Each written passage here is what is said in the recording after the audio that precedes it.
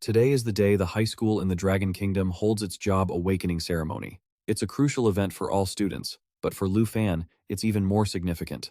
It's been 3 years since he transmigrated to this world from Earth, and Lu Fan is determined to awaken a combat class profession. However, Lu Fan ends up getting the hidden class, Dragon Tamer. While it's theoretically one of the rarest and most powerful classes, that's only on paper. In the 800-year history of the Dragon Kingdom, while dragons have appeared, no dragon tamer has ever managed to actually tame one. No matter how strong a human is, they're nothing but an ant in front of a dragon. Truly taming a great dragon is harder than ascending to heaven. Not to mention, if a dragon tamer doesn't have a dragon, they can't grow stronger. When Lu Fan's class was revealed, the students were shocked, but most quickly shifted to pity. Don't worry, at least it's a hidden class with infinite potential. If you work hard, you might be able to tame some lesser dragons and become a powerhouse. The principal patted Lu Fan's shoulder to comfort him, but powerhouse sounded pretty hopeless. That night, Lu Fan tossed and turned over the awakening, when suddenly, a system panel appeared. Congratulations on receiving your Day 1 treasure map. A Day 1 treasure map? Oh, right. When I activated it, I remember it being called the Super Treasure Map System. Actually, just before the ceremony, Lu Fan had unexpectedly triggered the Super Treasure Map System and gained the Appraisal Eye skill. It's a skill that lets you see basic info like class, level, and skills just by looking at someone. I only tested the appraisal function today and haven't explored its core features yet, he thought to himself. Lu Fan clicked on the treasure chest icon on the screen. Treasure maps come in different tiers: common, rare, epic, and god tier. By using the system, I can combine 3 lower tier maps into a higher tier one. Every day, you receive a treasure map of a random tier. Just go to the location and you can harvest treasures related to your class. Related to my class? A dragon tamer is admittedly the weakest, because taming a dragon is nearly impossible. But if I use this system well, can I cross the boundary between the weakest and the strongest? In other words, this god-tier treasure map is my last chance to turn the tables. I have to go. Determined, Lu Fan immediately clicked to open the map, and the coordinates appeared clearly before him. A plateau? That's not far from Jianghai City. Lu Fan set off quickly, but unfortunately, trouble found him fast. As soon as he got off the bus, he was intercepted by a group of 2 men and 1 woman. Hey little brother, want to tag along? The one-eyed man patted Lu Fan's shoulder and asked with a grin. I'm a summoner, and I don't need companions. If there's danger, I can just summon elemental creatures to deal with it. Upon hearing that Lu Fan was a summoner, the bandits were surprised at first, but then they stopped following him and moved on. A bunch of scumbags. No matter how dangerous the wild is, it's still safer than being with these treasure hunters who stab you in the back. As expected, without strength, you get treated like this. I need to get moving immediately. System. You have arrived at the location marked on the treasure map. I finally found the spot. Lu Fan shouted in excitement, heading straight toward the strange light glowing not far away. A black dragon egg? Level unknown. Just as the egg was about to crack, and a dragon hatchling was about to emerge, Lu Fan heard rustling from the bushes behind him. Even though the journey had been smooth, I still couldn't escape a beast's nose. Lu Fan silently drew his weapon, a novice scimitar, common grade. It was basically the kind of trash gear you'd see in a garbage game. Sure enough, less than a second later, a beast lunged from the bushes to attack. Thanks to his preparation, Lu Fan managed to block the beast's bite with his blade, but it took a lot of effort to shove the ravenous beast aside. The appraisal eye activated automatically. Bloodthirsty Grey Tiger, level 10. Skills: Triple Strike 3 rapid hits, Bloodthirst Recovery Lifesteal. Experience: 120, drops. Tiger skin worth 85 yuan. Triple Strike and Bloodthirst Recovery? In other words, it can strike 3 times to make the opponent bleed, and then use lifesteal to heal. I'm not strong enough to handle it head-on. Maybe I can drag out the fight, wait for the hatchling to hatch, and then use the dragon taming skill. Not giving Lu Fan time to think, the Grey Tiger lunged at him again. Lu Fan barely dodged the first strike, but due to the beast's speed, he couldn't avoid getting his arm injured by the second strike. I can't let it use lifesteal. I must finish it during its triple strike combo. Making a silent decision, Lu Fan shifted to a defensive stance. Just as the beast unleashed its third strike, he seized the opening and landed a critical hit to its head, finishing it off. System. You have defeated the bloodthirsty Grey Tiger, plus 120 XP. Just as Lu Fan thought it was over, a familiar voice echoed. Heh, finally took it down. You're pretty impressive, little brother. The one-eyed man walked out from behind a rock with his crew, right behind Lu Fan. You guys were following me? Didn't I say I wasn't joining you? The red-haired girl laughed. Aw, little handsome, no need to be like that. Didn't you lie to us too? Right, didn't you say you were a summoner? So why didn't you use any skills when you were in danger? Lu Fan realized his fake identity had been exposed. To avoid more trouble, he handed over the loot from the tiger. If you want the loot, just take it and stop bothering me. Oh, this little brother is quite sensible. The one-eyed man stepped forward and snatched the tiger. This thing is only worth 85 yuan. How many would we have to kill to make it worth it? We don't want this. As he said this, the one-eyed man looked greedily toward where the dragon egg was hidden. Did they see me find the egg? While Lu Fan was still guessing, the bandits attacked. Rock charged forward and delivered a heavy punch, sending Lu Fan sprawling. The red-haired girl seized the chance to pin him down with a knife. Heh, little brother. You really underestimated the noses of treasure hunters like us, the one-eyed man said smugly. Rock circled around to his back. The rock goon grabbed the dragon egg and started bragging to his crew. The treasure's ours.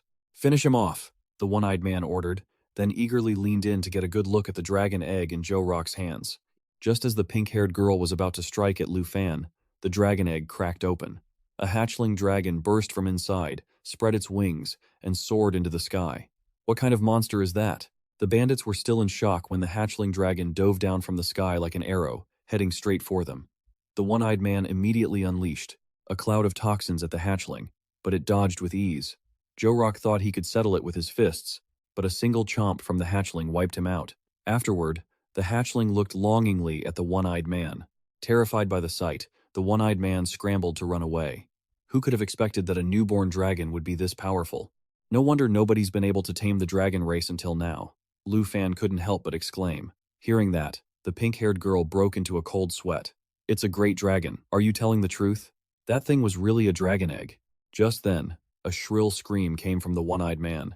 The pink-haired girl turned, only to see the hatchling dragon casually picking its teeth. Her accomplice had vanished into thin air. Seeing this, the pink-haired girl had no time to worry about Lu Fan. She pointed her dagger at the hatchling with a trembling arm. Your hunter instincts are pretty pathetic. You wanted to steal what was rightfully mine? Well, this is the price you pay. Lu Fan pushed the pink-haired girl aside and successfully used the dragon taming art to subdue the hatchling. Black dragon contract completed. Skills unlocked. Dragon Claw, Dragon Tooth Strike, Dragon's Inspiration unlocked. Who exactly are you? Haha. Now you want to know who I am? I'm not a summoner. I'm a dragon tamer. Seeing the hatchling baring its teeth at her, the pink-haired girl panicked and begged Lu Fan for mercy. Please spare me. I really didn't know that was a dragon egg. You low-life hunters have harmed so many people all this time. No, I haven't. The pink-haired girl tried to make excuses. Go join your friends down there.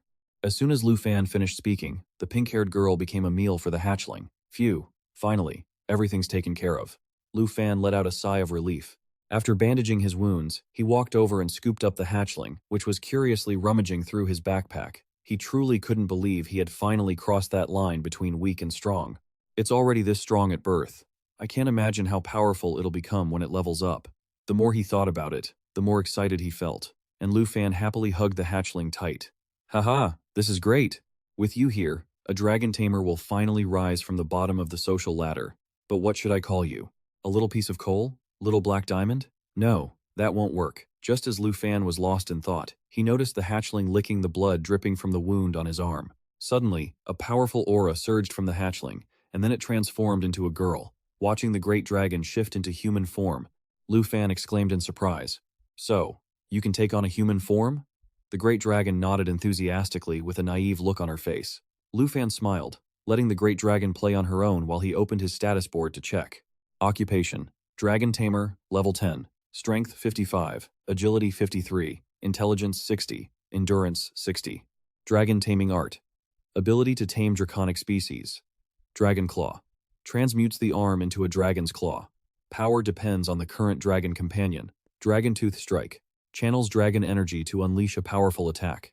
Dragon's Inspiration. Buffs self and dragon companion, increasing all attributes and attack by 30%. Black Dragon Contract, level 1. Storage value, 239. Lu Fan thought happily. Just as I suspected. As long as I tame a dragon, all my skills unlock.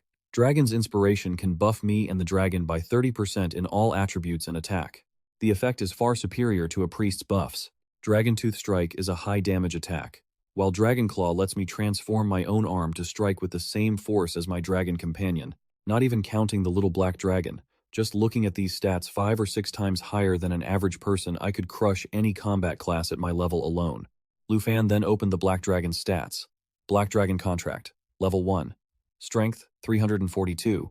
Agility, 267. Spirit, 359. Endurance, 373. Xiao Jiant Ma. Lunges forward to bite the enemy, causing damage and a bleeding effect. Lava Flames. Continually breathes fire forward, dealing damage and healing self. Black Dragon Bloodline. Reduces incoming damage by 50%, immune to all debuffs, self-healing capability increased by 500%. Bloodline Connection. Provides the Dragon Tamer with 10% of all attributes. Looking through the Black Dragon's stat board, Lu Fan was secretly amazed. She's only a level 1 hatchling, yet she has all these skills and nearly 400 points in various stats. This is something humans could never reach. Even an elite human expert 20 levels higher wouldn't be her match. It's the bloodline connection that's boosted my stats exponentially. No wonder I felt so incredibly powerful after the successful taming. The 3 great hidden occupations? Pfft, no matter how strong a hidden occupation is, in front of the dragon race, they're nothing. There's no doubt about it, the dragon tamer is at the top of the social hierarchy now. He glanced at the black dragon, who was happily munching on eggshells. Lu Fan rubbed his chin in thought. Even though she could take a human form, her instincts didn't seem to change. What should I call you now? She was a little black dragon born just before the dawn. A name quickly flashed into Lu Fan's mind. He asked the black dragon happily, Xiao Ya? How does Xiao Ya sound? The black dragon chirped happily. Seeing that, Lu Fan laughed. Looks like you like the name, huh? He felt that this trip to find treasure, while dangerous, had been completely worth it. Lu Fan walked over to the black dragon, patted her head, and asked, Are you hungry? The black dragon stopped gnawing on the shells, her eyes lighting up as she looked at Lu Fan and chirped in agreement. Lu Fan stood up, looked into the distance, and said, Time to hunt some beasts to fill our stomachs, Xiao Ya. He thought to himself. That's right, I can't just go back like this. The entrance exam that determines which university I get into is coming up soon, and many other candidates are out there leveling up right now. My dream of winning the Southern Province Award and the direct admission spot to the Dragon Kingdom's top university, I'm finally qualified to reach for that now. Still, I can't let my guard down. Leveling up and getting used to my new skills is the top priority. So, Lu Fan excitedly grabbed his backpack and said, Xiao Ya, let's head out. Let's go deeper in. There are much tastier monsters in there than eggshells. Xiao Ya happily chased after Lu Fan, but the man and the dragon hadn't gone more than a few steps when they heard the screeching of many monsters coming from the distance. Both of them stopped and turned to the sound, spotting a pack of monsters charging straight toward them. Those are plains hyenas, he muttered.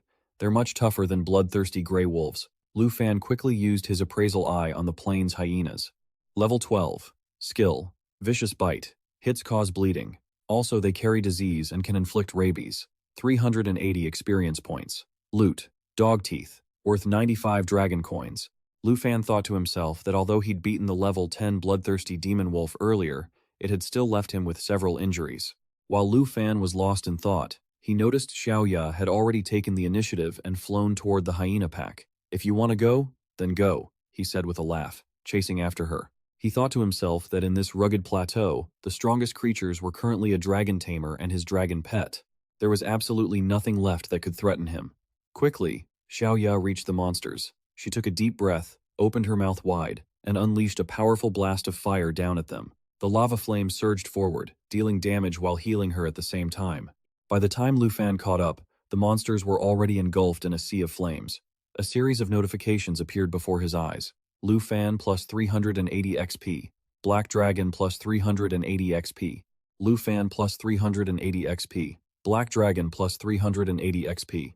Lu Fan muttered, Not bad, but if I want to level up fast, I really need to hunt some elite monsters. Suddenly, noticing something, he glanced in a certain direction and called out, Xiao Ya, stop playing with these small fry. There's a big one waiting for us. In that direction, a massive 3-headed monster was slowly approaching with a growl. Lu Fan immediately used his appraisal eye. 3-headed blood lion, level 25. Ability. Increases own attack and defense. Skill. Shred. Deals damage within a certain range. Triple flame blast. Unleashes 3 fire attacks. Experience points. 23,790. Loot. Teeth worth 1,000. 300 dragon coins. Hide worth 2,000. 570 dragon coins. Usually, An elite level 25 monster would require an entire squad of hunters to approach, but since Lu Fan was a dragon tamer with a real dragon, he didn't worry at all. He commanded, "Xiaoya, let's go." Xiaoya let out a cry, and immediately lunged toward the three-headed blood lion. Seeing her charge, the blood lion raised all three heads and let out a roar, a fierce roar that boosted its own defense and attack. Not stopping there, the three heads opened wide, and currents of fire element surged out, condensing into a massive fireball. It was charging the triple flame blast, a continuous fire attack that dealt damage in 3 waves with a cooldown. Seeing this, Lu Fan decisively ordered, "Xiaoya, quick, team up and interrupt its skill." Xiaoya cried out, and her body was instantly enveloped in flames. When she reappeared, she was in her true dragon form. She dove at the three-headed blood lion, using the dragon jaw skill to attack, successfully interrupting the triple flame blast. Lu Fan cheered, "Nice. Don't give it any time to breathe. Follow up with a dragon tooth strike." Lu Fan plus 23,790 XP. Lu Fan leveled up to 14. Black Dragon plus 23,790 XP. Black Dragon leveled up to 9. Seeing the notifications, Lu Fan laughed. "Is it over already?" As expected of an elite monster, a single one gives so much experience. Just then, another system notification appeared. System triggered. Obtained. Daily treasure map. Another map? I wonder what's in it for a dragon tamer this time. Excited, Lu Fan exclaimed, "Xiaoya, let's go find the treasure." Xiaoya happily chased after him. Deep in the rocky plateau, a group of people were talking among themselves. Qin Thu asked, "Sun Ge, are we really going to pass up this rare opportunity?" Sun Ge replied with a forced smile, "Miss, there's nothing we can do. This secret realm of opportunity requires at least 5 people to open. Without enough people, it won't activate." I suggested that Tiny go back to Jianghai to call for more people, but Tiny interrupted, "It's no use. Even with my speed, it would take at least a day to make the round trip." Qin Thu sighed. Secret realms of opportunity appear randomly and offer better rewards than normal dungeons, but they only exist for 1 day. A single day is definitely not enough time. Seeing Qin Thu unhappy, Sun Ge tried to console her. "Miss, you're usually not one to dwell on things. With your talent, once you enter one of the top 10 academies, you'll definitely be provided with secret realms." Qin Thu still sighed. "Sun Ge, I know that, but it's still such a shame." Just then, Sun Ge's expression turned vigilant as he looked toward the side. Ah! Tiny also reached for her weapon, staring forward defensively. From behind the rock in front of them, Lu Fan slowly walked out, saying, "Hey, I'm just passing through." Sun Ge sneered. Lu Fan smiled and said, "I'm not particularly interested in the money, but we can cooperate based on some rules." Tiny frowned. "You mean you want to share the rewards based on the strength you show in the realm?" Lu Fan bluntly admitted.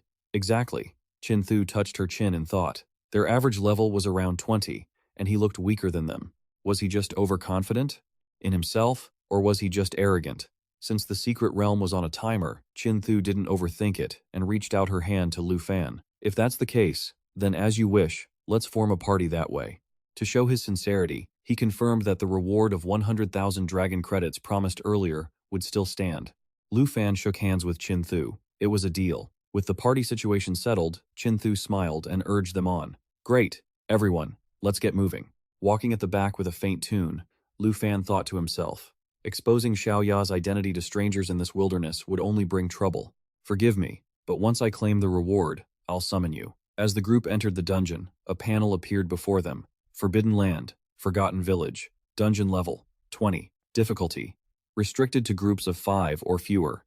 Everyone observed their surroundings, moving forward with caution. Qin Thu spoke first. "This village is too quiet, you can even hear your own echo." Tiny added that the atmosphere was heavy, with no signs of life amidst the mist. Sun Ge noticed Lu Fan with his hands empty and asked, "Kid, how come your hands are empty? Don't tell me you don't have any gear? You really don't have gear?" he muttered. Lu Fan smiled and moved his hand to the side, and a burst of flames instantly appeared, swirling around his hand.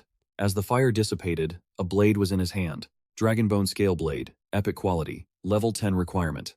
Requires Dragon Master or Dragon Blood Warrior class. Dragon Blood armament allows the user to dragonize a body part, increasing power. Attack plus 65, durability plus 30.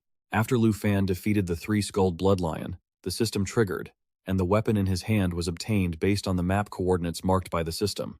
Having just replaced his beginner's knife, Lu Fan examined the weapon. Sun Ge remarked, "Kid, that weapon of yours doesn't look like anything ordinary.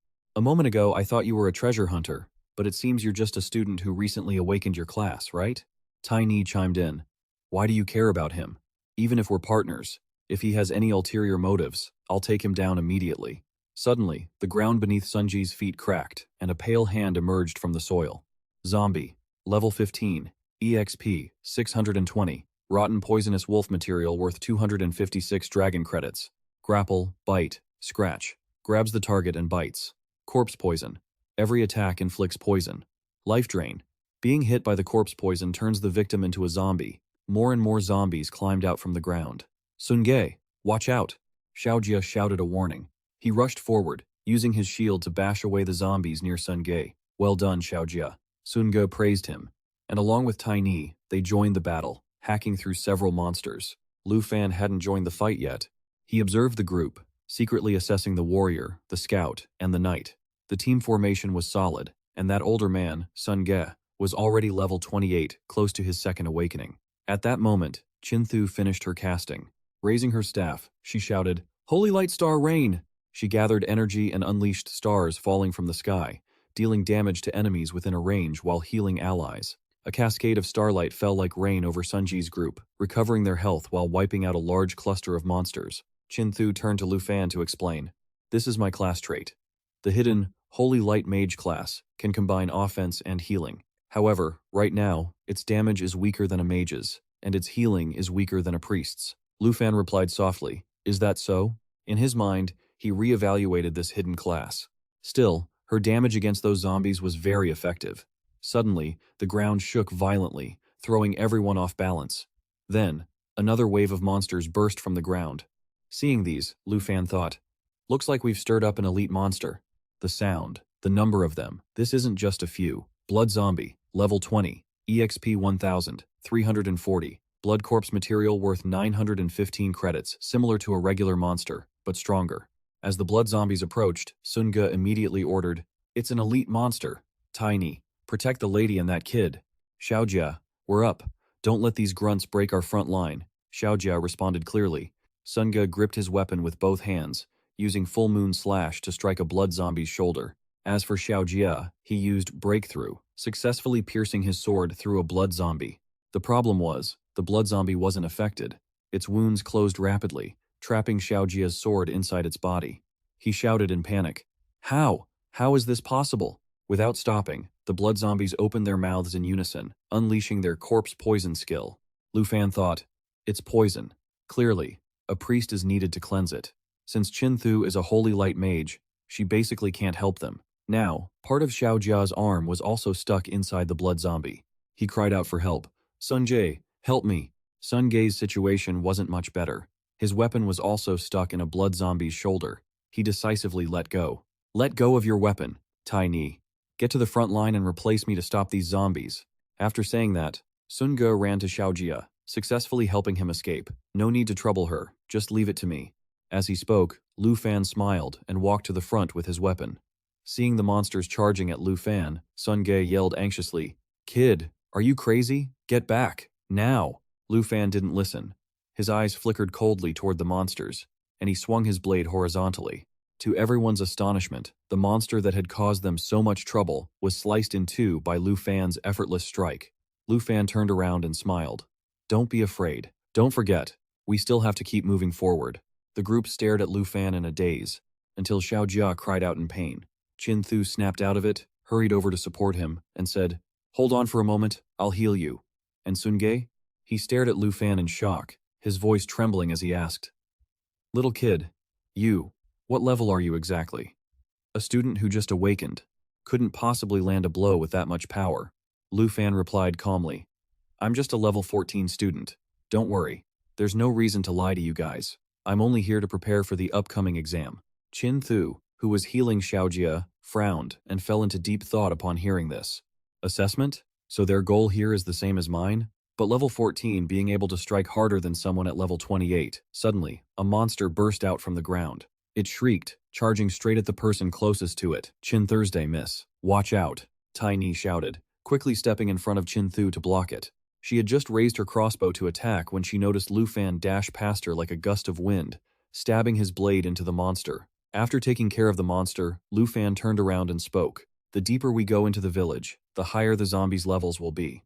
I'll take the front line. Does everyone have a problem with that? Everyone fell silent.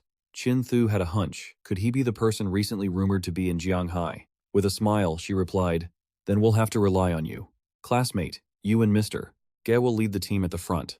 I will tend to the patient's wounds, and Tai Ni will handle the rear. The secret realm guardian must be deep inside the village. Just call me Lu Fan. Let's go. We need to head deeper inside." With that, Lu Fan took the lead and headed deep inside. Chin Thu stared at Lu Fan in front of her, feeling suspicious. Lu Fan, the person recently rumored to have a hidden class. A dragon tamer? No way. If it's really him, isn't a dragon tamer supposed to be the weakest? As time passed, Lu Fan's group went deeper and deeper into the village. Chin Thu was in charge of looking after the patient, while the other three went ahead to clear out the monsters. After finishing off another group of monsters, Lu Fan glanced at the patient, feeling secretly worried. Chin Thu's class couldn't cure the zombie venom. To teleport out of this place, they had no choice but to defeat the secret realm guardian. They had to hurry. If they waited any longer, the poison would spread throughout the body, potentially leading to death or turning the patient into a zombie. Tiny spoke up, saying there were no traces of a secret realm guardian in the village. Something felt wrong. Suddenly, the large pile of scrap metal behind them trembled. No one noticed this detail except the patient, Sun Ge, and everyone behind them. The patient used their last bit of strength to warn everyone before collapsing to the ground, unconscious. Chin Thu cried out in distress, "Patient, please hold on." Sun Ge also turned back and called out to the patient. Before they could even check the patient's condition, the two of them sensed something and turned to look at the pile of scrap metal the patient had warned them about.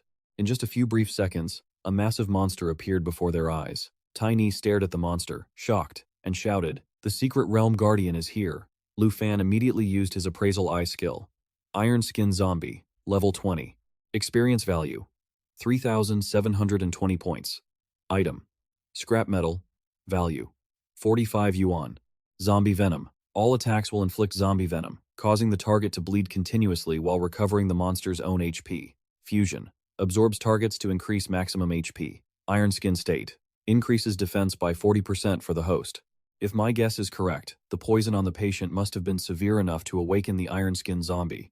Looking at the Iron Skin Zombie's skill sheet, Lu Fan seemed to realize something. He quickly shouted to warn everyone, "Everyone, you must defeat it immediately. It's very likely trying to absorb the patient." Hearing this, Sun Gu didn't hesitate and unleashed a full moon slash toward the Iron Skin Zombie. But the very next moment, he realized in disbelief that his attack couldn't hurt the monster at all. Seeing this, Lu Fan felt a bit anxious. He guessed that if the zombie venom could lure the monster out, they wouldn't have time for a slow, drawn-out fight.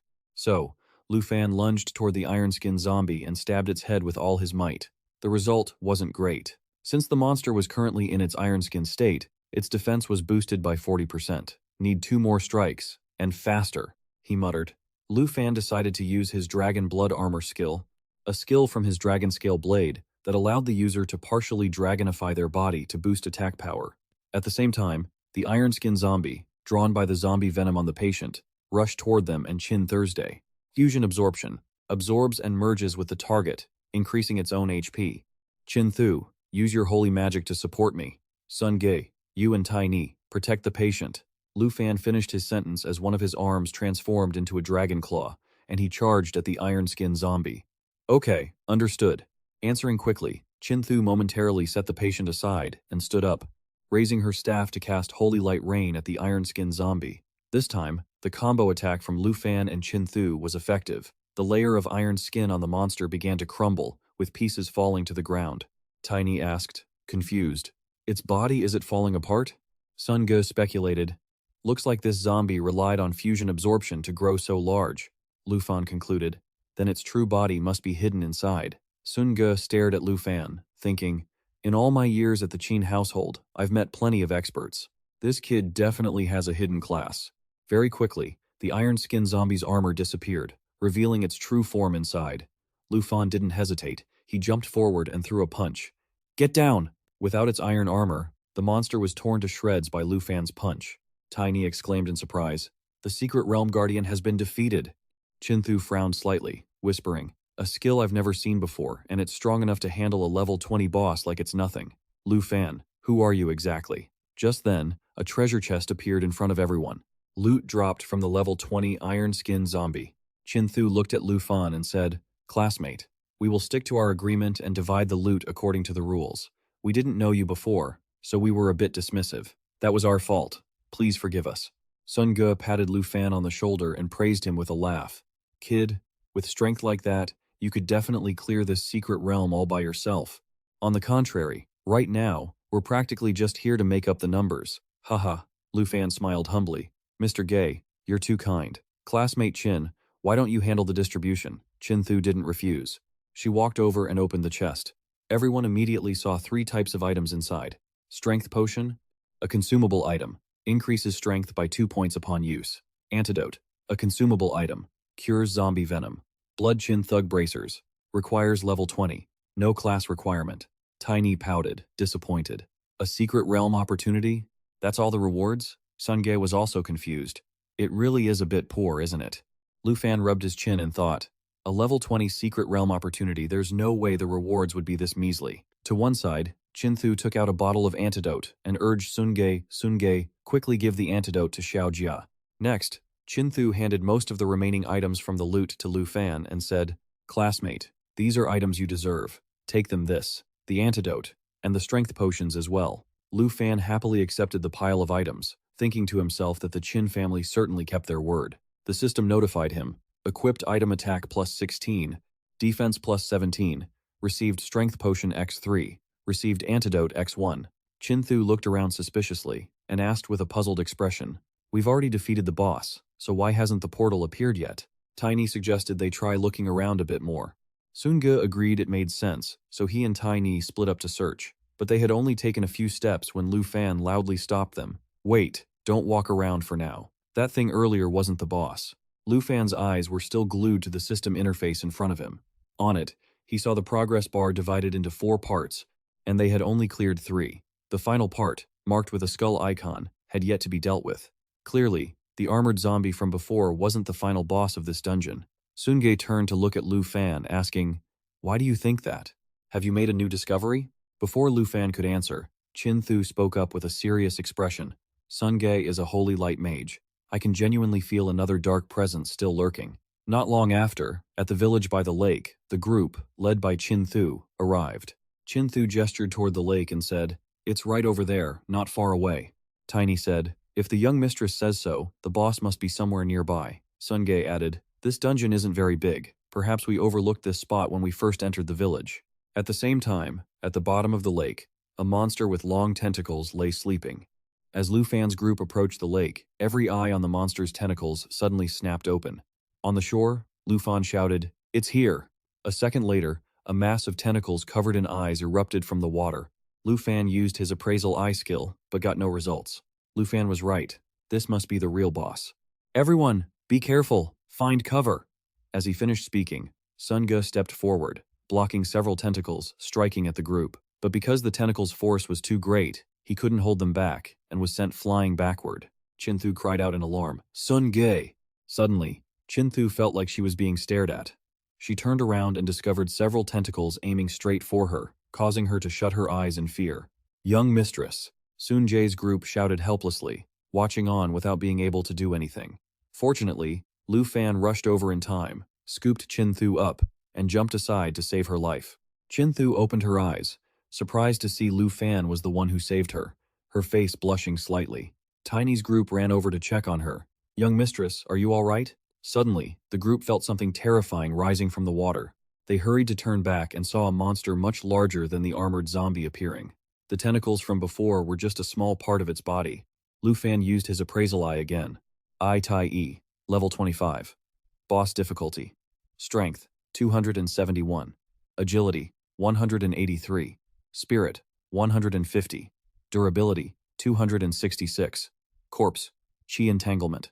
Grievance energy fills the surroundings, reducing all attributes of creatures in the area by 20%. Light chains. Lashes out with chains to entangle targets, dealing heavy damage. Grievance burst. Releases a blast of grievance energy to push back nearby foes, accompanied by corpse poison. Unyielding grievance. When hit by fire or holy elemental attacks, damage and effects received are reduced by 30%.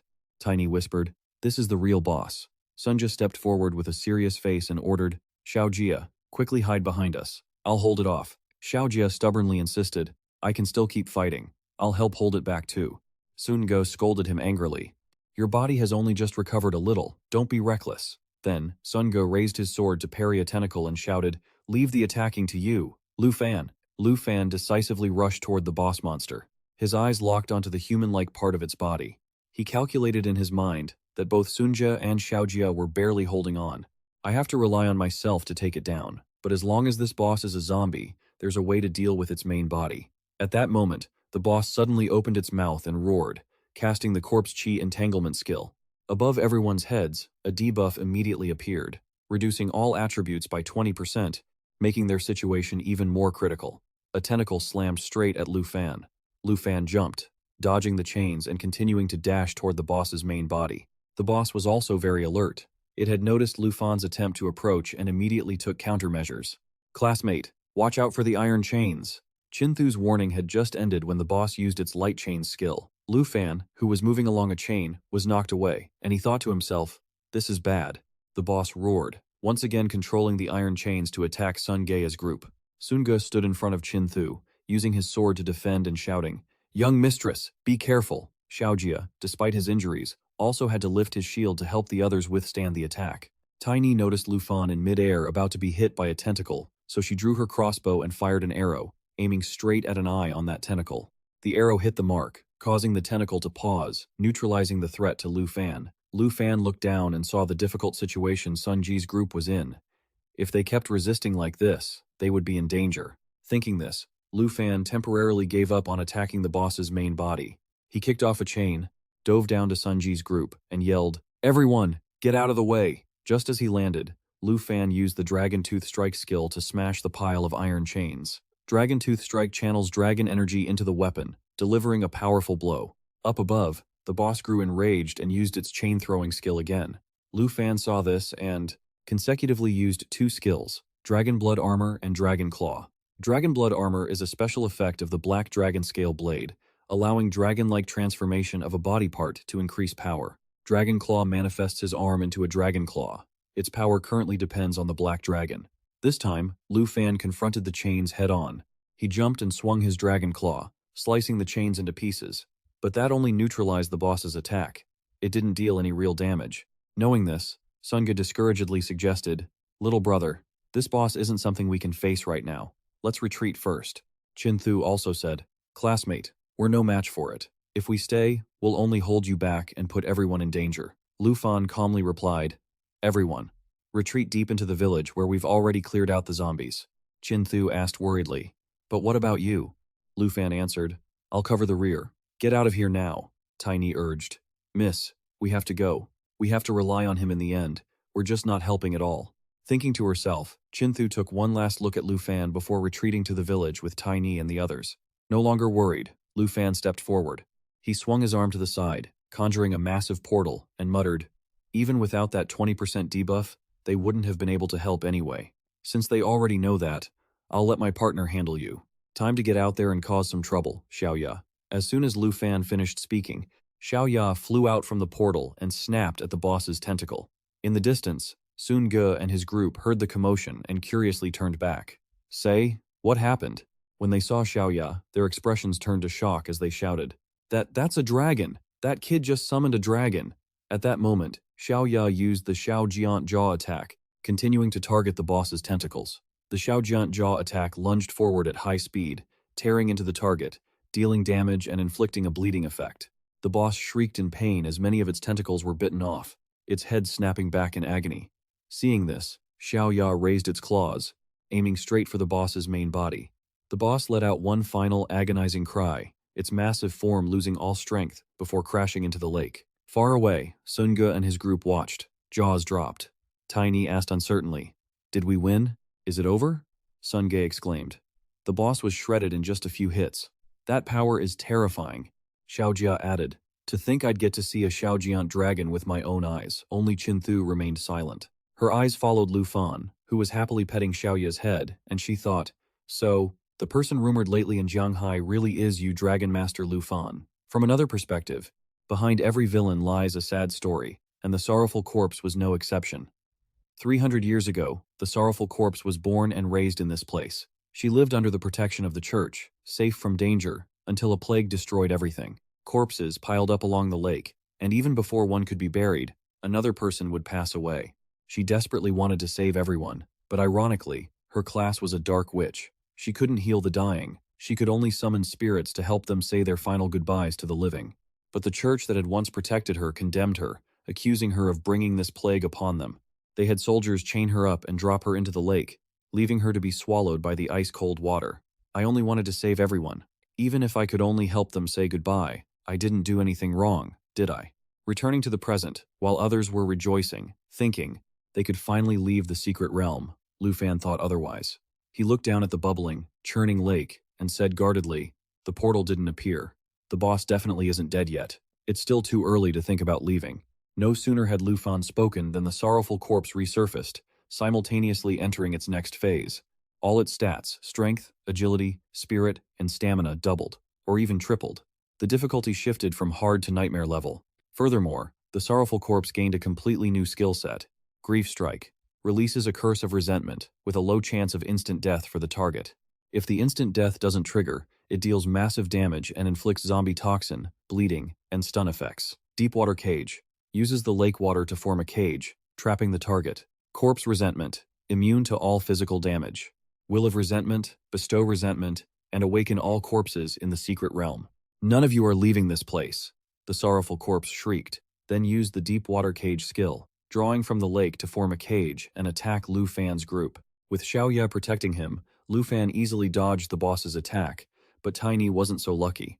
After being hit, despite her and Sunji's best efforts, they couldn't help her escape the cage. Tiny apologized to Chin Thu. "It's over, miss. I'm sorry." Chin Thu quickly replied, "I should be the one apologizing.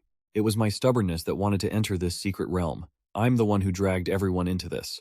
Hearing Chin Thu's self-reproach, Lu Fan suddenly asked, "We're at this point now, are you all planning to just give up?" Chin Thu replied helplessly, "I'm the only one who knows offensive magic." But with my damage output, Sun Ge seemed to grasp the meaning behind Lu Fan's words and guessed boldly, "The boss is immune to all physical attacks.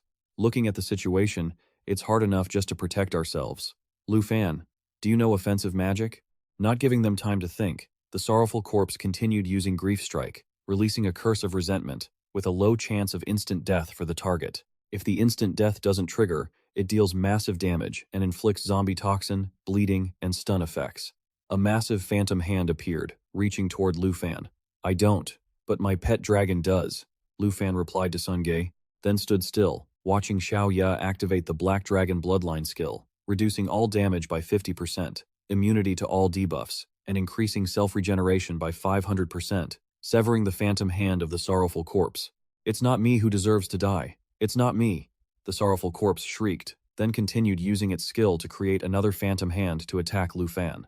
Seeing this, Tiny said worriedly, "A dragon master with such a massive level gap, don't worry. The attributes of a dragon are not something a human can compare to."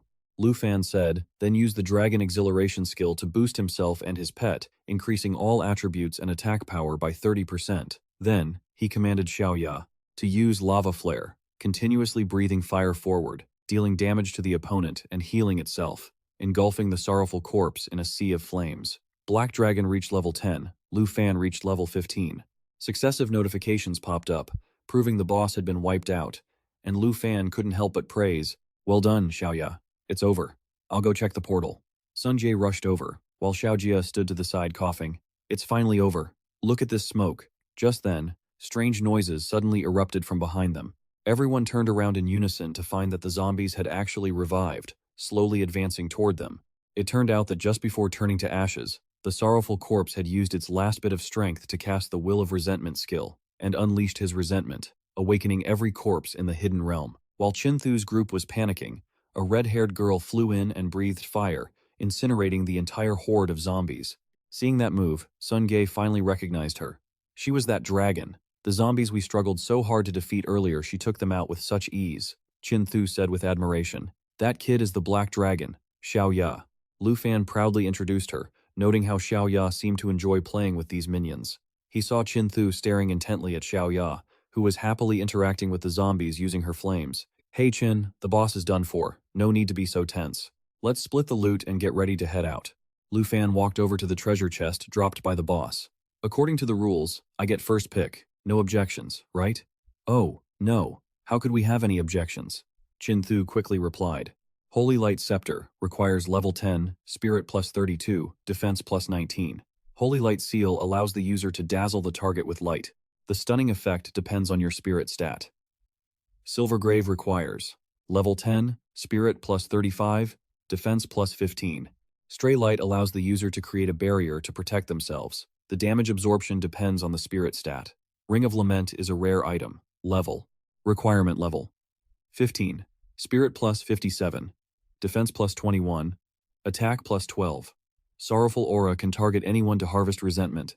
Once the resentment reaches a certain value, attacks on the target will trigger bleeding, stun, and poison effects. Class Change Scroll is a consumable, rare item. It gives the user a low chance to advance into a higher tier hidden class. After looking over the items, Lu Fan decided to take the Class Change Scroll and gave the rest to Chin Thu's group. Lu, you don't have to find ways to share with us. Following the rules, all of these belong to you. Lu Fan smiled and explained. I'm not trying to play the humble gentleman. These items really fit you better, but I really need this Class Change Scroll. If it weren't for you, I and everyone else might have lost our lives back there. At the very least, please accept this. Chin Thu picked up the Ring of Lament from the treasure chest and handed it to Lu Fan. All right, I won't stand on ceremony then. Lu Fan happily accepted it and quickly left. Chin Thu watched his retreating back, a sense of anticipation growing in her heart. Lu Fan, what else are you hiding? He really is a hard one to read. That evening, after a 4-hour drive, Lu Fan finally returned home. Upon hearing about what he had been through, Han Ka hugged him tightly and sobbed. This is too dangerous. Just hearing you talk about it scares me to death. You've faced so many perils these past few days. You left without even telling me. I haven't been able to sleep for nights. I was so afraid it was all a dream, and if I woke up and you still weren't here, Lu Fan smiled and comforted her. It's my fault. I should have told you before I left. Don't worry. From now on, I won't let you worry again, okay? Han Ka stopped crying and turned to pet Xiao Ya, making the little girl wag her tail happily. And there's Xiao Ya too. I was so scared at first, seeing her like that. Such a cute girl, but she's actually an incredibly powerful dragon. Han Ka looked down at Xiao Ya and asked affectionately, You two must not have eaten properly while you were out there, right? Xiao Ya nodded vigorously. At that moment, Lu Fan took out the Class Change Scroll and gave it to Han Ka. Auntie, I cleared a hidden realm and got this for you. If you change to a hidden class, you won't have to just run this bun shop anymore.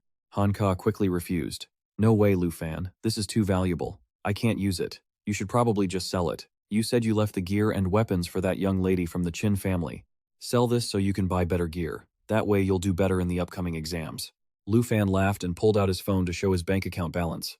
Auntie, I don't lack money or gear anymore. Seeing the number on the screen, Han Ka was stunned. Lu Fan, so much money? Did you sell the items you collected from this trip? Plus, being part of the team with Chin Thu, I got a bonus of over 100,000. Auntie, trust me. From now on, we won't have to worry about money again. So, just take it. It's best if you use it now.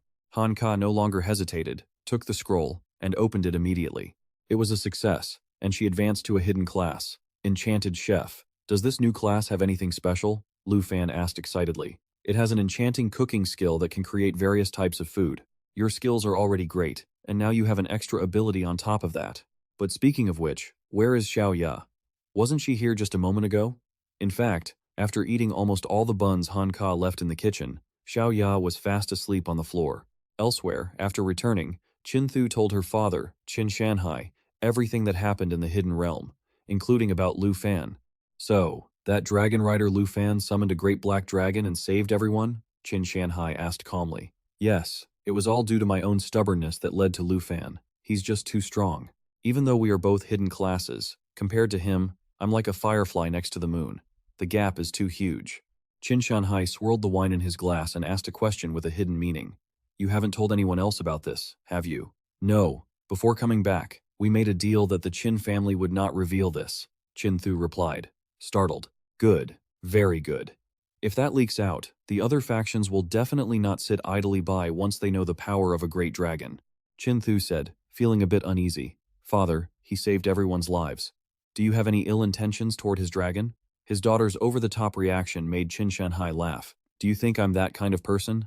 On the contrary, What are you planning to do to repay him for saving your life? When I invited him to the team, I promised him a reward of 100,000. Chinthu hesitated. Well, tomorrow, take a purple gold card and go personally to thank him. Okay. Father, you're also very curious about him. Why don't you come with me? Qin Shanhai sighed. If I could, I'd really love to meet this dragon rider, but I already have plans for tomorrow morning. The next morning, bright and early, a special guest arrived at the shop to visit Lu Fan. It was the young princess of the Tai Te Kingdom, currently studying abroad in Jiangfengyun High, Long Kwok. Just as the bell rang, is the little princess of the Tai Chi Kingdom, currently studying abroad in Jianghai, Long Kingdom. As soon as she heard the bell, Hanka dropped the tray of freshly baked buns, hurried over to crack the door open, and said with a smile, "Are you two looking to buy some buns? Sorry, the shop is closed today."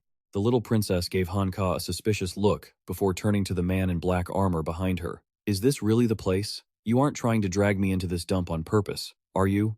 "I wouldn't dare, Your Highness. According to our investigation, this is definitely the place." Before Hanka could even finish her sentence, the armored man shoved the door open, causing her to stumble back and drop the whole tray of fresh buns.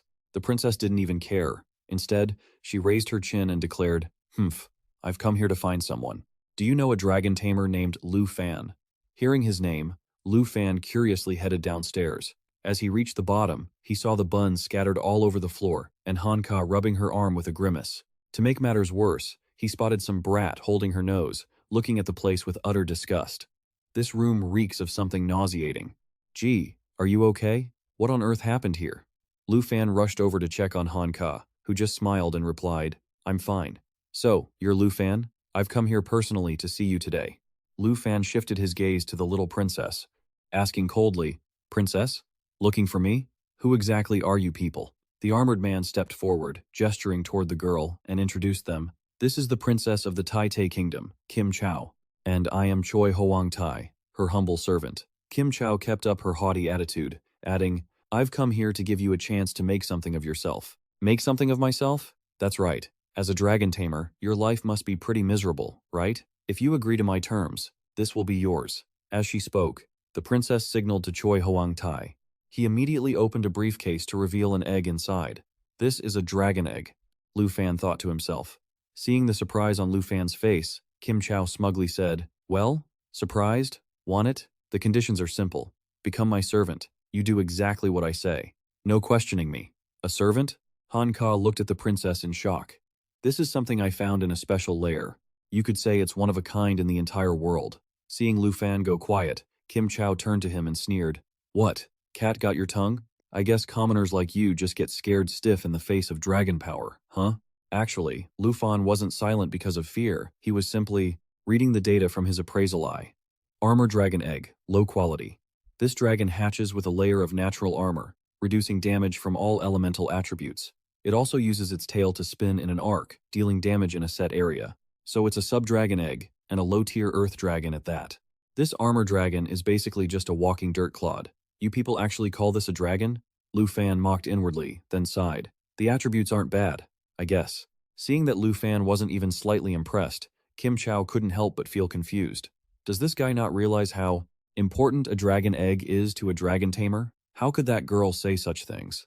Lu Fan quickly reassured her. "Don't worry, G. I'll chase them off." Kim Chao put her hands on her hips and shouted, "A dragon tamer without a dragon is just a loser, right? If you become my servant, you could be the first person in history to change the most powerful class ever. With an opportunity like this, aren't you even a little excited?" Lu Fan smirked and replied, "Sure, I'm very excited, but I decline." Hearing his answer, Kim Chao was shocked, then flew into a rage, screaming, "Do you even know what you're saying? You're turning down the chance to be my servant? Turning down the chance to rewrite the history of dragon tamers?" Lu Fan coldly snapped back, "You'd better stop coming here. Take your dragon egg and leave. I have no interest. And as for being a servant, that's just laughable."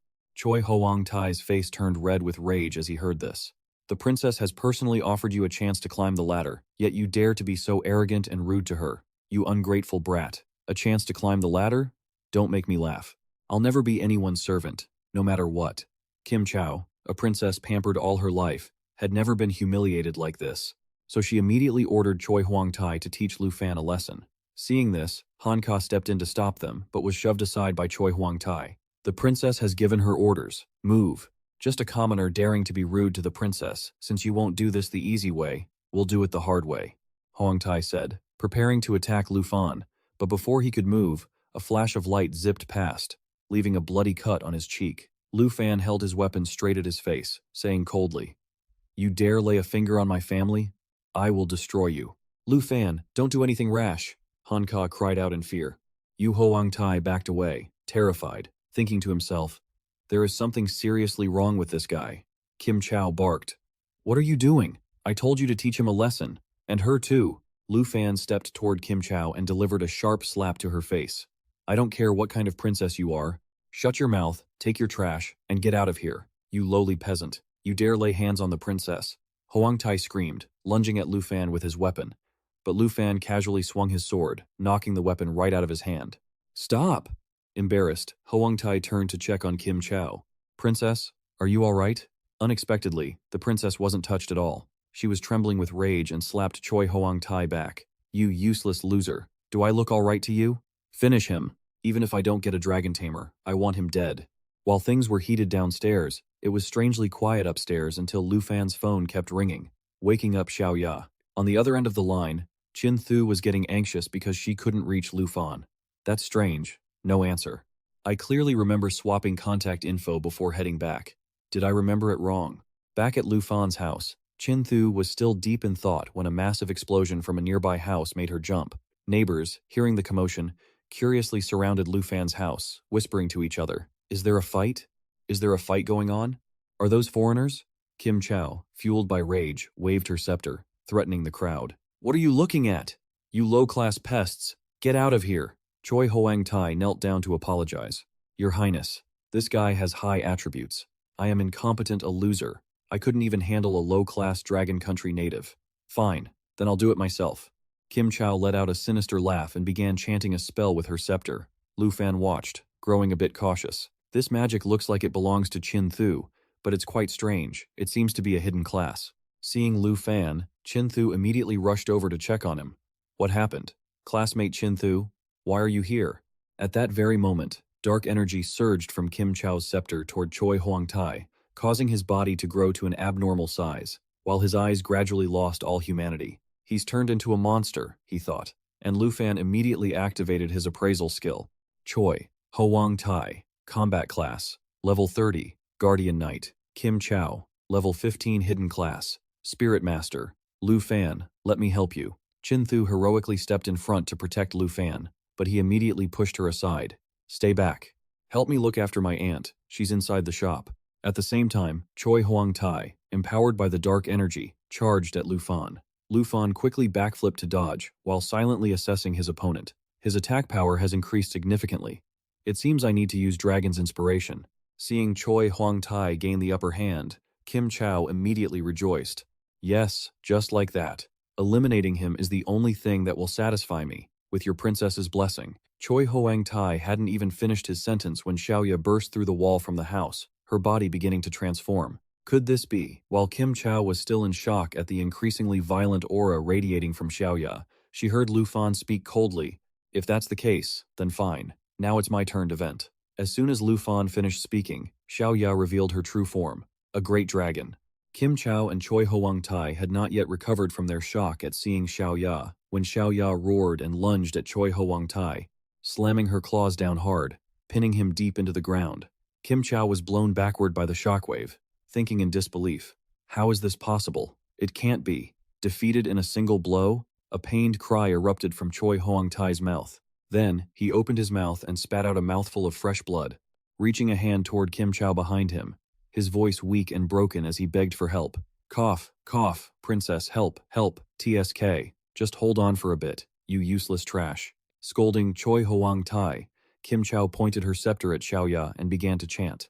Xiaoya roared at Kim Chao, causing her spellcasting to be immediately interrupted. Choi Huang Tai, lying under Xiaoya's claws, cried out helplessly, "Ugh, let me go." Hearing that, Xiaoya tossed Choi Huang Tai aside like a ragdoll toward Kim Chao. Choi Huang Tai's whole body trembled, trying to reach out toward Kim Chao, whispering, "Pre-princess." Kim Chao stood frozen in place, looking at Choi Huang Tai's miserable state, thinking, "This power, it really is a great dragon. Aside from my Kim family, Do other dragon eggs actually exist? Lu Fan slowly walked toward Kim Chow and challenged her. Princess Kim Chow, what was that barking you were doing earlier? Satisfying you by taking me out? Seeing Lu Fan approaching her, Kim Chow was scared to tears, her legs trembling until she fell to the ground, screaming, "Don't come any closer! Get away from me! You attacked my subordinate and left him seriously injured, and now you want to humiliate and threaten me? Do you have any idea what the consequences will be? You'll become an enemy of my Tai Chi kingdom." Lu Fan drew his weapon and asked with a laugh, "Haha, so you still want to threaten me, after having your subordinates attack my loved ones?" Feeling the killing intent in Lu Fan's eyes, Kim Chow startled. What do you want to do?" Xiao Ya responded to Kim Chow by opening her mouth and beginning to condense a fireball. At the same time, Lu Fan raised his weapon high and said, "Don't bark about who you are or what princess you claim to be. Even if you were a god, I would certainly pay you back tenfold." Just then, Qin Shanhai flew in on a beast, shouting urgently, "Lu Fan, stop!" Qin Thu startled and cried out, "Dad, watch out!" Xiao Ya. Before she could finish her warning, Xiao Ya turned toward Qin Shanhai, preparing to fire the fireball at him. "Xiao Ya, stop!" While speaking, Lu Fan slashed once, splitting the scepter in Kim Chow's hand in two, then sheathed his weapon.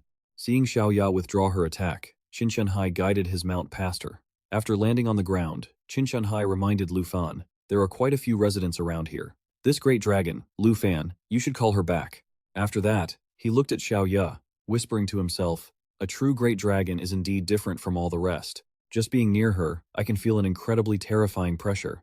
Qin Thu also urged him, "Lu Fan, listen to my father, please, just trust me this once." Lu Fan glanced at Qin Thu, pondered for a moment, then shouted softly, "Xiao Ya." Xiao Ya understood, tilted her head back to let out a roar, and transformed back into a girl. Qin Thu breathed a sigh of relief. She walked over to Lu Fan, grabbed his hand, and whispered, "Come here." As for Qin Shanhai, he walked over to Kim Chow, who was sitting shivering on the ground, and said with a smile, "Princess Kim Chow, are you all right? I just arrived at the airport to pick you up. I didn't think you would come here. The Qin Thu family driver is coming. Let's get you to the hospital first."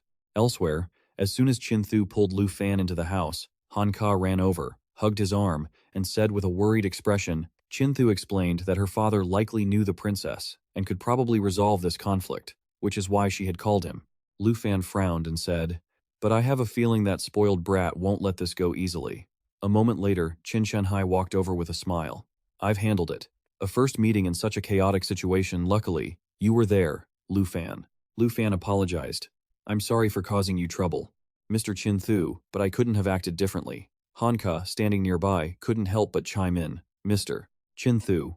Lu Fan won't Qin Shanhai lit a cigarette and said, "I've already taken Princess Kim Chow and her subordinates to the hospital, but in the end, we still need to provide the Kim family with an explanation. The Kim family doesn't just deal in commerce, they have a significant voice in the upper echelons of the Tai Chi kingdom." Han Ka said worriedly, "The other side has such a large background, and they were defeated by Lu Fan. I'm afraid Lu Fan will be targeted for revenge," Lu Fan said angrily. "So what if she has a powerful family? I won't sell my dignity just because of a dragon egg." Qin Shanhai smiled, patted Lu Fan on the shoulder and praised him. "Strong character. Good. I think highly of you." Then Qin Shanhai dropped his smile and said, "Everyone doesn't need to worry. I have a way to help Lu Fan come out of this unscathed, but I can't do it alone. So there will be conditions." Lu Fan asked, "What conditions?" Qin Shanhai pointed his cigarette at Lu Fan. "Seriously, you must earn the title of provincial top scholar in the upcoming grand exam. I will do my best to keep Princess Kim Chow in check until you complete your trial." Qin Thu spoke up, reminding him, "Lu Fan, this won't be easy. The entire southern province is full of countless elite talents." Qin Shanhai continued, "Only when you can surpass them all and reach the top spot can I help you." Han Ka saw that Lu Fan remained silent with his eyes closed, so she anxiously called out to him, "Lu Fan." A moment later, Lu Fan opened his eyes, a look of determination in his gaze as he spoke. "Understood. I accept these terms." A few hours later, at the hospital, Kim Chow had recovered from her state of fear. Upon learning that Lu Fan was still safe and sound, she grew furious and grabbed her phone to call Qin Shanhai. When the signal connected, Kim Chow immediately barked, "Why hasn't that Lu Fan been captured yet?" Qin Shanhai, "You are clearly showing favoritism toward him." Qin Shanhai explained, "Princess, please calm down. We have already notified the higher-ups immediately. We need them to help resolve this matter." Kim Chow let out an angry huff and said, "That better be the case. Put pressure on him. I don't care about that Lu Fan. He must disappear by tomorrow. At the high school grounds, because today was the day of the grand exam, a large number of students had gathered. Are you level 11 already? That's crazy. You've mastered 7 mage skills. Do you want to team up later? As the students chatted excitedly, Lu Fan's arrival drew their attention. Hey, look, is that Lu Fan? I thought he'd gone back home to sell steamed buns by now. He was once an elite student, but he was assigned a trash class. Is he so bored he came here to hand out free bananas? Hearing the students around him, Lu Fan felt a surge of anger and cursed under his breath. Ugh, can't believe I'm being looked down on already. Just then, the principal stepped onto the high platform and shouted, "Everyone, quiet down. The Southern Province Grand Exam is about to begin. Since I reached level 15, I still have daily map scrolls I haven't used. It's a pity they're all intermediate, but if I combine 3 of them, they could become a high-level map. That should be useful for the Grand Exam." As Lu Fan was deep in thought, a voice called out from behind. "Lu Fan, are you here to take the Grand Exam too?" Lu Fan turned around and saw it was his homeroom teacher, so he smiled and said, "Yes, sir. Of course I have to participate. I've improved my strength quite a bit over the last few days." Mr. Lee also smiled and handed something to Lu Fan. "That's good. You must give it your all. This is your teleportation stone." Lu Fan happily accepted the stone from Mr. Lee. The system notified him that he had received a teleportation stone. When used in a trial setting, it can teleport the user to a specific floor of a secret realm and can be used to return. Mr. Lee didn't stay long. Before leaving, he didn't forget to advise Lu Fan. "Lu Fan, I believe that with your willpower, you're not necessarily worse than other classes, but one cannot deny the importance of one's class. Even in an exam, any mistake can cause injury or even death. Try to form a team with your classmates. If anything goes wrong, use this immediately to escape." "Yes, sir," Lu Fan replied cheerfully, but to himself he thought, "But if I team up, the points will be split among the members. My goal isn't just to pass the exam, I'm here to take first place." Just then, Chin Thu pulled a girl along and ran over, calling out to Lu Fan happily. Lu Fan looked at the two of them and asked with a smile, "What a coincidence. Is this your teammate?" Chin Thu introduced her enthusiastically. "That's right. Let me introduce you. This is my best friend. You can call her Dao Tiu Man. Her skills are also very good." Dao Tiu Man spoke indifferently. "Hi." Chin Thu blushed a little and suggested, Lu Fan, do you want to join our team?" Dao Tiu Man gasped and whispered, "Huh?" Lu Fan smiled and waved his hand, turning away as he said, "Sorry, I plan on going solo. I know you want to help me, but this was a condition I agreed to earlier. I'll head to the gathering point first. You two should do your best later." Chin Thu replied, "Yeah, you too." In her heart, she felt a little sad, thinking that with Lu Fan's strength, anyone on his team here would only be a burden to him. After Lu Fan had walked away, Dao Tiu Man looked suspiciously at Chin Thu and asked, "Chin Thu, why on earth did you invite the weakest guy to join the team?" Chin Thu replied with a smile, "No, he's very strong.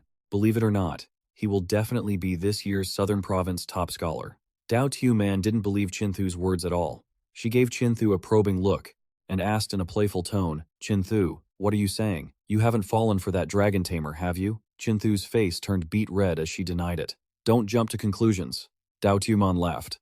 "Hey, your face is all red now." A while later, Lu Fan passed through the portal to the secret realm of the Grand Trial and saw that a large number of examinees had already arrived.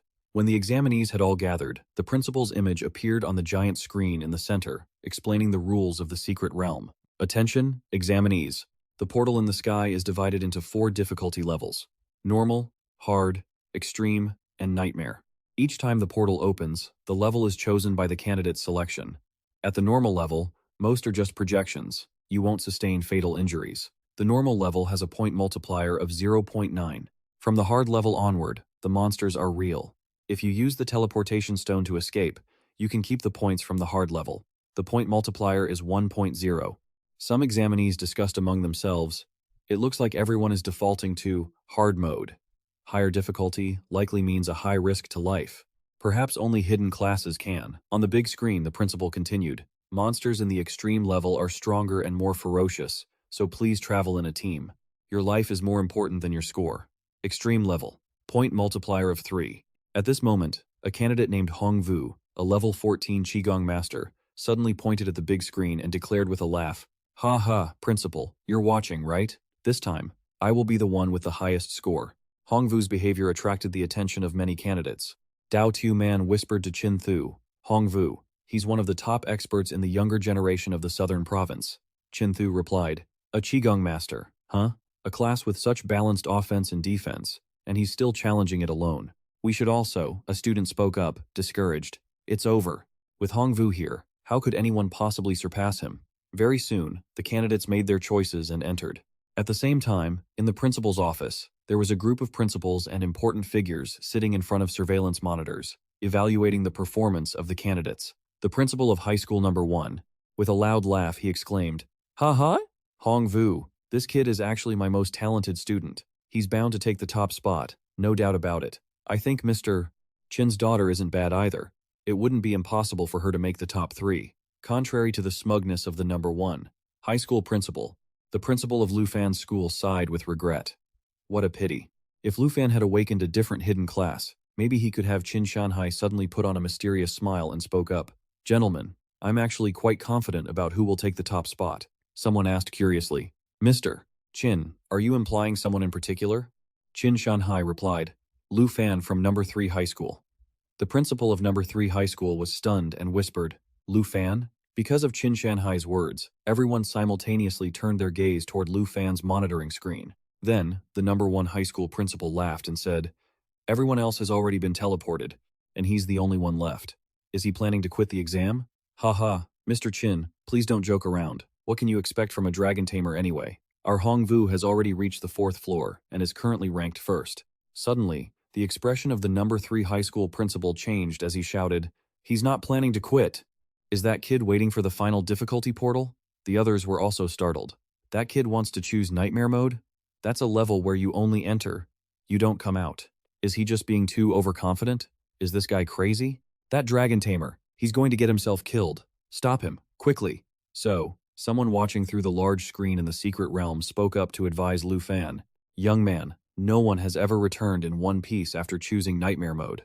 Before the person could even finish speaking, Lufan smiled and teleported into the nightmare difficulty level. Seeing this, the 3 high school principal stood frozen and said, The last time someone chose nightmare mode was 8 months ago. That person was devoured by monsters and died a miserable death. The number 1 high school principal also stopped smiling, glanced at the number 3 high school principal, and criticized, How absurd. Does your school not explain the rules of the grand exam? That dragon tamer kid. Afterward, he looked at Qin Shanhai and said, Mr. Qin, you really need to work on your judgment. This foolish choice can't even begin to compare to our Hongvu. Someone agreed. That's right. It's better to look forward to the performance of that genius Qigong master instead. Qin Shanhai calmly smiled and said, Aren't you two reaching conclusions a bit too soon? Why don't we watch a bit before deciding? The number 3 high school principal asked skeptically, Mr. Qin, why do you have so much faith in him? Right after that, his face shifted as he pondered a certain possibility. Could it be that Lufan? Inside the nightmare-level training secret realm, a red vortex appeared, teleporting Lufan to the spot. As soon as he touched the ground, Lufan realized he was surrounded by monsters lurking in the black mist. He immediately drew his weapon and muttered, On the 1st floor of the Nightmare Tower, there should be at least 10 of them. As the monsters stepped out of the black mist, Lufan recognized what they were. Black mane wolves, level 10. They use bite, causing damage to the target with a bleeding effect. Howl. Night. All allied unit stats are increased, and cooldowns are reset. At that moment, the black mane wolves bared their sharp, fang-filled mouths and lunged at Lufan. Well, might as well get started, he muttered. Lufan smiled, dashed toward the wolves, and used his skill, Dragon Tooth Strike. A few seconds later, the system issued a notification. Nightmare Training Secret Realm Floor 1 cleared. Points gained, 990. At the observation room, the number 1 high school principal jumped up, shouting in disbelief. Just 1 hit. How can this Lufan kid be this abnormally strong? The man sitting next to him offered his assessment. His stats are clearly much higher than his level suggests. The 3 high school principal trembled as he voiced his earlier theory. Lufan, has he found a legendary dragon? Scoreboard. No. 1. Hongvu. Hard mode. 3,000 points. No. 2. Lufan. Nightmare mode. 990 points. Number 3. Chin-thu. Hard mode. 900 points. No. 3. Dao Tu Man. Hard mode. 900 points. While the people in the monitoring room were still stunned by Lufan's performance, a man pushed the door open behind them and said, Excuse the intrusion. I am a special envoy from Longdu. I regret disturbing you all, but we need to take someone back to Longdu for investigation. Where is the dragon tamer? Lu Fan. Qin Shanhai looked toward the door and immediately recognized this man as Qian Xiong, a combat class, level 57 swordsman. Inside the Nightmare Secret Realm, after Lu Fan took care of the monsters, he didn't rush to the second floor but stayed behind to find the location provided by the high-grade map he assembled before entering the realm. It didn't take long before Lu Fan smiled softly and said, "Finally found it." The system notified him that he had reached the location on the treasure map. "I assembled a high-grade map before coming in. I didn't expect it to be on the very first floor." Muttering this, Lu Fan reached out and grabbed a book. The system notified him, "Received skill book, Growth Acceleration." The Growth Acceleration skill increases the amount of XP gained by pets and the user when defeating monsters. Lu Fan didn't hesitate and used it immediately. The system confirmed, Growth Acceleration skill successfully learned. Lu Fan thought happily, experience boost? This is perfect for Xiaoya. Ever since we left Qin Thug Village, Xiaoya's leveling speed has slowed down quite a bit. This is truly a gift from the heavens. In the observation room, Qian Xiong watched Lu Fan on the monitor and made a demand to the number 3 high school principal. "Principal Bai, Lu Fan is your student. You must end his exam immediately and teleport him here." Principal Bai refused. "Special envoy, no matter the situation, we should wait until his exam is finished. As his principal, I can step in to handle things for him." Qian Xiong adjusted his glasses and said, "You can handle things for him, but you cannot take the punishment in his place." Principal Bai asked suspiciously, "Punishment?" The others were also confused, unaware of what Lu Fan could have done. At this moment, Qin Shanhai walked over, grabbed Qian Xiong's arm, and said, "Qian Xiong, for the sake of old times, can you let me speak?" Qian Xiong showed no respect, brushed Qin Shanhai's hand away, and warned, "Mr. Qin, I suggest you stop. Do not interfere with my official duty. I don't know why you are shielding him, but let me give you a warning. Do not get involved in this. Neither the Kim family nor the top brass in Longdu will let this go. If you understand, please leave this place." He then demanded again of Principal Bai.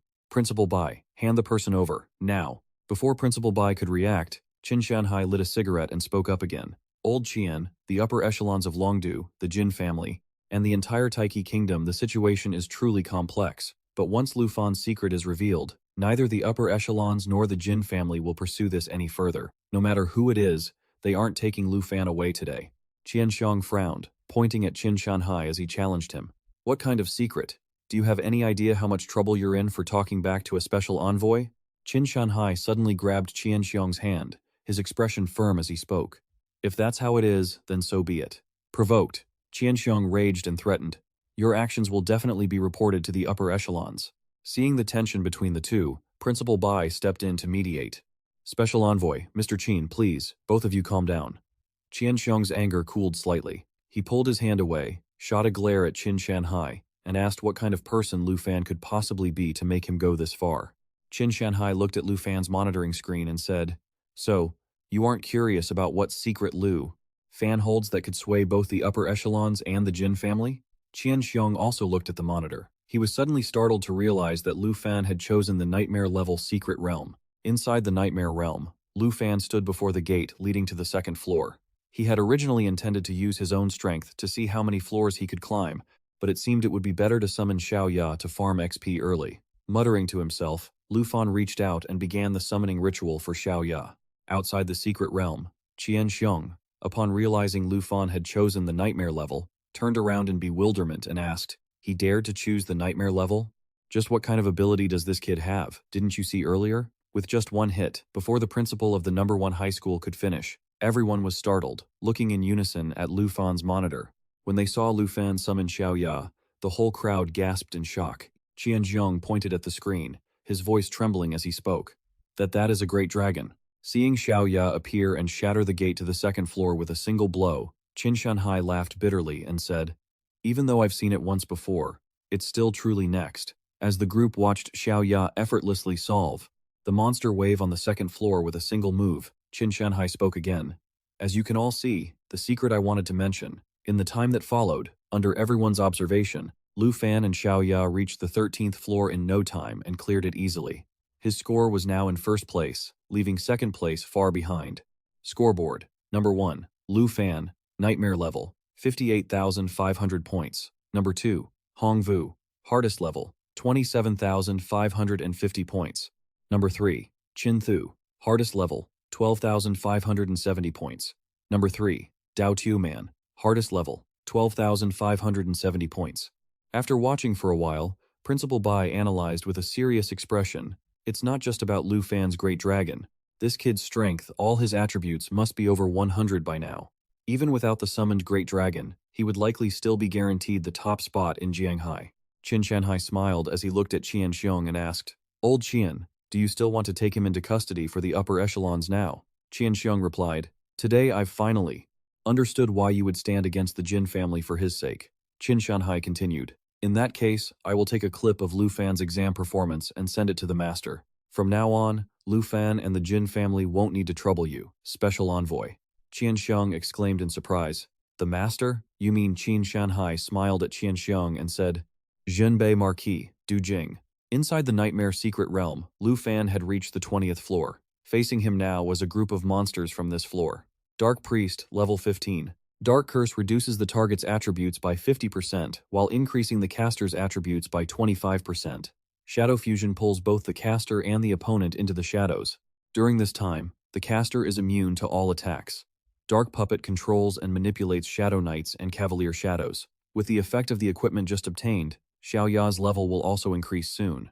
Muttering this to himself, Lu Fan ordered Xiao Ya to use the Lava Flame skill. Hearing Lu Fan's command, Xiao Ya immediately opened its mouth and breathed out flames that engulfed the entire space ahead, leaving the monsters scorched to a crisp in a sea of fire. The system announced the 20th floor was cleared.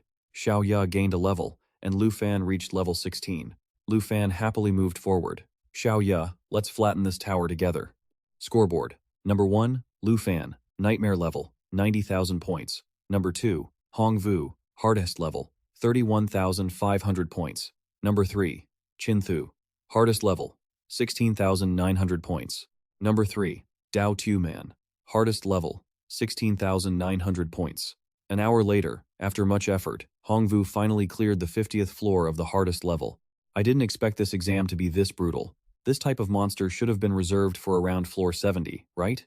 But since everyone else is having a hard time, the only one who can compete for the top spot is Qin Thursday. But she's in a party, so her points will be halved. This year's top scholar for the province is definitely going to be me. Thinking of this, Hong Vu couldn't help but laugh loudly, then looked up at the sky and said, "Principal, are you watching my performance? Why haven't the admissions officers from the top 10 universities sent me their acceptance letters yet?"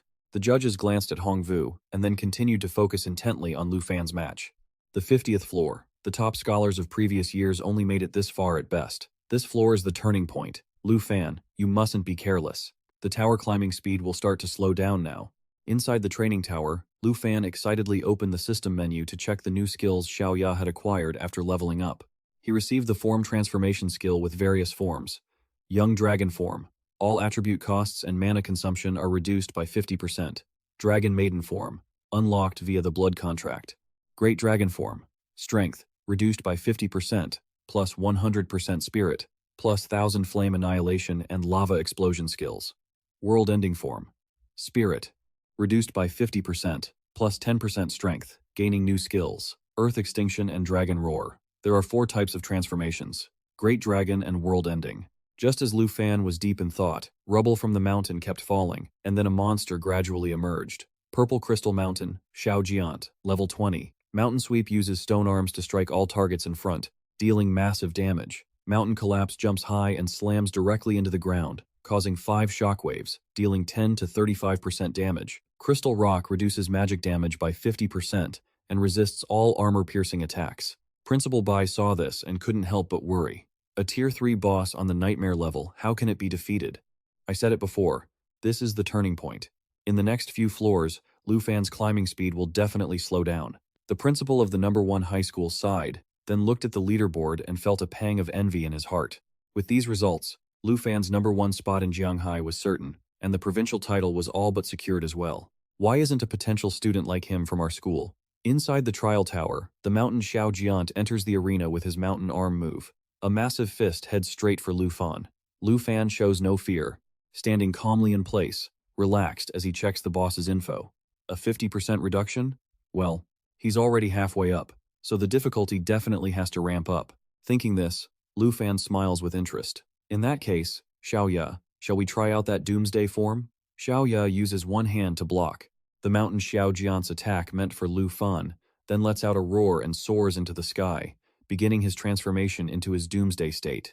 Although his mental stats dropped by 50%, his strength stats increased exponentially, and he gained 2 new skills, Earth Extinction and Dragon Roar.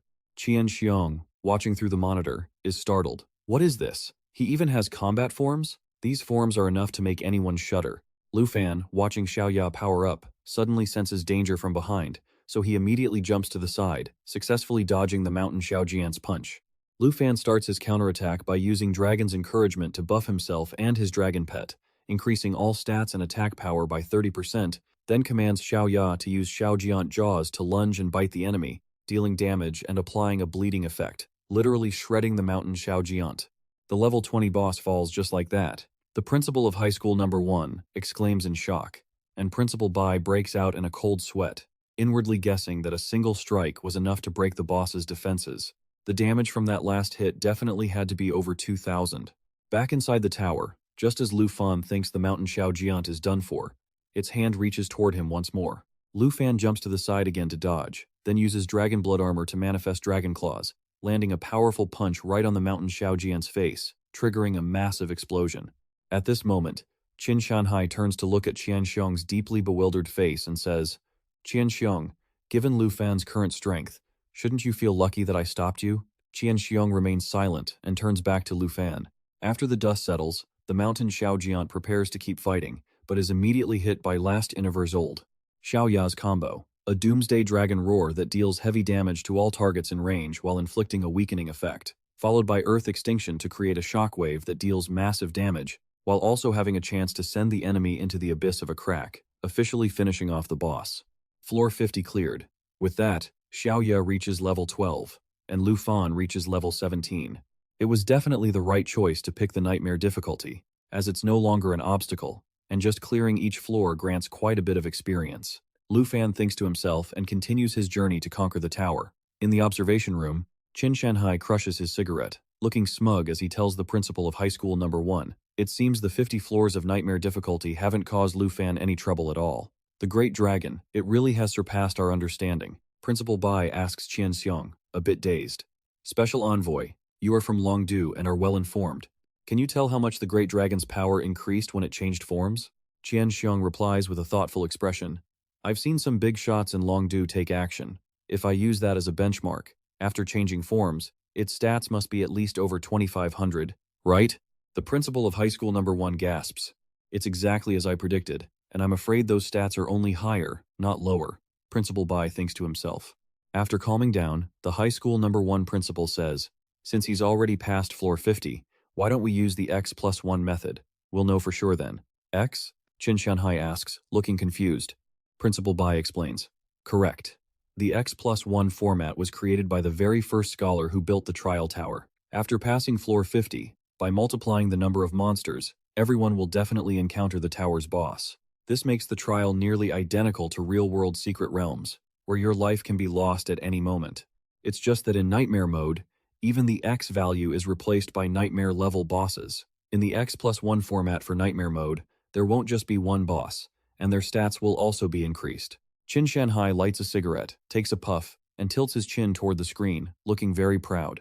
That's how it's supposed to be, but just look at Lu Fan. For Lu Fan, he doesn't even care about the X+1 rule. Inside the training tower, Lu Fan also senses that since passing floor 50, the tower's difficulty has changed completely. But even so, with Xiaoya's doomsday form, he doesn't really need to overthink anything. And so, Lu Fan and Xiaoya sweep through the floors, and within just 10 minutes, they reach the 70th floor. His level rises rapidly, leaving the old-timers speechless once again. He reached floor 70 in just 10 minutes. Honestly, the design of this trial tower could be considered the hardest one yet. With these settings, I initially wondered if anyone could even reach floor 80. But given the current situation, it seems the principal of high school number 1 is speechless, seeing Lu Fan has reached floor 83. Over the years, countless geniuses have pushed themselves to their limits and leveled up, only to end up exhausted or losing their lives inside the trial tower. Qin Shanhai nods in agreement. After all, having climbed 70 or 80 floors, and almost reaching the final reward of the trial, who could easily give up? The principal points to the monitor, filled with anticipation. But Lu Fan, that kid might very well.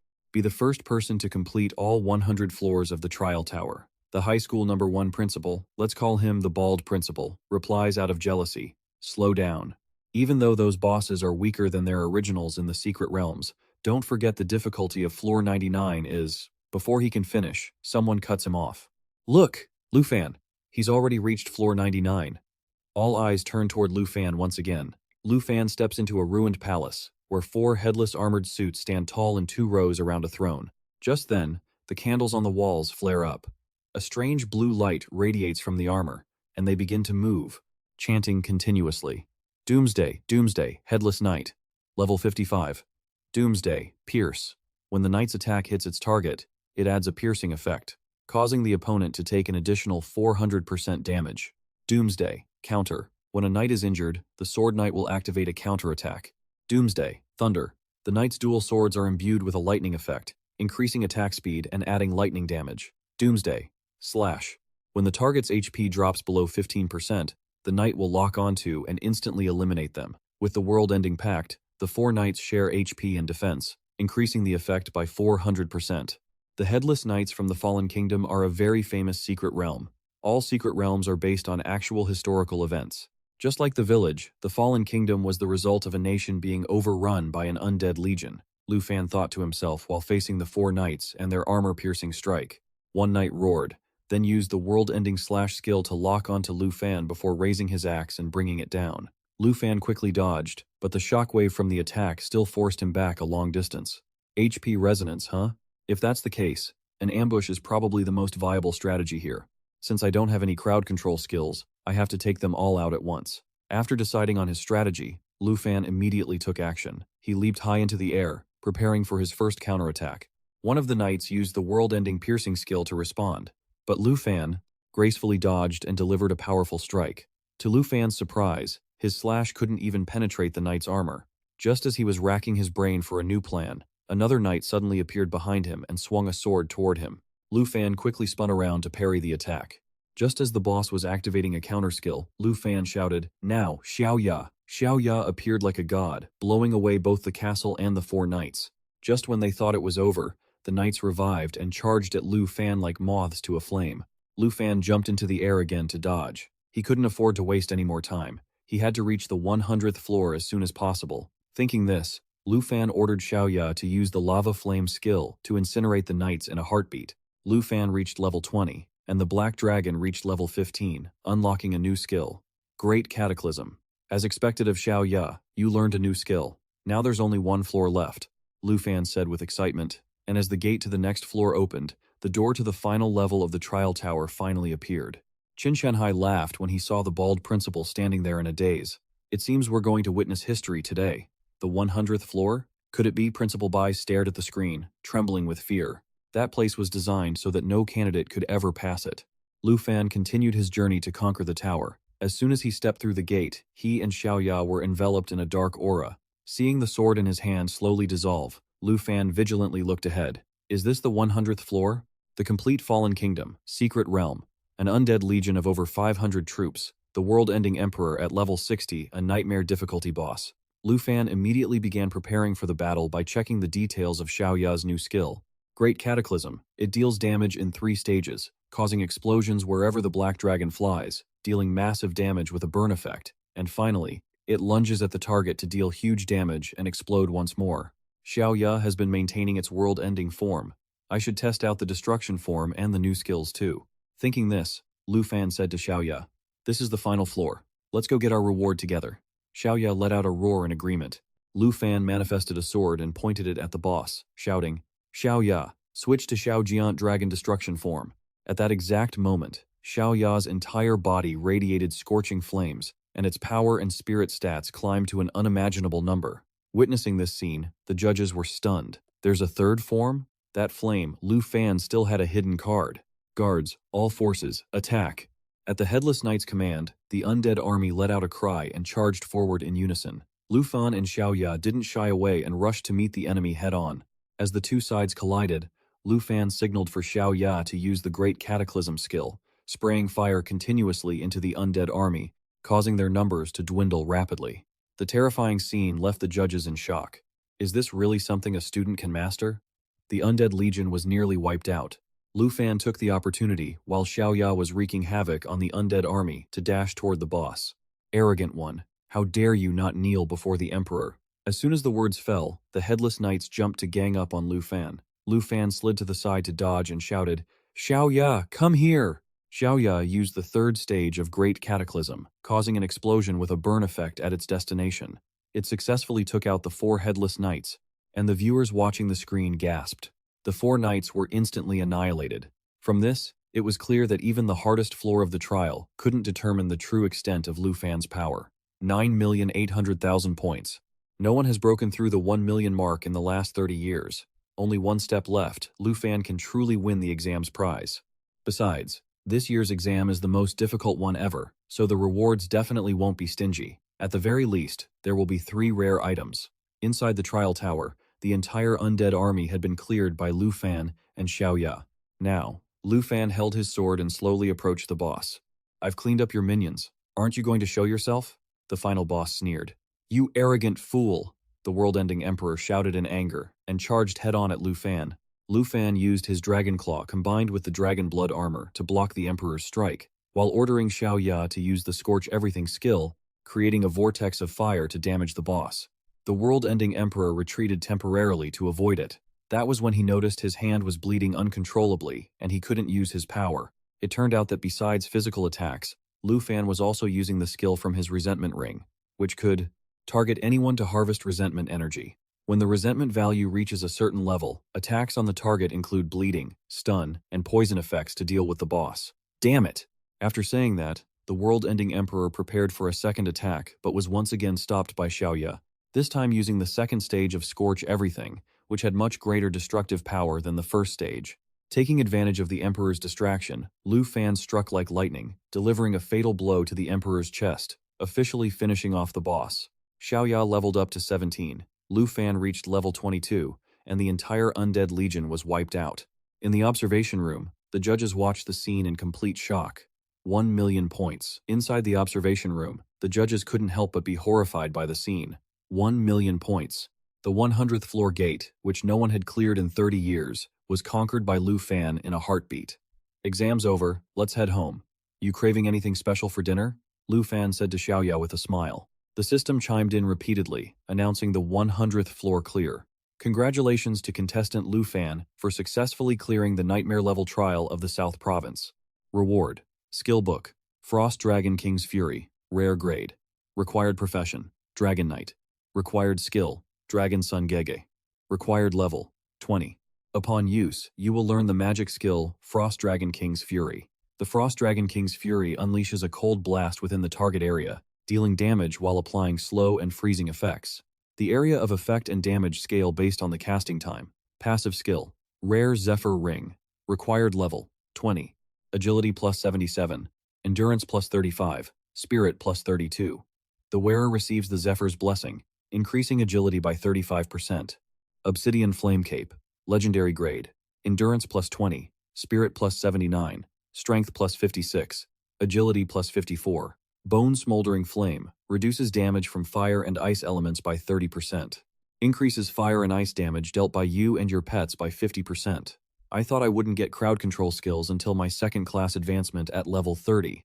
Now I can finally combo with Xiaoya's skills. The Agility Ring. Too bad Xiaoya doesn't get the bonus effects, but it's still a huge help for me. This legendary cape, along with Xiaoya's destructive dragon form, provides both ice element damage reduction and fire element damage buffs.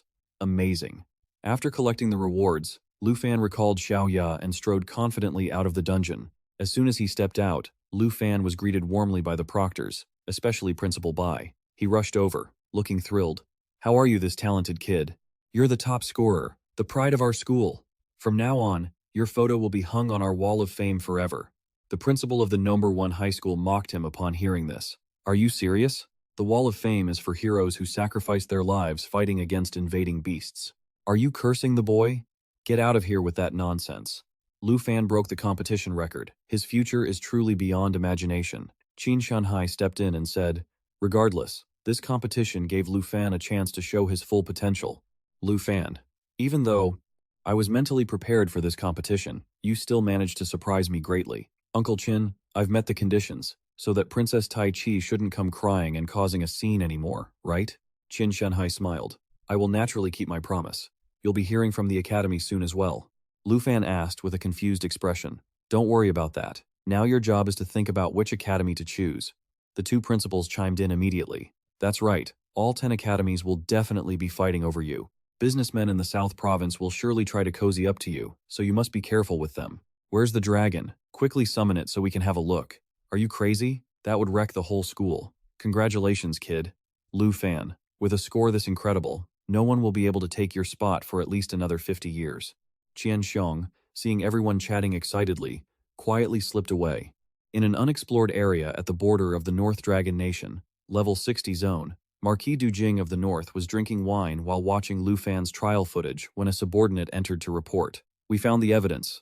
It's all here. We can confirm that the suspicion of your student, Qin Shanhai, is correct. Through his conversation with the special envoy Qian Xiong, Qin Shanhai deduced that Nguyen Trong-Fong, a high-ranking leader of Dragon City, was colluding with the Kim family of the Tai Chi Kingdom. Investigation shows that Princess Kim Chow's study abroad trip and the fact that she brought a dragon knight along were all authorized by Mr. Nguyen. Du Jing angrily slammed his wineglass onto the table. Nguyen Trong-Fong. It really was him. On the surface, the Kim family and Mr. Nguyen maintain diplomatic relations between the two countries. But Mr. Nguyen secretly gives the Kim family many privileges, and the Kim family gives him plenty of benefits in return. No wonder he sent an envoy to capture the Dragon Knight. The wineglass shattered under Du Jing's grip. Nguyen Trong-Fong, that traitor, dares to help the Tai Chi princess run wild in the Dragon Nation. Go pass on my orders to Nguyen Trong-Fong. I am stripping him of all his positions and power. From now on, there is no place for him in Dragon City's leadership. Go immediately. If he has any objections, tell him to come talk to me. As for the Kim family, if they continue trying to contact Nguyen Trong-Fong, send the disciplinary squad to pay them a visit. Yes. One more thing. Keep an eye on which academy this Dragon Knight chooses and contact the principal in advance to provide him with the best resources. Du Jing ordered, thinking to himself, the Dragon Nation having a legendary teenager like this is truly delightful. Excellent. Very good. Once I finish this mission, I must go meet this young man. But when will my own mission finally end?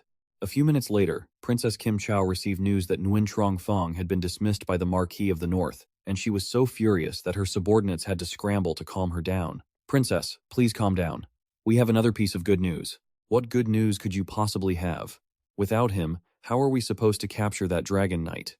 Princess, there's no need to waste your precious time on him anymore. The day for announcing the trial results is coming up. We discovered that among those participating, besides Lu Fan from Jianghai City, there is another Dragon Knight in Tanchao City. Kim Chow was surprised at first, then said with a sinister look, that is indeed good news. Hopefully, this one will be a bit more reasonable. Congratulations to contestant Hong Vu for completing the South Province's Nightmare Level Trial, 89,250 points.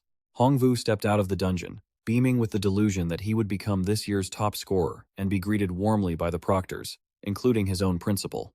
As soon as he saw the principal, Hong Vu took the initiative to step forward and greet him. Oh, Hong Vu, you're done with the exam? Hong Vu replied modestly, yes, but I only got 89,000 points. I'm not sure if I'll be the top scorer. Haha, no worries. That's a very good score. You can get into any school you want. Although results are important, you should always act within your own limits. You're quite badly injured. Go get treated. The principal of No. 1 high school's calm reaction and cryptic words left Hong Vu confused, wondering, does the principal mean the score is okay, but that's about it? What does that mean? With such a high score, the principal didn't even pay much attention. Maybe he's just telling me not to be arrogant and is trying to keep me humble. Thinking about this, Hong Vu felt happy again and quickly replied, I understand now. Thank you for your guidance, sir. The results will be announced in 3 days. Just as Lu Fan walked out of the house, a group of people, from businessmen to school representatives, crowded around him, eager to present gifts and build a connection. Lu Fan was still feeling overwhelmed when Qin Shanhai stepped forward with a smile. Since today is the day the results are released, everyone knows you're number 1, right? It's too noisy out here. Let's head inside first. Han Ka suggested shyly. Lu Fan tried to check his score online, only to find that his results had not been published. While he was wondering why, Qin Shanhai proceeded to present the awards. This is 50 million in cash, the reward from Jianghai City for the top scholar of the Southern Province. Go ahead and take it. Besides the cash, there's also a reward from Principal Bai for you. Qin Shanhai opened the storage box, and the item information immediately appeared before Lu Fan's eyes. Skill Book, Blue Dragon King's Roar. Rarity, Rare. Required Class, Dragon Tamer, Dragon Language Mage. Required Level, 20. Upon use, you will learn the magic skill, Blue Dragon King's Roar. The roar releases a wave of lightning forward, dealing massive damage and inflicting a paralysis effect. After attacking, you gain 20 stacks of lightning attributes. Each attack consumes 1 stack and has a 20% chance to paralyze the target. Lightning Potion. Rarity. Legendary. Consumable. After use, it permanently increases lightning skill power and lightning attribute resistance by 20%. A Dragon Language Magic Book, plus a Lightning Potion to boost the skill even further. After Ice Magic, I finally have Lightning Magic too. Now I don't have to rely entirely on Little Yi for magic damage anymore. Breeze Armor. Rarity. Rare. Required Level, 20. Strength plus 70. Endurance plus 46. Breeze Aura reduces the damage the wearer takes from effects. Spirit Boots. Rarity. Legendary. Required Level, 20. Strength plus 68. Endurance plus 54. Spirit Potion. After use, teleport to any location within 50 meters. Requires a 30-second cooldown to recharge the movement and damage reduction effect. None of the other candidates have equipment like this. If I equip it all, my stats might be close to what they were when Little Yi first hatched. Principal Bai chose these items very carefully, especially these Spirit Boots, which allow teleportation every 30 seconds. Qin Shanhai explained, "This is a skill only obtained after the second-class advancement. Then I will accept them, thank you." Lu Fan accepted the items. Just then, Qin Thu hurried in to deliver news. Lu Fan, Sister Han, the representatives from 10 universities have arrived in Jianghai, and my father has invited them home. I'm here to take you to the interviews. So fast? The results were just released. Qin Shanhai explained, "For a talent like you, they have to be fast. They arrived right after seeing the video of your performance. Your video and scores have been kept confidential by the school. Except for the 10 universities and the high-ranking officials in Longdu, no one can see them. You are too special. If another princess were to come, it would be troublesome. Regarding the Kim Chao matter, I've handled everything, and he really wants to meet you." Lu Fan responded with excitement. "That's great. I also want to meet him and express my gratitude."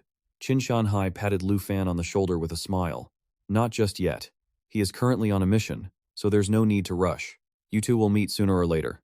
At that moment, Qin Thu handed a card to Lu Fan, hoping he would accept these gifts. "I came to thank you last time, but unfortunately, I ran into Kim Chao. This card, this isn't right. We only talked about 100,000, but this card has 10 million on it." Qin Shanhai stepped in, saying, "This is from the Qin Thu family, in gratitude for saving Qin Thu's team at Idong Village. You should just accept it."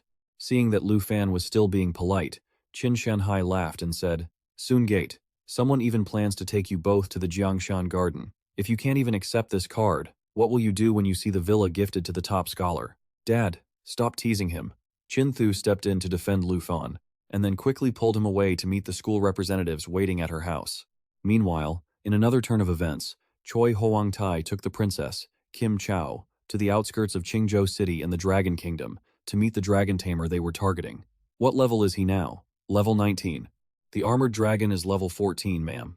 Kim Chao looked with great interest at Tran Thian Chi and his armored dragon ahead. A dragon tamer really is different. He's already fighting a level 30 boss. The massive boss charged furiously at Tran Thian Chi. Tran Thian Chi ordered his armored dragon to swing its tail hard, dealing damage to targets within its reach, while he himself used the Dragon Spear skill, channeling dragon energy to deliver a powerful, critical strike, directly sending the boss to the underworld. Thanks to this, Tran Thian Chi leveled up to 20, and the armored dragon reached level 15. "Well done. Well done. You didn't waste the dragon egg I gave you." Kim Chao clapped in praise. Tran Thian Chi bowed his head and replied, "It is good that I did not disappoint you, princess. If you were like that loser, I would be disappointed." Having said that, Kim Chao turned to look at Choi Hoang Tai with an unhappy expression. "From now on, this spear of yours will belong to him. Do you have any problems with that?" Choi Hoang Tai, though unwilling in his heart, had no choice but to reply, "Your subordinate obeys, princess." Tran Thian Chi said gratefully, "Thank you, princess. With the armored dragon and the dragon spear, plus your magical buffs, princess, I will definitely defeat the top scholar of the southern province." Kim Chao felt smug. Tran Thian Chi is ranked second with 210,000 points. Lu Fan's score hasn't been announced, but it's estimated to be around 300,000. So, Tran Thian Chi still has a chance to win. Lu Fan, you must remember this name until you destroy him and seize his black dragon. I will help you become the strongest dragon tamer in history. In the Taiki Kingdom, you will be under 1 person and above 10,000. So, regarding Lu Fan, don't you dare disappoint me. Tran Tianqi replied with a determined look. Please rest assured, Princess. This is my honor. I am willing to be your knight forever. Kim Chao replied with satisfaction. You are very sensible, much more so than that Lu Fan. I gave him a chance to reach the pinnacle, but he didn't know how to appreciate it. Saying that, she ordered Choi Hoang Tai, go to Jianghai and investigate which school Lu Fan enrolled in for me. If you can't even do this, then get lost. Yes. Thinking of Lu Fan, Kim Chao muttered to herself with deep hatred. It won't be long before he regrets everything he did to me. In the living room of the Chin Thu family villa, before meeting the school representatives, Chin Thu asked Lu Fan, have you decided which school you are going to register for? Because I want to. Actually, no. My dad wanted me to ask. He said I should apply to the same school as you so we can look out for each other. That sounds great. I've heard team dynamics in school are crucial, and we've already worked well together. If we head into a dungeon, you'll definitely be my first choice. But I still don't know which school to pick. I'll let you know later, okay? Yeah? Chin Thu replied shyly, wondering to herself. She wondered how many points Lu Fan actually scored. If I can't catch up to him, the distance between us will just keep growing. Thinking about that, Chin Thu told Lu Fan, I'll try my best to get into the same school as you. Yeah, sure. Lu Fan smiled and pushed the door open to meet with the school representatives. Hello everyone, I'm Lu Fan. Before he could introduce himself, an uncle interrupted. Lu Fan, right? We've all seen the footage of your trial. It was brilliant. The first dragon tamer with an actual dragon in history. Tell me, has our top scorer from Nam Province already set his sights on a university? A female teacher asked. The uncle looked annoyed and snapped. Never mind what he likes or doesn't like. Our Jiangnan Academy will offer him everything he needs. A 1-year scholarship worth 10 million dragon coins, plus all the potions, access to dungeons, and other resources provided for free. The female teacher scoffed. Hey, everyone sitting here represents the top academies in the Dragon Kingdom. Do you really think you can poach the top scorer with just that? Beyond what Jiangnan Academy can offer, Beicheng Academy will give him an extra 20 million a year and 20 private dungeons not open to the public. The uncle wouldn't back down, saying, if you and Beicheng can do it, why can't we? We can offer all that too, plus we can even provide access to fortuitous encounter dungeons. The female teacher wasn't about to lose either and immediately raised the stakes. The terms are negotiable. If he's not satisfied, we can increase the offer further. Lu Fan was a bit overwhelmed by the bickering. He didn't expect the interview to go like this. Oh man, now I have even less of an idea which school to pick. Just then, Gu Han, the representative for Longdu Academy, spoke up. The national trials this year are being organized by Longdu. Lu Fan, we can offer you a spot. The uncle was stunned when he heard that. Are you serious? Sure, he's strong, but he just awakened his class. How could he possibly be qualified for the national trials? Previous participants had to go through rigorous selection, and other countries have already finished their preparations while he only just found out. Handing such an important spot to a freshman? Do you guys think the national trials are a joke? Gu Han ignored these comments and continued negotiating with Lu Fan. The national trials are a super dungeon, built jointly by 23 countries around the world. Every 3 years, each country sends a contestant under 25 to represent them. To ensure the dungeon's stability, the participants must be newbies. National-level powerhouses are not allowed to join. This is a competition watched by the whole world, and the rewards include treasures rarely seen in this life. The female teacher and the uncle, who were just arguing, now joined forces to criticize Gu Han. If you're going to give him a spot, give it to him next time. The competition starts in just 6 months. Aren't you being way too reckless? Gu Han insisted. Whoever clears the national trials earns the status of a national-level expert, a chance to go from number 1 in the province to number 1 in the Dragon Kingdom. Longdu can give him that chance. The national trials didn't just offer rich rewards, they were a stepping stone into the ranks of the elite. As Lu Fan pondered this, the system suddenly notified him. Lu Fan, congratulations. Today's treasure map has been delivered to you. This was his second god-level treasure map after a very long time. The first god-level treasure map he found was the Black Dragon's Evidence, which meant this map, Lu Fan looked at the map pointing toward Longdu Academy, so he didn't hesitate to accept Gu Han's invitation to join Longdu Academy, but with one condition. I want an admission application for Han Ka. Her profession was a charm chef, a very rare hidden class. Gu Han thought about it for a moment and replied, all right, but whether it gets accepted or not, will have to be decided in a board meeting. And so, 4 days later, Lu Fan and Han Ka packed their bags to head to Longdu Academy. I never thought the day would come when we'd leave this place. Having lived here for so long, I feel a bit reluctant to go. Now we have a villa and savings. We can live anywhere. Auntie, don't feel bad about it, Lu Fan comforted her. Han Ka said, with a hint of nostalgia. I still remember when we first moved here and you were only this big. Time really flies. At that moment, Chin Thu and Dao Tuman arrived in a supercar to pick up Lu Fan and his aunt, heading to Chin Thu's private jet to fly to Longdu Academy. Did Dao Tuman apply to Longdu too? Lu Fan asked with a smile. Dao Tuman answered honestly. Our scores are the same, and since she registered for Longdu because of you, Before she could finish, Chin Thu covered her mouth. I'm really sorry to trouble you guys, but I never expected Lu Fan would. Back then, when I got my class, I dreamed of going to university like everyone else. I really wanted to start over. Lu Fan was so small then, I never imagined he'd always remember that. At these words, Han Ka's eyes filled with tears. Lu Fan hugged his aunt to comfort her. His little aunt had always worked hard for his sake, and he clearly remembered how disappointed and unwilling she was when she became a support class. That's why he would definitely fulfill his promise to give them both a better life. This is just the beginning. Everything was ready. The four of them immediately set off for Longdu. A few hours later, while everyone was admiring the bustling scene outside Longdu Academy, they accidentally ran into the spoiled princess Kim Chow, who was also arriving to enroll. As soon as she stepped out of the car, she began complaining, as usual. So this is the Dragon Kingdom? The capital is nothing special. Lu Fan stopped. Huang Tai gasped in surprise. So that dragon tamer from Jianghai is him? Well, that saves us the trouble of looking for him. Heh, Tran Tianchi said, preparing to charge at Lu Fan for a fight, but Kim Chow stopped him. We don't have Nguyen Trong Fong to back us up right now. If we fight here, we'll be expelled from the country. Stay calm. I understand, princess. On Lu Fan's side, Kim Chow's appearance made them worried. What should we do now? I remember my dad saying she came to the Dragon Kingdom to study abroad. Could it be that she's attending Longdu Academy? Lu Fan. Just then, Guhan appeared with a smile. You two arrived at the same time? Hurry and come in. Seeing Lu Fan's confused expression, Guhan seemed surprised and said, Don't tell me you two don't know each other? You're the number 1 and number 2 from the South Province, and since you're both dragon tamers, we call you the South Province twins. Tran Thien Chi is the second ranked in the South Province, and also a dragon tamer. Lu Fan stared at Tran Thien Chi, scrutinizing him, while Tran Thien Chi looked back at Lu Fan with hostility. I've heard the name, but this is the first time I'm seeing you. Lu Fan replied, Miss Gu, now that I've been introduced to these two, and since everyone is tired from the long trip, could you take us to get some rest first? Hearing Lu Fan, Gu Han replied, Sure, let me show you where you'll be staying, and if you're not satisfied, we can switch things up. I'll also brief you on the freshman assembly you have to attend tomorrow. We'll find our own way.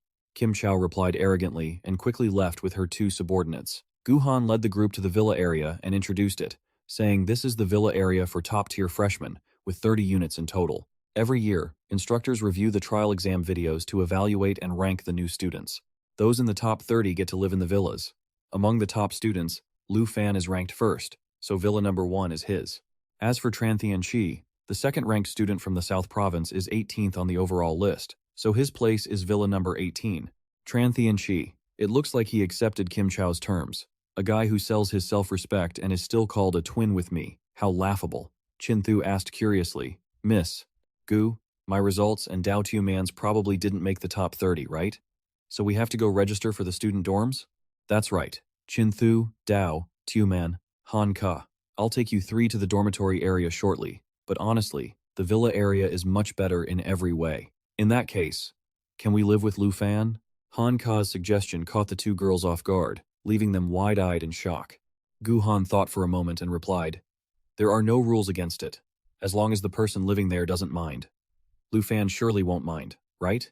Surely you wouldn't want to turn down the little lady's request, right? Lu Fan naturally had no objections and agreed immediately. Han Ka happily linked arms with Chin Thu and Dao Tuman. He doesn't have any complaints, so we'll be living together. It'll be great for bonding and strengthening our connection. It'll be much easier to form teams for expeditions later too. Just as Dao Tuman was starting to feel awkward, Lu Fan added, You guys should just stay with the little lady. The dorms are pretty far away anyway, so if you need anything later, you won't have to walk halfway across campus. Dao Tuman shrugged. Fine, if Chin Thu is staying, then I'm staying too. The conditions here are definitely better. Yeah, okay, Chin Thu agreed shyly. Awesome. You'll get to try my cooking later, Chin Thu. While Chin Thu was busy with Han Ka, Dao Tu Man walked up to Lu Fan and whispered, "Living together is one thing, but don't you dare get any funny ideas about Chin Thursday. I'll be keeping an eye on you." Suddenly, Lu Fan's system notified him. Map location reached. Huh? The treasure is in the villa behind me. Lu Fan read the notification and asked Gu Han, "Miss Gu, who does Villa number 2 belong to? I only manage the South Province, so I'm not entirely sure about students from other areas, but I believe Villa number 2 only has one young lady staying there." Lu Fan told Han Ka, Chin Thu, and Dao Tu Man to head to their place first, while he used the excuse of greeting his neighbor to scout Villa number 2. Hearing this, Han Ka shoved a piece of cake into Lu Fan's hands, inwardly amused. He heard, "young lady," and immediately wanted to go meet her. Lu Fan is finally growing up. Dao Tu Man, however, secretly scoffed. "Living with the three of us and still trying to hit on the neighbor? I really thought too highly of you." Ringing the doorbell of Villa number 2, Lu Fan felt a bit nervous. Bringing the cake the little lady made, he hoped the neighbor would like it, and maybe invite him inside.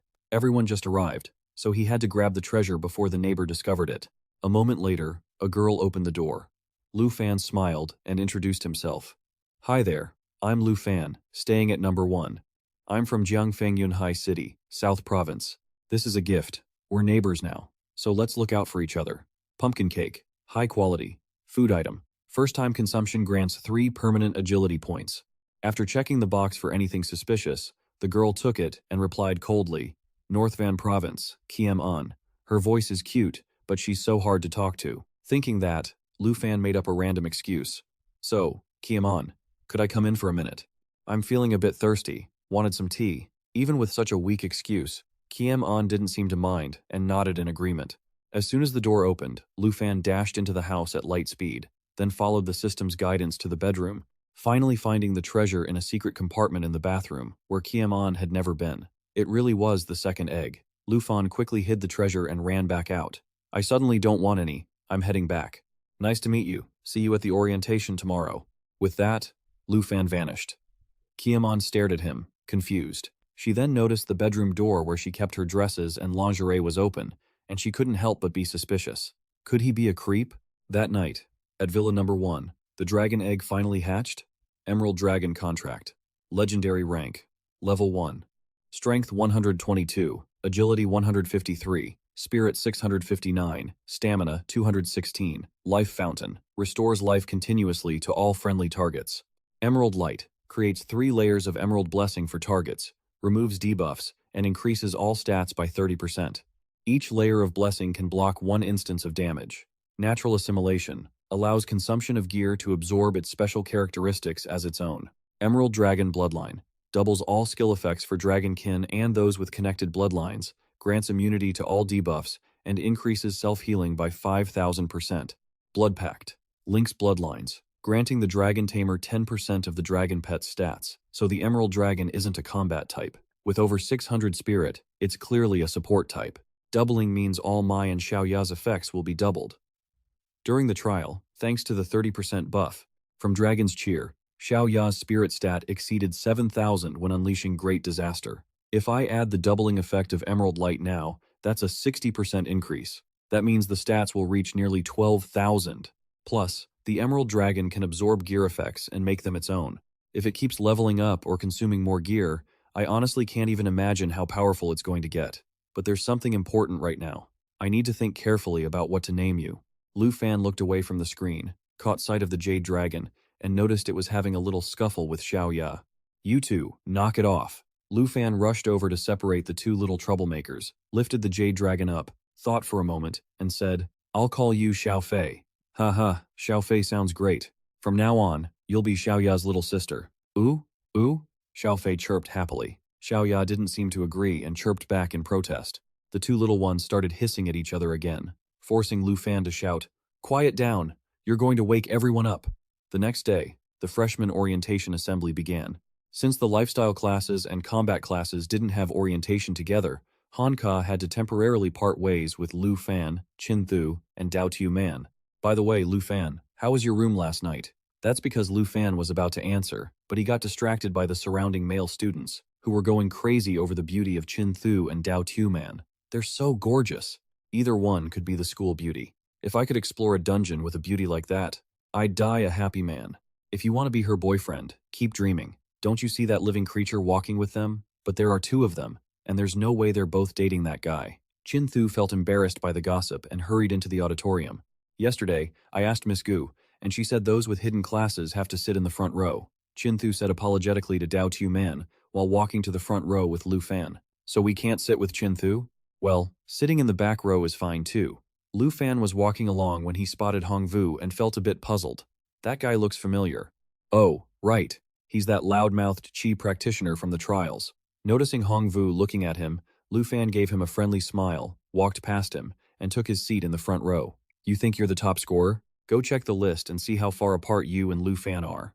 Recalling the principal's words and that look of disdain, Hong Vu gritted his teeth in anger. Lu Fan, I finally found you. You scumbag, you made me lose all face in front of the principal. When Lu Fan reached the front row, he saw Kiem An was already there, so he took the initiative to greet her. Chin-Thu heard this and asked in surprise, Lu Fan, you two know each other? Yeah, I guess so. She's the Kiem An who lives in Unit 2 next to us. Oh, that means she's the one with the second highest total score, right? She's truly both beautiful and talented, Chin-Thu couldn't help but exclaim. A moment later, Vice Principal Zhao Tai Nigming, a level 78 lightning mage, began his opening speech. I am the Vice Principal of Longdu Academy and a professor at the Magic Institute, Zhao Tai Nigming. First, on behalf of Longdu Academy, I would like to welcome all of you new students. I'm not a fan of long, empty speeches, so next, our instructors will distribute your ID cards and I will explain the Academy's regulations. The ID cards being handed out are proof of your enrollment at Longdu Academy. The cards are used to store your credit points. These points act as the currency within the school. Whether you want to unlock school-provided dungeons or buy items like weapons, ammunition, or supplies, you need these credit points. Your initial balance is based on the scores you earned during the entrance exams. Just then, a young man raised his hand. Excuse me, Vice Principal. The difficulty of the entrance exam varies by province. Doesn't that mean students from regions with lower difficulty will have more credit points? That doesn't seem fair. The Academy has already considered that. Your credit points are calculated by taking your exam score and dividing it by a difficulty coefficient based on the exam papers from each province. The higher the difficulty, the smaller the coefficient. For example, this year's exam in the Southern Province was the most difficult, so students from the South have the lowest coefficient of 96. Lu Fan looked at his credit balance 13,539 points and thought, so this number is my entire capital here at Longdu Academy. However, these credit points are only temporary, as your ranking will be re-evaluated during the freshman assessment exam 1 month from now. The top 30 students will earn the right to join the Qingyun class. Those who make it into the Qingyun class will receive many special privileges, such as access to closed dungeons, the ability to exchange for rare skills and gear, and the right to move into the villa area. Qingyun class? This is the first time I've heard of it. Me too. So that means we have a chance to move into the villa area? Hearing the two guys behind him, Lu Fan thought, that means with my current rank of number 1, I'm qualified for the Qingyun class, but if I lose that spot, I'll have to move out of Villa 1. I understand that all of you want to get into the Qingyun class, but let me warn you first. Getting into the Qingyun class doesn't mean you're safe. Any student can challenge a member of the Qingyun class to take their spot. Only by winning the challenge can a member keep their seat. If they lose, the challenger takes their place, and Qingyun members are not allowed to refuse a challenge. At this point, Zhao Tai Nigming displayed the list of Qingyun class members. Currently, the Qingyun class has 30 members, consisting of the 30 students with the highest scores, among whom number 1 is the Southern Province top scorer, Dragon Tamer Lu Fan. Hearing this, Lu Fan stood up and waved to everyone. What? He's the number 1? That's the loser from earlier. His class is Dragon Tamer, and he's number 1? He must have a dragon then. Keep your voice down, he can hear you. If he really has a dragon, we're in trouble. Even an earth dragon would be terrifying. No wonder he's the Southern top scorer. I just searched and couldn't find any videos or scores for Lu Fan. Could it be that he's some privileged brat who got in through connections instead of skill? Yeah, I only found Tranthian Chi, the second place scorer from the south. Look at his dragon, it's insane. Tranthian Chi whispered to Kim Chow. Princess, when are you planning to deal with him? We still don't know his true strength. Let's take it slow and test him first. Chin-Thu felt worried after hearing the vice principal. Lu Fan, since the vice principal introduced you like that, isn't he basically encouraging everyone to challenge you? Lu Fan smiled helplessly. I didn't expect that either. The assembly is over. Just as Lu Fan was heading to the dungeon hall to check things out, Hong Vu called him back to issue a challenge. You want to challenge me? That's right. The vice principal just said it himself. All top 30 members of the Thonvan class are not allowed to decline a challenge. Lu Fan, if you really have what it takes to be the top student, why are you afraid to face me? Hongvu sneered in response, thinking to himself that he hadn't been able to see Lu Fan's video or exam scores. If the guy really had talent, then it must have been thanks to summoning a bunch of sub-dragons to pass the exam. In that case, I just need to target him directly, and I'll win. Hearing Hongvu's words, Lu Fan chuckled. Afraid? Then, I accept your challenge. Fine, let's bet 200 points. Only 200? Well, I guess 200 is a pretty big number for a guy like him. Thinking this, Lu Fan smiled slyly and replied, all right, 200 it is. The friendly match between Lu Fan and Hongvu immediately became the center of attention. At that moment, Kim Chao reminded Tran Tianqi that this was a great opportunity to scout Lu Fan's strength. You need to keep a very close eye on every move he makes. At the same time, not far away, someone asked, will Lu Fan actually win? Facing Dao Tu Man's skepticism, Qin Thu just smiled and said, you haven't seen Lu Fan fight before, have you? You'll find out in a moment. On the makeshift arena in the schoolyard, Hongvu took his stance, and with a confident smirk, said, I'll count down from 3 to 1, then we start. 3, 2, 1, start. As soon as he finished speaking, Hongvu channeled his internal energy to use the Spirit Strike skill, a strike condensing his energy, dealing double damage to weak points, and adding 1 stack of energy per hit to attack Lu Fan. However, the result was that he only hit one of Lu Fan's after images, leaving him completely stunned. That's the second-tier Mage's Blink skill. How does Lu Fan have that? As it turned out, Lu Fan had used the spirit-boosting boots to blink in an instant, causing Hongvu to miss his attack. Rumor has it that Chi Masters are good at both offense and defense, capable of fighting both melee and at range. Is that really all you've got? Lu Fan's taunt made Hongvu go berserk, so he immediately unleashed his ultimate move, Harmonious Rise. This skill fires energy waves, increasing damage to weak points by 5%. Each time it hits the target, each wave fired adds 1 stack of energy to attack Lu Fan. Haha, you're helpless now, aren't you? Hongvu laughed. As long as I keep stopping him from summoning dragons, once he shows an opening, I will. Just as Hongvu was gloating, he saw Lu Fan dodge every single energy wave, and even start preparing a counterattack. He quickly used the rock-solid defense skill, consuming all his energy to create a sturdy defensive layer. Consuming 1 energy point increases the defense of the barrier by 5% to absorb the blow. If your power doesn't reach 280, you won't be able to break my rock-solid defense. Hongvu was convinced of this, only to receive a bitter reality check when Lu Fan shattered the defense and kicked him straight in the stomach, knocking him out cold. The onlookers were horrified by the scene. A flying kick, and he didn't even need to use any skills. Is the Thonvan class really that strong? Lu Fan is a dragon rider, yet he was able to defeat a Chi Master without even summoning a dragon. Is it over already? I thought we'd get to see a dragon. A young man looked at Hongvu with a concerned expression. He's bleeding. Will he be all right? At this moment, Lu Fan looked at his opponent with disappointment. You're not doing so well. I haven't even used my full strength yet, and you're already down. In the corner, Kim Chao asked with some unease. Did you see that clearly? How confident are you that you can beat him? Facing Kim Chao's question, Tran Tianqi thought for a moment and replied, Lu Fan still hasn't summoned his dragon. If we're only evaluating his personal ability, I'm about 30% sure, but if we include the princess's buffs, it's 70%. Hearing this, Kim Chao felt somewhat relieved. That's quite high. The match ended, and Lu Fan took out his ID card to claim the bet money. You win some, you lose some. Not to mention, you were the one who started this, so I'll be taking those 200 points. Longdu Academy ID card. Lu Fan's balance updated by 200. Current balance, 13,739. Hongvu stared at the number on the screen in horror. 13,739, 1,739, multiplied by the difficulty coefficient of Nam Province, which is 96, so his exam score is over 1.3 million, almost 1.3 million points. Even Tran Tianqi, who ranked second, only had 21,000 points. Only then did he feel how naive he had been to think he could beat Lu Fan.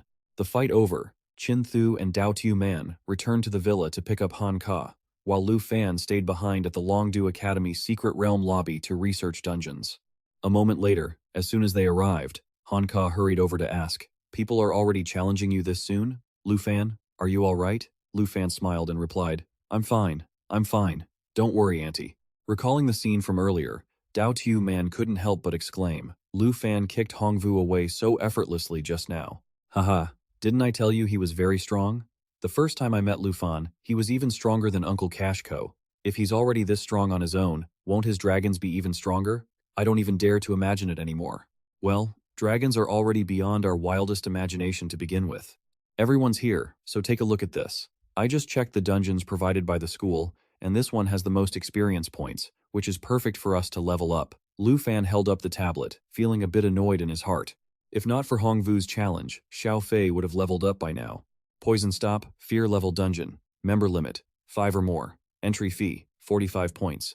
Reading the dungeon info, Hanka grew concerned.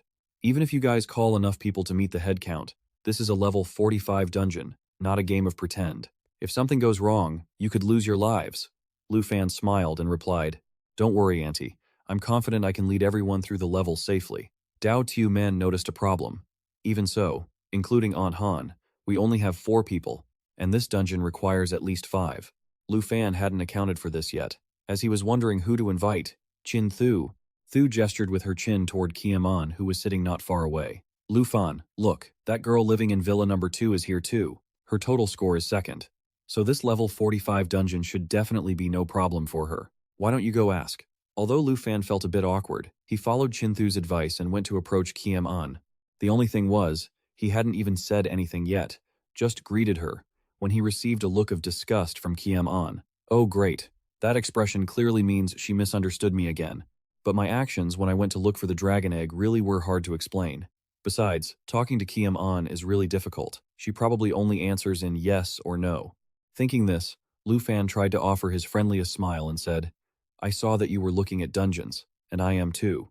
So, would you like to join our team?" After a moment of silence, Qiaman gave him a look of pure contempt and said, "Lecher." Everyone heard this and immediately looked at Lu Fan with judgmental eyes. "Lu Fan, oh Lu Fan, what on earth did you do to her? It's a misunderstanding, all just a misunderstanding from when we met to say hello before." Lu Fan hurriedly explained himself and held up his tablet, showing the dungeon info to Qiaman. "It's true that our first meeting was a bit awkward, but I'm really just a normal guy. I swear, I promise. I saw you were looking for a dungeon, and I don't really know anyone else. Since we're still one person short to take on the Poison Forest, joining forces seems like a good idea, right?" As soon as she heard Poison Forest, Qiaman agreed to Lu Fan's proposal immediately. Lu Fan's team was overjoyed to hear that.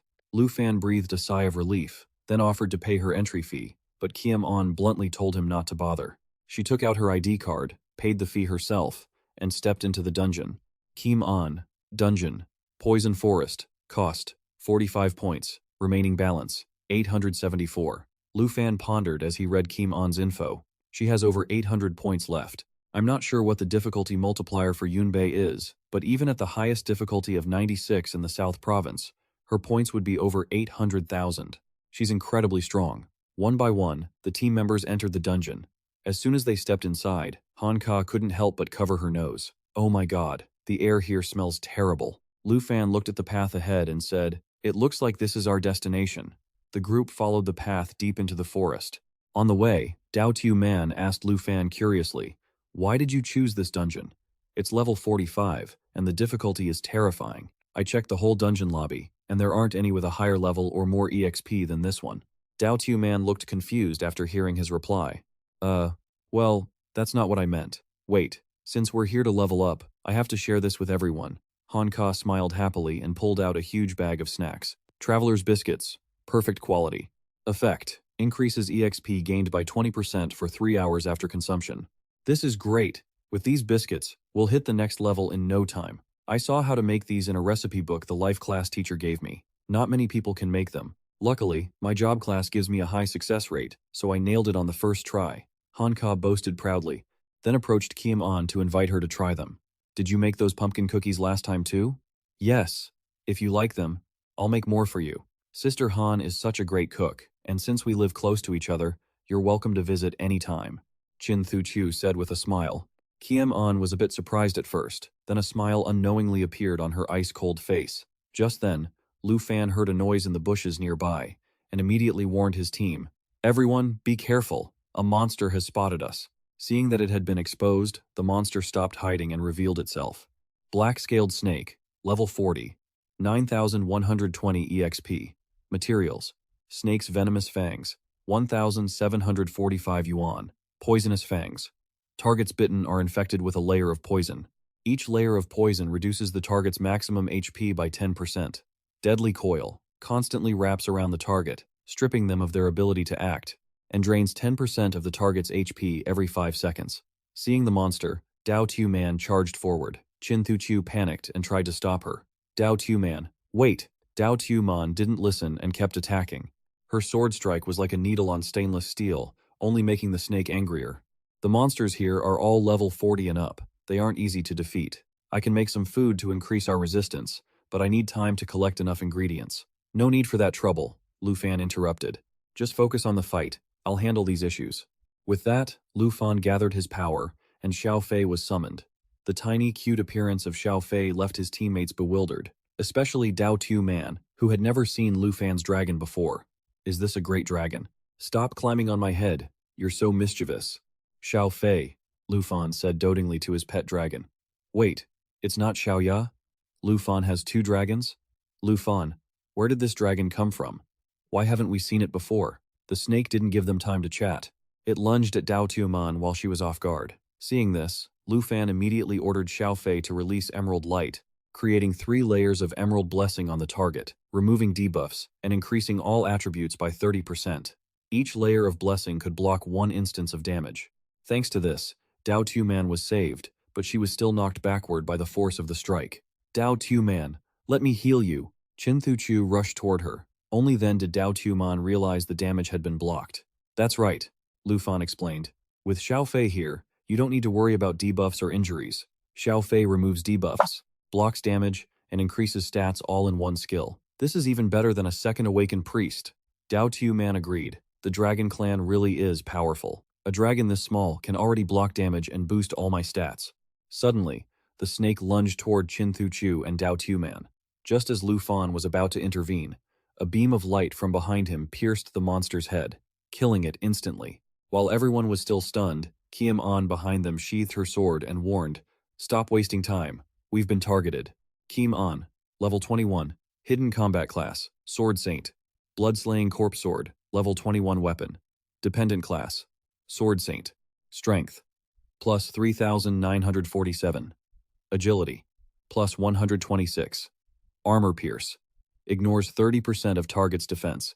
Nimble, increases sword control speed by 40%. So this is how a Sword Saint fights. As expected, number 2 is strong. Lu Fan was thinking to himself while watching Kiem An when he noticed her face turn serious. She sent her sword flying in one direction. Lu Fan followed her gaze and saw a silver-armored spider preparing to attack Han Ka. He immediately lunged forward and tackled her to the side.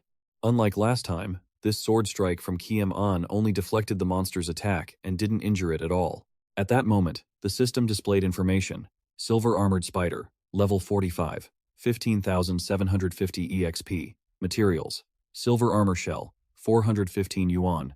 Poisonous fangs. Targets bitten are infected with a layer of poison. Each layer of poison reduces the target's maximum HP by 10%. Piercing pincers. Swings front limbs to pierce through 2 targets. If you don't hit them, they'll reactivate. Silver armor spider. Immune to armor-breaking effects. The silver armor spider let out a shriek, then turned to attack Kiem An with its pincer-piercing skill, but missed repeatedly because Kiem An moved too fast. "Watch out, Kiem An!" Lu Fan shouted as he lunged forward to finish off the monster. "Focus. That's not the only one. Besides, it's not just spiders. There are black net hunters here too." Kiem An simultaneously wielded 2 weapons, the Destroyer Greatsword and the Frostbite Sword, to deal with the Horde. The Destroyer Greatsword, an epic grade 21 weapon for the Swordmaster class. The Mountain Shaking Strike deals 210% physical damage, while splashing 21% damage to surrounding enemies. The Frostbite Sword is an exquisite grade 14 weapon for the Frost Swordmaster class, dealing ice attribute damage and slowing the target's movement speed by 30%. Black Net Hunter, level 45, 39,110 experience points. Spider Eye Material, 7,519 dragon coins. Venomous Fangs. Targets bitten are afflicted with a poison stack. Each poison stack reduces the target's maximum health by 10%. Web Binding. Entangles and tightly wraps the target in a spider web. The target dies after 60 seconds. As they rushed in to attack the monsters together, Lu Fan asked curiously, "Your weapons are all class-dependent. They look pretty special, right? Swordmasters can craft their own weapons, and each one levels up with me starting from level 1, but now isn't the time for a sales pitch."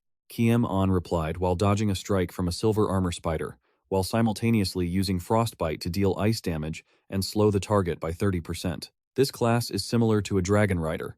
One side levels up their dragon, the other levels up their weapons.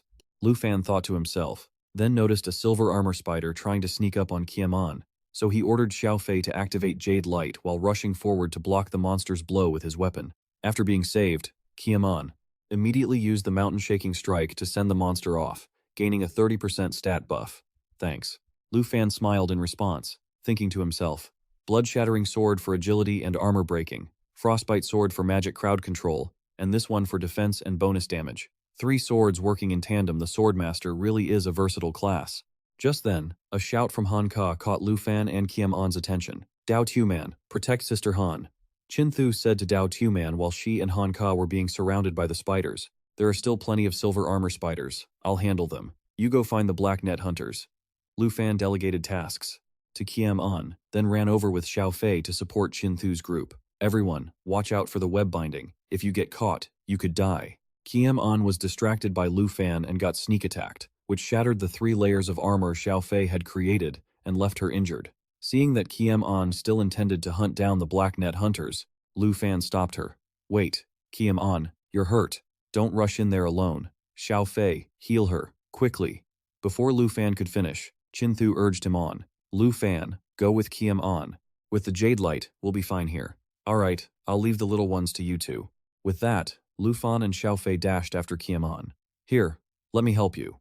He commanded Xiao Fei to release Jade Light to create a virtual shield and buff Kiem-on. I can handle it myself. No sooner had Kiem-on finished speaking than she noticed a black net hunter attacking her with its web binding.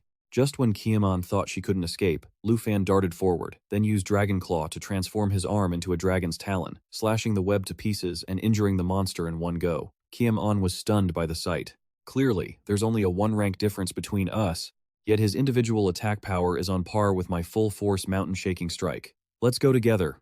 Following Lu Fan's lead, the two fought in perfect harmony. While Lu Fan used the Dragon Tooth Strike to channel dragon energy, delivering a powerful blow with his weapon and the effect of the Spirit Wind Ring, which grants the wearer a 35% agility boost from the Spirit Wind. Kiem-on used the mountain-shaking strike and the blood-shattering sword simultaneously, combining physical attacks, armor breaking, and increased sword speed to finally take down the monster. Jade Dragon leveled up to 3 nice. Xiao Fei is already level 3. After clearing the dungeon, we'll probably hit level 5 for sure. Watching Lu Fan happily petting his dragon, Kiem-on suddenly felt something very strange. Even though there was such a gap in their strength, she felt incredibly at ease. To think there'd come a day when I'd be treated like the weak one and be helped like this. Lu Fan was about to say something when Chin Thu's group approached. Lu Fan, Kiem-on, we've finished off the silver armor spiders. Lu Fan, she just leveled up, right? Lu Fan didn't rush to them, but said to Kiem-on, no, you're very strong. But no matter how strong you are, we won't let our teammates fight alone. Lu Fan, why didn't you use the Jade Light on yourself? I don't need it. Lu Fan, hurry, your dragon can heal, right? Xiao Fei immediately used Fountain of Life to restore the whole team. Wow, I feel like my body is bursting with energy. I feel like I could take on another round.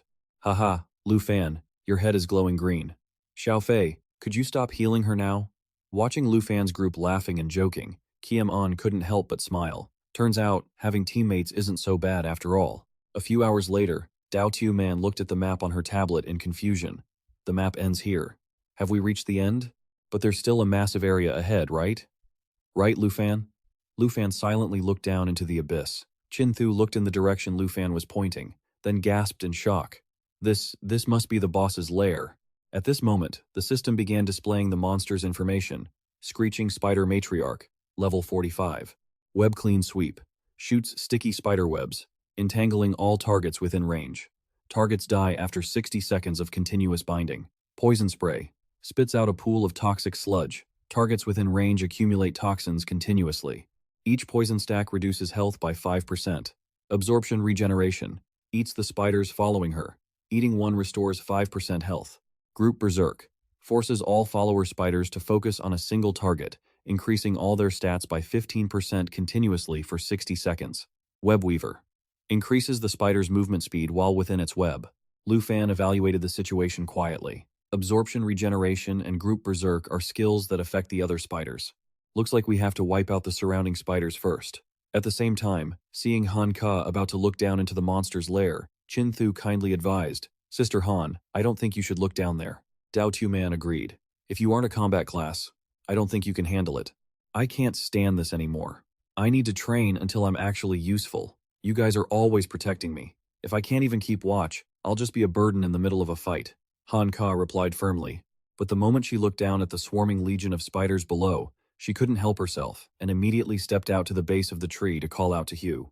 Lu Fan chuckled at the sight. This is what they call harsh reality, you know? Whether we're closing in or going for the boss, we have to wipe out all the small fry first. Kim An offered her input, and Dao Tuman worked on her tablet for a moment before announcing, there's a strategy left behind by a previous team. Long-range classes pull the small monsters away, then we approach the boss once the area is clear. It takes at least 4 days to clear it. Hanka grew worried upon hearing that. That long? I only brought enough food for 1 day. If we cook now, would you guys be willing to eat grilled spider? Chinthu replied with a grimace. No way. I don't want to eat spiders. We don't have to follow someone else's method, Lu Fan said while summoning Xiao Ya, then ordered Xiao Ya to activate Destruction Dragon State and use the Great Disaster 1 skill. The dragon released explosions over the areas it flew above, dealing massive area of effect damage while scorching the spiderlings below to a crisp. Seeing Xiao Ya for the first time, Dao Tuo Man was left in awe. A fire dragon, so that's the great dragon you guys were talking about. Even Kiem An could feel the terrifying pressure emanating from Xiao Ya. While everyone was still stunned by Xiao Ya's power, Lu Fan immediately brought out Xiao Fei. Xiao Fei, let's give Xiao Ya some backup. Xiao Fei chirped, then simultaneously cast 3 skills. Jade Dragon Bloodline, Jade Light, and Dragon's Encouragement to support Xiao Ya, making the dragon even more unstoppable. Lu Fan assigned guard duty to Chin Thu and Dao Tu Man, then headed down with Kiem An to deal with the mother spider. Xiao Ya, come here. Xiao Ya immediately obeyed, using Great Disaster 2 to dive into the target area for massive damage, followed by Great Disaster 3, diving again to trigger explosions and incinerate everything nearby. Kiem An watched, speechless with admiration. That 3-stage damage is terrifying. Being this close to the Great Dragon feels like I'm about to be burned by the heat waves. To escape Xiao Ya's flames, the spiderlings started scurrying upward. Seeing this, Lu Fan shouted anxiously, Chin Thu, are you guys okay? Chin Thu, while fending off the spiders crawling up with Dao Tu Man, replied, don't worry about us. Just go kill that boss. Dao Tu Man and I are fine. Only then did Lu Fan feel at ease as he and Kiem An approached the boss. The boss wouldn't just lie there waiting to die, and immediately sprayed venom at them. Xiao Fei activated Jade Light. While Lu Fan was busy protecting Kiem An, the boss continued to spray webs his way. Fortunately, Lu Fan reacted in time to slash the web, though he didn't escape unharmed.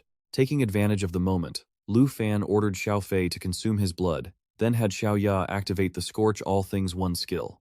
The Destruction Dragon flapped its wings, unleashing 4 fire tornadoes, dealing massive damage to everything in range. Another skill? This destructive power could definitely wipe out an entire city, maybe even a whole nation. He's almost single-handedly cleared out the entire spider swarm, thanks to the help in wiping out a large number of spiderlings. Xiao Fei successfully leveled up, reaching level 5 and learning the Jade Blessing skill. Jade Blessing adds 3 layers of Jade Dragon aura to the target, increasing damage for the next 3 attacks. Just as Lu Fan wanted Xiao Fei to test the new skill, he noticed Xiao Fei's body glowing, and the little dragon shifted into a new form. Just like Xiao Ya, Xiao Fei had achieved a new form and greater power. The boss lunged, using its 2 front legs to attack Lu Fan and Kiem An. The moment she received the buff from Xiao Fei's Jade Blessing, Kiem An countered using all 3 of her swords at once. To her surprise, all 3 blades pierced through the boss's body. At first, the blood-breaking sword couldn't even scratch that silver armor, but now it pierces through so easily. It turned out Jade Blessing didn't just buff raw strength, it also added dragon-type attributes. Nice job. Level 5, and you've already got a new skill and form. Lu Fan ruffled Xiao Fei's head in praise, thinking to himself, from Kiem An's attack, I could tell Xiao Fei's dragon aura was added in too. If I use this on Xiao Ya. Just then, the boss attacked again with venom. Lu Fan dodged while shouting, Xiao Fei, use Jade Blessing on Xiao Ya. After receiving the buff, Xiao Ya unleashed a barrage of fire tornadoes straight at the boss. Taking advantage of the boss struggling against the flames, Lu Fan, Kiem An, and Xiao Fei coordinated their attacks to finish it off. With that, Lu Fan reached level 23, Xiao Ya reached level 18, and Xiao Fei reached level 7. Kiem An couldn't help but ask, Lu Fan, what was your score in the last exam? Oh, about 1,300,000, I think. Kiem An was shocked with that kind of strength. How was it only that low? Can't be helped. I guess 1,300,000 is the limit for the nightmare level. Lu Fan smiled and replied, then shouted, Chin Thu, Dao Tuoman, bring the loot over. Kiem An fell into deep thought. In terms of score, she was half of Lu Fan, but in terms of pure power, the gap between them was immense and seemed impossible to bridge. In the end, combined with Hanka's food buffs, the whole team managed to complete the secret realm in one go. Everyone not only leveled up, but also secured materials and rewards. As for Kiem An, maybe she really did need a team, or maybe these people had given her a feeling she'd never had before. And so, for the first time, the second-ranked Kiem An agreed to join a party. To celebrate their success, everyone decided to throw a small party at Lu Fan's villa. Hanka cooked plenty of delicious food for the kids, and the air was filled with joy and laughter. In the following days, Lu Fan gradually got used to life at the Dragon Capital Academy. Daily, he studied combat theory, and in his free time, he returned to the previous secret realm to level up.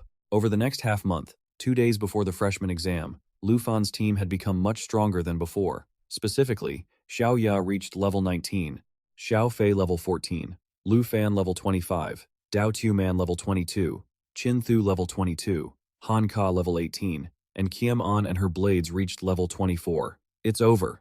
Dao Tuoman, come unbox it. Coming. Dao Tuoman excitedly ran over to open the treasure chest, then shouted in thrill, Whoa, it finally dropped. For the past month, we finally collected the full Venom Spider set for Swordsman. Rare Venom Spider set. Requires level 20, class, Warrior Swordsman. Effect. With 2 pieces equipped, attacks have a chance to shoot black webs. If hit, the target is bound for 60 seconds. The 4 controlled targets will be poisoned every 5 seconds, burning 5% of their HP. Chin Thu couldn't help but feel happy seeing that. That's great. You should be able to raise your ranking in this assessment. Let's call it a day, shall we? It's still early. I'll go prepare dinner, Hanka suggested. Chin Thu happily agreed. Right. There's no need to stay here any longer. The assessment is tomorrow anyway, so let's head back and rest up to prepare for it. Just as Lu Fan stepped out of the secret realm, he saw Gu Han waiting for him. Student Lu, please come with me for a moment. Vice Principal Zhao has something important he wants to discuss with you. Something important? Right before the freshman assessment? Gu Han just smiled and replied, You'll understand when you get there. On the way to the vice principal's office, Lu Fan overheard 2 students talking. Today, an expert in the Qingyun class set a new rating of 73 hongs. I knew it. Seeing Lu Fan's confused expression, Gu Han smiled and asked, Does what they're saying bother you? Lu Fan replied sheepishly, Well, I'm either in the classroom or in a secret realm, so I really don't understand what those words mean. It's all because you and that guy Hong Vu were betting points through challenges. Everyone realized they could earn points by challenging others and placing bets. We call it the new rating system. Freshmen have a spar from time to time. The winners earn more points, while the losers can't even afford food at the school cafeteria. So, what is the 73 hongs they're talking about? It's using the match between you and Hong Vu as a benchmark. Hong Vu's strength is 1 unit. You are 100 hongs, and Hong Vu is 1 hong. Gu Han pointed to Hong Vu, who was mopping the floor not far away.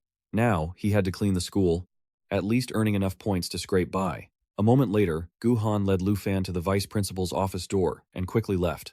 As soon as he saw Lu Fan, Zhao Shengming got straight to the point regarding the national trials the academy had mentioned earlier. They were confirmed to be starting soon. The national trials were initially scheduled to be held in Jinyu City, Tai Chi Kingdom in 5 months, but the host country had shortened the time to 2 months. Tai Chi Kingdom had also announced that they would be sending the eldest son of the Jin family, Kim Than Han. That guy is expected to reach level 60 in 1 month and achieve his 3rd transition.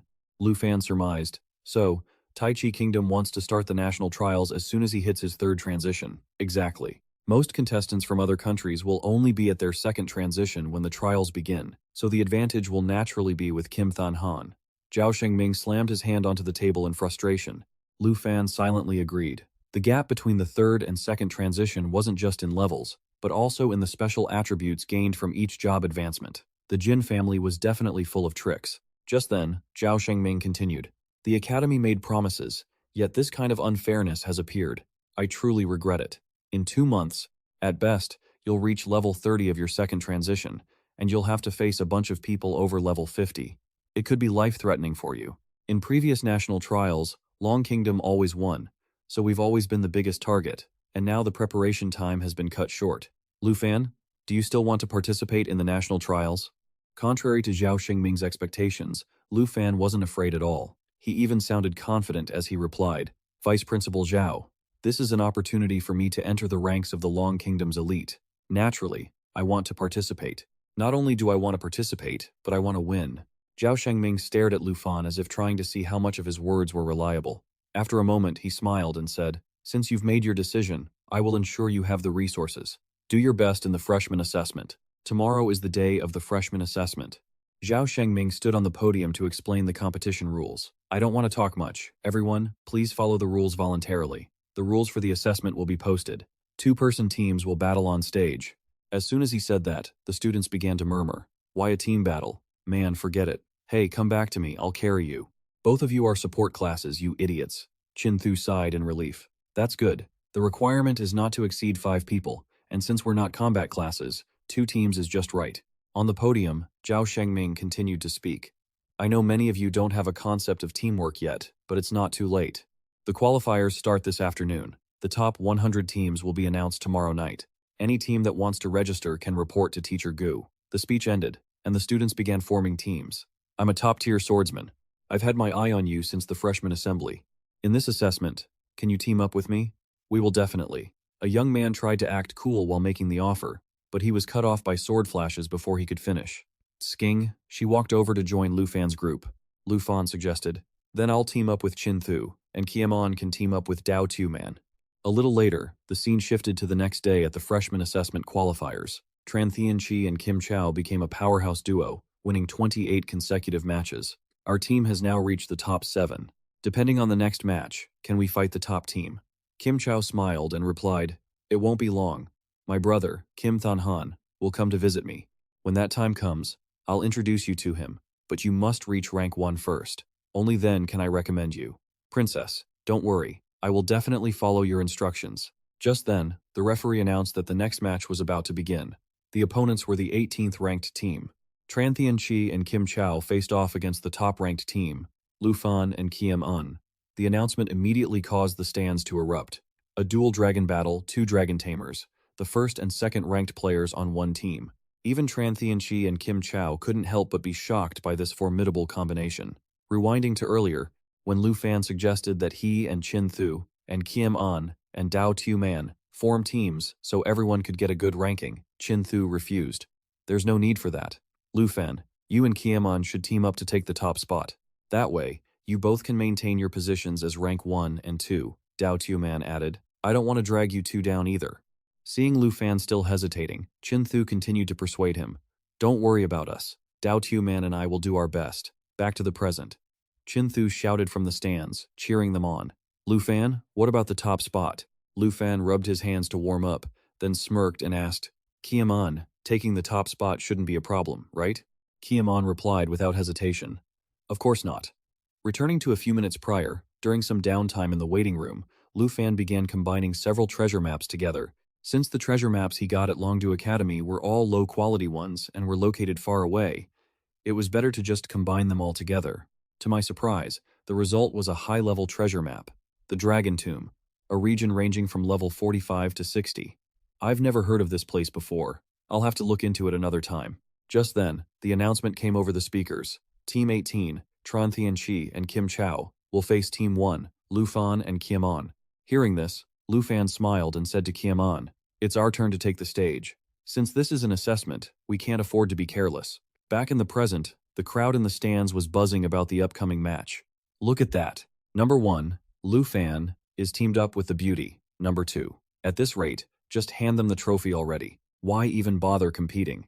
Don't be so sure. Tran Thian-chi has won 28 consecutive matches. Besides, the champions from previous years were never the top-ranked players anyway. Kiem Un, meeting Tran Thian-chi for the first time, asked Lu Fan nervously. I heard the opponent is also a dragon rider. Are you confident you can beat him? Lu Fan smiled and replied, How about we make a bet? Let's bet on whether I can defeat them using only my own strength. Kiem Un was shocked. You don't need me to step in, or even summon your dragon? That seems reasonable, right? Back in the venomous spider forest, I realized our classes are actually very similar. If I win, you have to tell me all the characteristics of a sword rider. Deal? The match began. As soon as the referee signaled, Tran Tianqi and his dragon charged forward. I've been waiting for the day we finally face each other. Don't think you're going to keep lording over me anymore. From now on, there can only be one dragon rider, and that's me. Tran Tianqi lunged with his spear, lightning fast, but he only struck one of Lu Fan's afterimages. While Tran Tianqi was bewildered, Ho Qinhuang heard Lu Fan say to his teammate, "It's too late to back out now." Kim An. With that, Lu Fan launched a kick and used Dragon Claw, combined with Dragon Blood Armor transformation, to turn his arm into a Dragon Claw, delivering a punch that left the opponent reeling. Tran Tianqi's dragon was momentarily stunned and stumbled backward. Tran Tianqi looked at Kim An, who was standing idly by with crossed arms, watching Lu Fan fight, and shouted angrily, "Not joining the fight, and not even summoning your dragon. What do you think you're doing?" Lu Fan smirked and replied, "Just a little bet, that's all. Why would I need to go all out against two losers?"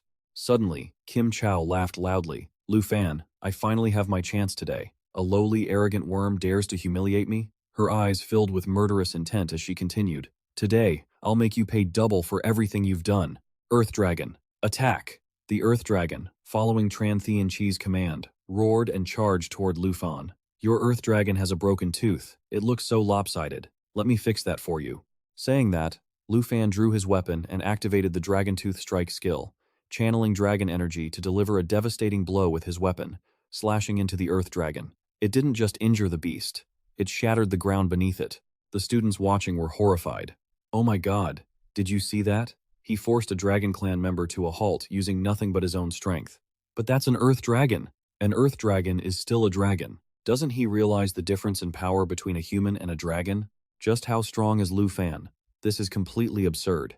Even Tran Tianqi, the one involved, was stunned. "What are you just standing there for? Hurry up and finish him." Startled by Kim Chao's voice, Tran Tianqi snapped back to reality and replied, "Yes, ma'am." He then ordered the Earth Dragon to perform a sweep, swinging its massive tail to deal area of effect damage. Meanwhile, he channeled dragon energy into his own dragon spear, launching a powerful attack to strike Lu Fan along with the dragon. Since both were dragon riders, he figured Lu Fan wouldn't have a teleportation skill, and that being hit by two simultaneous attacks would leave him with nowhere to run. That's what Tran Tianqi thought. But for someone like Lu Fan, equipped with spirit boots, this was nothing.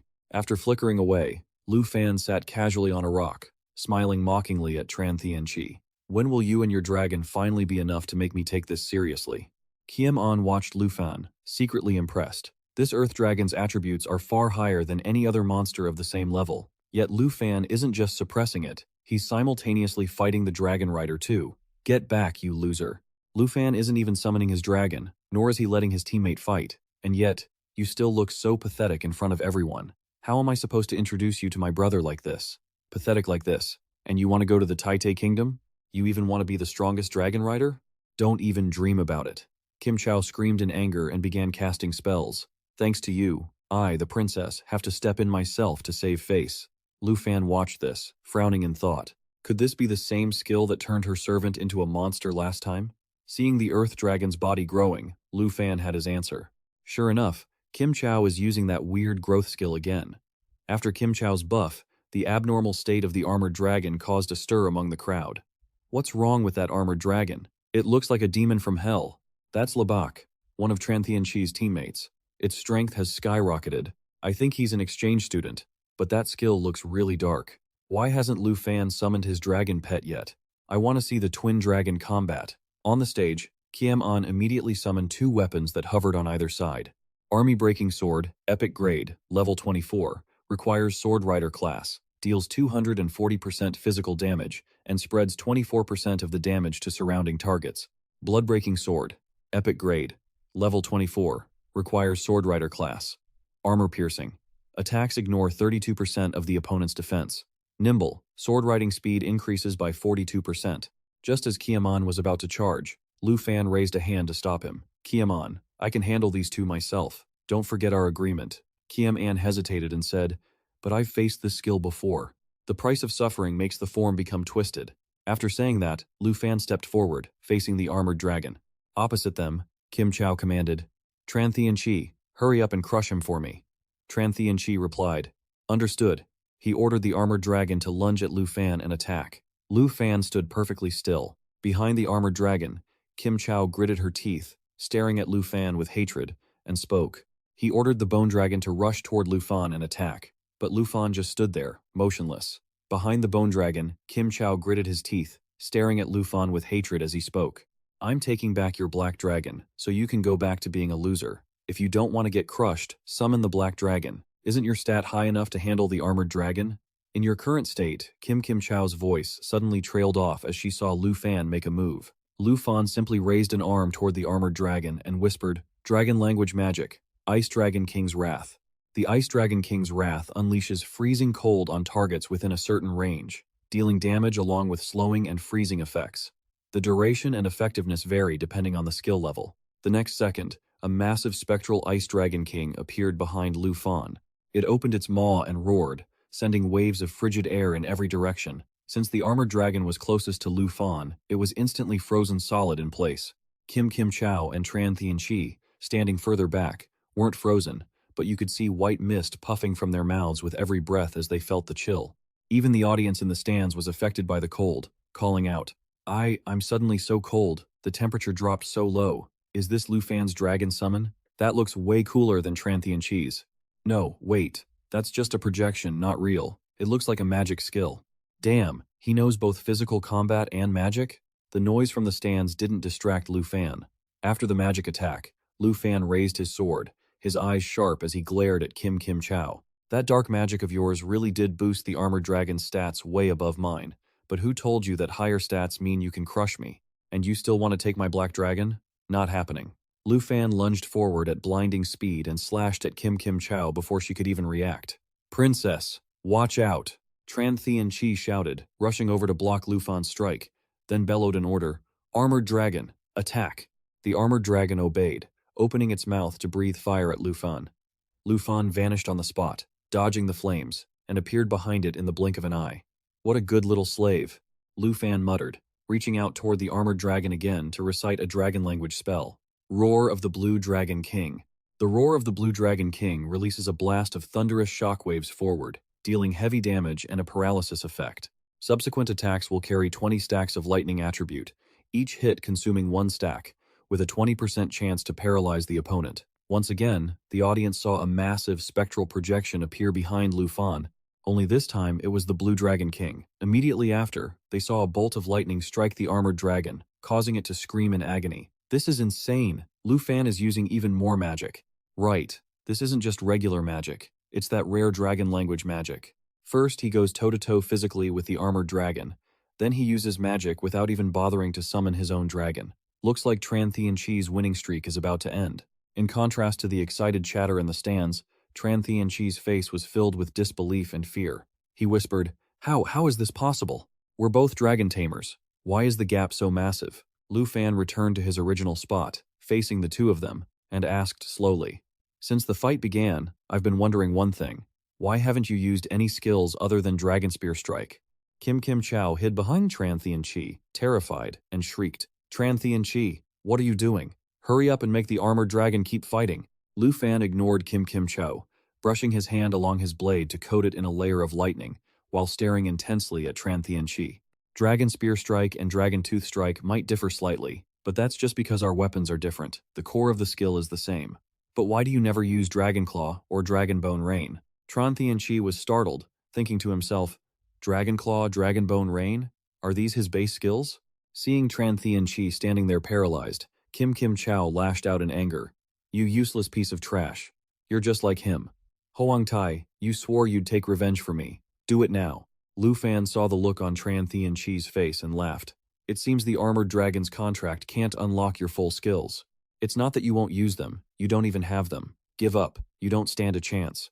We are not the same kind of dragon tamer." Tran Tianqi lowered his head and muttered, "Enough." Lu Fan frowned and tried to reason with him. "You and I have no deep grudge. There's no need to sell your dignity to be her slave, and certainly no need to make an enemy of me." Tran Tianqi looked up suddenly, his eyes bloodshot as he stared at Lu Fan and screamed, "Enough! You haven't just blocked my path to becoming the strongest dragon tamer, you're arrogant enough to lecture me about dignity too." He looked at Kim Chao and said, "Your Highness, your knight will keep his promise. Please, bestow your power upon me. I will risk my life to show this lowly servant what happens when you offend the princess." Hearing this, Kim, Kim Chow was momentarily surprised, then broke into a sinister smile. You said it yourself. This is your final chance.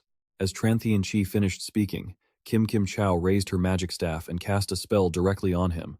Tranthean Chi let out a cry of pain. As you command, Lu Fan asked, confused. Why are you so loyal to someone like Kim Chow? You know what she's really like. You don't get it? Without the princess, I'd be nothing but a piece of trash my whole life. To become a master, to repay the princess, I'll do whatever it takes. As he spoke, Tranthean Chi's body morphed, becoming hulking and muscular, with 2 extra arms sprouting from his back. As the transformation completed, Kim Chow happily commanded, now, go take care of Lu Fan. Tranthean Chi lunged at Lu Fan, his extra arms clutching his weapon, and he roared, die, Dragon Spear Strike. Lu Fan saw this and stopped trying to reason with him. His gaze turned sharp, and he raised his lightning-charged weapon level with his head, pointing his sword straight at Tranthean Chi. You're not hateful to me. I just find you pathetic. Lightning crackled. With the support of Spirit Wind's grace, Lu Fan glided toward Tranthean Chi at incredible speed.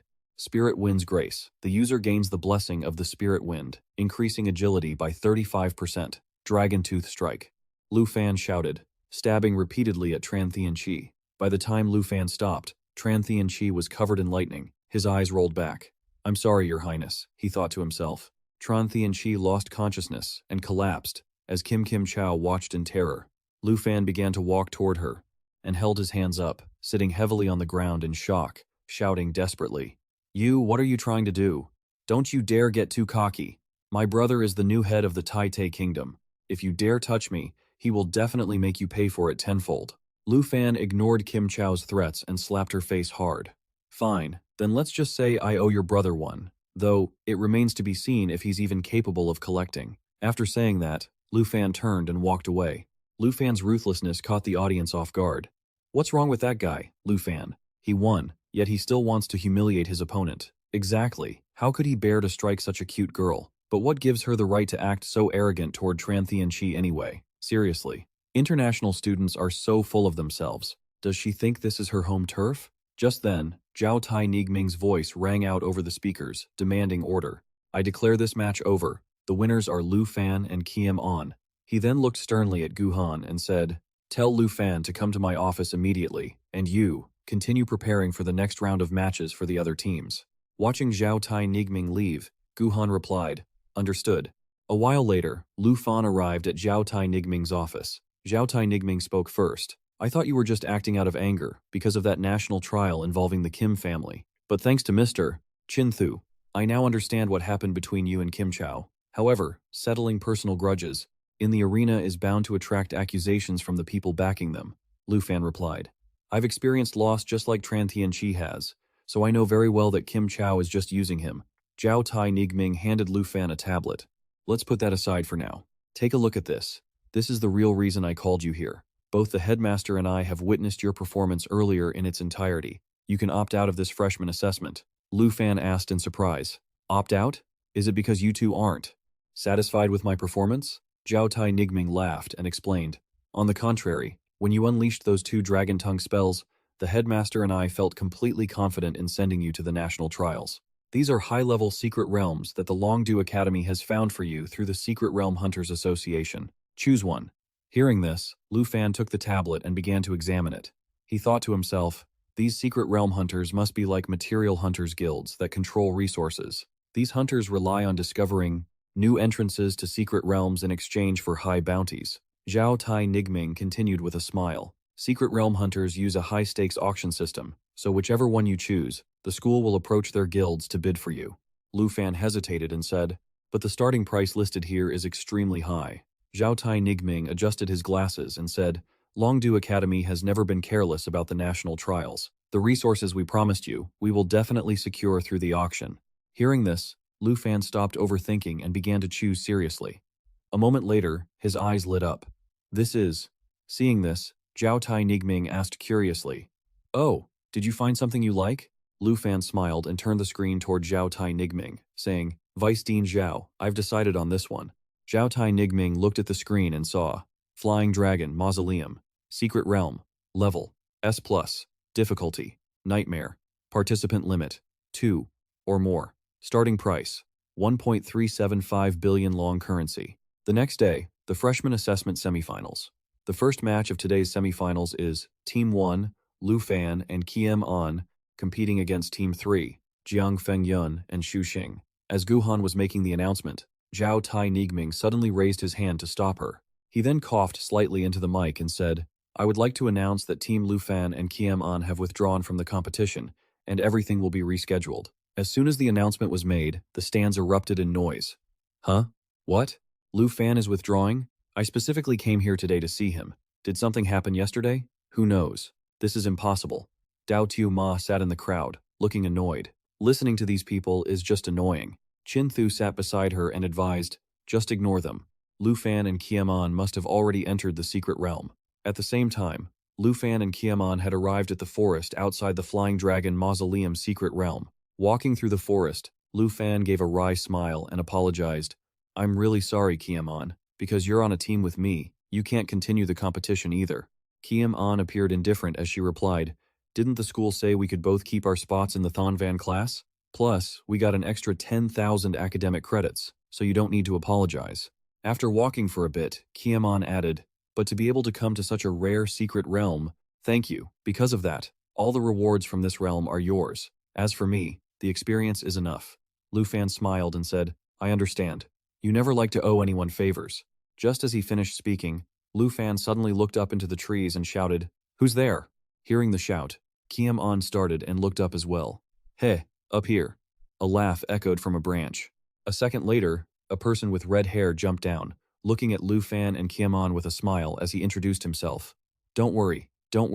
I'm with the Secret Realm Hunters Association. You can just call me Black Rat." Hearing this, Lu Fan pointed to the badge on his chest and asked, "We are from Longdu Academy.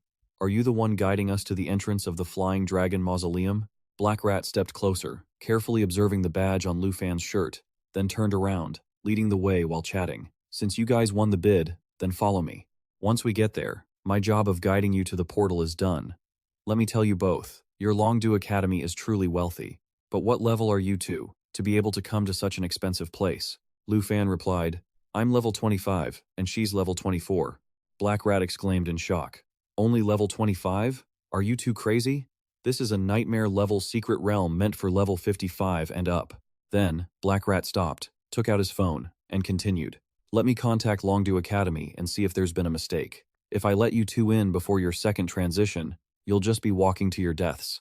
Seeing this, Lu Fan spoke up, "Black Rat, there's no need to waste your time on that." Before Lu Fan could explain, an attack suddenly struck the massive tree next to them, causing it to topple toward them. Lu Fan reacted instantly, quickly grabbing Kiem An's hand and dashing away.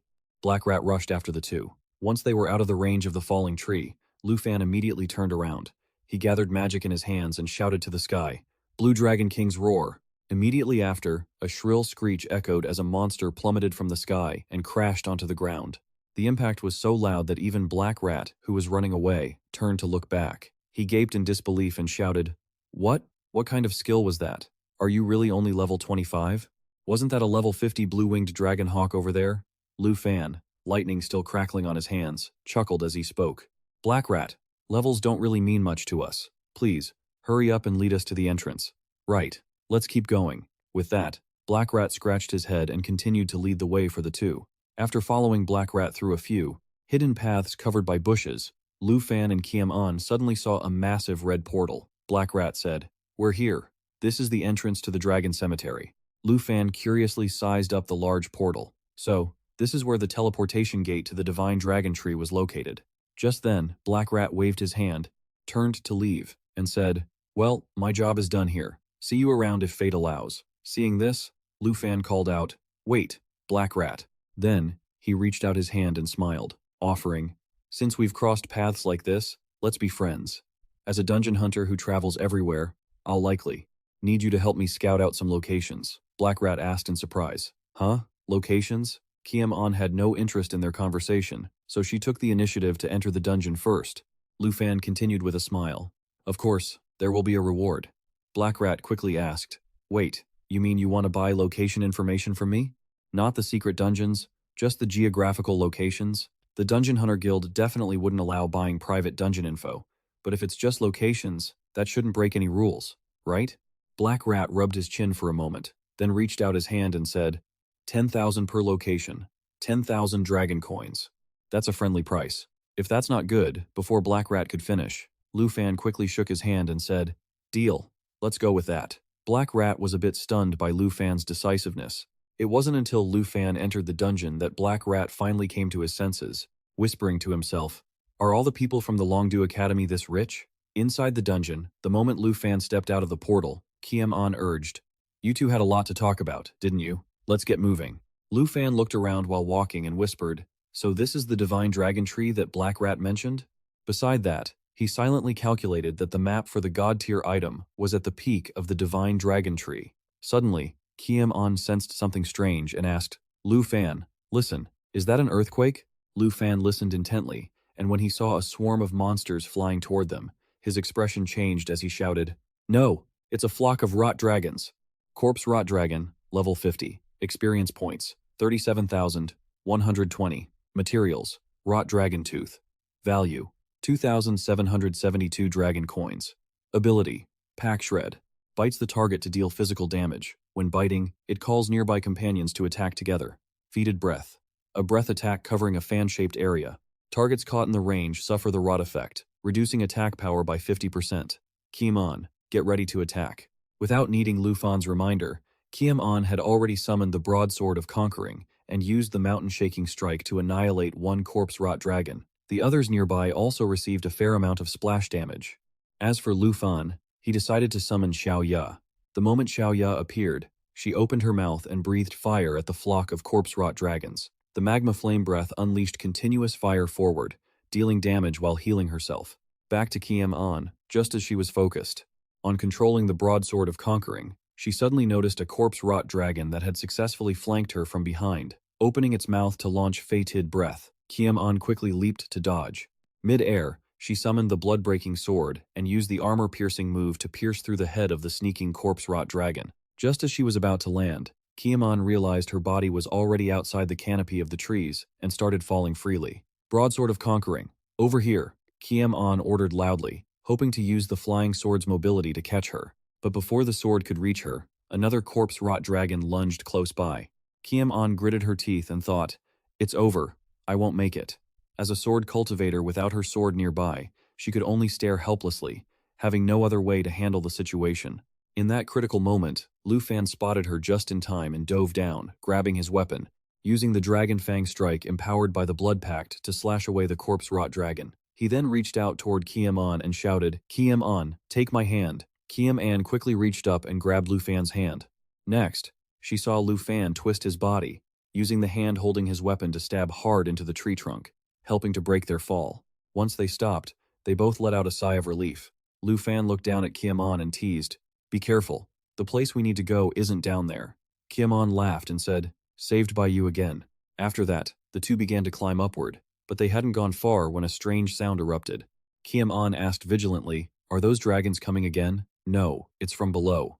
As he said that, Lu Fan looked down and saw a massive bone dragon head, mouth open, charging toward them at high speed. "Watch out!"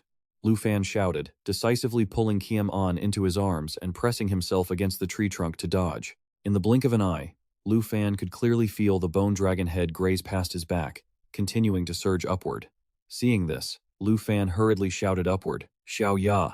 On the upper level, Xiao Ya had just finished off the flock of corpse rot dragons when she heard Lu Fan's shout. The moment Xiao Ya turned her head, she saw a massive skull, mouth agape, rapidly expanding in her field of vision. A second later, everything around Xiao Ya went dark.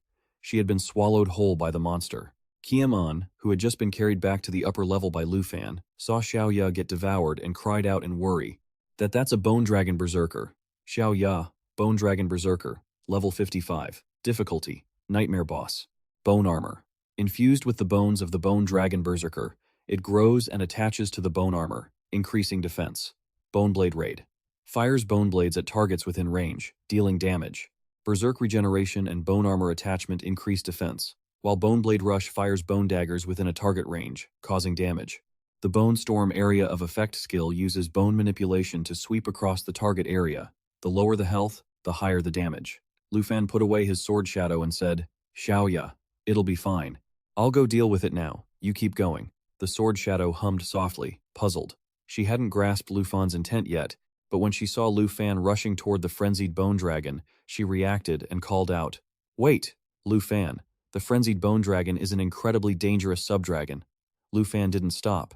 He kept running toward the frenzied bone dragon and shouted, "Xiao Ya, switch to destroyer form." A second later, bursts of fire leaked from the frenzied bone dragon's mouth. Then, with a loud explosion, Xiao Ya in her dragon form roared as she escaped from the dragon's maw, soaring into the air. Looking at the frenzied bone dragon, its horn broken, its lower jaw shattered, Kiem An mused, "Xiao Ya still has another form, no wonder Lu Fan was so sure she would be okay." Just then, Lu Fan summoned Xiao Fei and commanded, "Xiao Fei, release Emerald Blessing." Following the order, Xiao Fei chirped and cast the spell on Lu Fan. 3 green emerald shapes appeared above his head. Emerald Blessing grants the target 3 stacks of Emerald Dragon energy, boosting the damage of the next 3 attacks. Lu Fan then leaped into the air and yelled, "Coordinate with me." Xiao Ya understood. She flew over to catch Lu Fan, soared above the frenzied bone dragon's head, and opened her mouth to roar.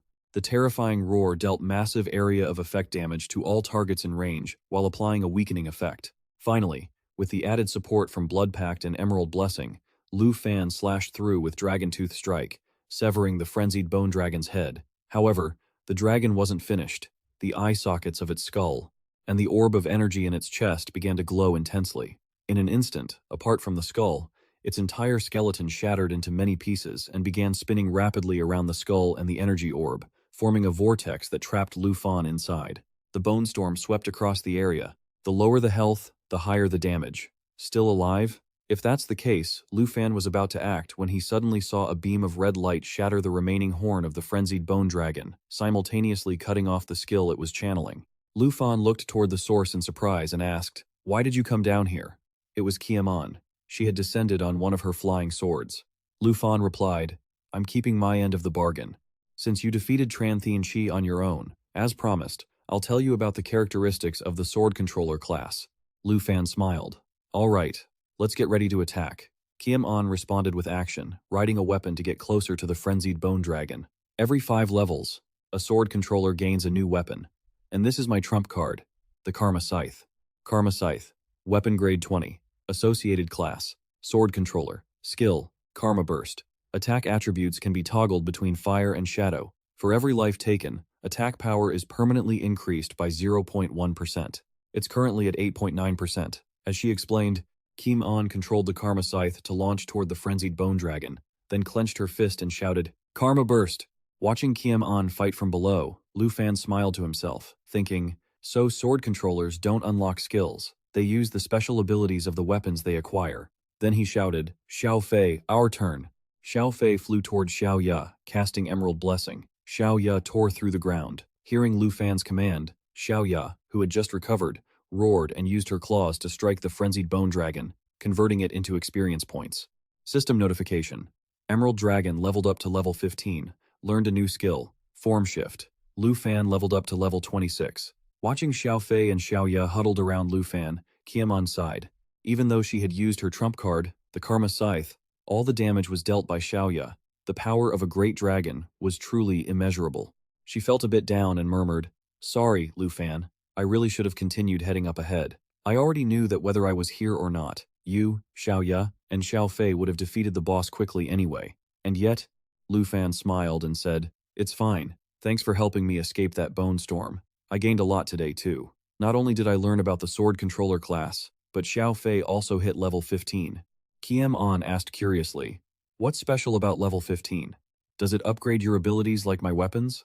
Hearing that, Lu Fan curiously opened Xiao Fei's status window. Contract.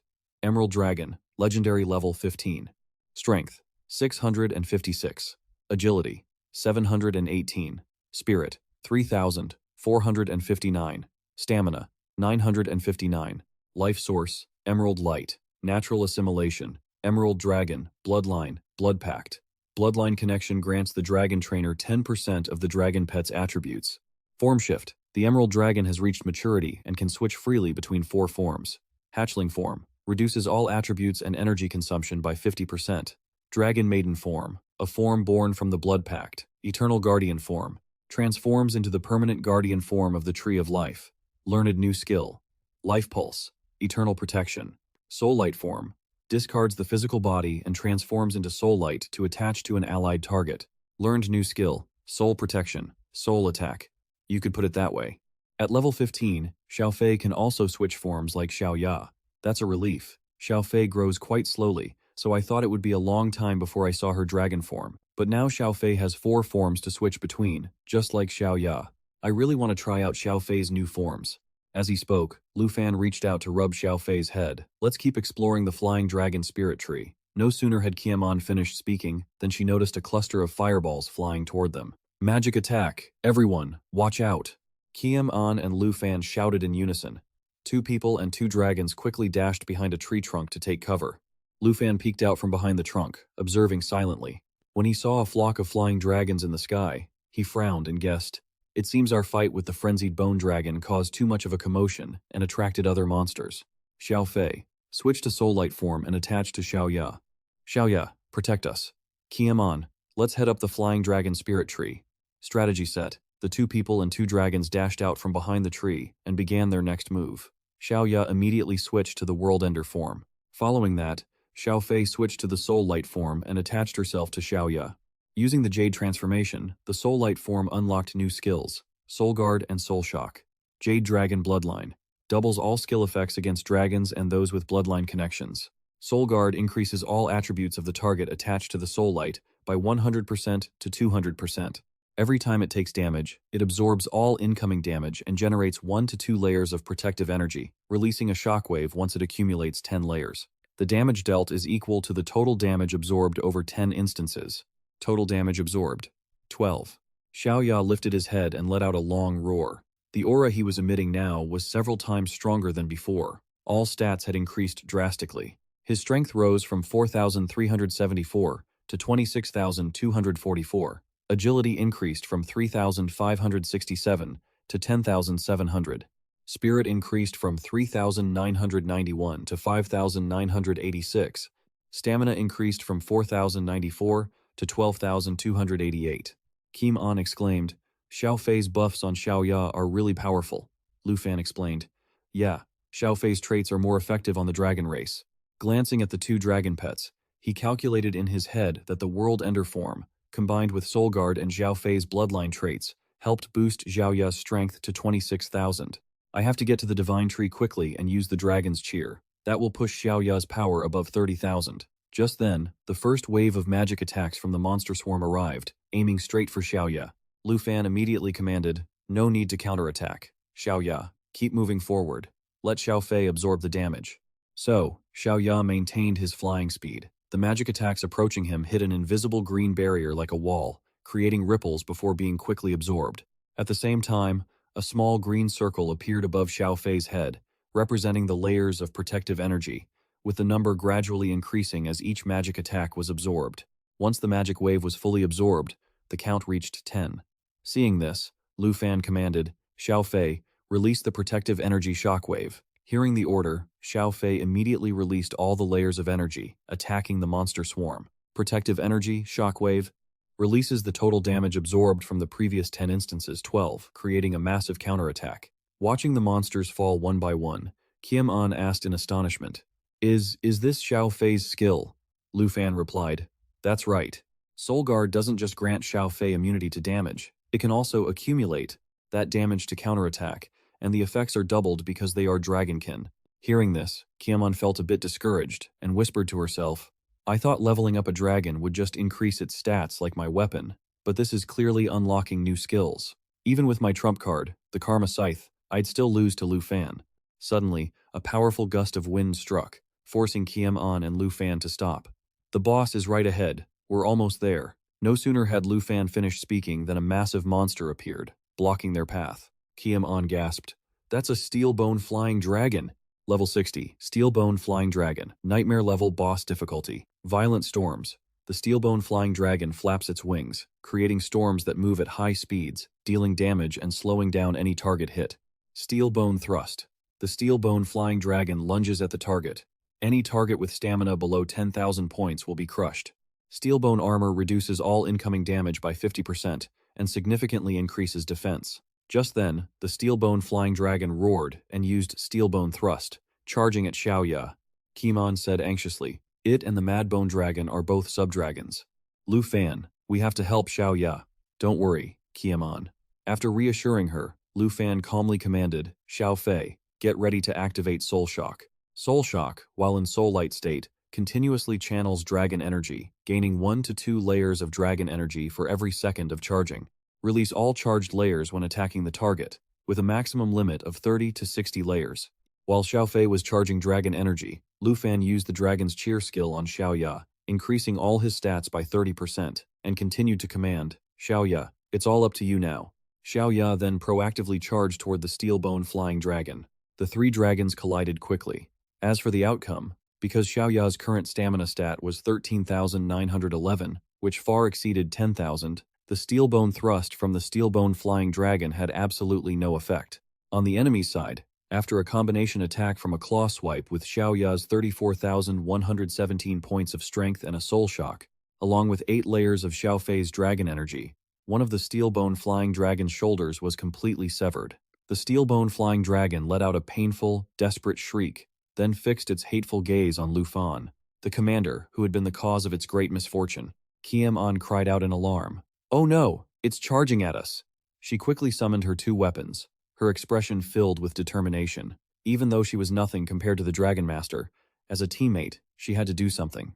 Thinking of this, Kiam-an switched the affinity of her Karma Scythe to Shadow, using the Evil Karma Burst skill with its power boosted by 9.5%, attacking the Steelbone Flying Dragon. However, under the effect of the Steelbone Armor skill, this attack by Kim-an didn't deal any damage to the Steelbone Flying Dragon. This left her disappointed. My attacks aren't doing anything to it at all. Lu Fan turned back to look at Kiam-an and smiled. It's fine. I appreciate your willingness to help your teammate. Just at that moment, behind her, the Steelbone Flying Dragon's mouth opened wide, about to swallow her whole. Kiam-an screamed in fear. Watch out!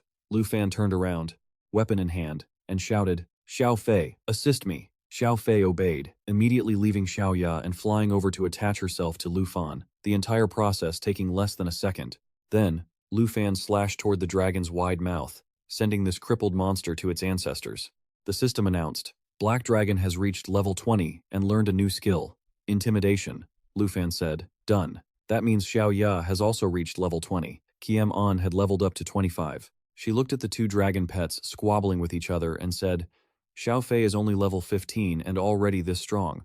Then a level 20 Xiao Ya must be able to kill the Steelbone Flying Dragon in one hit, right? I can't even imagine it. Lu Fan smiled and replied, Xiao Ya doesn't even consider these Steelbone Flying Dragons a threat. Let's keep moving. Hearing this, Kiam-an suddenly let out a laugh, causing Lu Fan to ask suspiciously, what is it? I suddenly remembered something that Kiam-an once said. I mimicked her tone while holding my sword. With a dragon this powerful, you could conquer everything around you, even if you were just a dog on a leash. Lu Fan laughed when he heard that. You can joke around too? That's not like you at all, Kiam-an explained. I guess it's because I've been hanging out with you guys for a while. I feel like I'm not the same as I was before either. It's clear you're much more willing to talk now. That's a good thing. I thought your voice was beautiful from the very first time we met.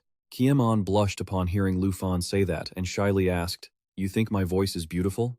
Lu Fan smiled and replied, Yeah, of course. You're really cute too. Has no one ever told you that before? Kiam-an's face turned even redder as she spoke. No, I don't talk to people much, and I don't have any friends. Lu Fan smiled and said, Anyway, let's stop talking about sad stuff. Let's keep going. Okay, Kiam-an replied softly, keeping her head down as she followed Lu Fan. Behind them, Xiao Ya and Xiao Fei were still bickering. Lu Fan shouted in annoyance, You two, knock it off! At the same time, inside the nest on top of the divine tree, several large cocoons lay motionless, while in the center, a blue egg suddenly began to tremble. Back with Lu Fan's group, they were walking and chatting. Kiam-an proudly showed off. After defeating the bone-stripping flying dragon, I hit level 25. Lu Fan asked curiously, Does that mean you've unlocked a new weapon? Kiam-an summoned the new weapon and introduced it. Yeah, it's called 10,000 Flowers, a weapon with high agility stats. The skills are pretty good too. It's a shame it's only at level 1 right now, so it lacks power. It's a flawless grade weapon. As a level 1 weapon, its career class is Sword Saint. It has a skill called Heavenly Sword Dance that splits it into thousands of petals, each dealing 10% of the main weapon's attack power. After dealing damage, the area reverts to its original state. Lu Fan smiled and said, It's like that for now. but once you get it to level 25, it's going to be incredible. Kim-an thought to herself, even if all my swords reached level 25, would their combined damage even equal one of Xiao Ya's attacks? The pressure of being in a team with Lu Fan is the fear of being compared to him. Sighing, Kim-an said, if anyone else said that, I'd definitely believe them. Lu Fan smiled and asked, why wouldn't you believe me? Once 10,000 flowers levels up, just this one sword alone will be enough that few people in the Longdu Academy could stand against you. Kim-an stopped thinking about it and pointed toward the two baby dragons ahead, smiling. All right, let's hurry up. Xiao Ya is already way ahead. So, the group continued their journey, but they only went a short distance further before discovering some corpses. Lu Fan asked suspiciously, an adventurer's camp that got here before us? Kim-an glanced at the condition of the bodies and speculated, it seems they have been dead here for quite a while. Lu Fan and Kim-an approached the bodies to investigate. They were all combat class, and they had met their ends at different times. Could there be a monster ambushing people here? Thinking of this, Lu Fan wore a serious expression as he drew his weapon, looking around defensively. He warned her, Kim-an, there's a high chance a monster has claimed this area. Watch your surroundings. Just then, from the tree canopy above them, a monster slowly crawled out along the trunk. You mean, this is a trap? Kim-an asked as she moved toward Lu Fan. This exact movement caused the monster's pounce to miss her. Hearing the noise, Kim-an and Lu Fan quickly turned and saw the monster's form. Bronze Flying Dragon. Level 60. Nightmare level boss difficulty. Bronze subarmor increases the defense of all targets on its side.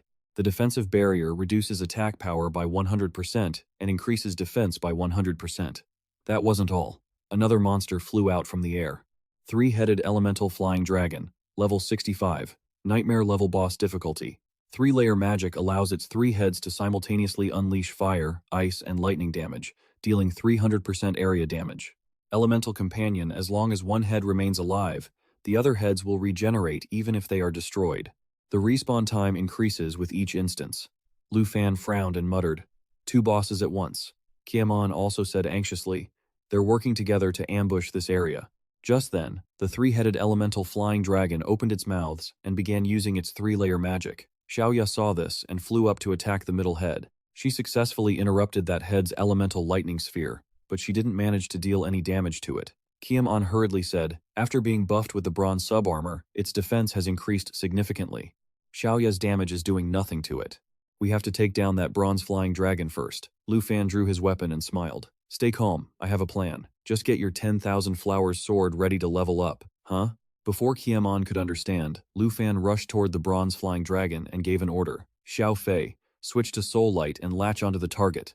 Prepare to unleash soul shock at the same time. Xiao Ya, switch to world ender form, I'm counting on you. Xiao Fei immediately latched onto Lu Fan, and he arrived in front of the bronze flying dragon, swinging his sword, but he couldn't break through its defense.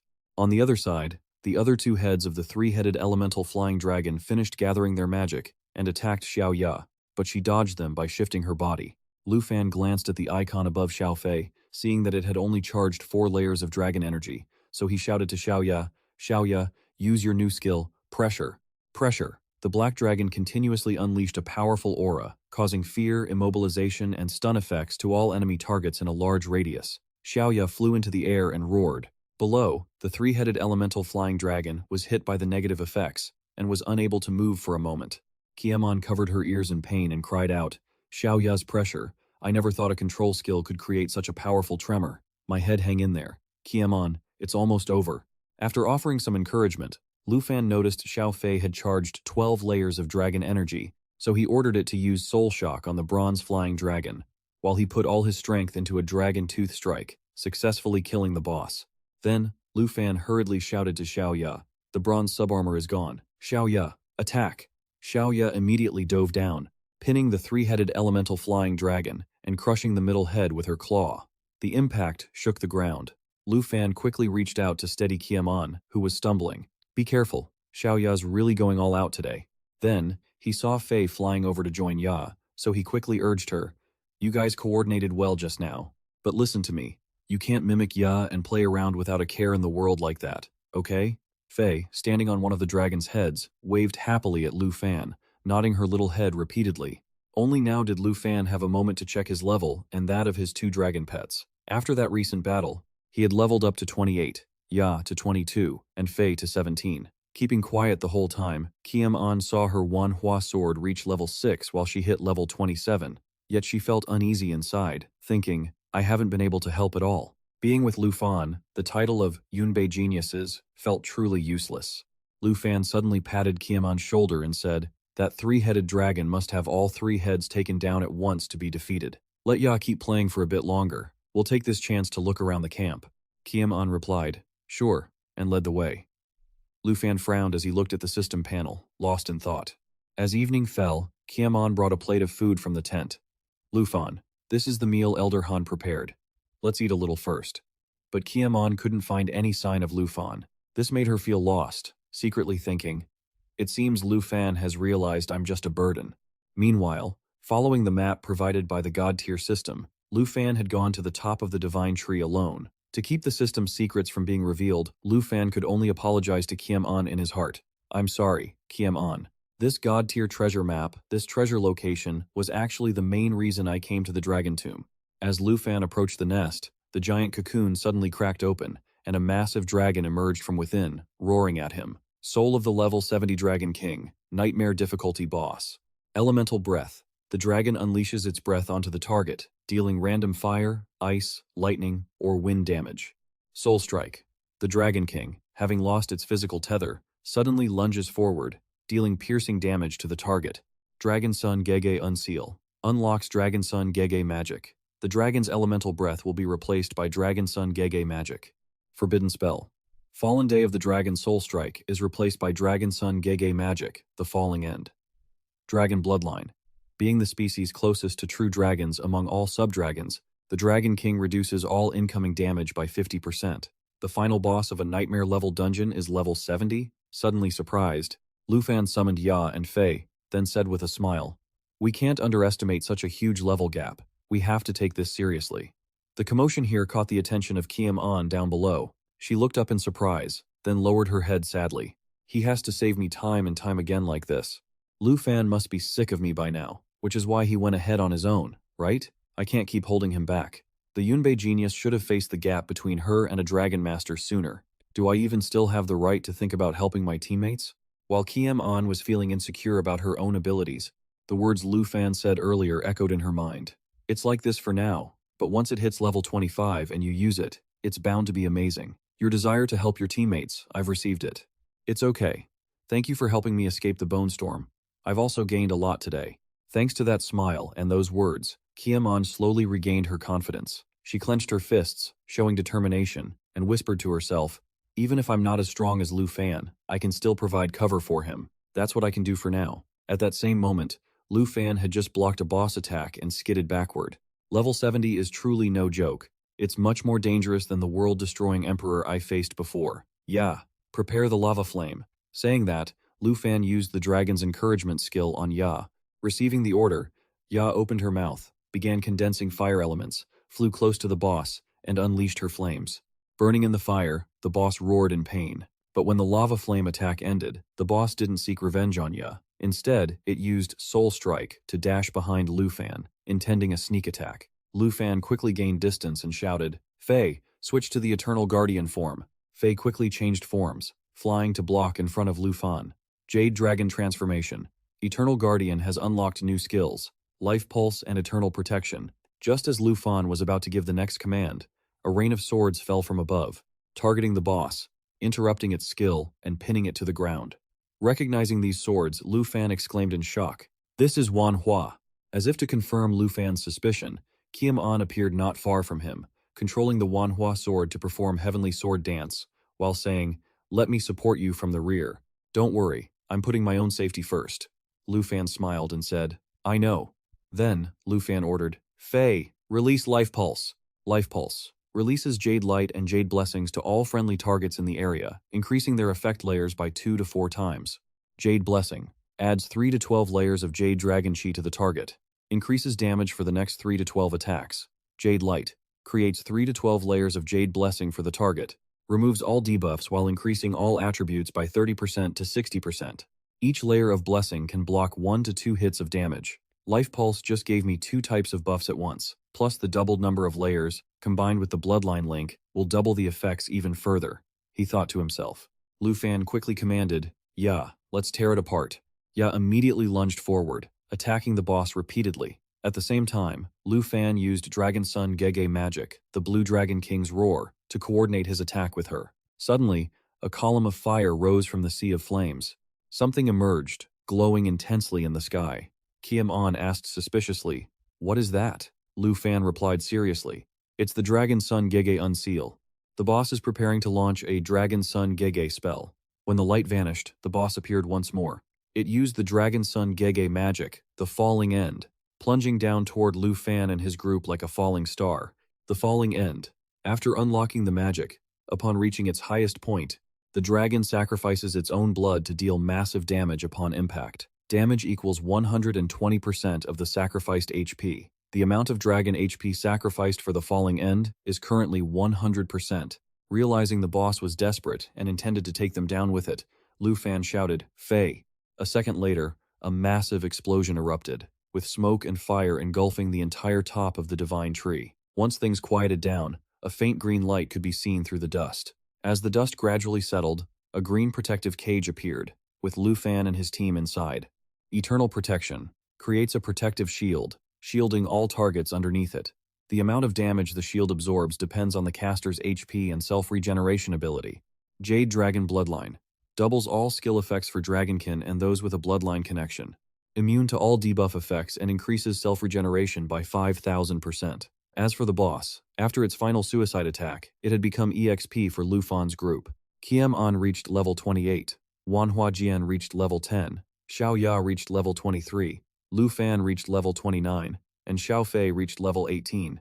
Lu Fan asked with concern, "Kiem An, are you okay?" Kiem An laughed and replied, "Lucky for us, Xiao Fei saved us.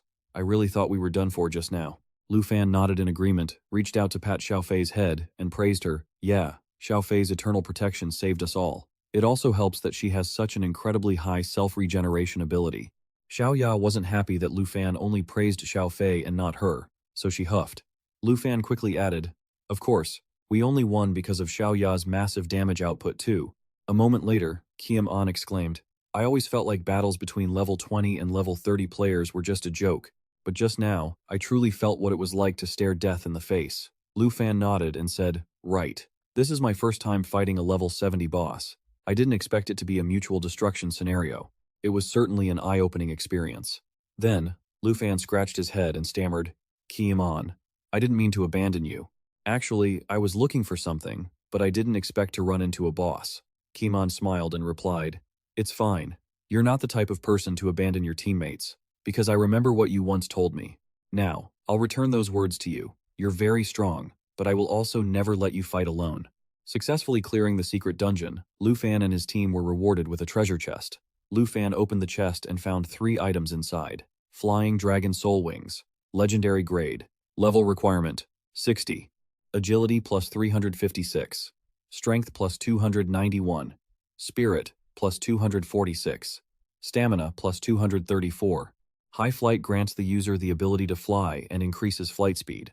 If the user possesses dragon language magic, they will receive dragon language unsealing. After use, it grants 1 use of high-level dragon language magic replacement. Lu Fan thought to himself, "A legendary prop that allows flight and unlocks dragon language magic? So I can finally create a Day of Ruin scenario." However, upon second thought, Lu Fan felt a pang of regret. Flight isn't the same as carrying someone. Aside from a few special classes, no one can do that. It's a shame I'm not a high enough level to use it yet. Next was the dragon riding saddle. Pet equipment. Level requirement, 30. Race requirement, dragon tribe or flying sub-dragon tribe. After use, this saddle can be used to ride the pet for movement. In this state, all attributes of the rider and the pet resonate with each other. Basic attacks will be imbued with dragon aura, causing area of effect damage. Lu Fan thought, a dragon pet turning into a mount? As long as Xiao Ya reaches level 30, I can become a dragon knight at the national trials. Dragon Calling Bone Flute, epic grade, a consumable item. After use, it can summon the spirits of the twin Flying Dragon Kings. The Flying Dragon King's level matches the user's level. It has 3 total uses. Lu Fan thought, great stuff, but it's a shame it has a limited number of uses. Just as Lu Fan finished collecting the 3 items, he heard Kiem An call out, "Lu Fan, are you done with the rewards? Quickly, come see what's wrong with Xiao Fei."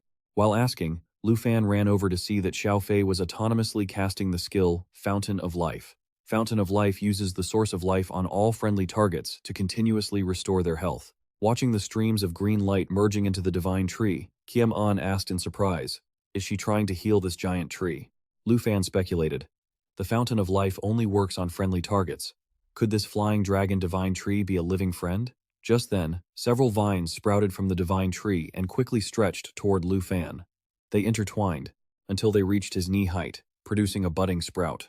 When the bud opened, Lu Fan saw a seed inside, and it seemed to want him to take it. Lu Fan reached out to take it and examined the Flying Dragon Divine Tree Seed quest item. Since being taken over by the claws of the Abyssal Maw Dragon, the Flying Dragon Divine Tree has been losing its divinity. Now, a hero has appeared who can save the Withering Divine Tree. If that person can destroy the Abyssal Maw Dragon, and then take this seed and dip it into its blood to make an egg, they will surely obtain a Spirit Dragon, the origin of all things, highly valued by the master of the Flying Dragon Divine Tree. Kiem An curiously asked, "Was a hidden quest triggered?" Lu Fan replied, "It seems Xiao Fei can communicate with the tree. This is a quest item." He thought to himself, "According to the item description, I have to destroy a Dragon King called the Abyssal Maw Dragon. The Dragon King rank is far more terrifying than the Nightmare rank, and might even be a triple-digit level. This quest has no time limit, so I can wait until I reach level 60 for the third job advancement or level 90 for the fourth job advancement before doing it." Putting that aside, Lu Fan turned to praise Xiao Fei. "Well done. If it weren't for you, we wouldn't have known about this hidden quest to heal the divine tree." Xiao Fei chirped happily.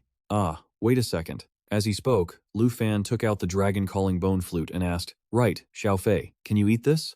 He was met with 3 pairs of confused eyes staring at him. Lu Fan knew they misunderstood him, so he quickly explained, "It's not just some random food. Xiao Fei has a skill called Natural Assimilation, which can acquire skill properties by consuming items. If she can only consume equipment, then fine.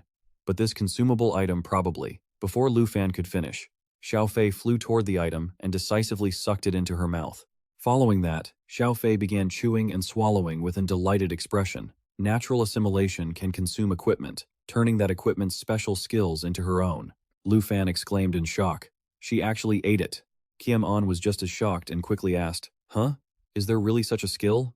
You're not joking around with an epic-grade item, are you?" Lu Fan didn't rush to answer. He patiently waited for Xiao Fei to finish digesting it, then opened her personal status board and very quickly saw the changes.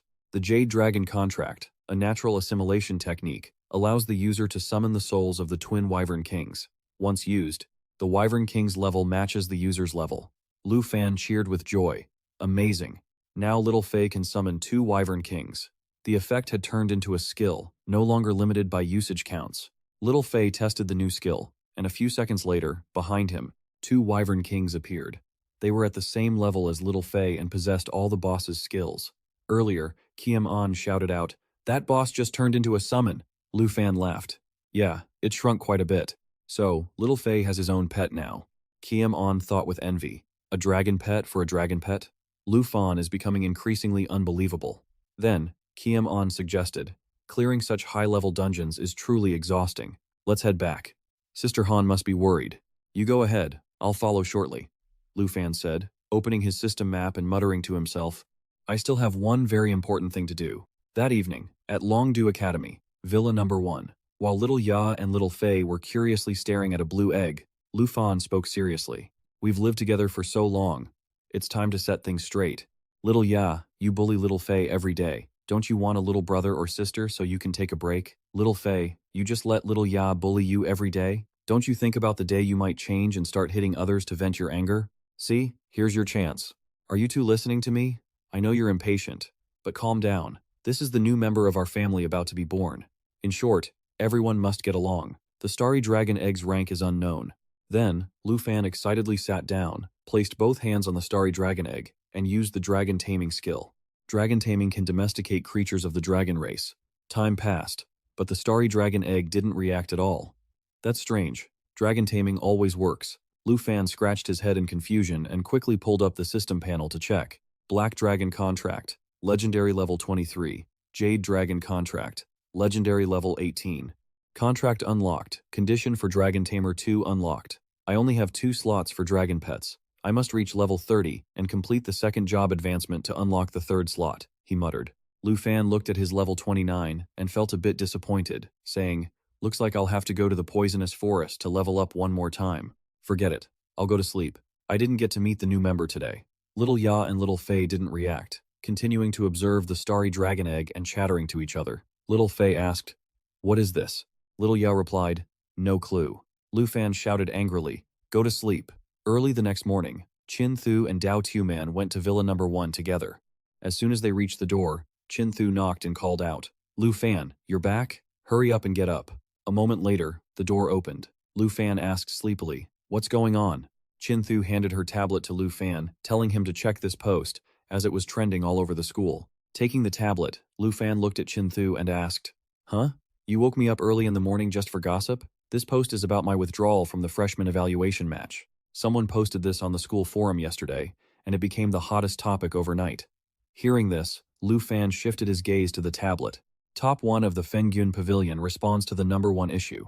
Withdrawing is just because he's afraid of losing. Fengyun Pavilion enters the 2v2 finals. Freshman evaluation is indisputable. Shuxing once posted during the match between Lu Fan and Tranthian Chi. Lu Fan's withdrawal from the assessment was due to fear of facing Jiang Fengyun and Shuxing. Account A commented, "The post was anonymous at first, but later it was dug up that he was the one who posted it." Account B commented, "Last time, they said Lu Fan was injured by Tranthian Chi, which is why he withdrew. After all, Tranthian Chi has won so many consecutive matches, he can't be weak." Account C commented, "According to the initial arrangement, Lu Fan and Kiem An were to fight Jiang Fengyun and Shuxing. Lu Fan must have been terrified and just withdrew like that." Account D commented, "Unless those two fight each other, I will never accept this decision by the school." Even though Lu Fan is number 1 in the school's eyes, Jiang Fengyun is the real number 1 who fought his way through the assessment. Account E commented, "So it turns out it was fear. If they keep the number 1 spot for Lu Fan, it's just ridiculous. Anyone who watched Jiang Fengyun's match yesterday definitely sees that Lu Fan isn't worthy of number 1. After reading everything, Lu Fan asked skeptically, "Fengyun Pavilion?" Chin Thu explained. Initially, Fengyun Pavilion was a team formed by 4 people ranked 3rd to 6th, but now it has attracted nearly 30 people and developed into a new group with many powerful classes. It is led by Jiang Fengyun and Shuxing. From squads 3 to 6, it has now attracted nearly 30 people and developed into a new group with many powerful classes. They are led by Jiang Fengyun and Shuxing. Lu Fan yawned, asking indifferently, "I'm number 1 designated by the school, while this Jiang Fengyun guy is the recognized number 1.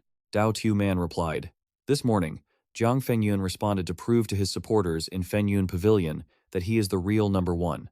Tomorrow morning, after the finals, he will come to clean out Villa Number 1. Chin Thu added, "Winning number 1 allows you to participate in the selection for the national trials.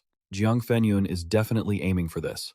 Hearing this, Lu Fan muttered, "I see. He wants both the reputation and a chance to participate in the national trials. But it's a pity he doesn't know that I've already secured all of these things a long time ago." Seeing Lu Fan still indifferent and unbothered, Chin Thu hurriedly said, "This Jiang Fengyun guy really doesn't respect anyone. He's taking advantage of your absence to spread lies about you." Dao Tuman glared at Lu Fan, saying, "I'm too tired to even talk about it. We don't even know who he is. If he wants to come tomorrow, just let him come. I have to go tell Kiem An." At this moment, Lu Fan laughed and said, "If Fengyun Pavilion wants to target me, then I'll give them the chance to do whatever they want." Dao Tuman asked in confusion, "What do you mean?"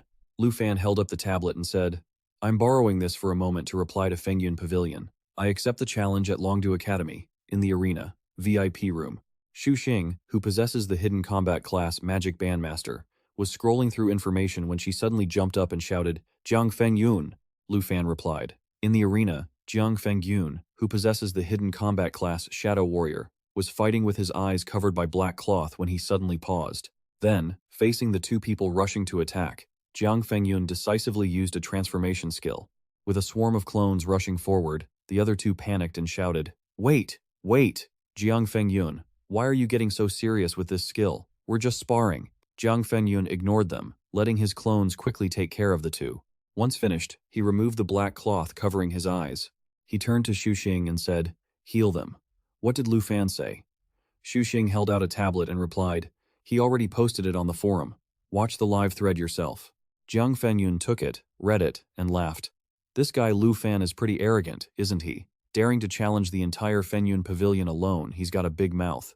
Jiang Fengyun tossed the tablet back to Xu Xing and told him to reply, saying that after tomorrow's final match, they would face off in the arena. Xu Xing asked in surprise, Jiang Fengyun, are we really going to fight Lu Fan? Jiang Fengyun replied, of course. Call everyone from the Fengyun pavilion too. He wants to challenge the whole Fengyun pavilion, right? If that's what he wants, we'll oblige. I have to show him who the real number one is, the one handpicked by the school, or the one who fought their way to the top. The next day, Qin Thu reviewed Lu Fan's post. Lu Fan replied that he accepted the Fengyun pavilion's challenge. If you want to prove you're number one, you should face me fairly and squarely, not use public opinion to insult me like this. Oh, and I'm talking to you guys. You trash from the Fengyun pavilion. Bring as many people as you want. Let's have a real match after the freshman assessment. In the comments section, the keyboard warriors went wild. Whoa, Lu Fan replied. Let's fight. The Fengyun pavilion answered back. Is this just a rumor? Is Lu Fan hurt? What's the response? A showdown tomorrow in the arena, after the final match, to see who's really number one. Haha, the whole Fengyun pavilion is showing up. This is going to be fun. Seeing the comments, Qin Thu exclaimed in shock. Ah, Jiang Fengyun has accepted the challenge. Dao Tuman asked. I heard Jiang Fengyun has a semi-final match today. Do you want to go watch? Lu Fan replied. To be honest, I have zero interest in Jiang Fengyun's strength. We'd be better off going to the dungeon entrance to level up. Han Ka, who was bringing food to the table, heard this and advised, Lu Fan, don't say that. Even if an arrogant soldier fails, understanding your opponent is never a bad thing. Dao Tuman agreed. That's right. Show your face a little. You might even have more supporters than the Fengyun pavilion. Qin Thu said worriedly, but Lu Fan is currently very famous on the school forum, so if he were caught watching Jiang Fengyun, he would probably be the subject of gossip. Han Ka said happily. Then let's just disguise ourselves a bit. Lu Fan stared blankly, speechless. A while later, at a spot in the stands, Dao Tuman turned to Qin Thu and asked, the one in the ring is Jiang Fengyun, right? Qin Thu replied, yeah, probably. So many people came to watch the Fengyun pavilion. Sitting in the front row, Han Ka turned to Lu Fan, who was wearing a hoodie, a baseball cap, large sunglasses, and a mask, and asked with a smile, how about this? Is this disguise okay for you? You won't be recognized, right? Lu Fan remained silent. The freshman assessment semifinals are about to begin. Will both teams please take the stage? As soon as the announcement sounded, Lu Fan suddenly stood up from his seat. Han Ka asked suspiciously, where is Lu Fan going? The match hasn't even started yet. This match is boring. I'm going to walk around for a bit. Call me when it's over. With that, Lu Fan left. Meanwhile, in the front row, Zhao Shengming glanced back, watching Lu Fan's retreating figure thoughtfully. In his mind, he recalled his previous conversation with the principal. At that time, Zhao Shengming walked to a door and knocked. Principal, I'm not sure if you are aware of the recent posts on the school forum about the battle between Lu Fan and Jiang Fengyun. The door remained closed, and the principal's voice drifted from inside. Is that you, Zhao Shengming? Just let Gu Han handle these trivial freshman squabbles. There's no need to report them to me. Zhao Shengming frowned. Based on Lu Fan's strength, I suggest the school intervene and stop this match. I'm worried that if things keep going like this, he won't know when to hold back. After all, Tranthi and Chi is still in the infirmary, recovering from their last match. The principal replied, the vice principal is worrying too much. Instead of this, you should be worried about the fact that in 1 month, a special envoy from Longdu will arrive to test whether Lu Fan is qualified for the national trials. Zhao Shengming asked in surprise. 1 month? That soon? The principal said, the national trials are being held earlier, so the envoy will arrive earlier too. How is Lu Fan's preparation? Zhao Shengming reported. Lu Fan is about to reach his second job advancement, sir. Please rest assured, principal. I have heard about the Longdu envoy as well. Although Qian Xiong is an arrogant man, he certainly won't make things difficult for Lu Fan when working. Your information is outdated, vice principal. Qian Xiong is no longer the envoy.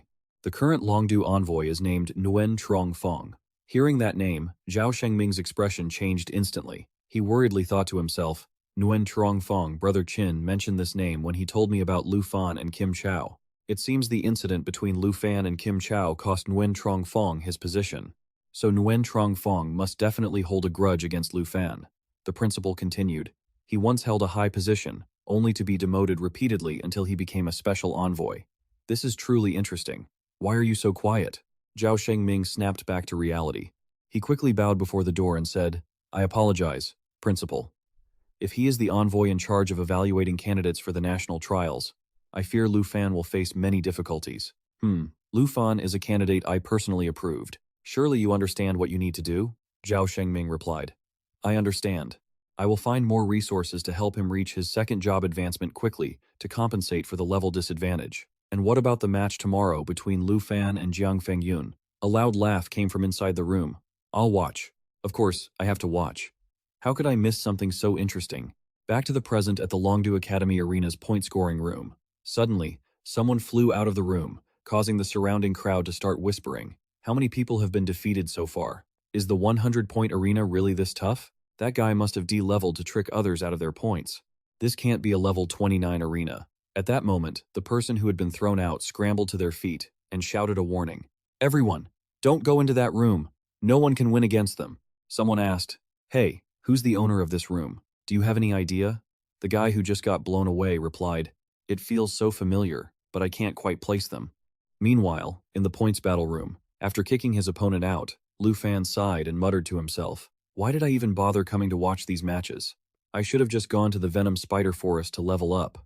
Just as he thought no one else would challenge him, Lu Fan noticed a silhouette standing at the door. Still more people coming in? Curious, Lu Fan looked closer and saw a girl with white hair. The white-haired girl walked up and greeted him. Hi there. Is there still time for a match with me? Lu Fan greeted her back. Hello, senior. The white-haired girl laughed and said, I'm quite a bit higher level than you, yet you're so polite. Maybe I should go easy on you then? Lu Fan replied, No need for that. Please give it your all. Are you sure? All right, I'm starting. As she spoke, the white-haired girl raised her hands, and in an instant, a massive amount of fire elemental energy converged toward them. Lu Fan was a bit startled by the sight. This lady didn't seem simple. That thought had barely crossed his mind when Lu Fan was shocked again to see the white-haired girl vanish from where she stood. A second later, the white-haired girl reappeared behind Lu Fan, holding a trident formed from fire elemental energy. I'm not like those people outside. You'd better give it your all too. With that, she thrust the trident toward Lu Fan's back. Lu Fan reacted extremely fast, pulled out his weapon, spun around to block the attack, and launched a counter-offensive. After a few more exchanges, Lu Fan was pushed back a distance, his face serious as he looked at her, thinking, She's so strong. Just what level is this lady? The white-haired girl didn't pursue, but stood there covering her mouth and laughing. You blocked it. Nice. But that last move of yours didn't hit me. Are you afraid of hurting me? If you keep being this timid, I'm going to have to teach you a lesson. Lu Fan replied seriously, I understand, and so, they clashed again. The two were fighting intensely inside the room, while outside, many students were gathering at the door, curiously waiting for the result. That pretty lady earlier was really reckless, daring to enter such an unstable room. Shh. Quiet. It sounds like they're still fighting. I only lasted 2 minutes. That lady must be really holding on. Just then, the announcement that the examination match had ended rang out. Someone immediately reminded the others that Jiang Fengyun's match was over. At the same time, at the freshman evaluation competition arena, Jiang Fengyun's team had won. Following the announcement, applause broke out continuously in the stands. Jiang Fengyun, Jiang Fengyun, Jiang Fengyun. On the arena, Jiang Fengyun accepted the cheers with a smile. Xu Xing stood close by and whispered, Jiang Fengyun. Someone in the Fengyun pavilion said that Lu Fan snuck into the stands today to watch you fight. Jiang Fengyun gave a slight scoff. Trying to study me, huh? Looks like he's scared, but I haven't even shown half of my strength yet. Saying that, Jiang Fengyun raised one finger and laughed loudly. Lu Fan, you won't be arrogant for much longer. Don't be too scared to show up for tomorrow's match. The audience was excited by this, chanting Jiang Fengyun's name again. In the stands, Dao Tu-man spoke up. Geez, let's go already. Just as she finished, she noticed Lu Fan wasn't there. So she looked around and asked, Huh? Where's Lu Fan? Qinthu Chu said worriedly. Did Jiang Fengyun find out that Lu Fan came to watch? Han Ka dialed Lu Fan while saying, He said he was bored and left a while ago. Let me call him. Back in the points room, Lu Fan had been pushed back again, his glasses and cap falling off. Regaining his balance, Lu Fan panted heavily, thinking to himself, She's really too strong. Where on earth did this lady come from? Plus, she could have taken me down in just a few hits, but it feels like she's trying to lead me to discover the flaws in my movements. Why would she do that? Who exactly is she? Across from him, the white-haired girl hooked Lu Fan's cap with the tip of her trident, smiling as she assessed him. Good defense. Over the last 15 minutes, you went from being unfamiliar to predicting my moves. You're improving fast, but your stamina is a bit lacking. Next, she walked toward him step by step. And why do you cover up such a handsome face?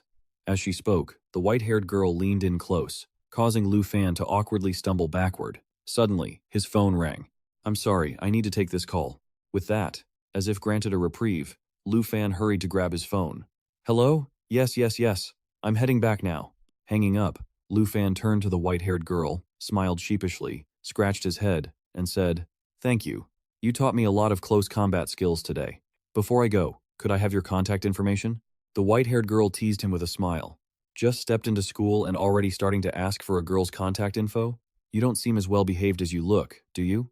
Lu Fan hurriedly waved his hands to explain. No, I wanted to ask so I could make an appointment with you next time I come to the training room. I really want to be guided by you again.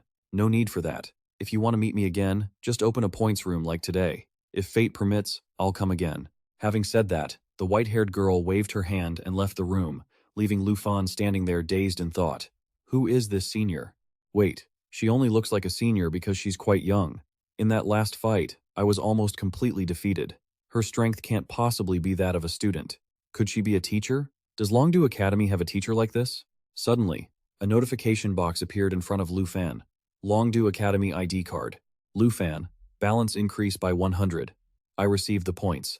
She didn't take them? He thought. Lu Fan quickly reacted, rushing out of the room and calling out. Senior.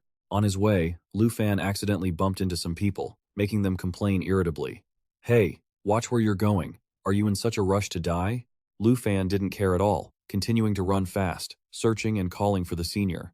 At the same time, he wondered, who is that mysterious, powerful senior? She didn't want the points, and didn't tell me her real identity. She disappeared in just a moment.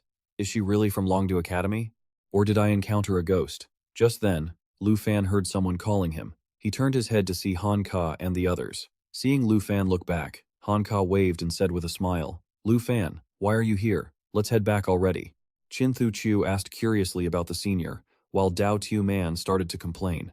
Lu Fan, what are you doing? Have you already managed to hit on someone in such a short time? Lu Fan gave up on his search and walked toward the three of them with a disappointed look, sighing to himself. I couldn't find her. She really is a mysterious senior. The next day, after the freshman assessment finals at Longdu Academy, the audience hadn't left yet and continued to wait around. A spectator exclaimed that many people agreed the match between Lu Fan and Jiang Fengyun was the true final. The person next to him looked forward to it and said, Let's see if he's actually strong or just crazy for taking on the entire Fengyun Pavilion alone. Down on the arena floor, Jiang Fengyun and the members of Fengyun Pavilion had gathered.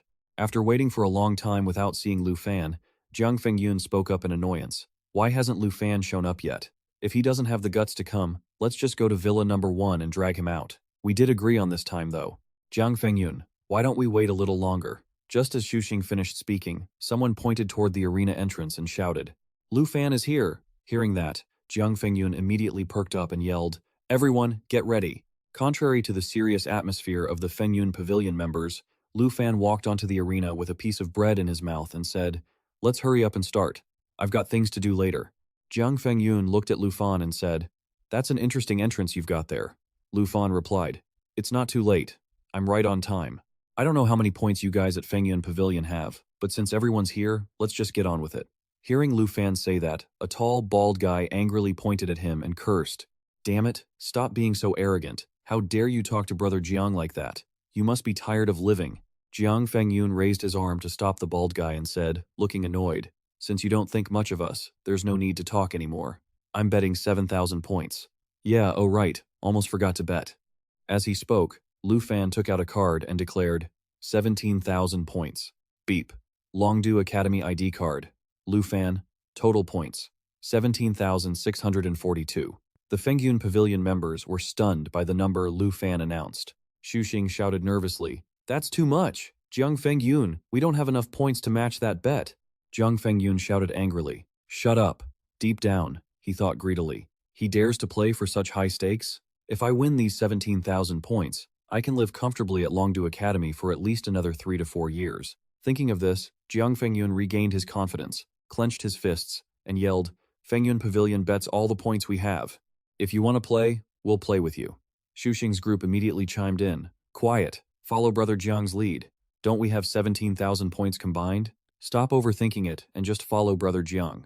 After the Fengyun Pavilion group finished their commotion, Lu Fan rolled his shoulders and smiled. Okay, the bet is set. Let's begin. Jiang Fengyun glanced at Xuxing and said, for him to act so cocky, he's definitely planning to summon his dragon.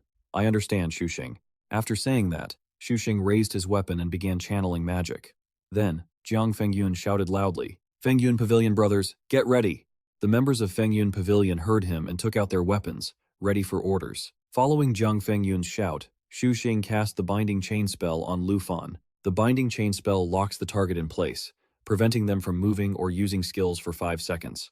The other members also showed off their skills and charged at Lu Fan. Jiang Fengyun led the charge toward Lu Fan, yelling, great! Now Lu Fan can't even dream of summoning his dragon. Behind him, the other members cheered excitedly, attack! Take him down! On the opposite side, Lu Fan watched the Fengyun Pavilion members charging with high intensity and clicked his tongue. His body twitched slightly, breaking the binding chains, and he drew his weapon, effortlessly blocking Jiang Fengyun's attack. Jiang Fengyun was startled and thought, he broke out of it. Just as Jiang Fengyun was distracted, Lu Fan reached out, grabbed him by the collar, and tossed him to the ground as if he were a bag of trash. In the stands, the audience gasped. He took down Fengyun with his bare hands. On the arena, the Fengyun Pavilion members froze in their tracks, eyes wide as they stared at Lu Fan and Jiang Fengyun lying on the ground. Xuxing shouted in a panic, Brother Jiang! He hurriedly cast a stiffening spell on Lu Fan and screamed at his teammates, use long-range attacks, now! The stiffening spell makes the target's body gradually harden, reducing their movement speed and attack speed by 75% for 7 seconds. Hearing the shout, the Fengyun Pavilion members finally reacted and frantically unleashed their magical skills. Very quickly, a barrage of magic rained down on the spot where Lu Fan was standing, creating massive explosions and filling the air with dust. When the dust cleared, Lu Fan stood there completely unscathed, with one foot stepping on Jiang Fengyun's head. He laughed and said, so this is all the freshman assessment number 1 has to offer? The quality is a bit poor, isn't it? Jiang Fengyun lay on the ground, clutching Lu Fan's leg with one hand while trying to turn his head to look at Xuxing, questioning loudly, Xuxing, what's wrong with your spell? Xuxing was trembling all over, looking disbelieving as he said, how? This is impossible. I definitely hit him with everything I had. Lu Fan looked at the two of them and explained with a smile, don't blame him. It's just that my Dragon Master stats are a bit high, so low-level skills don't really have any effect on me.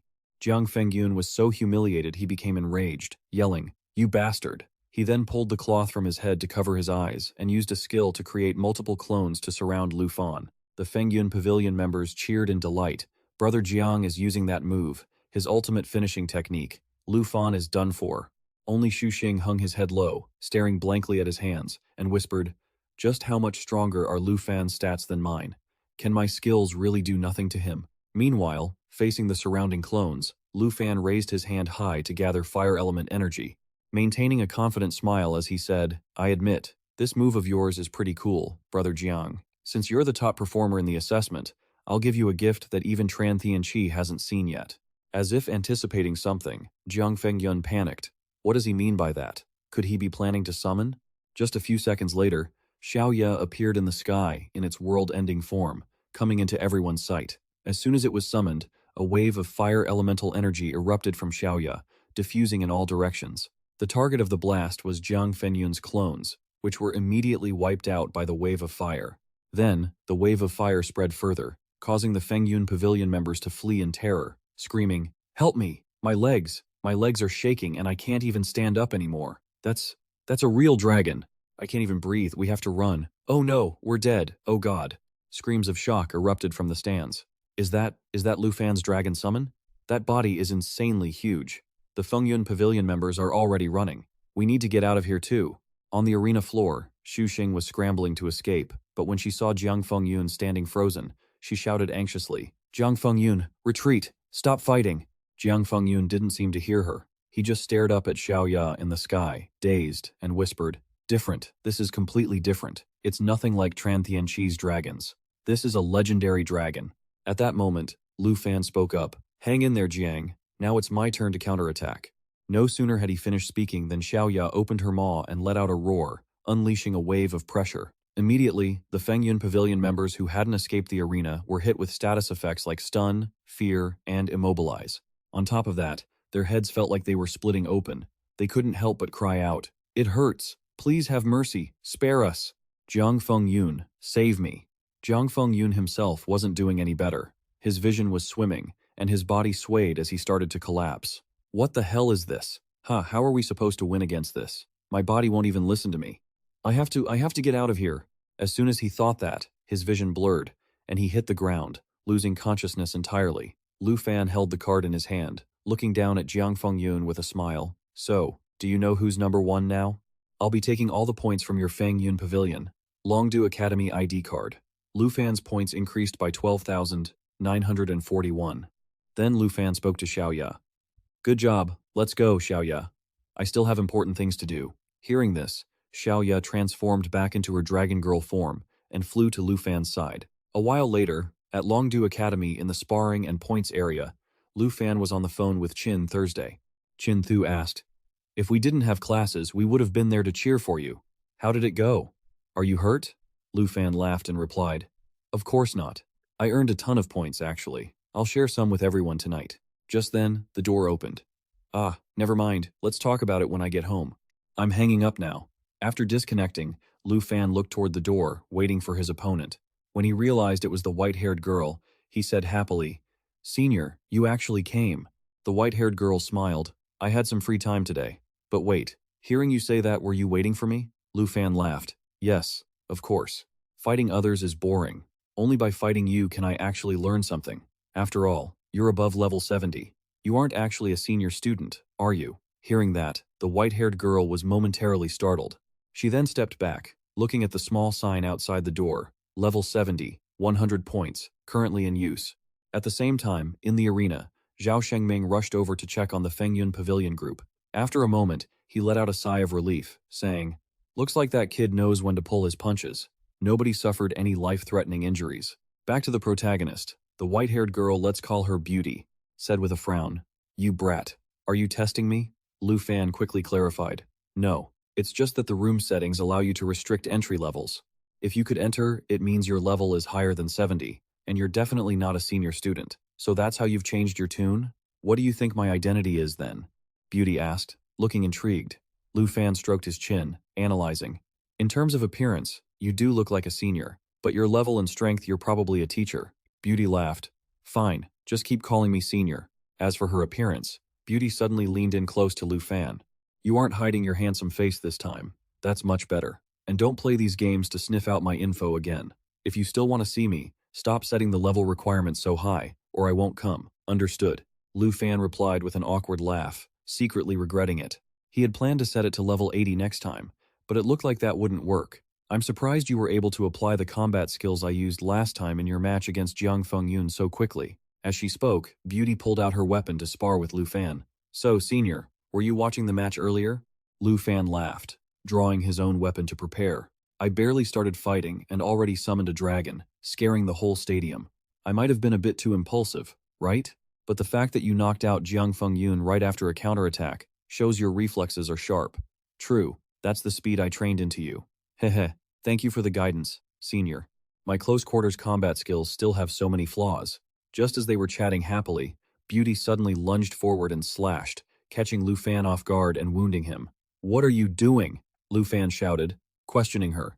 "Even though you've improved a lot, you haven't reached the level where you can afford to pretend to be humble just to show off." Beauty lectured him with a serious expression. "No, you misunderstood. I wasn't feigning humility. I really want to learn from you. You're strong and kind, senior. Last time, not only did you teach me, but you also gave me 100 points. It's like you're treating me like your own little brother.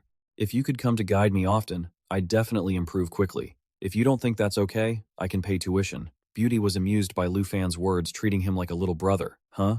You really know how to butter people up. Keep your tuition money. I heard you have a sister who cooks really well, right?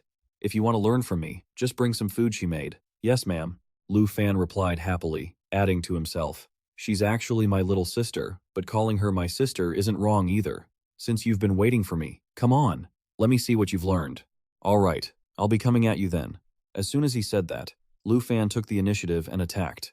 Beauty parried his strikes gracefully while providing feedback. "Oh, you're definitely much faster.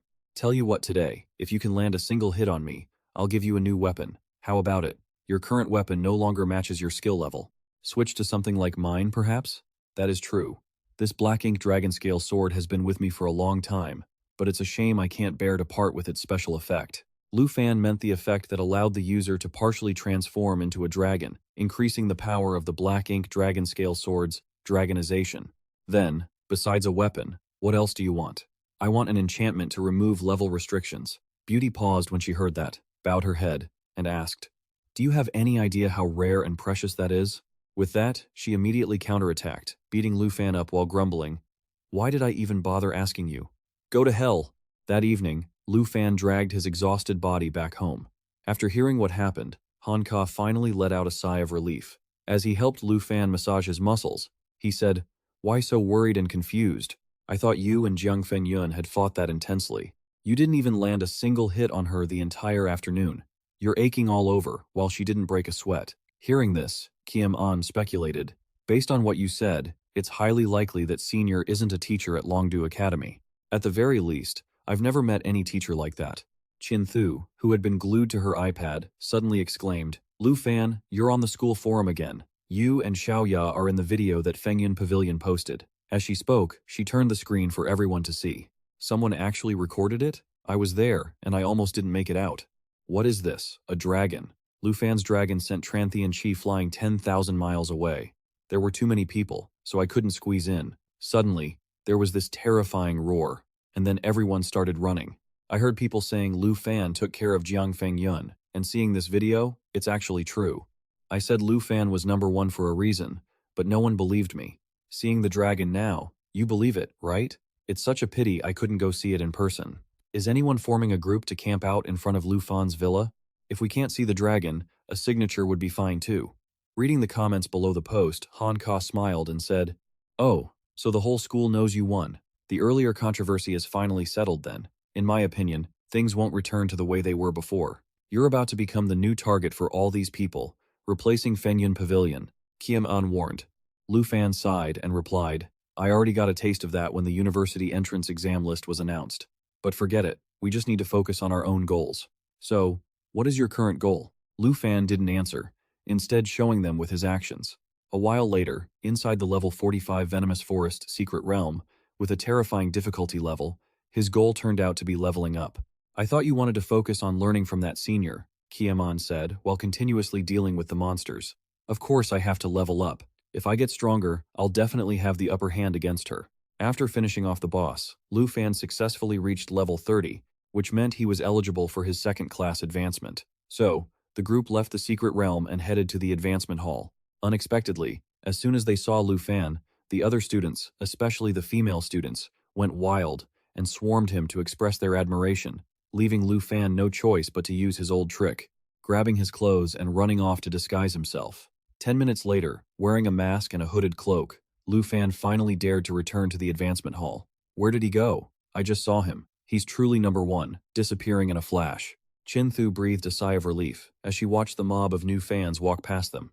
"Safe now," Lu Fan said with an apologetic look. "Sorry guys, but do I really have to go out like this from now on?" Dao Tu Man said enviously, "You're complaining about something others dream of. I'm still wishing for tons of handsome guys to chase after me like that. By the way, there's no record of a Dragon Master's second-class advancement, so there's absolutely no reference material for you." Unlike Kiemon's worry, Qin Thu sounded excited. "Doesn't that mean Lu Fan is about to make history?" That was true. For this advancement, no one could give him advice. Regardless of the result, he could only rely on his own strength. Just as Lu Fan was deep in thought, Dao Tu Man patted his shoulder to urge him. "Lu Fan, we're at the advancement hall." Lu Fan removed his disguise, and before entering the hall, he didn't forget to reassure them. "Don't worry, I already have a way to understand the second stage progression for a Dragon Master. The advancement ritual must be done in private. You guys stay here and wait for the good news." Inside the advancement chamber at the Longdu Academy Advancement Hall, after the system verified that Lu Fan met the criteria through his Academy-issued ID card, it announced, "Student Lu Fan, second stage advancement is ready. Please stand on the pedestal." Lu Fan followed the system's instructions while thinking to himself, "Second stage advancement is different from the initial awakening. There are many branches for me to choose from. For known classes, as long as someone has chosen them, they are recorded as references for those who come after. The pedestal has activated. No information found regarding Dragon Master. Please do not leave the pedestal while the ritual is in progress. Current class: Dragon Master 1. Second Stage Advancement Branch. No records found. As expected, there were no records of the Dragon Master's branches, but luckily, he could check through his system. Advancement. Ritual beginning. Longdu Academy wishes you a successful advancement. Just a few seconds later, 3 branches of the Dragon Master, second stage, represented by 3 different color palettes, appeared. Class name, Dragon Priest.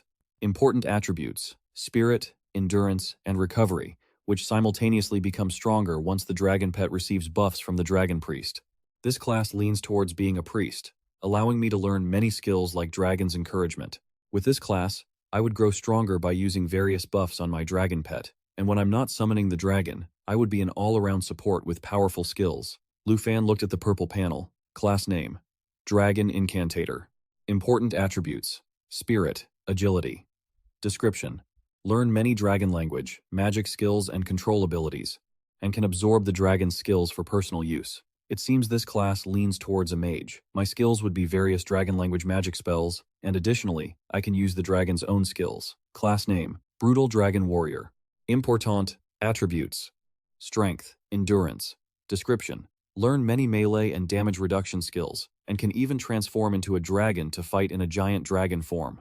If the Dragon Incantator is the advanced class of the Dragon Language Mage, then the Brutal Dragon Warrior must be the advanced class of the Dragon Blood Warrior.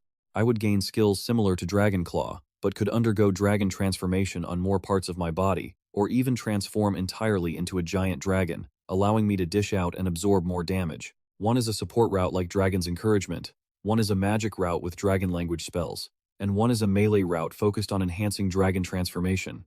The effects of every branch are amazing, but the dragon transformation effect of the Brutal Dragon Warrior is seriously cool. So these are all the second stage branches for a Dragon Master. Just then, a new panel popped up on the screen. Branch class, Dragon Rider Knight, second stage.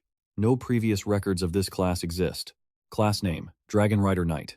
Main stats, Agility and Strength. Description: learn various skills that synergize with your dragon companion. Skills used while fighting solo are stronger when combined with a dragon companion. There are no restrictions on skill types. You can develop yourself, comprehensively, and skills become even more powerful when paired with your dragon companion. Even a fool knows which path Lu Fan will choose. After class, advancing to Dragon Rider Knight, the number of contracts increases from 2 to 3, and base stats receive a significant boost. Additionally, some skills are upgraded. The Dragon Master can now tame dragonkin creatures, and the dragon's inspiration buff increases all stats and attack power for both the master and the dragon by 30%. Dragon Claw evolves into Dragon Slayer, transforming the arm into a Dragon Claw for 6 consecutive high-speed strikes. It can attack from a distance and coordinate with the dragon. Dragon Tooth Strike evolves into Skybreaker, using Dragon Aura to perform 2 consecutive slashes that can coordinate with the dragon externally. As those who entered the advancement hall after Lu Fan had all left, Lu Fan was still nowhere to be seen, making everyone anxious. Hey, does the advancement ritual usually take this long? The longer I wait, the more nervous I get. What if something went wrong? Don't worry, Dao. Hanka spoke up, though she herself was trembling like a leaf. Kiaman saw this and reassured her. I understand how you feel. Right now, Lu Fan is exploring new abilities, and it's very likely that his choices will change the rules of this entire era. You're right. In this critical moment, we must believe in Lu Fan. The dark history of the Dragon Masters for the past 800 years is about to come to an end. As soon as Chin Thu Chu finished speaking, Lu Fan walked out of the advancement hall. Lu Fan, the ritual is done? How did it go? What's your new class? Lu Fan, is everything okay? Lu Fan smiled and replied, sorry to keep you all waiting. Everything went smoothly. Let's talk on the way. After hearing about Lu Fan's new class, Dao Tu Man couldn't help but admire him. Dragon Rider Knight sounds incredibly cool. Hanka asked curiously. Lu Fan, does this class involve learning to ride a dragon? Of course it does. I chose this class partly because I obtained a Dragon Rider saddle from the Dragon Graveyard. As long as Xiao Ya and Xiao Fei reach level 3, I can use it. Lu Fan replied, feeling secretly thrilled. Not only do I have Xiao Ya and Xiao Fei, but I've also unlocked a third contract. Star Dragon, I'm coming to tame you. Returning to the villa, Lu Fan was surprised to see a familiar figure waiting at the door. Senior, why are you here? I should have given you my new contact information. Keeping you waiting like this is such a waste of your time. Seeing the beautiful woman, Dao Tu Man nudged Lu Fan and teased him. So this is the senior who beat you to a pulp? Why didn't you tell us she was this beautiful? Dao Tu Man, calm down. Lu Fan said sheepishly. It seems you all know about me. The woman laughed, then looked at Han Ka. If I'm not mistaken, you are the enchantment chef, Han Ka, right? Ah, yes. Lu Fan Sr. knows me too? Of course. I came here today to discuss something with you. Can you lend me your Lu Fan for a moment? Her words left Lu Fan and his friends frozen for 5 seconds. Haha, it's just some business in the city, don't think too much into it. Hearing this, Han Ka happily replied, Oh, if you two have plans, just go. Why ask? Lu Fan has been well guided by you these past few days anyway. Then thank you, Han. Let's go, Lu Fan, the woman said, pulling Lu Fan away. Kiem An, who had been silent, watched the woman with a probing gaze until they were out of sight. On the road, while the woman was driving, Lu Fan received a message from Chin Thu Chiu. Kiem An says that after meeting this senior, she is even more certain she isn't a teacher from the Longdu Academy. Lu Fan, you have to be careful. After reading the message, Lu Fan instinctively looked at the woman, who seemed to sense the change in his gaze. The woman smiled and asked, What's wrong? Why so quiet all of a sudden? Senior, where are we going? Why leave the school? What else could we be doing? Naturally, I'm going to buy a gift for you. It's the extremely rare consumable item you mentioned before. The grade-removing enchantment scroll? Wait, are you serious? The woman didn't answer and drove straight to the Tianhe auction house. Senior, we're here at this place, could it be? The woman explained, It just so happens that the enchantment scroll you want is in this auction. If there's an opportunity, you have to seize it. Last time, the vice principal had to pay an incredibly high price to acquire the dragon graveyard, so I'm afraid this rare scroll will repeat that history. Thinking of this, Lu Fan hesitated and said, Senior, maybe we should skip it. Seeing Lu Fan's worried expression, the woman laughed. Where did that assertive spirit of yours go? Don't worry, I have more money than you can imagine. Until I know your true identity, I should be cautious. I can't keep owing you favors. Lu Fan thought to himself and insisted, Senior, I will find a way to pay you back for this. A few minutes later, the auction officially began. The first item was exactly the scroll Lu Fan needed. This is an incredibly rare enchantment scroll. It can remove the rank restrictions on any tool or equipment. Not only are the ingredients expensive, but it has a success rate of a mere 0.35%. Starting price, 95 million dragon coins. As soon as the auctioneer finished, bids kept pouring in. 125 million, 140 million, 185 million, 200 million. Lu Fan sat there, stunned.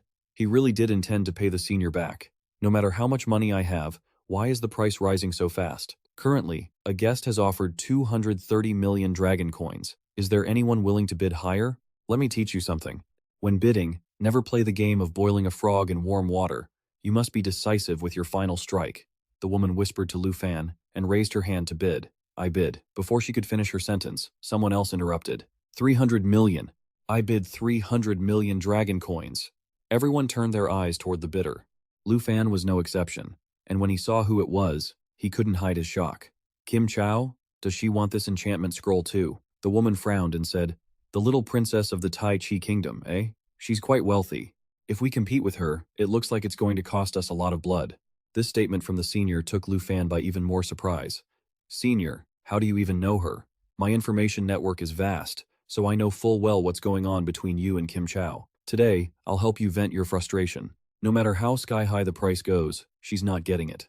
The senior smiled and raised the bidding board, shouting an astronomical price. 400 million. Oh? 400 million?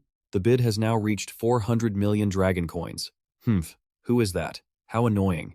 Kim Chao slammed the table in anger, jumping up to scan the room for the person who had outbid her. Princess, please stay calm. We still have 500 million dragon coins with us. We can keep bidding. Just as Choi Huang Tai finished speaking, the senior made her next move. No, I've changed my mind. I'll bid 500 million. Her words immediately sent the auctioneer into a frenzy. I can't believe it. 500 million. This is the first time I've ever seen someone outbid themselves like this. Any bids higher than 500 million? Going once for 500 million. Going twice for 500 million. Going 3 times for 500 million. Arg, which hateful bastard is trying to mess with me? Hearing Kim Chao's furious screams and seeing her look like she'd just bitten into a chili pepper made the senior delightedly amused. That's what I call delivering the final, decisive blow. On the outside, Lu Fan was smiling, but on the inside, he was heartbroken and practically weeping. I wanted to let Kim Chao have it, but after 500 million, how am I supposed to pay that back? Auction successful. Congratulations to this lady for winning the item. Please, head over to the lounge. The senior and Lu Fan followed the auctioneer's instructions and left to head to the lounge. Only then did Choi Hoang-tai see who had won the auction, and he couldn't help but gasp. Lu Fan and Kim Chow heard him and immediately looked in the direction he was staring at. After realizing it was Lu Fan, she gritted her teeth in pure hatred and spat. "It's him again. That pathetic loser. How dare he ruin my plans? Princess, please, calm down. I'll go find another scroll just like that one." Kim Chow didn't even bother looking at Choi Hoang-tai. She spun around and barked orders as she walked away. "Just go. You're completely useless. When my brother arrives, you'll see just how pathetic you really are." Meanwhile, elsewhere, Lu Fan and the senior had been sitting in the VIP lounge of the Tianhua auction house for a while when a beautiful woman entered, carrying the item they had won. Upon seeing the senior, the woman clicked her tongue and said, "I knew it was you. You're the only one who would dare to bid like that in my house." The senior ran over to hug the woman, acting like a spoiled child. She hadn't even said hello yet. "Sorry about that. You really should have greeted me first.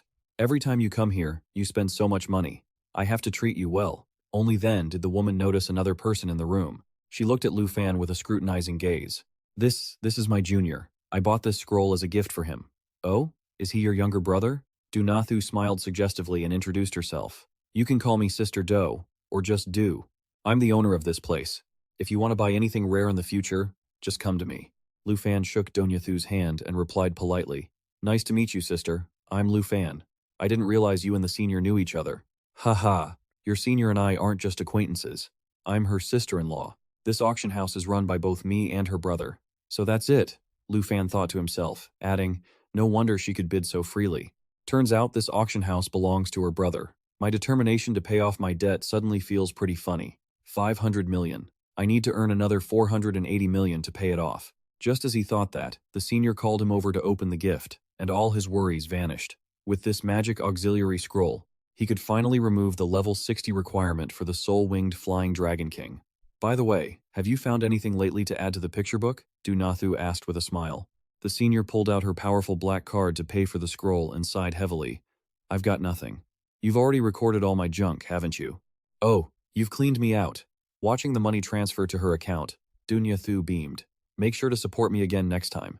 Seeing Lu Fan's contemplative expression, the senior teased him. "Lu Fan, oh Lu Fan. You'd better start thinking about how you're going to pay back that 500 million to me. Sister Han is waiting for me to bring you back in one piece, and you look like you're plotting something to scam me." Lu Fan ignored the senior's joke and asked her a question. "If I may ask, what is this picture book you two were just talking about?" "Ah, I almost forgot to tell you about this. That was actually another reason why I brought you here." The senior tapped on her iPad and turned the screen around to show Lu Fan. "The secret to how I'm able to earn so many dragon coins to buy items all lies in the 100 Treasures picture book system that only this auction house has. As long as you find things not already in this book, you can earn money. Simple, right?" Du Nathu laughed. "The amount of money she earns from me is just pocket change. The value of truly rare treasures is impossible to estimate easily." Lu Fan glanced over the list, then asked in surprise, "Wait, you mean you record them, not sell them?"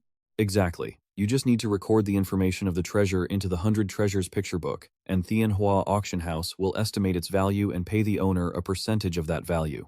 To put it bluntly, I use the collection of these rare records to advertise Tianhua Auction House, since my sister-in-law manages it as a high-end business."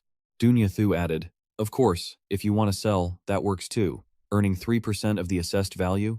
If I record some rare equipment, I might be able to pay off that 500 million debt quickly." Having made up his mind, Lu Fan immediately took out the soul-winged legendary Dragon King from his storage ring and asked Du Nathu to appraise it, which made her jaw drop in shock. "What? A level 60 legendary flying wing? This is top tier. Handsome boy. This thing is worth at least 2 billion, minimum. Please, do record it in our picture book. 3% of 2 billion is 60 million. Well, I wasn't wrong, was I? Earning money with the picture book is just that simple." Lu Fan silently agreed. This method of the seniors was indeed convenient, but it was still far from enough to cover 500 million. Thinking of this, Lu Fan smirked and said, "By the way, Sister Do, actually, I have something even rarer than the soul-winged dragon." Du Nathu's eyes lit up immediately. "You have more good stuff? I wonder what you think of this dragon egg." With that, Lu Fan took out the astral dragon egg, leaving Du Nathu stunned. "A dragon egg? Wait, are you the dragon tamer from the South Province?" Even the senior couldn't hide her surprise. "Lu Fan, do you have a second dragon besides the black dragon?" Lu Fan didn't answer, only feeling a pang of regret. Actually, if I count the 2 flying dragon kings, I've got 5 bone flutes now since I summoned them. It's a shame I let little Faye eat the last one. Otherwise, I could have added it to the codex and made some real money. If the unranked soul wings were considered top tier, this dragon egg is truly something unprecedented. I have to take back what I said earlier. Not every treasure can be appraised with a price tag. Lufan was confused by what Dunya Thu said. So, this dragon egg can't be registered in the codex?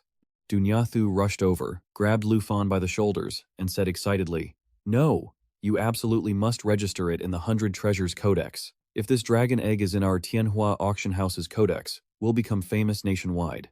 Actually, world-renowned and legendary would be more accurate.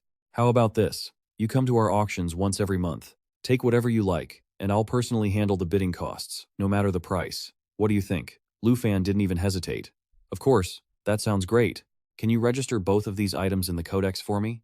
"So, when does this deal officially start?" "Really? That's amazing. It's effective starting right now, from this month."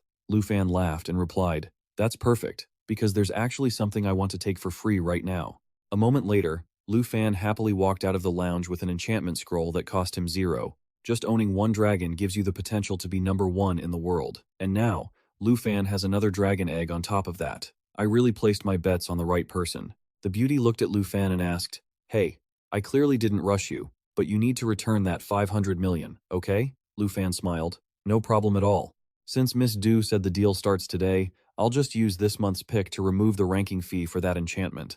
I didn't expect her to agree and transfer the money back so quickly. The beauty felt a bit regretful in her heart.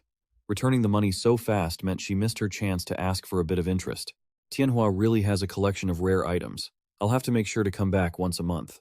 As Lufan walked through the lobby with the beauty, the Tianhua auction house's codex updated with new information. The moment the dragon egg appeared in the codex, it caused a massive shockwave. A dragon egg? Tianhua actually got a dragon egg? A dragon, that legendary creature capable of destroying an entire nation? "Oh my god!" A fanatical young man grabbed a guard by the collar and shouted, "What's the appraisal price for that egg? Even if I go bankrupt, I have to buy it." The guard replied in a panic, "I'm sorry, but I really don't know anything." Meanwhile, others were calling their friends, but when the people on the other end didn't believe them, the guy had to insist, "It's real. I saw it with my own eyes. A dragon egg was just added to the Tianhua Codex."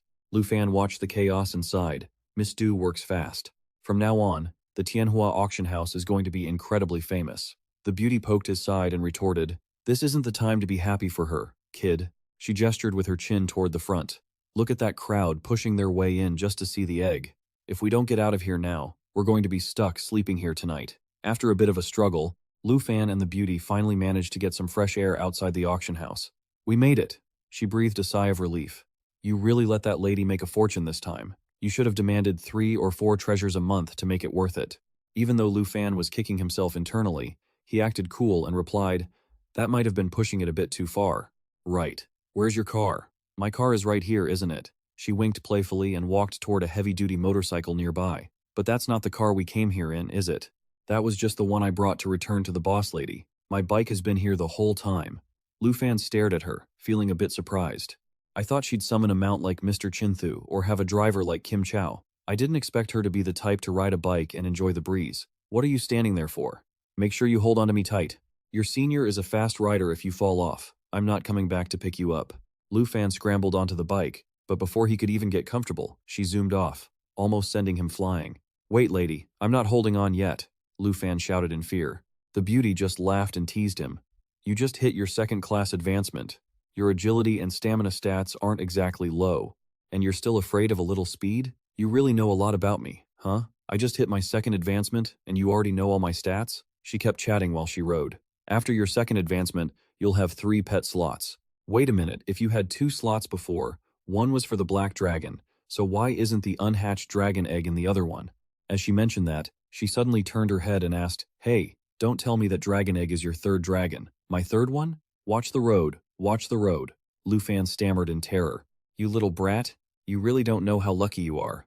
Dragons are basically like deities. Some people struggle their whole lives and never even get one. And here you are, just a kid, and you've already got 3. Taking advantage of the light mood, Lufan boldly asked, "Senior, why do you help me so much? And when will you tell me your true identity?" She answered seriously, "It's not the time yet, Lufan. You still have to get through your first major trial. First major trial? That's right. An envoy will be arriving at Longdu Academy soon to check if you're qualified for the national trial. You have to earn that person's recognition to pass this stage. That envoy is over level 70. I'm worried he's going to target you. Lu Fan laughed. So, you're the one the school sent to help me through this, right? You could say that, but why are you laughing? Lu Fan said, half joking, half serious. It doesn't matter what level that guy is. As long as I have you teaching me, that envoy should start praying for himself. I'm definitely going to participate in the national trial, so he'd better not try anything funny, or he's going to be the one suffering the consequences. Ha ha, you're quite arrogant, aren't you? Just make sure you leave him speechless when the time comes. She laughed heartily and looked up at the sky. Is it this late already? I'd better get you home. I promised the girls at Villa Number 1 I'd have you back by tonight. Hold on tight, I'm about to speed up. As she spoke, Lu Fan quietly activated his Flying Dragon Soul Gear and grabbed her hand. Senior, hold on to me tight. Let me handle the rest of the trip by flying you back. With that, Lu Fan held her hand and they soared into the sky. A moment later, Lu Fan gently set her down on a main road and asked with a hint of regret, You really don't need me to take you all the way? Yeah, you go on ahead, she replied with a smile. Lu Fan heard that and didn't hold back, just obediently left. That kid is so clueless. If it were any other guy, he would have insisted on walking her all the way to her front door. I actually like it. I enjoy this passive type.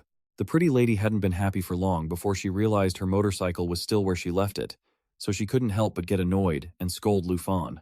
You silly brat. Back to the protagonist. Traveling home by air was exhausting, but at least he was getting used to using Astral Soul. After resting and recovering his energy, Lu Fan immediately returned to the task he had put on hold because of his date with the pretty lady, hatching the Astral Dragon egg. Before doing it, he didn't forget to give instructions. Xiaofei, Xiaoya, are you two ready? Even though it failed last time, remember to get along well with each other. Just like I told you before. Xiaoya and Xiaofei nodded immediately. Only then did Lu Fan feel at ease as he cast the dragon taming technique on the Astral Dragon egg. My third little dragon, come on out. Just seconds later, the shell cracked, and a beam of light burst forth, creating an illusion of stars in the sky. And then, a little dragon with a unique appearance was born.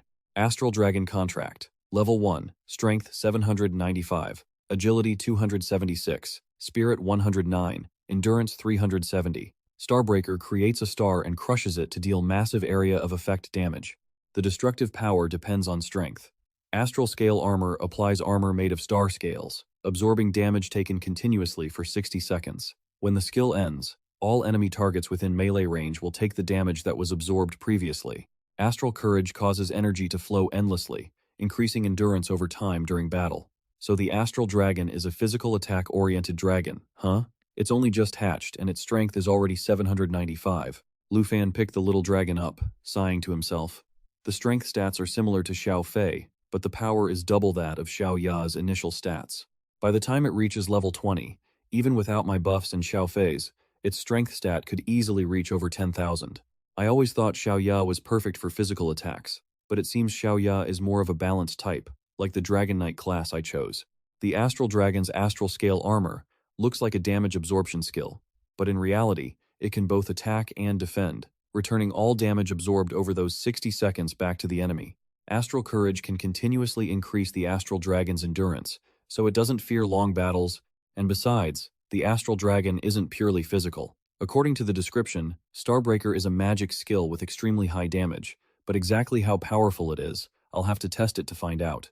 While Lu Fan was lost in thought, Xiaoya habitually picked up a piece of eggshell, and before she could even put it in her mouth, the Astral Dragon lunged over and slapped Xiaoya's hand, causing the shell to drop, making Xiaoya turn around in displeasure, glaring at the Astral Dragon with daggers in her eyes. Alright, following procedure, now it's time to name your new little sister, Xiaoya. Xiaofei, since your names start with Xiao, let's call her Xing Chen. Before the main party could object, Xiaofei sat in a corner looking self-pitying. As for Xiaoya, she kept using dragon language to express her dissatisfaction, leaving Lu Fan confused. What's wrong? It's just a name. Don't be like that. Come on. Once I think of a better name, I'll change it for you guys, okay? Xing Chen, do you like the name? Responding to Lu Fan was Xing Chen's indifferent expression, making Lu Fan feel embarrassed. So snobby. Looks like she and Xiaoya won't be causing a scene together after all. That's good. In another development, Kim Than Han, the level 60 #1 player of the Taebaek Nation, was in Wanli Che, a level 60 to 70 area. While training, he received a call from a subordinate of that troublemaker, Kim Chow. Yeah, got it. Kim Thon Han replied briefly and hung up. Kim Thon Han, what's wrong? You don't look so good. The young man in white armor asked with concern. Kim Thon Han answered honestly. My sister had someone call me to ask me to get revenge for her. Two girls in his group, sitting nearby, heard this and curiously asked, Kim Chow? She's studying abroad in the Dragon Kingdom, right? She's getting bullied in the Dragon Kingdom? Yeah. These past few days, she's been pushing me, saying some brat hit her. And not just once. She's all grown up, but she's still like a child.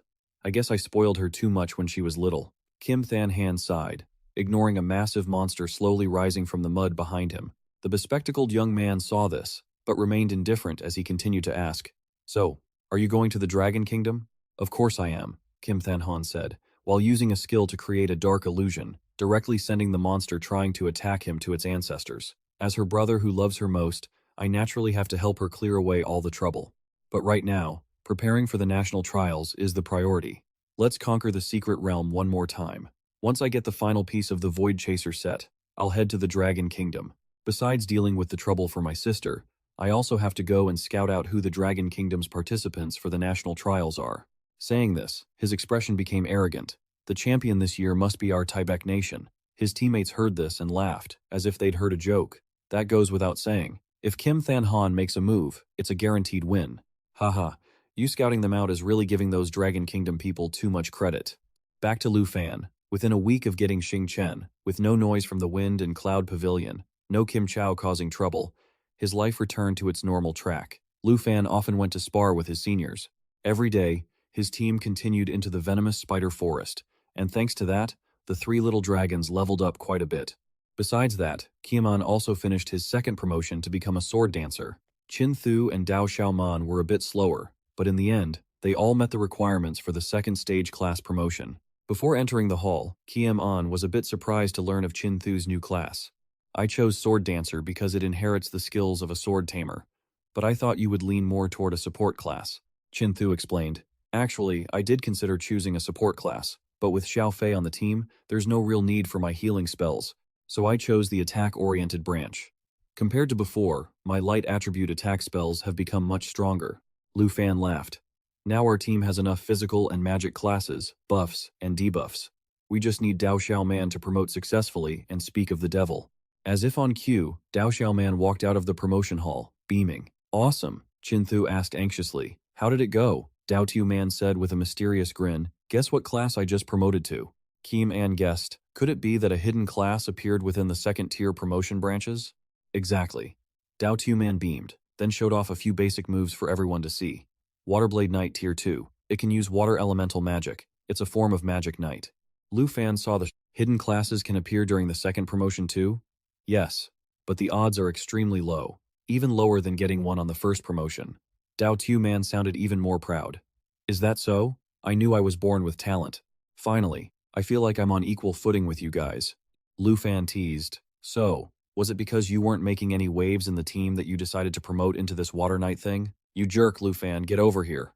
Just as Dao Tu Man was bristling and about to teach Lu Fan a lesson, he received a call from the vice principal notifying him that the special envoy was arriving and telling him to head to the auditorium immediately. Lu Fan and his teammates didn't dare delay and rushed to the combat class auditorium of the Longdu Academy. While waiting for the special envoy, Gu Han kindly shared some information with Lu Fan. The envoy's name is Nguyen Trong Fong, a Tier 3, Level 76 Holy Shield Knight. The vice principal said he doesn't seem to like you much. I didn't like him either. The senior also said before that he would target me. Who on earth is this Nguyen Trong Fong? While Lu Fan was pondering, he was surprised to see the Pham Thien staff, which topped the list of treasures in the book, in the hands of a mysterious figure on stage. Unable to hide his curiosity, he turned and asked Gu Han in a low voice, Miss Ko, do you know who that person covered in robes holding the staff is? That's our new principal.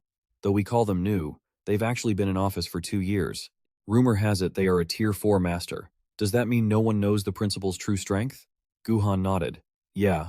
Other than the vice principal, nobody knows anything about the principal. They don't participate in any activities, their voice is simulated with magic, and no one even knows if they're a man or a woman, or what their level is. To have them come out to greet him, this special envoy Nguyen Trong Fong must be someone significant. Just as Gu Han finished speaking, Nguyen Trung Fong appeared. Upon entering the auditorium, he demanded sharply, "Who is the principal?"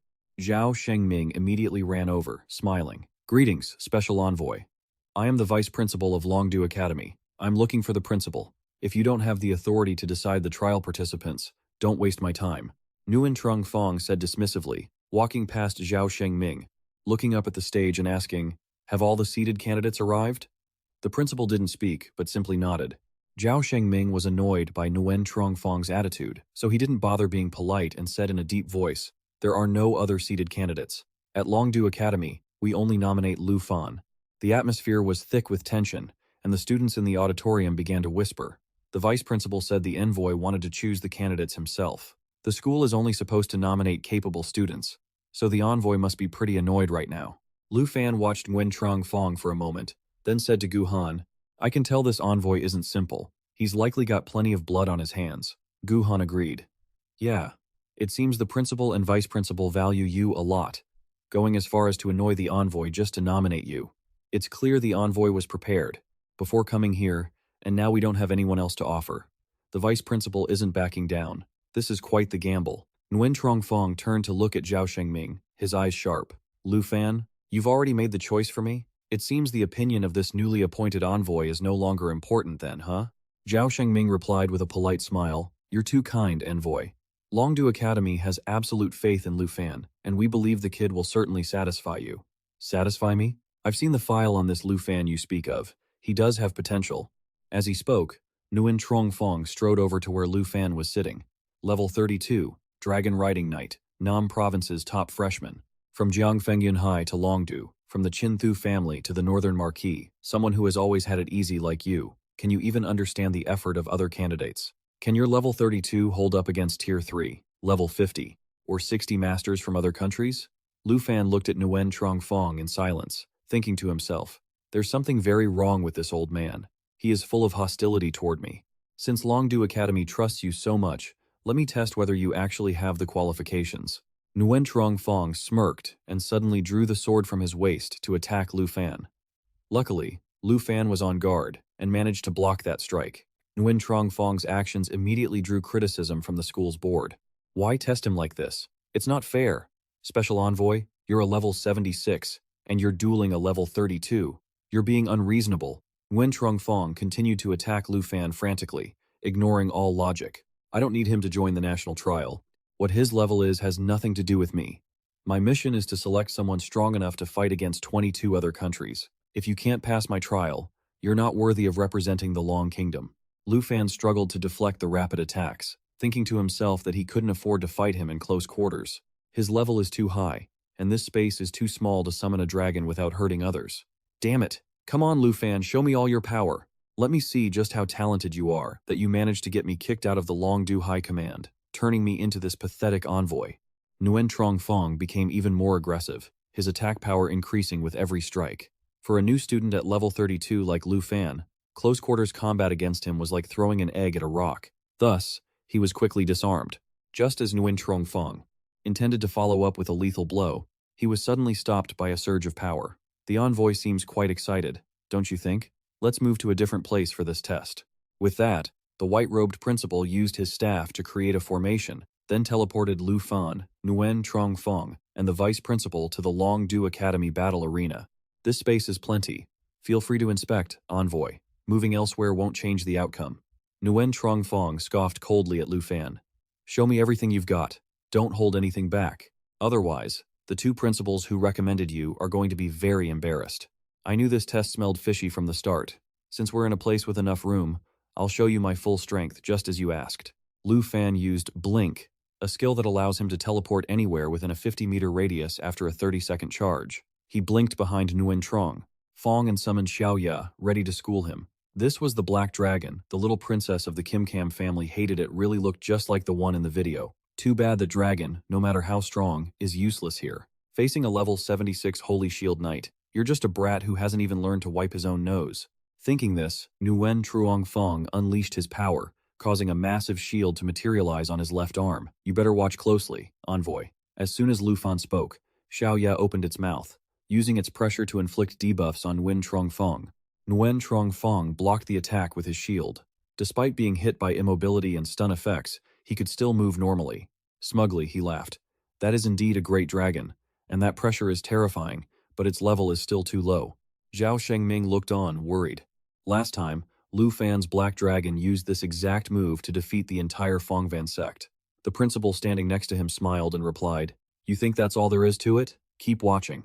This trick might fool those students of yours, but against me." Before Nguyen Trong Fong could finish, his body crumpled to the ground under the fear effect of the dragon's pressure.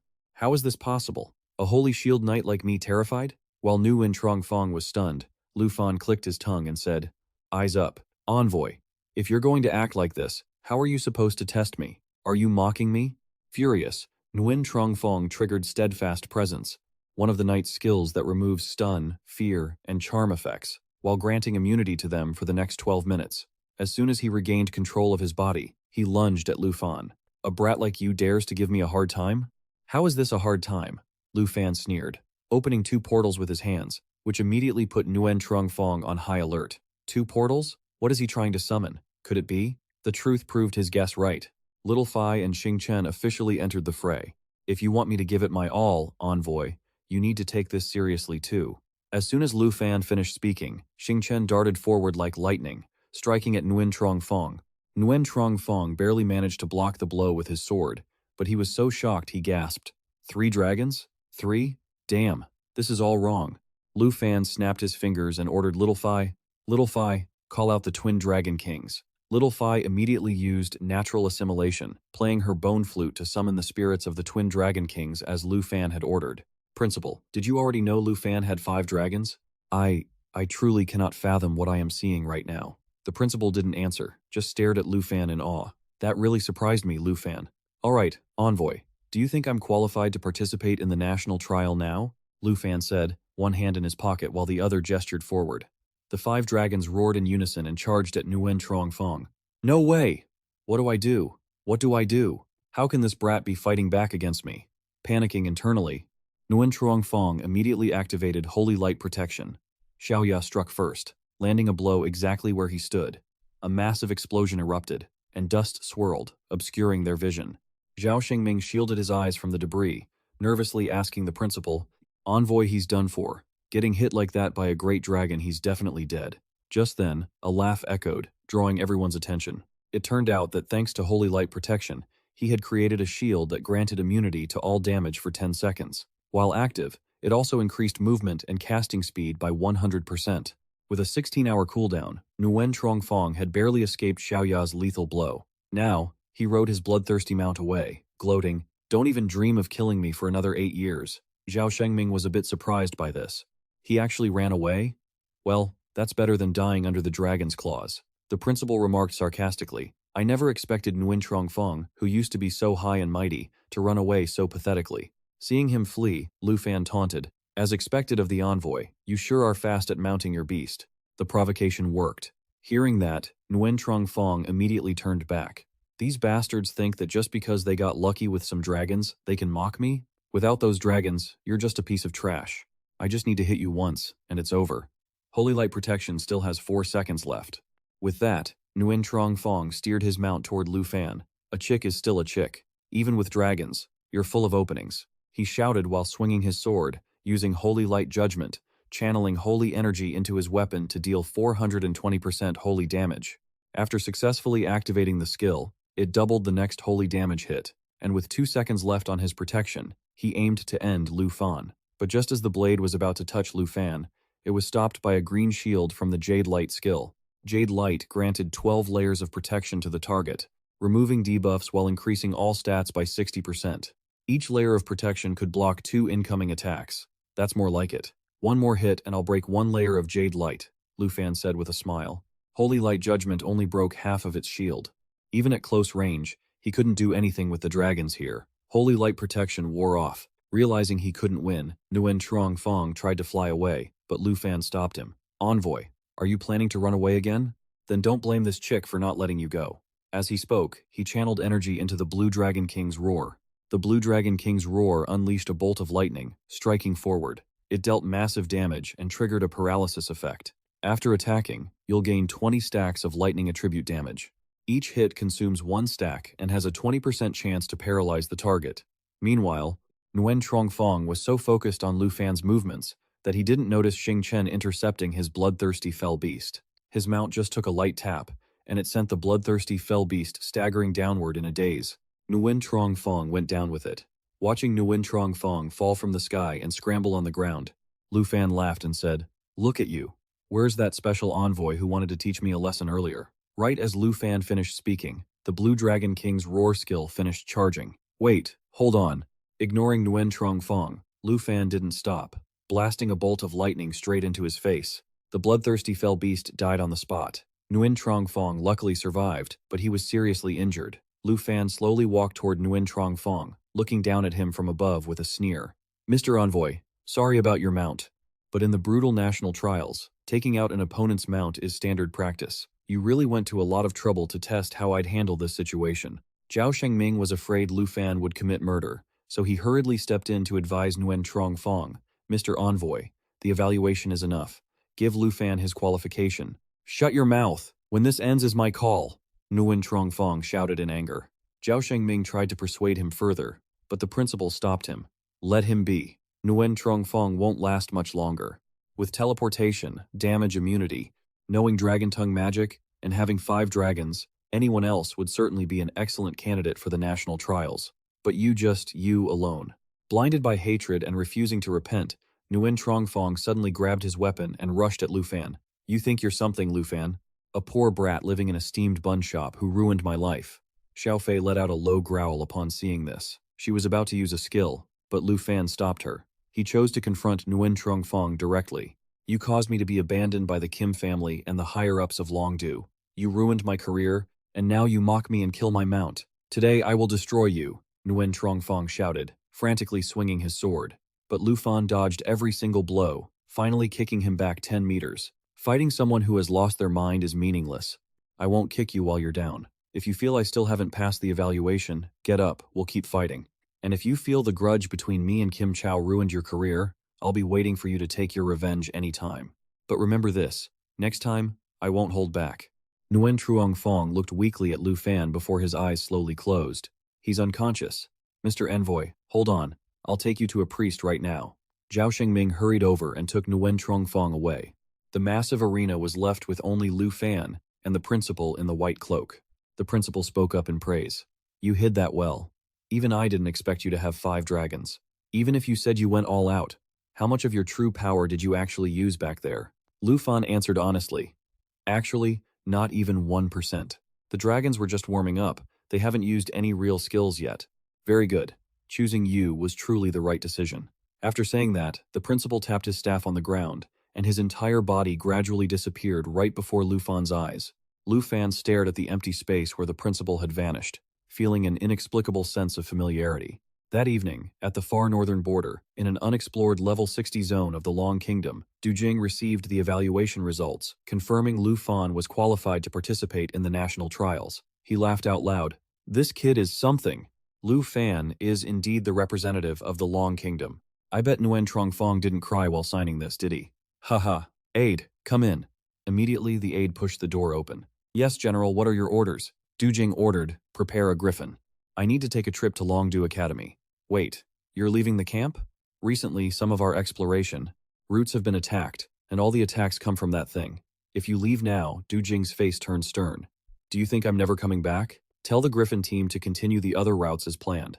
I'm going not only to meet our national representative but also to investigate that thing. I'll be back in 2 days."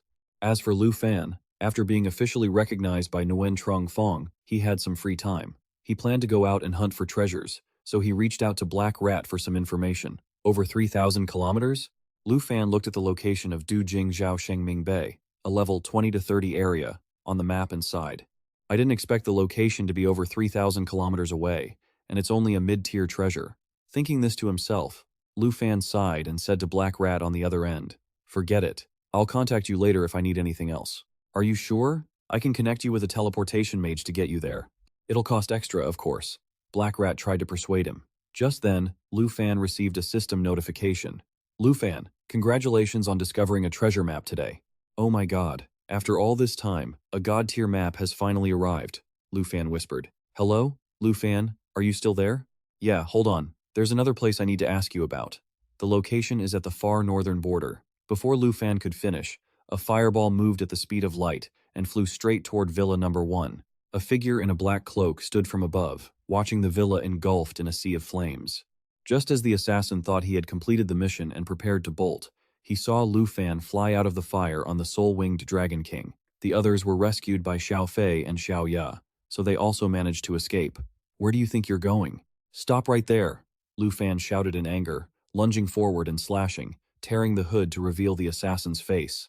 You're the teacher who was standing with the principal. Hearing the loud commotion, students from the surrounding area rushed over to see what was happening. Call the fire department. What just happened? What was that explosion? Is everyone okay? What's going on? Han Thu pointed angrily at the hooded figure and said, He attacked our home. He was trying to silence us.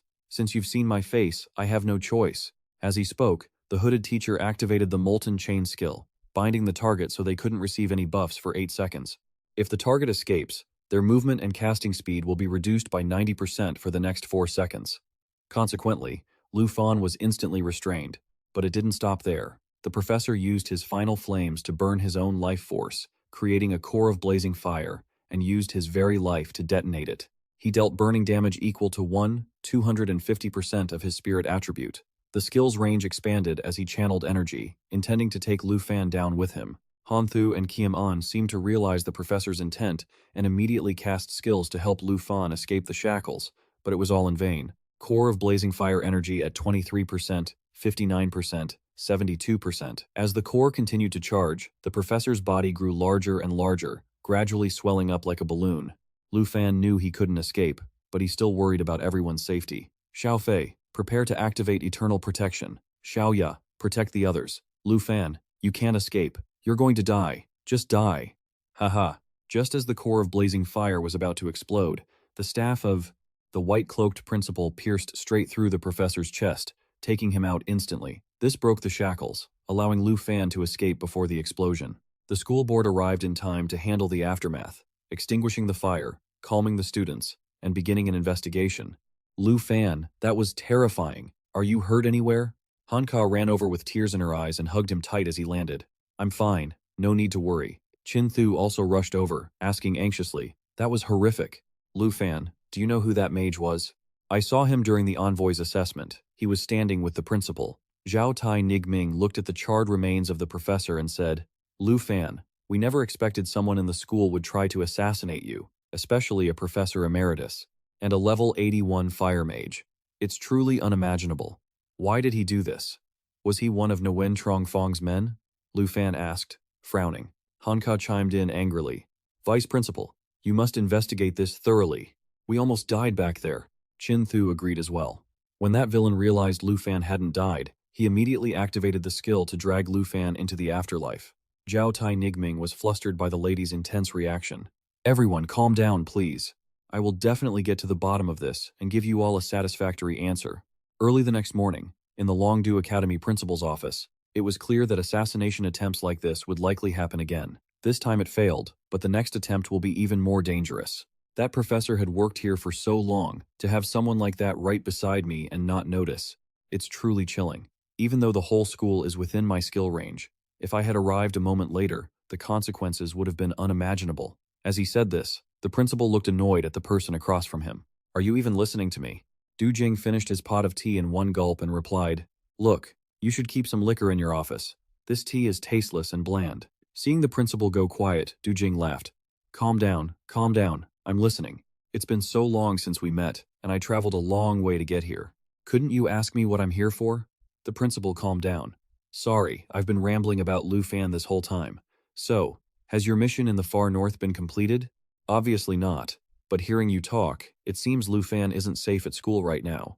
And with you and the vice principal needing to investigate, it's just as well. I can take some of the burden off your shoulders. Take the burden? Exactly. Let the kid come to the far north with me. Even if he isn't afraid of assassins, trouble will surely follow him. Let him come with me. It will ensure his safety and stop him from dragging everyone around him into the mess. Having him follow you is certainly safe, but what's the benefit for you? You barely have time to look after yourself in the far north. I've had my eye on this kid Lu Fan for a long time. His growth rate. is so fast that he won't take up much of my time. Of course, I also want him to go because I think he can help me investigate that thing. I understand. But you must ensure Lu Fan doesn't fall into danger. Du Jing found a bottle of liquor in the drawer, took a huge swig, and answered, "Naturally, I'll bring him back in one piece, safe and sound." "Ew, that smells terrible. What is that? And what are you doing?" "That was a gift from someone." The next morning, in front of the main gate of Longdu Academy, as soon as Kim Thon Han stepped out of the car, his sister Kim Chow rushed over to hug him, cheering, "You're finally here. What's more important, me or your equipment?" Of course, my little sister is more important, but the national trials this year are being held in Taite Kingdom, so I had to prepare thoroughly. I came to find you the moment I finished. "So, you're going to get revenge for me, right?" Kim Than Han smiled. "Yes. Anyone who dares to upset my precious sister will definitely learn a lesson." Since Villa Number 1 was still under repair, Lu Fan and Han Ka were temporarily staying at Kiem An's Villa Number 2. That night, Lu Fan contacted Black Mouse to buy a map of a location containing the god-tier treasure his system mentioned. Kiem An overheard and asked curiously, "Where are you planning to go?" Lu Fan, eyes glued to the map, replied, "I'm quite interested in this place, but I'm not planning to leave until I have results from the attack investigation." Kiem An didn't pry further, just gently reminded him, "Nobody got any proper rest last night, so everyone is sleeping upstairs. If you want to go, wait until they wake up and tell them." "Right, I won't just sneak off. Thanks for looking after them for me." Just then, the doorbell rang. "I'll get it. It's probably the vice principal." Saying that, Lu Fan quickly went to the door. What were the results of the investigation? Lu Fan paused as he realized the person at the door wasn't Zhao Tainigming, but a middle-aged man with a long scar over his left eye. "Regarding the investigation results, I'm not sure myself, but don't worry, I'm not a bad guy." Du Jing pointed behind him, smiling sheepishly. "The fact that these bodyguards are unconscious is actually just a misunderstanding. Do you guys have a way to wake them up? I came here looking for you, but they kept trying to lay hands on me, so I guess I was just acting in self-defense, wouldn't you say?" Seeing the vice principal's hand-picked bodyguards all taken down, Lu Fan wondered if this man was another attacker. Tensing up, he drew his weapon and guarded asked, "Who are you?" Just then, Chin Thu came downstairs. Seeing Du Jing, she asked in surprise, "Oh, Uncle Do, why are you here?" She then noticed the bodyguards knocked out cold and couldn't help but panic. What happened? After a moment, once the situation was clarified, Lu Fan looked apologetic and said, "So you're the teacher that Uncle Chin mentioned?" Chin Thu nodded. "That's right. I've always called him Uncle Do since I was little, but Uncle Do, you went a bit too hard on them this time." Du Jing laughed heartily. "It's a good thing Chin Thu arrived in time, or this young man and I would have had to throw down. Please, forgive me, senior. I misunderstood and thought you were here to attack us. Actually, I've wanted to meet you for a long time to thank you for helping me deal with the person behind Kim Chow." Although at that time, Nguyen, Trong Fong had already been dismissed, but he used his status as a special envoy to come seek revenge on you. So you were the one who really took care of him. No need to thank me. Chin Thu smiled as she spoke. "But I never expected the bodyguards wouldn't recognize you. After all, you're the great hero who once rode a griffin alone against an entire beast tide." "You fought an entire beast tide by yourself?" "When I was studying in Jianghai, there was a wall of honor for the heroes who sacrificed themselves fighting the beast tides. So you're the hero who pushed back the beast tide back then." Lu Fan jumped up, his voice full of admiration. "Haha, that was ages ago. Every era has its own heroes. For instance, right now, I have my eye on you, Lu Fan." Du Jing sat up, walked over, and patted Lu Fan on the shoulder. With a serious expression, he said, "I only came here to find you for one reason. I want to take you to the far north border to train. I've already talked to the principal. If you come to the far north with me, you can train to level up for the national trials and avoid further attacks. But Uncle Du, the far north border is an unexplored region. Currently, Lu Fan is the national representative. Nothing can happen to him before the national trials." Knowing Chin Thu and Kiem An's concerns were well-founded, Du Jing reassured Lu Fan, "I know the conditions at the far north border are harsh, but it's the best place to improve your strength. And once you leave this place, those targeting you won't be able to affect the people around you anymore." Lu Fan remained silent, thinking to himself that the location from his god-level map was at the far north border, so naturally, he wanted to go there. But would everyone really be safe from attacks after he left? As if reading his mind, Kiem An spoke up. "Lu Fan, if you want to go, then go. We've already completed our second-class transfer, so we don't need to worry if we get attacked again. I'll take your place and keep looking after everyone." Chin Thu agreed. "Yeah, we'll keep everyone safe. You don't have to worry about a thing."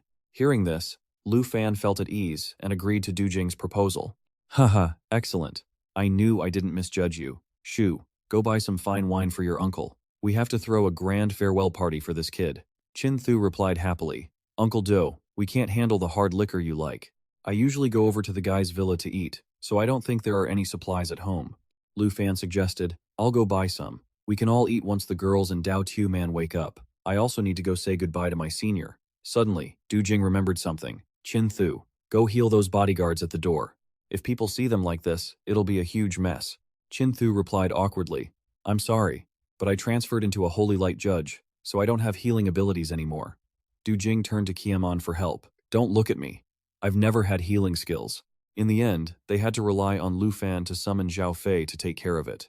Leaving the house, Lu Fan stopped by the arena, intentionally setting up a point collection room just to see his beautiful senior and say goodbye. I'm heading to the far north, and I won't see you until the national trials. Not being able to spar with you anymore, it's going to be pretty boring. The beautiful senior walked up, pinched Lu Fan's cheek, and smiled. You idiot.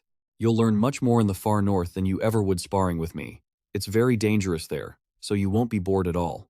Yes, I understand. I should get going now. I still have to say goodbye to everyone tonight. Just as Lu Fan turned to leave, the beautiful senior suddenly hugged him from behind. You're leaving in such a rush, I don't have anything to give you. As she spoke, she put a string of red beads on Lu Fan's wrist.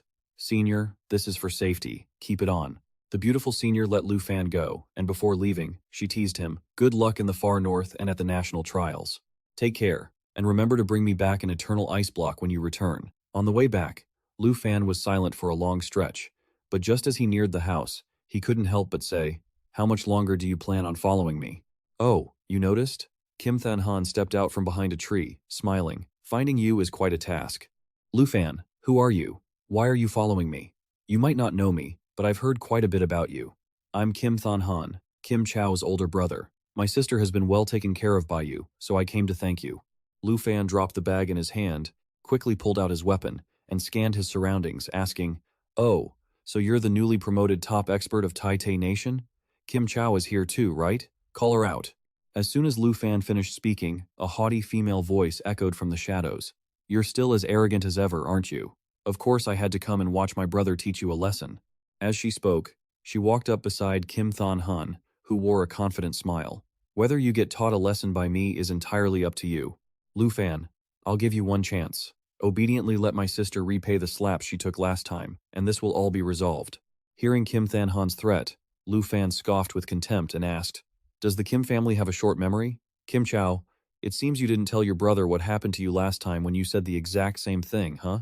Hearing this, Kim Chow angrily urged, Brother, he's still being stubborn. Don't waste time negotiating. Just attack him. Kim Than Han shook his head and sighed, slowly raising an arm. Lu Fan, you really are someone who refuses to shed tears until they see the coffin. Since you've come this far and still dare to be disrespectful to the Kim family, then I have no choice. As he spoke, a small formation appeared in his palm, emitting waves of gloomy energy that made Lu Fan frown, silently assessing the situation. A summoning technique, it's just as twisted as the spells used by Kim Chow. Kim Than Han continued, Time to send you to the underworld. No sooner had he finished speaking than a grotesque monster was summoned. It immediately opened its maw and spewed a green liquid straight at Lu Fan. Lu Fan leaped backward, dodging the attack. His eyes darted to the bag of food on the ground that had been hit, and he thought to himself, that was just a basic attack. Yet the corrosive power is intense. Looks like I'll have to focus on dodging if I want to stand a chance against it. Looking at his opponent again, Lu Fan was stunned to see Kim Than Han's summoned beast undergoing a bizarre transformation.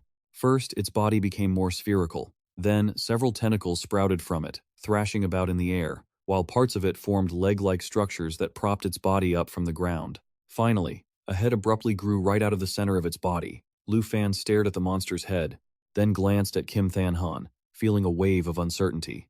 That head, it just grew out, and it's Kim Than Han's face. Soon enough, the monster finished its transformation. Kim Than Han ordered, Abyss practitioners, grab that brat. At his command, the three Abyss practitioners let out a deafening roar and lunged toward Lu Fan. Lu Fan gripped his weapon, preparing to fight, but at that very moment, he spotted a beast flying rapidly toward them from the sky. What is that? Before he could process the situation, the beast arrived in a flash, pinning the three Abyss practitioners to the ground with its talons and kicking up a massive gust of wind. The legendary Frost Griffin, Kim Chow cried out, covering her face in discomfort. What on earth is that? Kim Thon Han also shielded his face, but he strained to look at the opponent and caught a glimpse of a figure descending above Lu Fan. You think this is your playground, Jin family?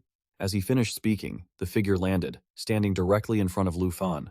Kim Thon Han trembled, thinking, the Frost Griffin, and that voice could it be? Cold sweat broke out across his brow as a terrifying name flashed through his mind. Just then, a booming voice echoed out. Nonsense! Kim Thon Han snapped back to reality, quickly looking up to see the face of the newcomer. Just as he feared, it was the Marquess of Northern Defense, Du Jing. At that moment, the man struck with blinding speed, appearing right before the siblings and thrusting his spear forward. Sister, stay back! This guy is dangerous! Kim Thon Han had barely finished his warning when Du Jing's spear tip pierced through his body, causing him to cough up a massive spray of blood. Kim Chow screamed in terror. Brother! Du Jing ignored her, lifting Kim Thon Han high into the air with his spear and demanding, Recognize me now? Kim Thon Han gasped. Du Jing. At the same time, a small magic circle began to activate on his hand. Noticing the subtle movement, Du Jing spoke calmly. Give it up. Your summon can't save you now. Nothing escapes my griffin's claws. Kim Thon Han's hand froze. He glanced at the three abyss practitioners, who were lying completely helpless beneath the griffin's talons. He finally chose to stop resisting. Nearby, Kim Chow was witnessing her brother in this state for the first time. Terrified and helpless, she sat on the ground, sobbing quietly. Brother Kim Thon Han kept spitting blood, his hand gripping the spear shaft as he glared at Du Jing. You really are the Marquess of Northern Defense. With those final words, Kim Thon Han seemed to lose his remaining strength, his head drooping as he stopped breathing. Kim Chow screamed in despair. Brother! Lu Fan thought, in astonishment. Senior Du actually killed Kim Thon Han.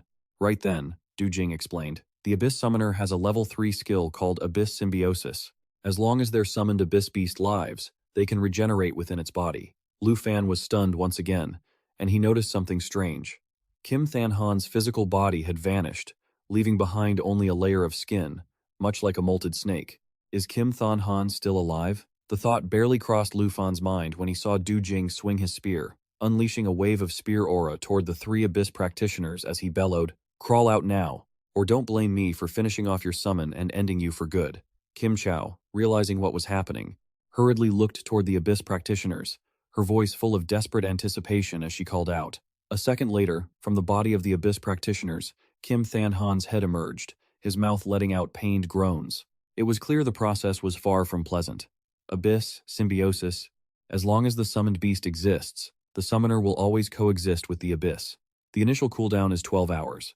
From the second resurrection onwards, the cooldown doubles each time. Current cooldown for Abyss Symbiosis, 12 hours.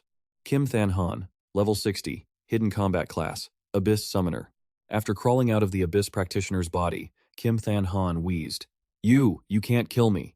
I am a representative of the Tai Chi Kingdom. Attacking a representative before the national trials begin is a crime punishable by 23 nations. Lu Fan was shocked again, thinking, he really did revive through his summon. Du Jing walked up to Kim Thon Han, pointing his spear at him, and said, Of course I know that. But I also know that if a nation's representative is attacked, eliminating the aggressor is perfectly legal. Hearing this, Kim Thon Han screamed in shock. What did you say? Lu Fan is the representative of the Dragon Kingdom, Du Jing stated. I'm not the type who enjoys killing, and since this year's national trials are being held in the Tai Chi Kingdom, I'll spare 3 this time. Don't try anything else. Kim Thon Han replied. Understood. Du Jing continued. Remember, I find you Jin family members extremely irritating, so don't let me see you again. With that, Du Jing hurled his spear at the 3 Abyss practitioners, destroying them on the spot as a warning to Kim Thon Han. Kim Thon Han didn't dare say a word. He grabbed Kim Chow's hand and said, Kim Chow, let's go. Kim Chow replied, Yes. The 2 siblings helped each other hobble away. Before leaving, Kim Thon Han didn't forget to look back at Lu Fan, gritting his teeth as he spat. You'd better pray. In the Tai Chi Kingdom, there's no one here to back you up. Lu Fan ignored his empty threat. He walked over to Du Jing and said, That guy, Kim Thon Han, is both infuriating and ridiculous. He clearly died once, yet he still has the nerve to talk like that. Du Jing glanced at the departing figures of the siblings and said, That's how people from the Tai Chi Kingdom are. They're dead, but their mouths are still stubborn. Let's go inside. I told them not to come out earlier, so they're probably worried sick. Du Jing then asked, By the way, where's the stuff you bought? Your little friend has been waiting forever. Lu Fan startled to himself. Oh man, that's it. It's all been eroded by that summoned beast. During the farewell party that evening, everyone seemed to let go of the tension following the attack. Dao Tu-man was tipsy, throwing her arm around Du Jing's shoulders and laughing. "Old man, can you even handle your liquor? Let's keep drinking." Some talked incessantly, while others wept silently. After getting drunk, Han Ka hugged Lu Fan and cried, "Lu Fan, you have to stay safe, okay? Don't push yourself too hard." Lu Fan gave a wry smile and said, "Come on, stop crying. I'll be back in a month." Chin Thu, whether from the alcohol or shyness, had a flushed face as she leaned against Lu Fan and gently urged, "You have to take care of yourself. Don't worry about us." But Lu Fan knew he had to leave because he was the one being targeted. He couldn't let anyone get hurt because of him. The national trial was only a month away, and the secret at the far northern border was waiting for him to uncover it. The next afternoon, Lu Fan and Du Jing were riding a griffin toward the far northern border. Sitting in front, Du Jing steered the griffin while warning, "Try to hang in there, don't get frostbite." Very quickly, they reached the unexplored area of the far north. This unexplored zone was for levels 60 and above. The God-tier map was hidden here. While deep in thought, Lu Fan suddenly noticed a large circle on the horizon. He was immediately shocked by the sight in front of him, and hurriedly asked, "Senior Do, what is that thing? It looks like a blood moon." Du Jing replied, "That is exactly why I wanted to bring you here." A while later, at the far northern border camp, Du Jing led the way for Lu Fan, explaining, "Stationed here is my elite Griffin Legion. Everyone here is required to have aerial combat skills. As for the northern exploration mission, we have already scouted 114 routes so far." He then paused, pointed at a map on the wall, and continued, "As for what we've discovered, well, you've already seen it." Lu Fan looked at the map and asked, "You mean that blood moon, right?" Du Jing replied with a somber expression, "That's right. To this day, we still haven't been able to get close to it or figure out exactly what it is, so we've always just called it that thing." But just seconds later, Du Jing suddenly laughed out loud and repeatedly patted Lu Fan on the shoulder. "But now that we have a legendary teenager like you here, I believe the exploration mission will definitely make some real progress." Lu Fan smiled and stepped closer to the map to observe it carefully. So this was Senior Du's real objective, but it actually suited him perfectly. He could both look for the God-tier map and grind levels in a level 60 zone. These two routes were the closest to the location of the God-tier map. Having made up his mind, Lu Fan pointed to the area around Route 77 and 78 and asked, "Can I join these frontline routes right away?" Du Jing looked at the routes Lu Fan indicated and immediately advised, "You're young, you're rushing things. Even though Route 78 has many guard posts, it's still full of ferocious beasts. If a level 32 like you goes in there and something happens, your principal will take my old head for it." Lu Fan replied earnestly, "Senior, aside from coming here to avoid trouble, I'm also here to improve my strength. If I just take the safe path, it's completely pointless." Seeing how determined Lu Fan was, Du Jing didn't try to stop him anymore. He let out a huff and said, "This kid is just like me when I first enlisted, always itching to charge headfirst into danger." With that, a weapon appeared in his hand. He handed it to Lu Fan and told him to take it. Lu Fan instinctively reached out to take it, asking suspiciously, "Wait, this is..." As soon as he touched the weapon, a system window popped up. "Serpent Guide. Legendary grade. Requires level 70. No level restrictions. Strength, plus 591. Enchanted, plus 315. Agility, plus 756. Enchanted, plus 213. Support weapon. When equipped, increases 10% of all attributes. Serpent Guide's arrow. Serpent Guide does not consume arrows. All are magic arrows. When not pulling the string, it can fire 12 magic arrows, each dealing 20% damage. If you draw the bow and charge for 3 seconds, you can fire a serpent image arrow, increasing damage by 500%. Lu Fan was startled and thought to himself, "A legendary support bow. That means I can equip both the Ink Dragon Scale Sword and the Serpent Guide. It's got insane attributes, and even removes the level requirement. Senior Du must have spent at least 800 million on those enchantments." Realizing how precious the item in his hand was, Lu Fan hurriedly tried to return it to Du Jing. "Senior Do, this bow." Du Jing held up a hand to stop him, laughing, "Don't play coy, just take it. If you want to take Route 78, you'll need gear like this." Hearing that, Lu Fan didn't refuse anymore. He immediately equipped it and happily shouted, "Thank you, Senior. With this bow in hand, you can rest easy regarding the exploration and the national trial." Du Jing jokingly scolded, "Kid, stop spouting that nonsense." But in his heart, he was bleeding, thinking, "I just can't use a bow, otherwise, there's no way you'd get your hands on it." Just then, someone brought over a cloak and reported, Reporting to the commander, "Here is the cloak, sir." Du Jing took the cloak and gave it to Lu Fan. "Lu Fan, put this on. I'll take you to see that thing. If you still insist on taking Route 78 after we get back, I'll have you join a squad tomorrow." Lu Fan didn't hesitate. He took the cloak, quickly put it on, and said, "Let's go, Senior Du. I can't wait anymore." A while later, Du Jing flew through the sky on his griffin, looking curiously at Lu Fan using a pair of wings to fly alongside him, and asked, "Lu Fan, you're a dragon rider. Why aren't you riding a dragon?" Lu Fan explained, "My dragon isn't at a high enough level yet, but Xiaoya has reached level 29, so I should be able to unlock this skill soon." Du Jing laughed loudly and said, "Then when you can ride your dragon, I might just make an exception and recruit you into the Griffin Legion." Lu Fan was about to reply when he suddenly heard the screech of a monster. Turning around, Lu Fan realized there were 3 monsters flying toward them. Poison owls, level 60, shoot 3 highly toxic feathers at their target. Each feather has a 30% chance to poison the target for 30 seconds. While poisoned, the target loses 2% of their health every second. Getting hit multiple times accumulates the poison duration. Magic Sun Ge. The target will lose consciousness after hearing the cries for 30 seconds, falling into a charm state that lasts for 5 minutes. The monster can cry and perform other skills at the same time. Seeing the poison owls screaming as they dove to attack Du Jing, Lu Fan shouted, "Senior Do, watch out!" Du Jing's expression remained calm. He lifted a flask with one hand to take a sip, and with the other, summoned his spear, piercing through the nearest poison owl. At the same time, the griffin used its talons to grab another poison owl. "The one who should be careful is you. If this were Route 78, you would have been dead long ago with reaction speeds like that." Having said that, Du Jing swung his spear with force, sending the corpse of the owl impaled on it, flying rapidly toward the remaining one. The 2 of them slammed into each other and plummeted to the ground. The skirmish was over. Lu Fan thought to himself in shock. Every member of the Griffin Legion was over level 70. Even though he was joking earlier about fast-tracking my recruitment, given my performance, the senior must be pretty disappointed. This isn't school. I need to take this seriously. As Lu Fan was reflecting on himself, Du Jing looked down and spoke up. "We're here." Lu Fan collected his thoughts and looked down as well. Upon seeing a red, circular object against the snowy backdrop, he said uncertainly, That thing, it's an eye." Du Jing smiled and explained, "That's right. This is a colossal creature, and to this day, we still haven't figured out exactly what it is." Hearing this, Lu Fan frowned in thought. The eye and the surrounding mountains looked like the half-head of a dragon. But is it truly a dragon? Its body is so massive that even the Griffin Legion can't determine its full scale. Observing Lu Fan's expression, Du Jing asked, "Shocked?" The first time the Griffin King came near this thing, he was too scared to even get close. Finding it was completely by accident too. Lu Fan didn't respond. He opened his system to try and appraise the eye. Appraising result? Unknown.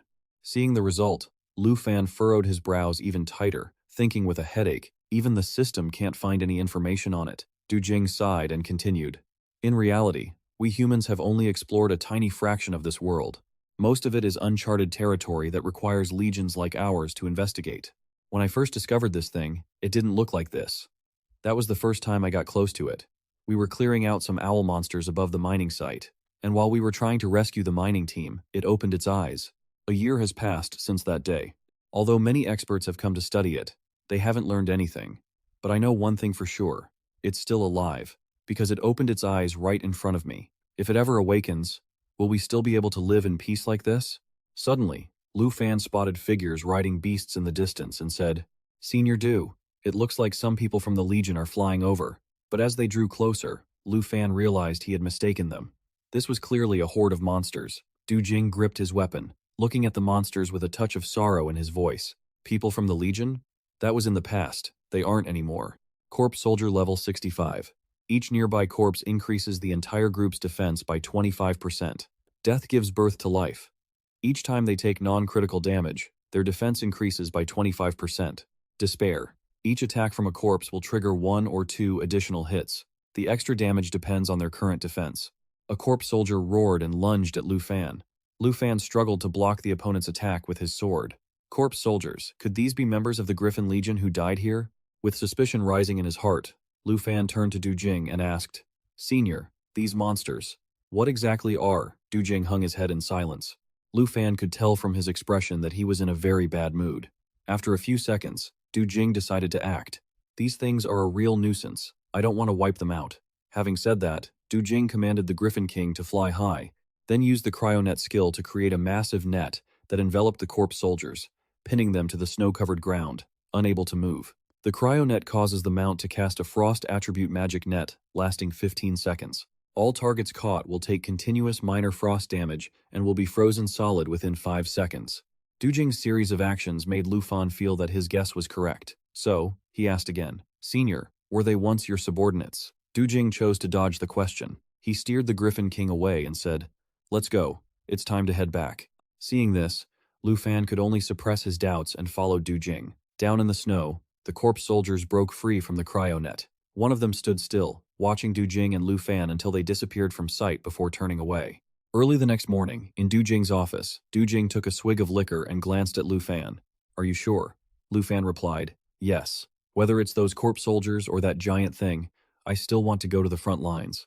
Du Jing laughed heartily. "That's the spirit. Adjutant, send them in."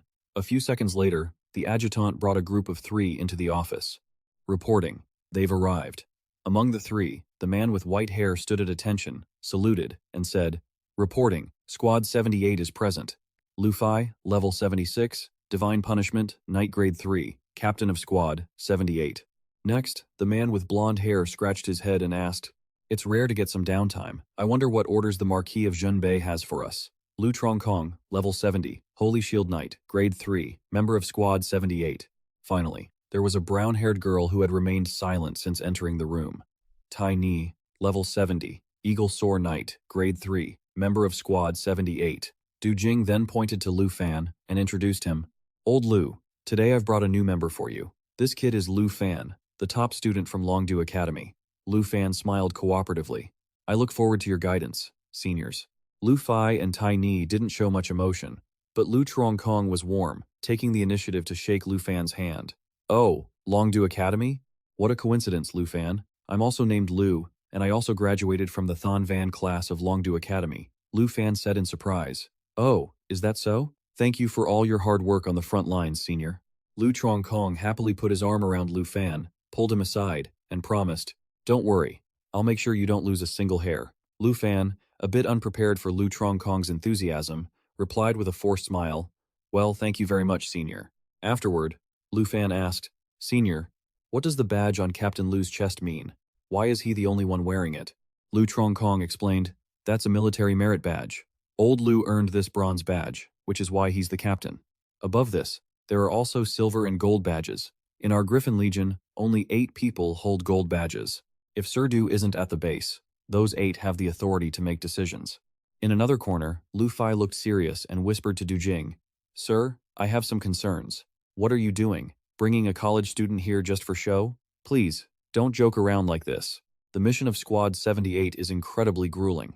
We don't have time to babysit." Du Jing also spoke seriously.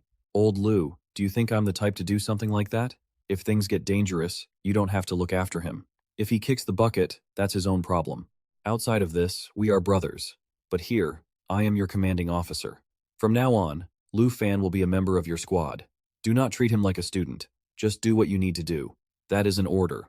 Meeting Du Jing is not a joke, so Lu Fi reluctantly agreed. "Fine, I understand." Having said that, he headed toward where Lu Fan was. Lu Trongkong spoke up immediately. "Captain."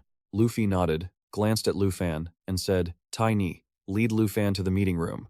We will be discussing this mission soon." Tai Ni adjusted her glasses in annoyance and muttered, "How troublesome." A moment later, in the 78th Squad meeting room, there were 4 people sitting there, including Lu Fan, with a large map laid out before them. Looking at the map, Lu Fai analyzed.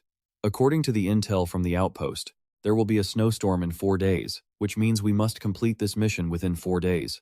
Traveling to and from the outpost will take 2 days. After reaching the outpost, we will have 2 more days to continue scouting along Route 78. Lu Truongkong frowned and said, 2 days? That doesn't feel like enough time to scout much.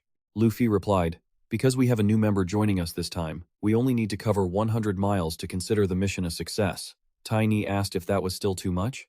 After all, there was a student here for a life experience, so they should take it easy. Seeing the disdain for Lu Fan in her tone, Lu Truongkong quickly signaled for her to tone it down. As for Lu Fan, he ignored those remarks. His eyes were currently glued to the map, wondering to himself, the god-tier map is in an unexplored area? If this scouting mission is successful, perhaps I can obtain it. At this moment, Luffy stood up and ordered, "Time waits for no one. Prepare your mounts. We leave in 15 minutes. Tiny complained irritably. "You're like a robot. We could just wait for the snowstorm to pass." Lu Kong laughed to mediate. Come on. Who else but us is the Vanguard squad?" Luffy looked at Luffy and reminded him, "Oh, right, Luffy, you can keep your mount in the squad stable. It has all the best feed in there." Luffy hesitated and said, "My mount is not at a high enough level yet, so I can't ride it?" Tiny said in surprise, "Huh? I'm not waiting for you, you know. Ask the captain to handle this." Lu Kong asked doubtfully, "Then how do you plan on flying with us?" Luffy smiled and replied, "You guys don't need to wait for me." Actually, 15 minutes later, while riding a griffin in the sky, Lu Kong saw Luffy flying with wings on his back and exclaimed, "Holy crap, this rookie is impressive. He's got rare equipment and was personally arranged by Lord Du himself. Don't tell me Luffy is a descendant of the Long Du high-ups." Luffy didn't say anything, but his eyes were fixed on Luffy, deep in thought. After flying for a while, Luffy proactively flew closer to Tiny and asked, "Sister Tiny, the two small escort eagles beside your giant eagle, are they scouting the surroundings?" Tiny glared at Luffy and said, "Now is not the time for small talk. We are about to enter the clouds." Not long after, as the group flew into the cloud cover, Luffy shouted a reminder. Visibility in the clouds is extremely limited. Everyone, get ready. Lu Kong looked at Luffy and laughed. "Rookie, make sure you stay close to me later. Be careful not to get separated from the squad." Understood. Luffy had just opened his mouth to reply when, unfortunately, a strong gust of wind swept through, blowing him far away. After regaining his balance, he was panicked to find the others were gone. Luffy called out urgently, "Senior, Captain!" But before he could shout a few times, Luffy hurriedly went silent, because he was startled to realize that behind him, a pair of bloodthirsty eyes were locked onto him. Luffy turned around and saw the monster screaming as it lunged toward him, mouth wide open, intending to swallow him whole. It was a level 75 fallen flying lion. Mist lurker, capable of becoming one with the clouds, moving quickly, and hiding within them. The illusionary flying lion attacks extremely quickly from within the clouds. If it lands a hit, the target will spawn an illusion at their current position. The illusion lasts 8 seconds, capable of mimicking the main body and performing regular attacks simultaneously. Fallen state. The flying lion has been corrupted, possessing the common skills of the fallen tide, leaving no hope for survival. Another fallen one. "It seems the blood moon doesn't just affect humans," he muttered. Luffy reacted extremely quickly, swinging his sword hard at the flying lion's head, causing it pain and forcing it to close its mouth. Unwilling to give up, the flying lion raged, raised a claw, and used the illusionary flying lion move toward Luffy. These fallen monsters are completely different from other types of beasts. I can't just summon a dragon casually. Luffy was hesitant, not knowing how to deal with the flying lion's attack, when he suddenly heard Lu Kong's shout, "Rookie, dodge!" Following that, Luffy saw two creatures flying quickly toward him, colliding hard with the flying lion. Observing the two creatures closely, Luffy was stunned and whispered, "Those are Sister Tiny's escort eagles." Luffy was not mistaken. They were indeed Tiny's escort eagles. She had used the double eagle maneuver to save him. The double eagle maneuver orders the double eagles to dash and collide, drawing the target's attention. Currently, Tiny was flying quickly on her griffin, shouting, "Don't let the flying lion create illusions." But when she saw that only one escort eagle returned to her side, she cursed angrily. "Damn it, I lost an escort bird." Lu Kong had already flown to Luffy's side, casting a buff on him and saying, "Don't wander off from us. The inside of this cloud is full of elite monsters. Let me protect you. Meeting monsters like this is a daily occurrence for us." Luffy replied, "Thank you, Senior, but I cannot just stand by and watch you all fight." As for the flying lion, seeing more people arrive, it used Mist Lurker to hide back into the clouds. Seeing this, Tiny turned to Lu Fan and chided him, "Newbie, stop acting on your own and listen to orders." Lu Kong postured, pointing at himself and shouting, "That's right, leave this flying lion to us. We've always relied on the captain, so we haven't earned any medals yet. It's time for us to get serious." Tiny rolled her eyes at him and muttered, "I can't even with you." Suddenly, a loud roar erupted from within the clouds, making everyone jump in alarm. Lu Fan asked suspiciously, "That isn't the cry of the flying lion, is it?" Tiny and Lu Kong said nothing, both of their eyes fixed intensely in one direction. A few seconds later, clear fear appeared on both of their faces. Turning their griffins around to flee, Lu Kong screamed, "We're screwed! It's a sky swallower! This isn't a daily occurrence, rookie. Run!" He still remembered his duty, warning Lu Fan, the Sky Swallower. Lu Fan looked up, filled with curiosity, and saw a beast many times larger than a wyvern. It was a level 75 corrupted Heaven Swallower, capable of consuming the heavens and the earth. Heaven Swallower would devour any target sucked into its maw, dealing damage equal to 1% of the victim's maximum health. It considered the clouds as its ocean.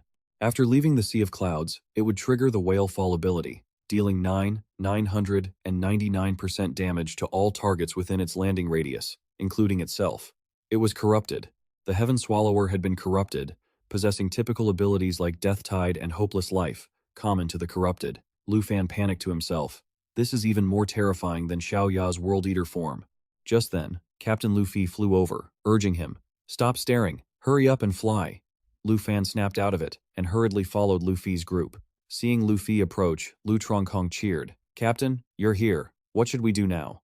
"A Heaven Swallower has appeared," Luffy shouted back. "Shut it and keep flying. There's an entire flock of corrupted hawk monsters in those clouds." As he followed them, Lu Fan fell into deep thought. Everything in this blood-red mist was corrupted. Even though that massive thing didn't have a shred of life force, it had truly warped everything in this place. He turned his head to look at the Heaven Swallower by mistake, and he gasped, seeing it open its mouth to use the Devour Heaven and Earth skill. There's no way out. He didn't know if dragons could be affected by the corruption and the blood moon, but if he didn't summon them, they would all be swallowed. Thinking this, Lu Fan stopped, reached out to summon his dragon, and shouted, "Captain, let me handle it." Luffy scolded him angrily. "Nonsense. Just focus on following us out of here." Tiny saw a bright spot ahead and cried out in joy. "There. If we reach that spot, we can escape. We'll be safe once we're out of here." Everyone pushed their speed to the limit, flying rapidly toward the light. A moment later, the four of them burst out of the clouds. Right behind them, the Heaven Swallower lunged out, only to have its Whale Fall skill mechanism automatically trigger. Its Devour Heaven and Earth skill was instantly interrupted, and its massive body began to plummet. Only then did Lu Fan have the breath to ask, "We're safe. It's not following us."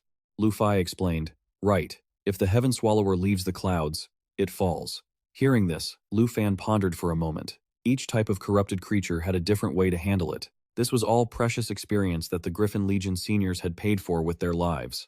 Soon, the Heaven Swallower hit the ground with a massive thud. Luffy immediately ordered, "Lu Tronkong, Tiny, prepare to land and rest. We need to regroup." Lu Tronkong replied, "Understood." Tiny was still shaken. She let out a sigh of relief and said, "We almost met our maker back there." A while later, the group landed beside the giant crater created by the Heaven Swallower. Lu Tronkong clicked his tongue and said, "Old Luo was too reckless this time. He took a new recruit, yet still risked going into the clouds. Taking a little extra time to go around would have been fine." Lu Fan bowed his head and said, "I'm sorry. I still don't know much about this northern region." Lu Tronkong put his arm around Lu Fan's shoulder to encourage him. "Don't apologize for that. The blood moon, the corruption, the clouds, I only learned about these things once I got here myself. Everyone in the Griffin squad starts the same way." Tiny suddenly spoke up. "If we keep going like this, our scouting mission will be impossible to complete. We only have 3.5 days left," Luffy said. "It's just that we have a new member, so we're a bit slow. We'll adjust soon enough." Hearing this, Tiny could no longer suppress her anger. She stood up and shouted, "What time is there left to adjust?" She didn't care if the captain or Lu Tronkong were listening. She continued, "I'm very worried about whether we'll even make it back by the 4th day." She walked over to Lu Fan, pointed at his chest, and scolded, "Lu Fan, I don't care what connections you used to get here, but I have to make this clear. This isn't a place for you to just slack off and wing it. Think carefully about the journey ahead.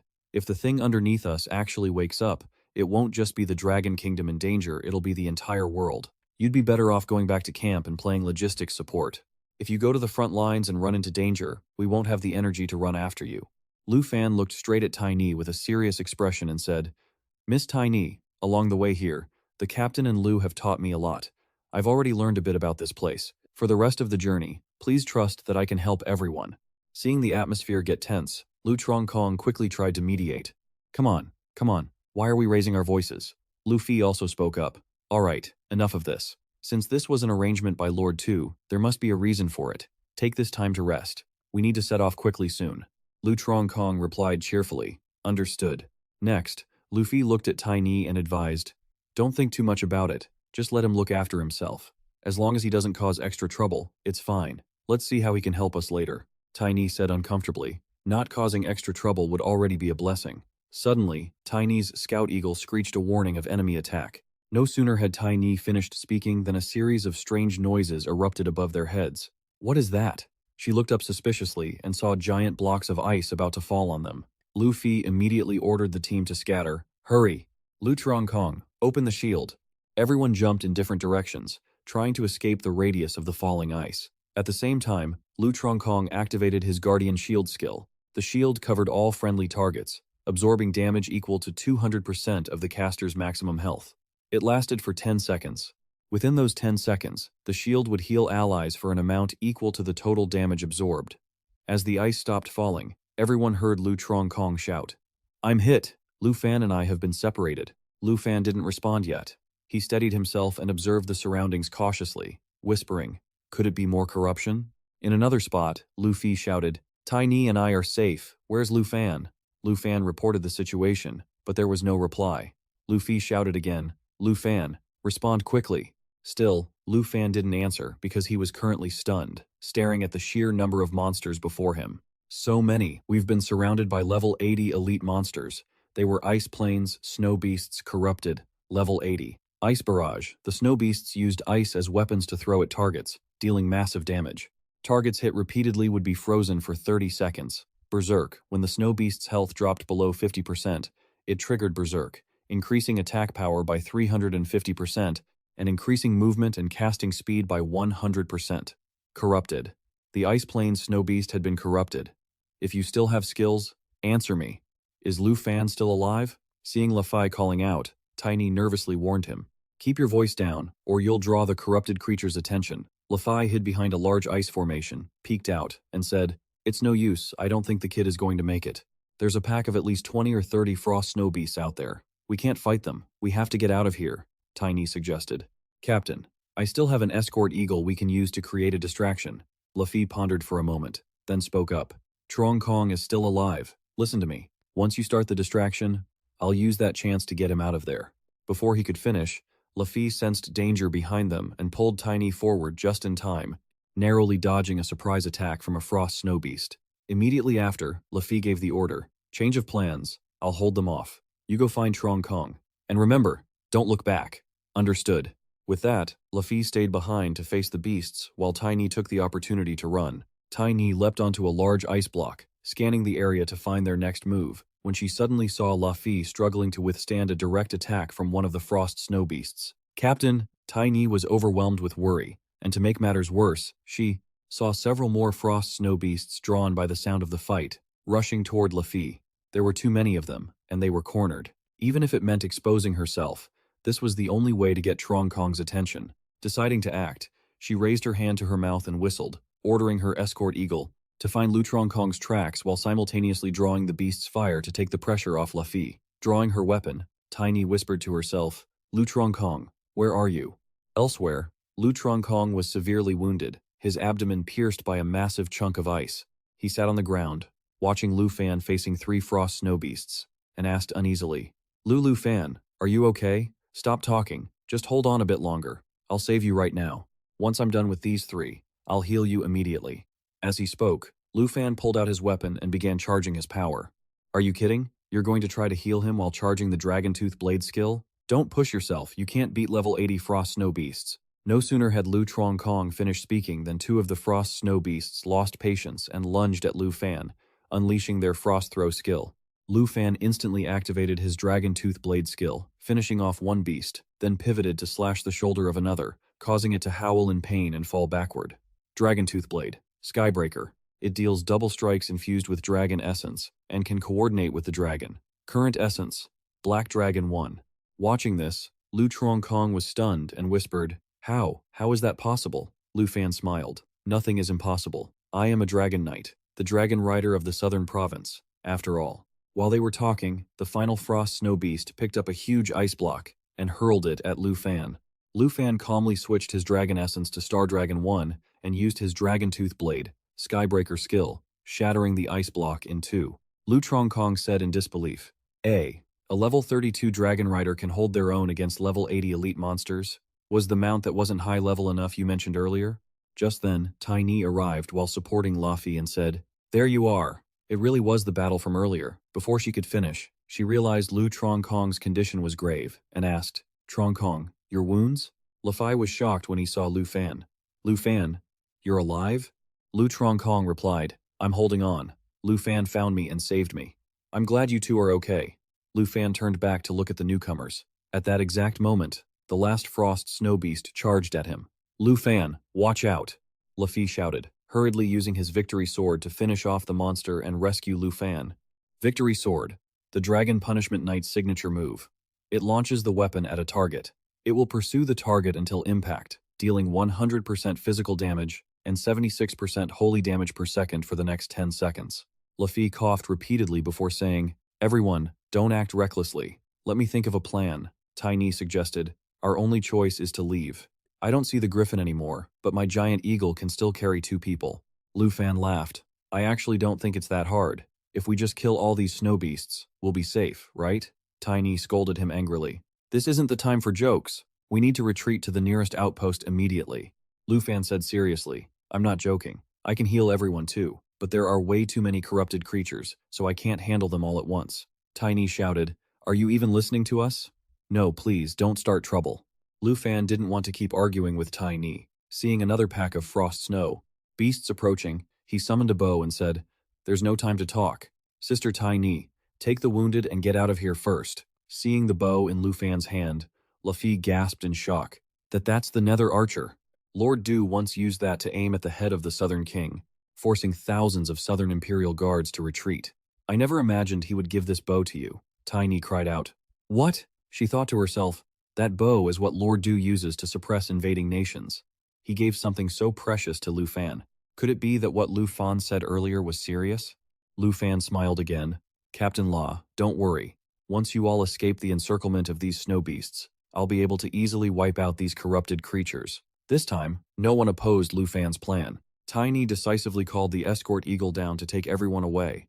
Before leaving, Lafi turned back and said, We won't hold you back then. Lu Fan, make sure you stay safe. Watching the eagle fly away, Lu Fan whispered, I hope they make it to the outpost safely. Lu Fan then smiled, activated his shadow arrow skill, and looked at the oncoming snow beasts, saying, All right, let's test out Elder Du's bow.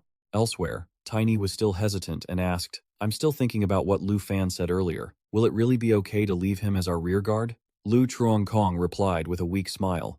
It'll be fine. I've already seen him in combat. We're the ones who are dead weight. After all, he is a dragon knight, the dragon rider of the southern province. The snow beasts used their frost throw skill, hurling giant blocks of ice at Lu Fan, but his shadow arrows neutralized all of them. The snow monsters used their ice projectile skill to throw giant ice chunks at Lu Fan, but he neutralized them all with his serpent shadow arrows. Seeing that, the snow monsters switched to a frontal assault, charging at Lu Fan all at once. Still not giving up, huh? These stubborn pests, let's try this then. With that, Lu Fan used the serpent arrow without drawing the bow fully. The serpent bow can fire 12 magic arrows, with each arrow dealing 20% damage. Then, he summoned Xiaoya and Xing Chen. Struck by the serpent arrows, the snow monsters entered a berserk state and received buffs from various skills. Berserk mode activates when a monster's HP drops below 50%, increasing attack power by 350% and movement and casting speed by 100%. The corrupted zombie's death conversion skill increases the defense of all surrounding undead by 25%. Plus, the life from death skill, each time they take a critical hit, their defense increases by another 25%. To counter this, Lu Fan ordered Xing Chen to use the star fragment skill, creating a star and detonating it to deal massive area of effect damage, with the destructive power scaling based on strength. Following the order, Xing Chen soared into the sky. In its hands, it began to condense a star, aiming it right at the heart of the enemy army. Suddenly, an idea flashed in Lu Fan's mind. Xing Chen, come back. Let me shatter this star myself. While the star was falling, Lu Fan activated the serpent shadow arrow. By drawing the bow and charging for 3 seconds, the serpent bow fires a serpent shadow arrow, increasing damage by 500%. And just like that, the star fragment move transformed into the star fragment serpent shadow arrow, creating a star and then shattering it with the arrow to deal massive area of effect damage. The destructive power increased by 500% based on the dragon's strength attribute. The monsters couldn't handle the heat and were instantly wiped out. The impact of the star fragment serpent shadow arrow caused a massive explosion that shook the entire area, causing the griffin carrying Luffy's group to lose balance and drop them to the ground. A moment later, Luffy, Lu Kong, and Tame were pulled from the thick snow by the griffin's beak. Luffy coughed, then looked suspiciously in the direction of the explosion. Could this really be Lu Fan's power? At the same time, beneath the cliff, the undead were destroyed in the blink of an eye, leaving not even a corpse behind. Combining that seamlessly with the dragon's skills, this is the true power of a dragon rider. Thinking of this, Lu Fan happily rubbed Xing Chen's head and praised it. Great job, Xing Chen. Go rest now, leave the rest to Xiao Ya. He then turned to Xiao Ya. Xiao Ya, check if there are any other undead around. If it's clear, we'll go regroup with the others. Just then, a familiar voice called out. Lu Fan saw Luffy's group stepping out of a space portal, leaving him quite surprised. Captain, why are you guys back? Lu Fan, was that massive explosion you're doing? Luffy asked, then glanced at Xiao Ya. This was the first time meeting her, and Xiao Ya looked at Luffy with suspicion. Lu Fan smiled and said, It's okay, Xiao Ya, they're on our side. Go ahead and transform. Xiao Ya let out a cry and soared into the sky, shifting into her massive black dragon form. Xiao Ya, if you don't like this place, just clear it out. Xiao Ya waited for no more, immediately using her great catastrophe skill, causing explosions across the areas she flew over, creating widespread damage and burning everything, shocking Luffy's group. I can't believe it. Are you really that dragon rider from the South Province? Lu Fan, is that little girl your dragon? Lu Fan looked surprised and replied, Yes, that's my black dragon, Xiao Ya. Do you all know about me? Luffy said excitedly. It's more than just knowing. For the past few months, Lord Du has been talking about a young dragon rider, someone who not only possesses a legendary dragon but is also the talent Lord Du values most, Tiny added. Even someone like me, who doesn't care about others' business, has heard plenty of rumors about you. So Lord Du sent us someone this strong. Lu Kong laughed and said, Lu Fan, you're quite good at keeping secrets. Lu Fan modestly replied, You're all too kind. I'm new here and don't know my way around yet. I've caused everyone a lot of trouble and made you work hard because of me. Luffy stepped forward, patted Lu Fan's shoulder, and said appreciatively, I've led many young men like you, but you are by far the most mature and responsible one. Thank you for saving us at such a critical moment, Tiny said, feeling a bit ashamed, and to think I was targeting you and looking down on you earlier. I should have guessed that anyone arranged by Lord Du couldn't be ordinary. Well, we've had quite a connection since we met. I hope you'll help us out a lot in the future. Lu Fan, thank you for understanding. Lu Fan replied happily. Just then, Xiao Ya let out a sudden roar and unleashed a burst of power that scared the other three. Lu Fan, what's wrong with your dragon? Xiao Ya just hit level 30. Thanks to the level up, besides her basic stats increasing, she also gained a new skill. Black Dragon Contract evolved to level 2. She also unlocked the new skill, Sense. At level 2, the Black Dragon gains sharper perception, capable of detecting enemies in hiding or disguised states. Actively using this skill removes the stealth and camouflage from all surrounding enemy targets. As expected, the dragon's 30th level brings significant changes, just like my second job promotion. Nearly all attributes exceeded 10,000, especially the new skill which helps prevent ambushes. Now, even if I run into high-level assassins, I won't have to worry. Lu Kong suddenly remembered something. Lu Fan, you once said your mount wasn't high enough level to ride. Now that your dragon has leveled up, does that mean? Yes, I've finally become a real dragon rider. Saying this, Lu Fan pulled the dragon rider saddle from his storage ring. The dragon rider saddle is an epic grade pet item, requiring level 30 and a dragon-type species that can fly. Once equipped, it allows the pet to be used as a mount. In mount state, all stats of the rider and pet resonate together. Regular attacks will be infused with dragon energy, dealing long-range damage. Lu Fan, look at your dragon. That fire is terrifying. It's lighting up the whole sky. This was the first time Lu Fan had seen Xiao Ya like this, and he couldn't help but feel worried. But that anxiety vanished quickly, replaced by joy. It turned out Xiao Ya's unusual behavior was just her changing forms. Xiao Ya leveled up to the second stage, so her form is more powerful than before. She is clearly a fully mature dragon now. Lu Kong gasped in awe. So Lu Fan's mount is a dragon like this. That is so cool. Even someone as experienced as Luffy had to exclaim, that flaming form earlier really gave me goosebumps. I never expected a dragon's growth process to be this shocking. Riding such a legendary beast, you definitely need a special saddle. Lu Fan, wait a second, let me go get one for you. Lu Fan quickly waved his hand. There's no need, sir. I'll just use my own. You just don't know yet. The custom saddles of our Griffin Legion are military-grade gear. They can help you gain 10% of all your mount's attributes. They're quite rare, you know. Tiny Tai also urged him. That's right, Lu Fan, if you get an extra 10% of attributes. From the Great Dragon, you can fly through the clouds with ease. Lu Fan smiled and took out his epic saddle to show off. This Dragon Rider saddle of mine is specialized gear for dragons. I will receive 100% of Xiaoya's attributes, and my attacks will also be imbued with dragon aura. Wait, 100% of all attributes? And you get buffs added to your normal attacks too? What kind of god-tier gear is this? Lu Fan, you really do keep surprising us one after another. Compared to this saddle, the Legion's gear is just trash. And here I was bragging about it to Lu Fan, how embarrassing. Thinking this, Le Fay coughed awkwardly and said, Ahem.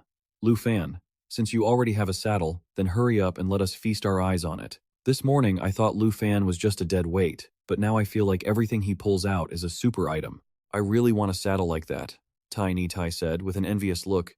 Keep dreaming, that's gear specialized for the dragon tribe. Does your bird have a single drop of dragon bloodline in it? Fine, I know my bird can't use it. Still, getting to share in the dragon's presence is top tier already. Seeing Le Fay and Tiny Tai bickering, Lu Chengkong didn't take his eyes off him. Lu Fan laughed and said, Enough you two, hurry up and look at Lu Fan. We are witnessing the birth of the first true dragon knight in the world.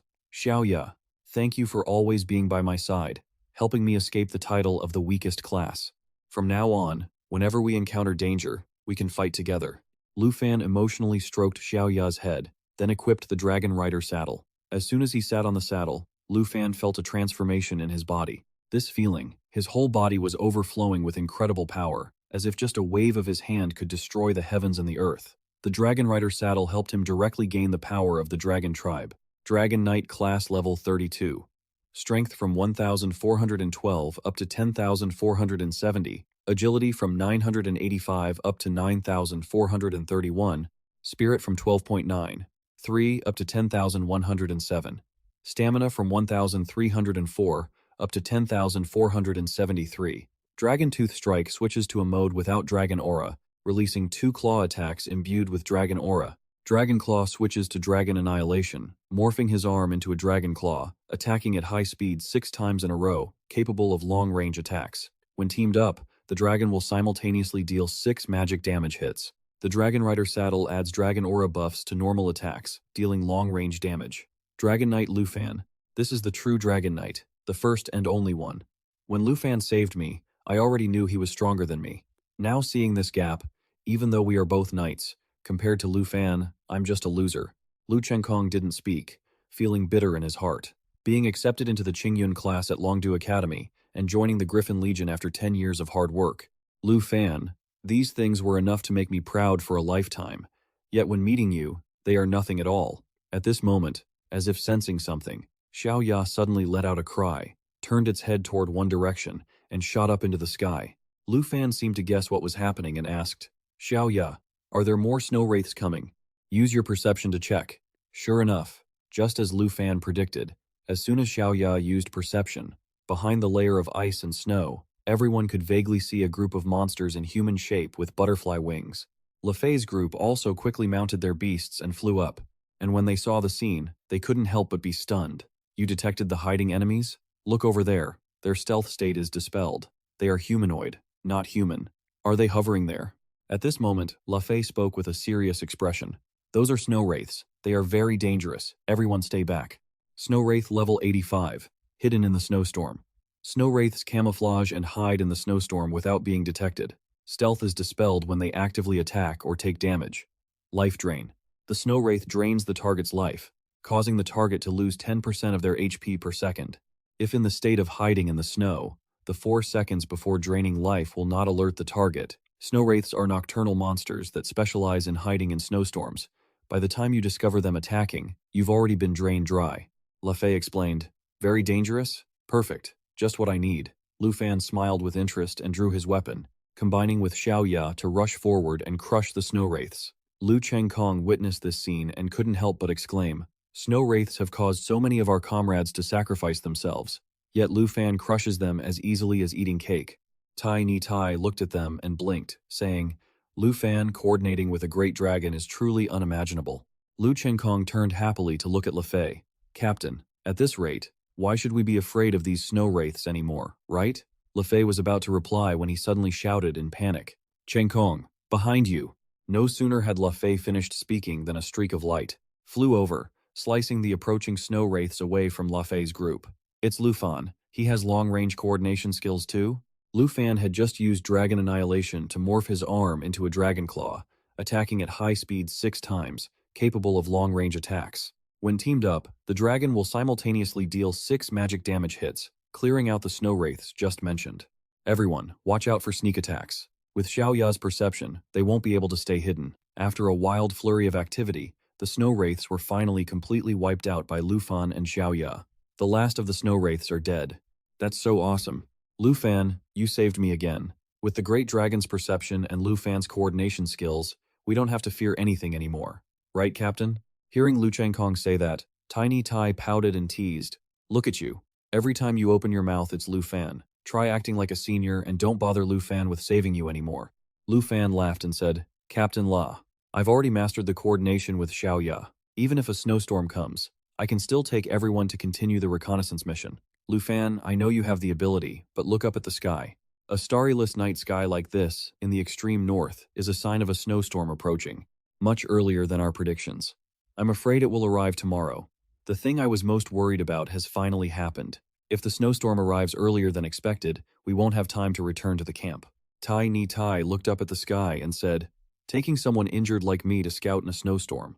No, this is extremely dangerous for both me and everyone else. Seeing the team's morale dropping, Lufan spoke up to make a suggestion. Traveling to Ngai Tuyet is dangerous anyway, so that's not really the issue. If we can destroy the beasts in the blizzard and complete our mission, it'll be a great opportunity for us to earn military merit.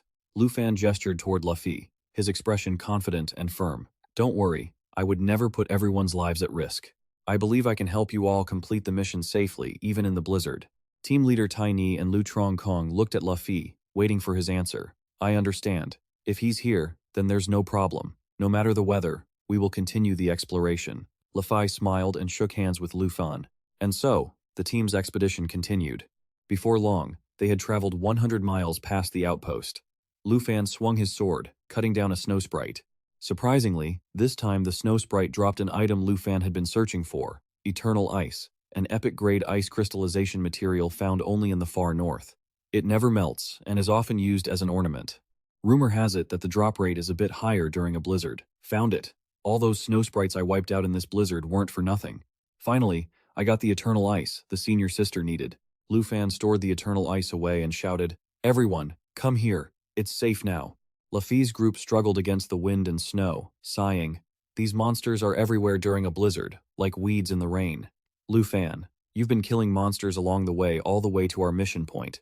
You must have taken down at least several thousand beasts, right? I don't really remember, but most of them were just snow sprites. I'm getting sick of them. Lu Trong-Kong sighed. Look at what he's saying. Level 32. And he's bored of killing level 85 monsters. If I had your strength, I'd stay out here clearing them out until the storm cleared. And Lord Du would definitely give me a gold medal. Tai Ni, standing behind him, smacked Lu Trong-Kong hard. Do you think you're Lufan? Why don't you go tell Lord Du that yourself and let him calculate it for you? Lu Trong-Kong laughed. Let me dream a little. Luffy ignored the two and spoke to Lufan. Lufan, the 100-mile exploration mission is done, and our supplies are running low. Let's head back to camp. Lufan, let's go back. If we don't, my wounds are going to heal on their own. Yeah, we should head back. We haven't had a proper rest in 3 or 4 days. Xiaoya, hearing this, immediately shifted into her cute, small form and let out a whine to protest. Lufan smiled and coaxed her. Xiaoya, you've been hungry and cold for too long, haven't you? All right, let's go back and get some rest. Okay, it's settled. Tiny marked the location and prepared to return to base. Luffy gave the order. Lu Trong-Kong watched how Lufan treated Xiaoya and turned to tease Tiny. Lufan really dotes on his dragon. It's a pity for your giant eagle. It must have been hungry for days, right? She's fine. You don't need to worry about her. Tiny retorted, then took out a giant stake, planted it in the ground, and pulled the trigger. Instantly, a red beam of light shot straight into the sky. This beacon is a mission tool specifically used by the Griffin Legion, essential for far north exploration to secure the signal post to the ground, transmitting positioning data back to the server at base. Lufan's system didn't show information about this tool, so he turned to ask Luffy, Miss Tiny, what is that? This is a beacon gun used to mark the current location. When the weather clears up, the construction team will come here to build a temporary outpost, Luffy explained. Afterward, everyone quickly mounted their flying beasts back to base, not knowing that a shadow zombie was standing under the beacon, watching them leave. The next day at the northern base, I'm going to report to Lord Du now. Everyone dismissed. Luffy ordered and quickly headed to Du Jing's office. Just then, Tiny was about to go rest when Lu Fan chased after her. Miss Tiny, wait a second. Do you know anyone in the base who can process eternal ice? Eternal ice? Old Chu, the blacksmith at the quartermaster's, is pretty good. Oh, thinking of giving it to your girlfriend? Lu Fan blushed and waved his hands. No, it's nothing like that. She's just a normal friend. Sure, no need to explain, I understand. Tiny laughed. Anyway, go find the blacksmith, bye-bye. Saying that, Lu Fan ran off while saying to Xiaoya, come on, let me show you where to get some meat. Tiny watched Lu Fan leave, then pulled out a necklace made of eternal ice, looking at it before kissing it, her expression full of hidden emotions. Back to Lu Fan. He had just handed the eternal ice to Chu the blacksmith when Du Jing suddenly appeared, patting his shoulder and saying, So, this is where you ran off to? I've been looking all over for you. You were looking for me, senior? Old Law reported everything to me. It was your first mission and you saved everyone, and even led the team to finish the objective in a blizzard. If I didn't believe in your abilities, I would have thought you all would have perished in that hellish weather. You did well. This silver badge is yours. As he spoke, Du Jing personally pinned the medal on Lu Fan. Thank you for the recognition, senior. Lu Fan replied happily, thinking to himself. It's just like team leader laws. As Brother Lu said, this badge is equivalent to the rank of Griffin team leader. Old La and Trong Kong were zombified when they were discovered by other teams, so there was no choice but to take them down.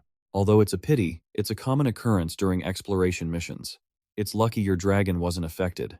Old Law spoke highly of the coordination between you and your dragon. It makes me want to see it with my own eyes. Lu Fan didn't pay attention to Du Jing's praise, falling into deep thought. It seems the closer we get to the blood moon, the easier it is for creatures to turn into zombies. Although I was worried too, it seems for now, Miss Tiny's giant eagle and Xiaoya haven't been affected at all. By the way, I saw your dragon eating just now, quite the appetite. Being a special species, it really has a unique way of eating. Du Jing laughed loudly, thinking of Xiaoya eating like a famished tiger. Lu Fan smiled and rubbed his head. Well, Xiaoya has never been that hungry before, so I kind of guessed how she'd act. Let your pet dragon eat her fill. There are a few things I want to show you. At this point, Du Jing's expression turned serious as he pulled out a stack of photos and handed them to Lu Fan. This is what my intelligence agents discovered in the Star-Adjusting Kingdom. Take a look. The Star-Adjusting Kingdom's National Trial Representative, Sala Morgan, is investigation into the Sacred Mountain ruins on the border of the Star Condor Kingdom. After our intelligence officer followed closely behind and interacted with the Morgan family, they obtained these photos. A giant humanoid skeleton. This type of mysterious entity is truly very similar to that giant blood moon.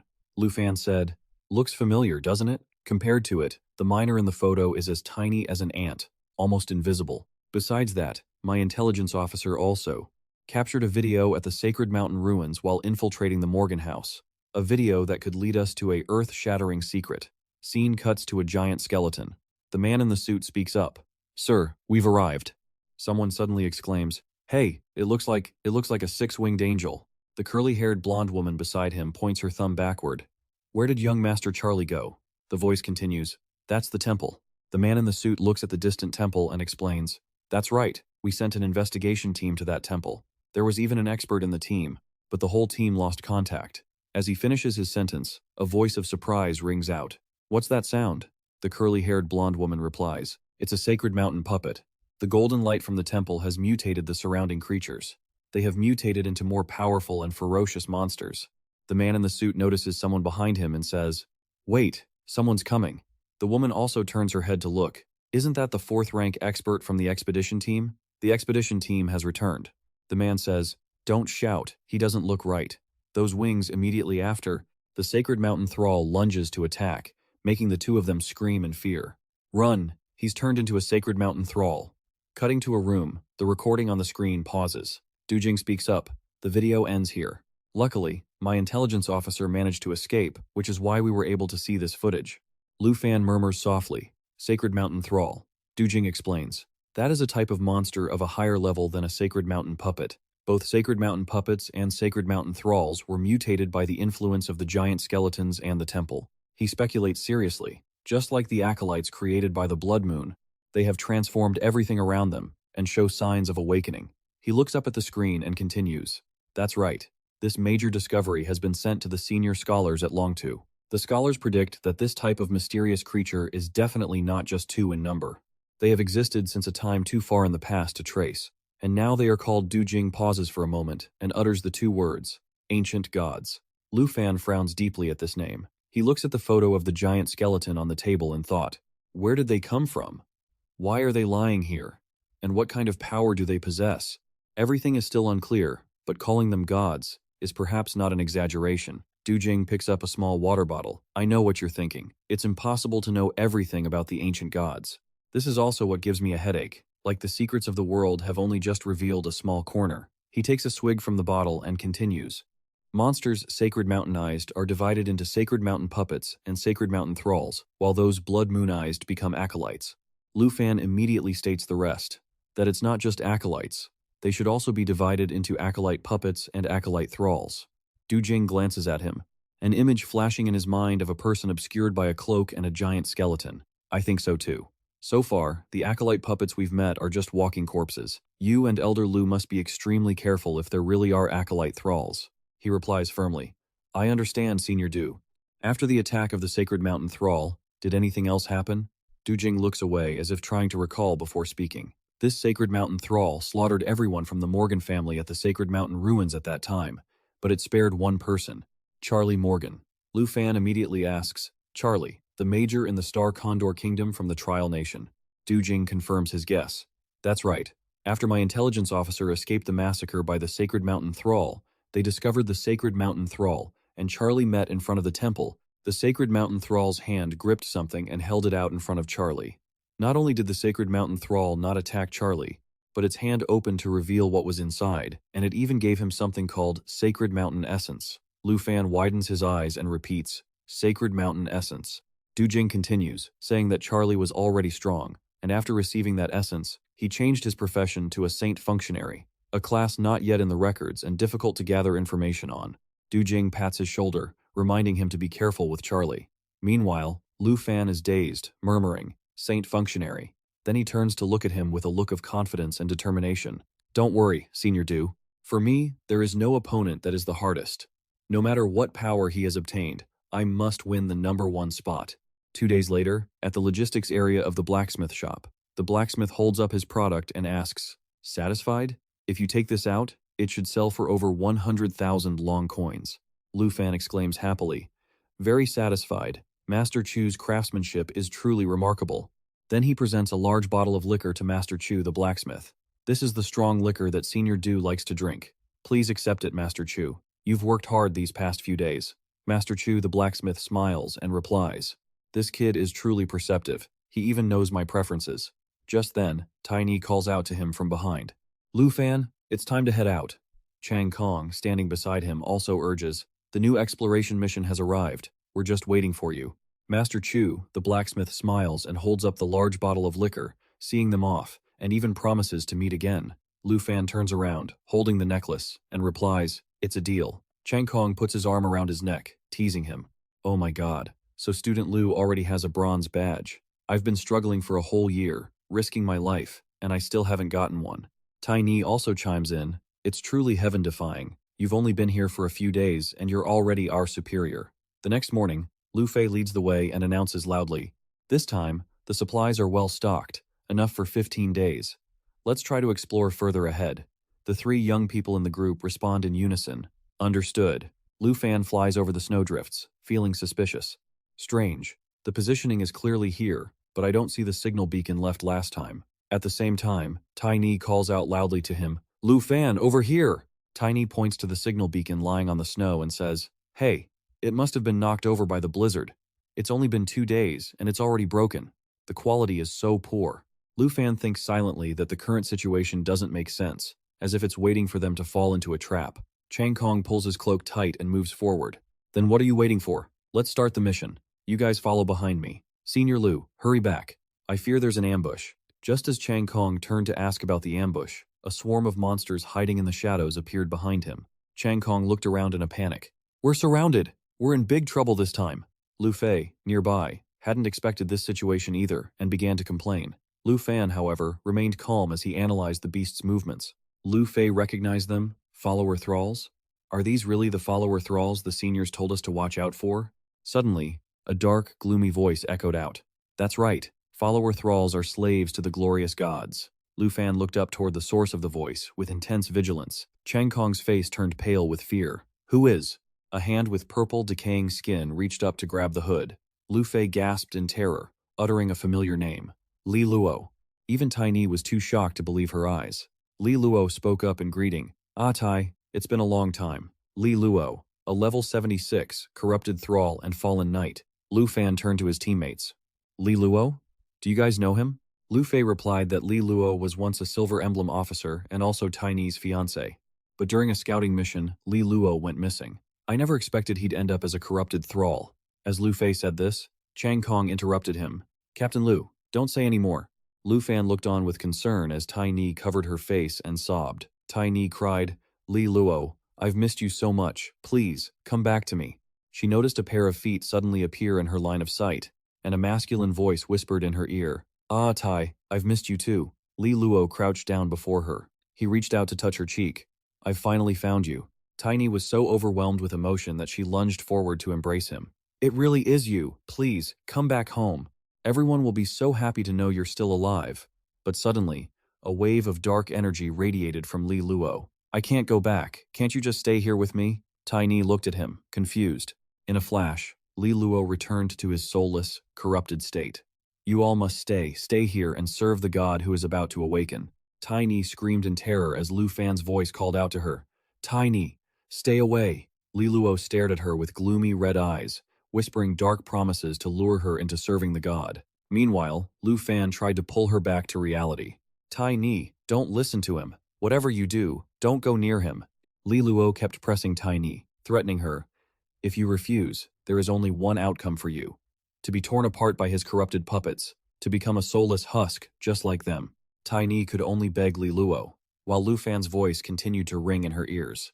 Tiny, Tiny. He reached out and held the trembling woman tightly. Tiny, wake up! Li Luo, sitting atop a massive skeleton, asked in that same eerie tone. Ah, Tai, answer me. Are you willing to stay and worship the god with me? Lu Fei looked at the scene and shouted, Lu Fan, we can't let Li Luo take her away. With so many corrupted puppets here, can you even break through? Tiny murmured weakly. What do we do now? What should we do? Chang Kong argued. Captain, there are thousands of these monsters. Even if we follow Lu Fan, we'll get separated. And if we don't fix that signal tower, we'll never find the coordinates again. Lu Fei said sternly. At a time like this, who cares about the outpost? We need to run while we still can. But at that moment, Lu Fan smiled and said, I don't think the retreat plan is any good. We don't need to run. Everyone was stunned by his words. Chang Kong saw him gathering magic in his palm and exclaimed, Wait a second, don't tell me you're planning on another massacre? Lu Fan didn't deny it, replying, Exactly. Experience points are being delivered right to our doorstep. Of course, we have to take them. Li Luo glanced at them and asked, So, this is your answer? What a pity. There is only one end for those who reject the god. After a pause, Li Luo shouted, Die, and become corrupted puppets. The moment the words left his lips, the beasts lunged toward them. Lu Fan stayed calm, aiming his serpent shadow bow, and shouted, Senior Lu, get ready to deploy the protective shield. He didn't hesitate to follow orders, and a golden energy field enveloped the three of them. Understood. But what happens after that? Lu Fan replied with a confident smirk. There is no after that. The rest is my job. He fired his arrows, locking onto Li Luo. At that moment, a system notification appeared. Hearing his words, Chang Kong couldn't help but scream. Ah, what do you mean no after that? My shield only lasts 10 seconds. Lu Fan replied with total confidence. Trust me, 10 seconds is enough. Shield remaining. 10 seconds. Li Luo watched the incoming serpent shadow arrows with caution. At the very last second, he managed to dodge the shot. Shield remaining. 8 seconds. At the same time, Lu Fan appeared behind Li Luo out of nowhere. Xiaoya, release the dragon form. A massive dragon emerged from the void, letting out a roar that demonstrated its dominance. Shield remaining. 6 seconds. Lu Fei watched the aerial battle, muttering, Lu Fan, we're all counting on you. Seeing the beasts charging, Chang Kong warned, Captain, be careful. Shield remaining. 4 seconds. Lu Fan now held a greatsword in his hand. Xiao Ya, coordinate with me to launch the attack. Dragon breath, black dragon. Shield remaining. 3 seconds. He immediately lunged forward, slashing repeatedly at Li Luo. The system interface displayed the sword's skills. Xiaoya, now in her flaming dragon form, let out a thunderous roar. The surrounding beasts were gradually incinerated by the dragon's flames. Shield remaining. 2 seconds. Chang Kong stared at the scene in awe, unable to stop himself from praising him. Lu Fei explained from the side. It's not just that. This is the perfect synergy between a dragon rider and a dragon. Against these thousands of beasts, for Lu Fan, it's like mowing the grass.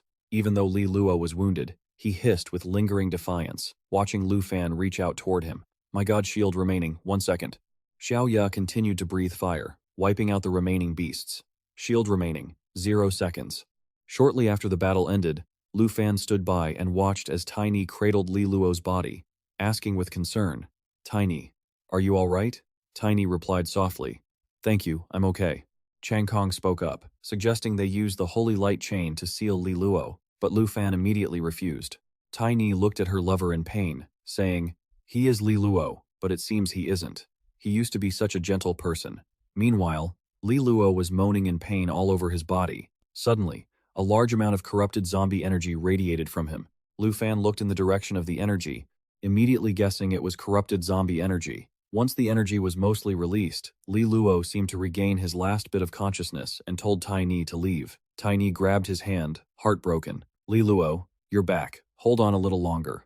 Li Luo whispered his final words about the corrupted Tino. Then his hand went limp right before Tiny's eyes. She screamed his name in unbearable grief. Tiny spoke through her tears. Wah, even if it was only for a few seconds. That was really him just now. Lu Fan replied. He did come back. Standing in the middle of the snowy mountains, Lu Fei spoke up. Thanks to you and little Yi, we survived. This is not normal. We should return to the camp to report. Lu Fan understood this well and replied, Understood. Tiny also needs time to calm down. Suddenly, a purple streak of light shot through the air, making Lu Fei shout, What is this? How come this thing didn't disappear? Lu Fan reacted instantly, tightening his grip on his blade. This was the protective energy from within Li Luo's body, and it was heading straight toward the blood moon. The next second, he dashed toward the trail of light. This energy source is crucial for dissecting the corrupted servants. It cannot be allowed to escape. He waved his hand, using the corrupted zombie essence. This is a legendary quality item, though its effects are still unknown. Holding the orb in his hand, he speculated. The sacred mountain essence that Sly obtained represents the spirit bird kingdom. Can this achieve the same kind of effect as that essence? Very quickly, a notification confirmed that he had obtained the corrupted servant essence. He thought, if that's true, could this protective essence help me switch to a hidden class and become an ancient god's servant? In the distance, Lu Fei's group hurried over. Lu Fan, is it okay to handle that thing directly? Lu Fan was still deep in thought. If the logic holds, Sly already pledged loyalty to the ancient god. A scene of those vows to become a slave to the ancient god appeared in his mind. Only when he heard Lu Fei's voice did he reply, It's fine for now. We need to hurry, and give this to Senior 2.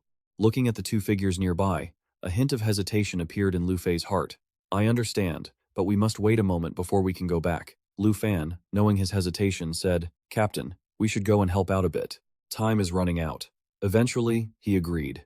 The group quickly approached Tiny, who was still muttering, I really hope he missed me too, that it was real. Tears streamed down her cheeks as she spoke. Unfortunately, this was just my imagination. In her hand, she held the non-melting ice necklace, an epic quality accessory. Just as she was drowning in sorrow, Lu Fan appeared behind her and gave a definitive answer. It was real. We all heard it. Hearing the voice from behind, Tiny took off her glasses and wiped the tears from her cheeks. Lu Fan, thank you. When she put her glasses back on, the strong Tiny had returned. Captain, I'm fine. What do we do now?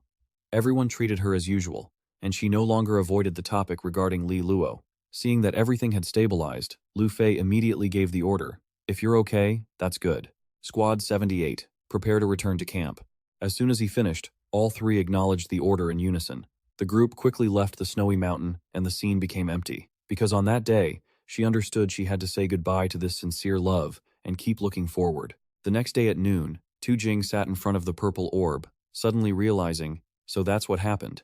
Now everything makes sense, Lu Fan said. Senior 2, summarizing what happened, I have a theory. Tu Jing stroked his chin and said, let's hear it. He explained, I feel that there must be conditions to become an ancient god's servant. The fallen members of the Lionheart Regiment and various beasts. They could only become puppets meant for protection. The dead cannot become servants of the ancient god, seemingly because they have lost their intelligence, while the beasts cannot become servants perhaps also because they lack intelligence. But the servants of the ancient god seem to retain the ability to think, while Li Luo was completely controlled by the essence. Therefore, becoming an ancient god's servant through this essence surely requires a choice from the ancient god. Holding the corrupted servant essence, Tu Jing muttered. You mean relying on this doesn't guarantee one becomes a servant? To have power, one must also be recognized by the ancient god. Lu Fan didn't deny it. I'm afraid that's right. Those who are alive and have intelligence are the most likely candidates. Li Luo also mentioned that the servants have the ability to leave this place. This was an interesting speculation for Tu Jing. It reminded him of some recent rumors. He whispered, in the past few years, strange cults have appeared in over a dozen countries. These heretics claim to have received protection from gods. Relying on incredible power, these cults are frantically expanding and growing their followers, claiming they will welcome the awakening of the gods. Clenching the orb, he asserted, if what Li Luo said is true, then these heretics are either servants of the ancient god or their followers. Hearing this, Lu Fan lowered his eyes and thought, over a dozen countries, doesn't that mean over a dozen ancient gods are beginning to awaken? Suddenly, as if realizing something, he shouted, Senior 2, until now, this camp is the only place in the far north with people, right? Very quickly, Tu Jing gave an affirmative answer. Why do you ask? He continued to question.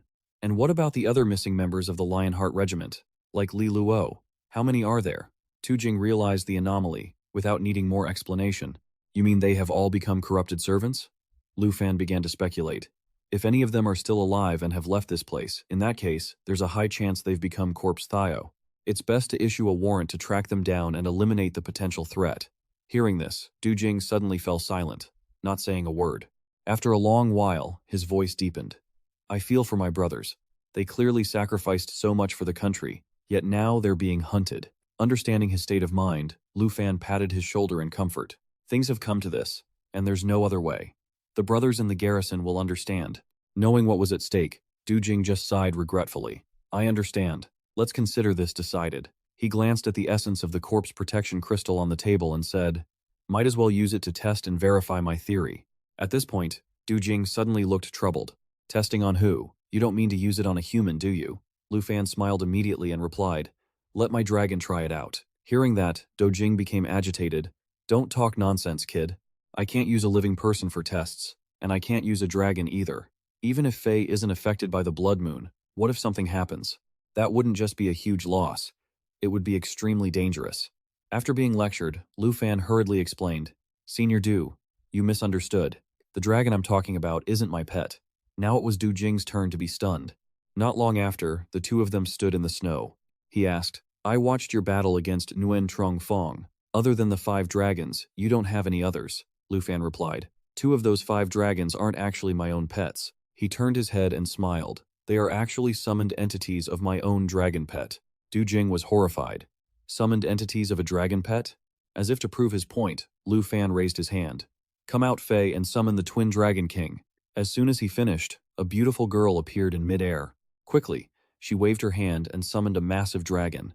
This was the Bone Dragon, created by summoning the spirits of the Twin Dragon Kings. The level of the Flying Dragon King matches the level of its user.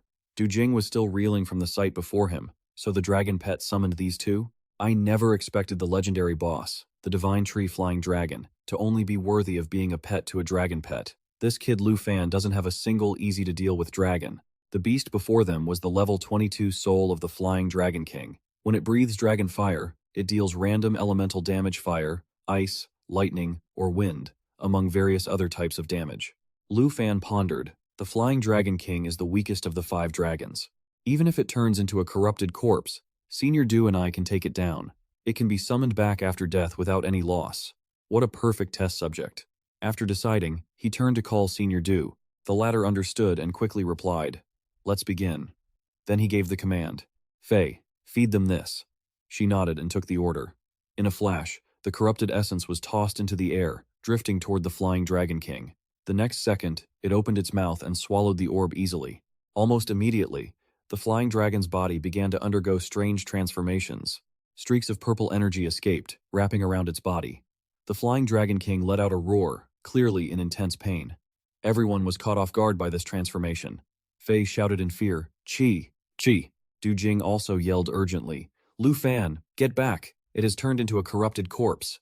But Lu Fan immediately stopped him. "Senior Do, please wait a moment." Looking at the growling dragon in the distance, Lu Fan said, "It would be a pity to kill it now." Du Jing protested, "Then you'll just have another corrupted corpse on your hands.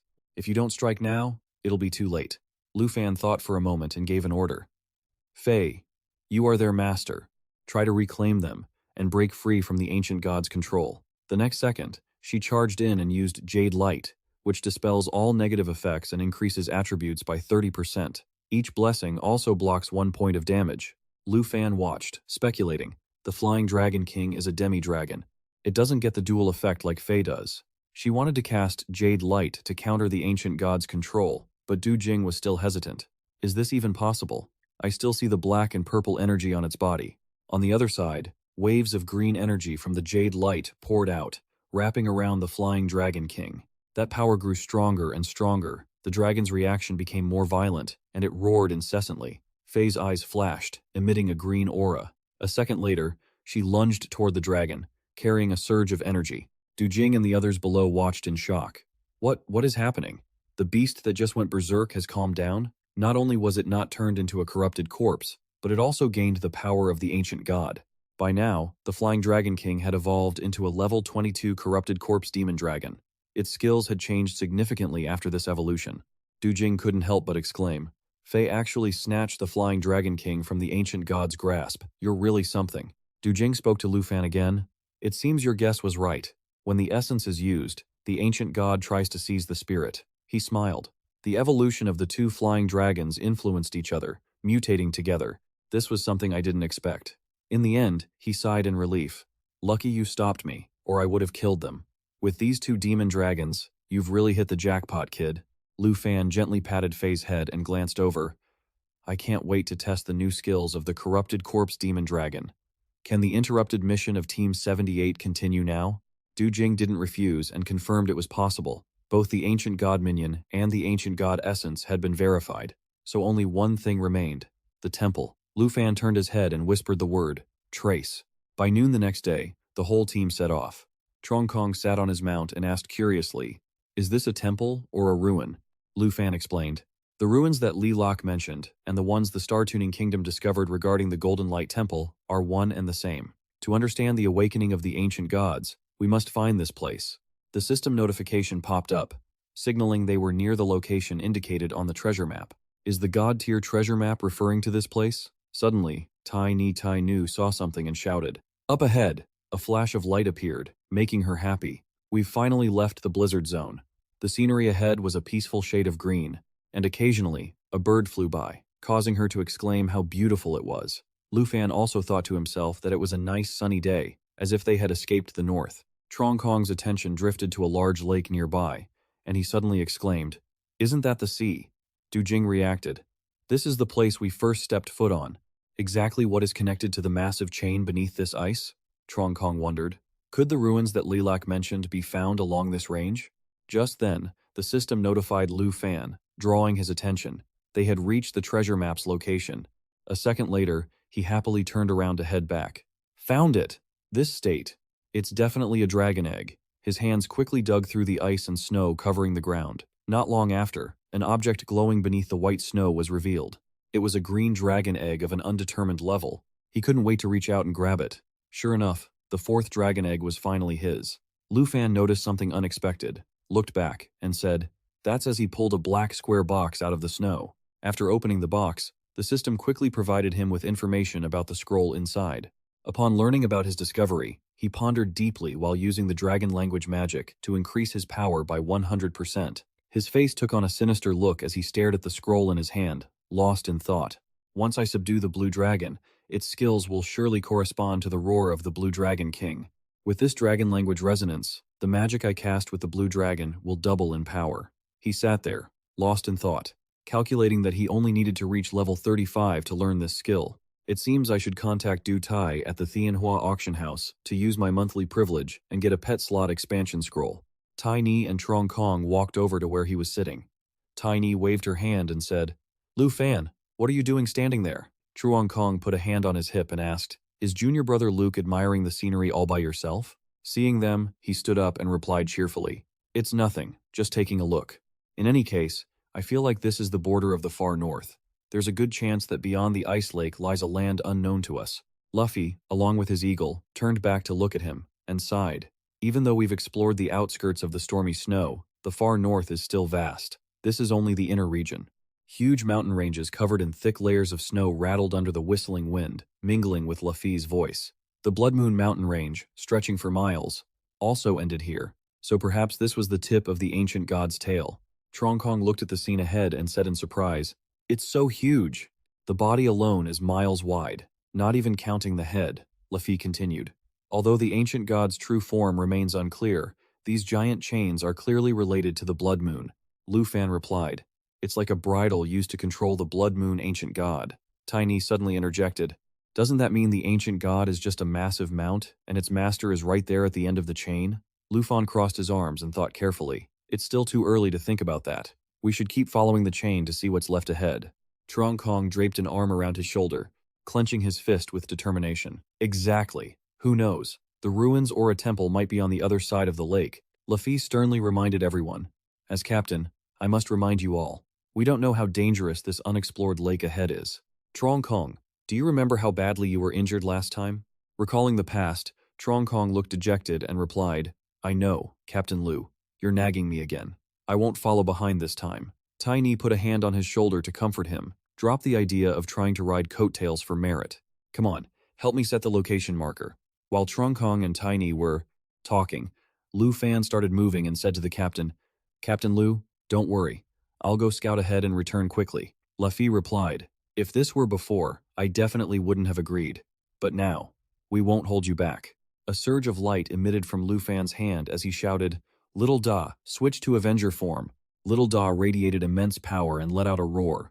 Luffy stood with his hands on his hips and said, "We will stay here to rest, recover, and wait for orders. If you encounter danger, retreat immediately. This time, I've had Tiny bring a teleportation scroll. If things go wrong, we can teleport back to camp." Tiny reminded him, "Always be careful on the way." She then playfully slapped Truong Kong on the head, making him jump with a yelp. Lu Fan spread his wings, turned back, and replied confidently, "No problem." He and Little Da took off. "Little Da, let's move." After 2 hours of exploration, Lu Fan sat on Little Da's back, marveling at how incredibly vast the place was. Lu Fan continued, puzzled, "We've been going for so long and still haven't seen the end of the chain." The system suddenly chimed with a notification, warning that they were entering a ruin area, a zone-level corpse drop ruin. He thought in surprise, a corpse drop ruin, so that's how it all fits together. Little Da flew faster and faster as he focused his thoughts. Matches the findings of the Star-Adjusting Kingdom all mystery areas near the ancient gods. What happened to those who went to the Holy Mountain Temple that turned them into Holy Mountain slaves? Perhaps this ruin holds the same secret. Little Da suddenly stopped and let out a shriek. Worried, he quickly asked, "Little Da, what's wrong?" He seemed to have discovered something, staring down into the frigid water. Something caught his eye, something that looked vaguely like a giant black coffin. Lu Fan quickly checked the system. This was the secret of the corpse drop ruin, and it couldn't be appraised like the Blood Moon. He froze, horrified as he saw a shadow near the coffin. Little Da had seen it too and roared loudly. Lu Fan quickly calmed himself. "Stay calm, Little Da." He gritted his teeth, thinking that if Little Da was this agitated, the dark shadow must be something she couldn't handle. With no appraisal result, I definitely shouldn't start a fight. The dark shadow under the water rushed toward Lu Fan and Little Da. He shouted, "It's bad. It's noticed us." The ice on the surface of the lake cracked along with the speed of the shadow's movement, making Lu Fan panic. "Little Da, head back to the other side of the lake." He looked anxiously at the shadow underwater, thinking, "Oh no, it's faster than Little Da." Little Da soared higher, radiating a blue light. The blue light enveloped a corner of the sky. Lu Fan turned back to assess the situation. Seeing that the shadow wasn't chasing them anymore, he let out a sigh of relief, thinking, "It's not pursuing finally, we shook it off." His face became serious again, thinking to himself, "Good thing the stats stack perfectly after mounting a dragon. Usually, I only increase my own stats, but now, the spirit speech blessing can be shared with others as well." Hearing a noise, Truong Kong turned back, and was delighted to see Lu Fan and Xiao Ya returning. "Our junior has returned," he said. Seeing Xiao Ya looking angry, he asked worriedly, "What's wrong? Did something happen?" Lu Fan gritted his teeth and replied tensely. Ahead lies the corpse relic, but there is something extremely dangerous beneath the ice. He continued. We must report this to the barracks immediately. Everyone looked stunned at his words. Trung Kong asked, Huh? Even Lu Fan has to avoid this thing? 15 minutes after teleporting back to the barracks, Du Jing said, Black crowns and black shadows are under the ice chains along with the corpses. He turned and added, If that's the case, we cannot continue searching there. Otherwise, it would end up like Morgan's family, suffering heavy casualties. Lu Fan replied, It's like a seal over there. The existence of something unknown within the lake would unsettle Lu Ye. Du Jing opened the map and continued. Even the Long tribe treats it as a taboo. The frozen lake and the fallen corpse ruins must be classified as a forbidden zone. He looked up at Lu Fai and ordered, Lu Fai, immediately cancel all search routes that might pass through the fallen corpse ruins. Send the coordinates of the frozen lake to the scholars at Longdu headquarters. Lu Fi immediately acknowledged the order. Understood. Du Jing continued. The search mission for the 78th Squad is hereby cancelled. Your new mission is to support the Longdu scholars in researching the fallen corpse ruins. The group replied in unison. Understood. Then he turned to Lu Fan and said, As for Lu Fan, you've led your squad to such a significant discovery in less than a month. He held out a badge in front of Lu Fan and said, Take it. This is the Self-Defense Force's recognition of you. Lu Fan hurriedly declined. Thank you, Senior Du. But this represents the mission and responsibility of the Self-Defense Force. I've only been here for a month, and I already have a silver badge. Du Jing shoved the badge into Lu Fan's hand and said, Just take it. If you join the Self-Defense Force after graduation, you can start directly as an officer with a silver badge. It won't go to waste. Lu Fai chuckled. In this business, only 19 people have a silver badge. If Lu Fan joins the military, I'll gladly follow your command. Chang Kong, feeling a bit disgruntled, frowned and said, Lu Fan got promoted to silver badge so quickly? I'm not even a little bit jealous. Lu Fan held up the badge and laughed. I understand. Then, I will humbly accept. Senior Du. Chang Kong grabbed Lu Fan's arm and kept whining. Let me touch it, just for a second. Tiny watched them, thinking how embarrassing they were. Lu Fai turned to Du Jing and said, Lord Du, if there's nothing else, we're going to contact the Longdu scholars. Du Jing replied, Go ahead. You've all been working hard these past few days. He added, Wait, Lu Fan, stay behind. Lu Fan looked surprised by his words. As he searched through some books, he said, Ever since you arrived in the far north, our search missions have skyrocketed. I really want to keep you here. Unfortunately, the time I borrowed you for is almost up. Du Jing handed a folder containing the national trial documents for all the countries to Lu Fan and said, These are for you. In one more week, I'll take you back to Longdu Academy. Lu Fan took them, thinking, The national trials start in less than 2 weeks. It's time for me to prepare to leave this place. Du Jing noticed him deep in thought and asked, What's wrong? Did you forget about the national trials, or are you getting attached to the self-defense force? Lu Fan smiled and replied, I really am a bit reluctant to leave, but I've never forgotten my goal. He continued, With the inherited collaborative skills of the fallen demon dragon, I'm confident I can win the national trials. Du Jing laughed heartily. That's good. These documents are all public records that your principal specifically sought out for you. Take them back and study them in peace. Lu Fan turned around and replied, Understood. At the same time, in the Tai Chi Kingdom, outside a forest, a monster was being surrounded by purple light. Chung Han, the representative of the Tai Chi Kingdom, appeared with a sinister smile. A mysterious energy radiated from him, accompanied by ghostly faces wearing eerie grins. Kim Chow hid behind Tianji, trembling as she asked Cheng Han, Brother, can't your abyssal practitioner evolve yet? We've been clearing this area for so long. Cheng Han maintained his eerie expression, holding a stream of ghostly energy in his hand, and said, Soon. Let it devour a few more lives, and it will grow to the next stage. A commoner suddenly spoke up. Prince and Princess, the commoner asked suspiciously, Are you personally hunting the ferocious beast? His wife, holding their child nearby, chimed in. Oh my, what an honor this is. Please, come into our home to rest for a while. Cheng Han smiled and replied, Sure, then I. He summoned the spirits with the grotesque faces, and continued, I will humbly accept. The spirits lunged straight toward the couple. The commoner shouted in terror, Your Highness, what are you doing? His wife screamed in horror. Monster! It's a monster! Tianji worriedly shouted, Your Highness, be careful not to hurt the civilians. Chang Han didn't stop.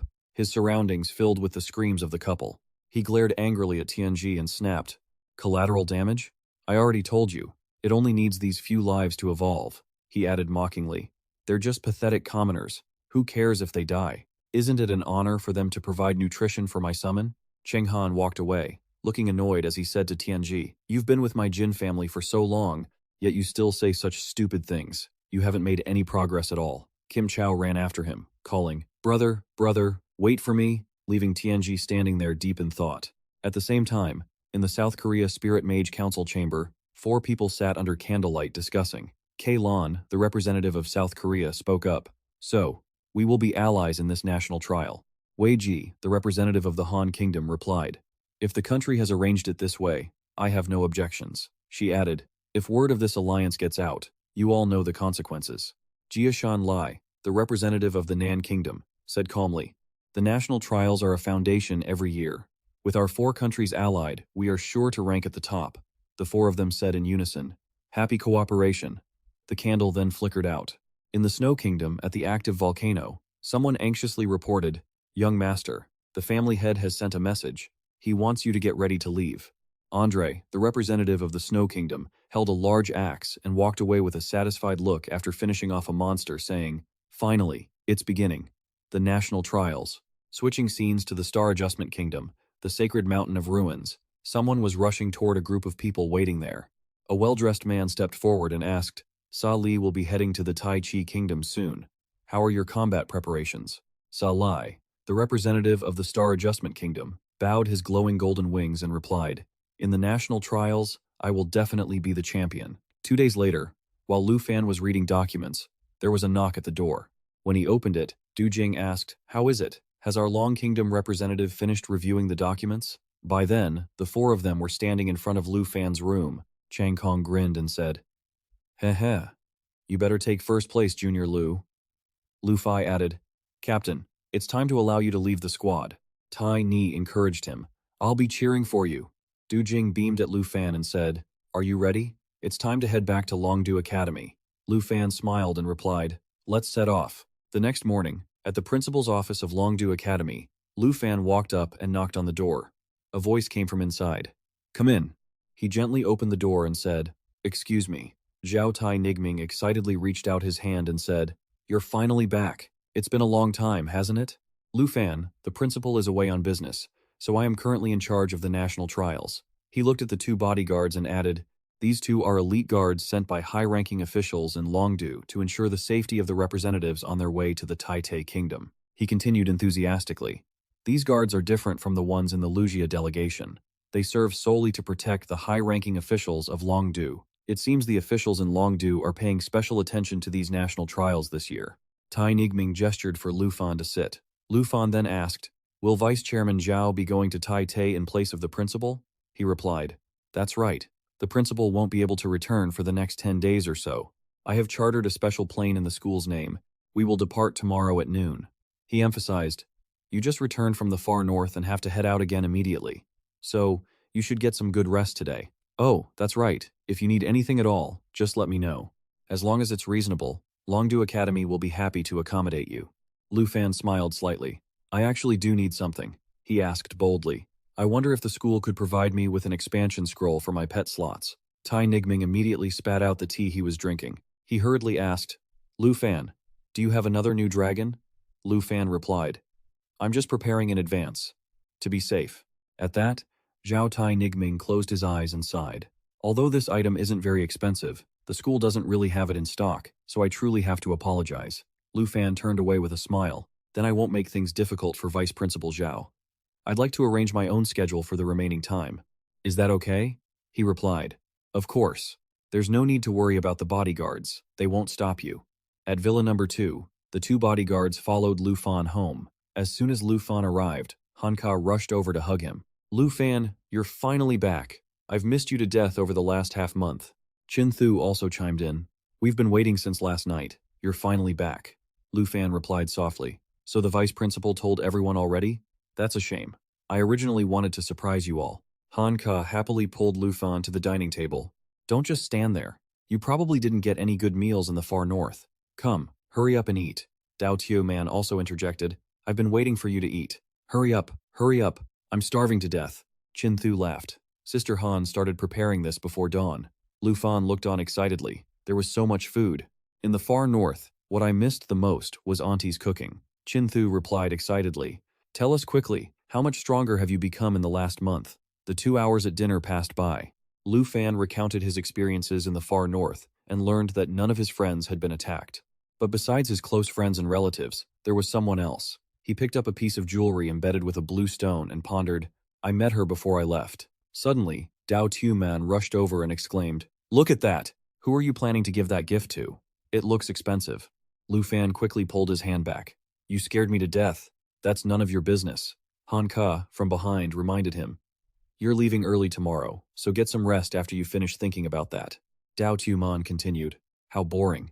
You don't even need to think to know it's for your senior, right? Lu Fan frowned. Ahem, I'm going out for a bit. An hour later, in a spacious room, Lu Fan entered and sat on the floor, deep in thought. It seems like my senior definitely won't be coming today. Suddenly, an idea struck him. Oh right, I have Sister Du's phone number saved. I can ask her to contact my senior for me, can't I? While I'm at it, I can ask the Tianhua auction house if they have a pet slot expansion scroll. In the VIP waiting room of the Tianhua auction house, a voice called out. Hello? So you finally decided to call? It was Du Yahoo's voice. On the other end, Lu Fan asked, Sister Du, can I ask you to help me contact my senior? Yahoo replied, What's the matter? Haven't seen you in a month. Missed her already? He replied shyly. Actually, I have something I want to give to her, but I couldn't find her at school. Yahoo clicked her tongue. That's tricky. Something happened at her home, so she went back. I don't know when she'll be back, and I can't reach her either. She added, But since you're back in Longdu, you can come see me for a moment. Before she left something behind as a gift for you. That afternoon, Lu Fan went to meet Yahoo. Seeing him, she teased, You're different from before, aren't you? You even have bodyguards following you around now. He smiled and said, They're very professional, sister. They won't bother anyone. The two sat down to talk. Lu Fan marveled. Sister Du, the business at the Tianhua auction house is growing more and more, isn't it? There are so many people downstairs. Yahoo replied. Isn't that thanks to you? Ever since you put that egg into the illustration book, customers have been coming here every day just to see that dragon egg with their own eyes. Lu Fan pondered. A starry dragon egg has boosted Tianhua's reputation to the top. So, with the green dragon egg I have, well, forget it. I have special trading privileges with Sister Du. Yahoo took out a box and opened it. This is what she left for you. Take it. He looked at it in astonishment. A legendary grade weapon? Crimson Flame Heavenly Sword, legendary grade. Requirements, level 30. Stats, strength plus 256, agility plus 204. He picked up the sword, excited. This sword is so light, and it has the ability to store fire damage, as if it were designed specifically for me. Yahoo replied, Of course it was. The top blacksmith your senior found spent a whole month perfecting this masterpiece. I have to say, she really understands you. Even when you weren't here, she still managed to have an ambassador create a weapon tailored for you. He held the sword with a face full of excitement. The cost of crafting this sword is immeasurable, so she was always carefully observing my battles whenever she fought me. My senior really is very thoughtful. After thinking for a moment, he exclaimed, Thank you, senior. At this point, Yahoo added, Oh, I forgot. It's not just the weapon. There's something else too. She handed it over, and he realized it was a fire attribute dragon language magic tome. Violent Flame Skillbook. Required class, Dragon Rider, Dragon Mage. Required level, 25. He smiled brilliantly, thinking that once he reached level 35, he could use his little dragon to activate the dragon language boost, and with that, the Crimson Flame Heavenly Sword could store even more damage. As he pondered, he took out a letter. His senior sister had truly done him a great favor. With this, his potential in the national trials could be boosted significantly. It was just a pity she wasn't here. He would definitely have to thank her properly later. Just then, Yaju interrupted his train of thought. What's that?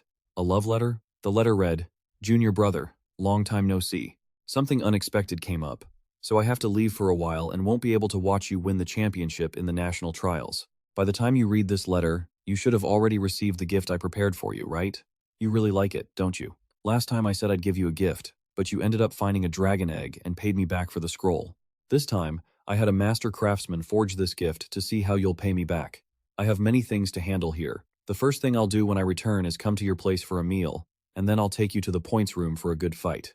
If I don't come to Villa number 2, don't be foolish enough to wait for me in that points room. I wanted to go to Tai Kingdom to cheer you on, but I can't make it. Still, you must give it your all and perform well. If you don't take first place, it would be a huge embarrassment to me. I will definitely punish you severely. Remember that. As he read this, his mouth curled into a smile. Right.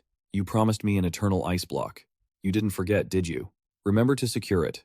I'll come back to collect it from you. Hanju, standing nearby, began to speak. Young man, are you all right? He smiled and replied, I'm fine. Thank you for delivering this to me. She continued, Don't be so polite. You are a distinguished guest of Thien Hoa. If you need anything, I will certainly help you. His eyes brightened, and he softly asked, Speaking of help, Miss Du, do you have any scrolls to expand pet slots? When Lu Fan asked, Yaju frowned and said, Young man, I'm truly sorry, but our current auction house doesn't have any scrolls like that. She explained, The market for such scrolls is quite small. Only summoner hunters buy them, so they basically never keep them in stock. He felt a pang of regret. All right, thank you, Miss Du. He thought to himself that since neither the school nor the auction house had any, he would have to abandon the plan to hatch the blue dragon egg. His spiritual level was only at 11, so prioritizing leveling up his spirit was still the right move. Yaju added, But don't worry, young man. She held the box and affirmed, If any such scrolls or dragon language magic books appear in the auction later, I will definitely keep an eye out for you. Lu Fan took the box and smiled. Great, then I'll trouble you, Miss Du. It's getting late, so I'll head back now. As he strode through the night, he whispered to himself, Even though Miss Du can help me look for what I need, since I'm leaving tomorrow, there's no way I can get it in time. He remained deep in thought. Clearing out undead in the far north only yields military merits, with absolutely no leveling up. To cultivate his spirit, it seems he will have to level up before the national trials. Kiem An was waiting at the door and saw him return so late, noting that he didn't seem nervous at all. He replied, Kiem An, why are you out here all by yourself? She said she was waiting for him. She added, We didn't get a chance to ask you during dinner. Since you're going abroad for the competition tomorrow, want to spar a little? He smiled. Sure, it just so happens I want to test this new weapon. At the points room, in the arena of the Long Fu Du Student Center, he drew his weapon heroically, having used the Lava Burst skill book and successfully acquired the Lava Burst skill. Kiem An was also ready for battle and spoke up. Did you just learn a new skill? It seems you got quite a lot of good loot on this trip, she whispered. Having spent so long in the far north, I'm very curious to see how strong you've become. She shouted, started to move, and lunged toward him with her weapon. He used the sword his senior sister gave him to prepare a counterattack, the power radiating from the blade intense and overwhelming. He exclaimed that he couldn't believe the sword was even lighter than he had thought. Then, he arched his body to counterattack. The sword seemed to understand his next move perfectly. Kiem An looked at him in surprise. Evil Karma Burst. Evil Karma Burst. Attack attribute changed to fire.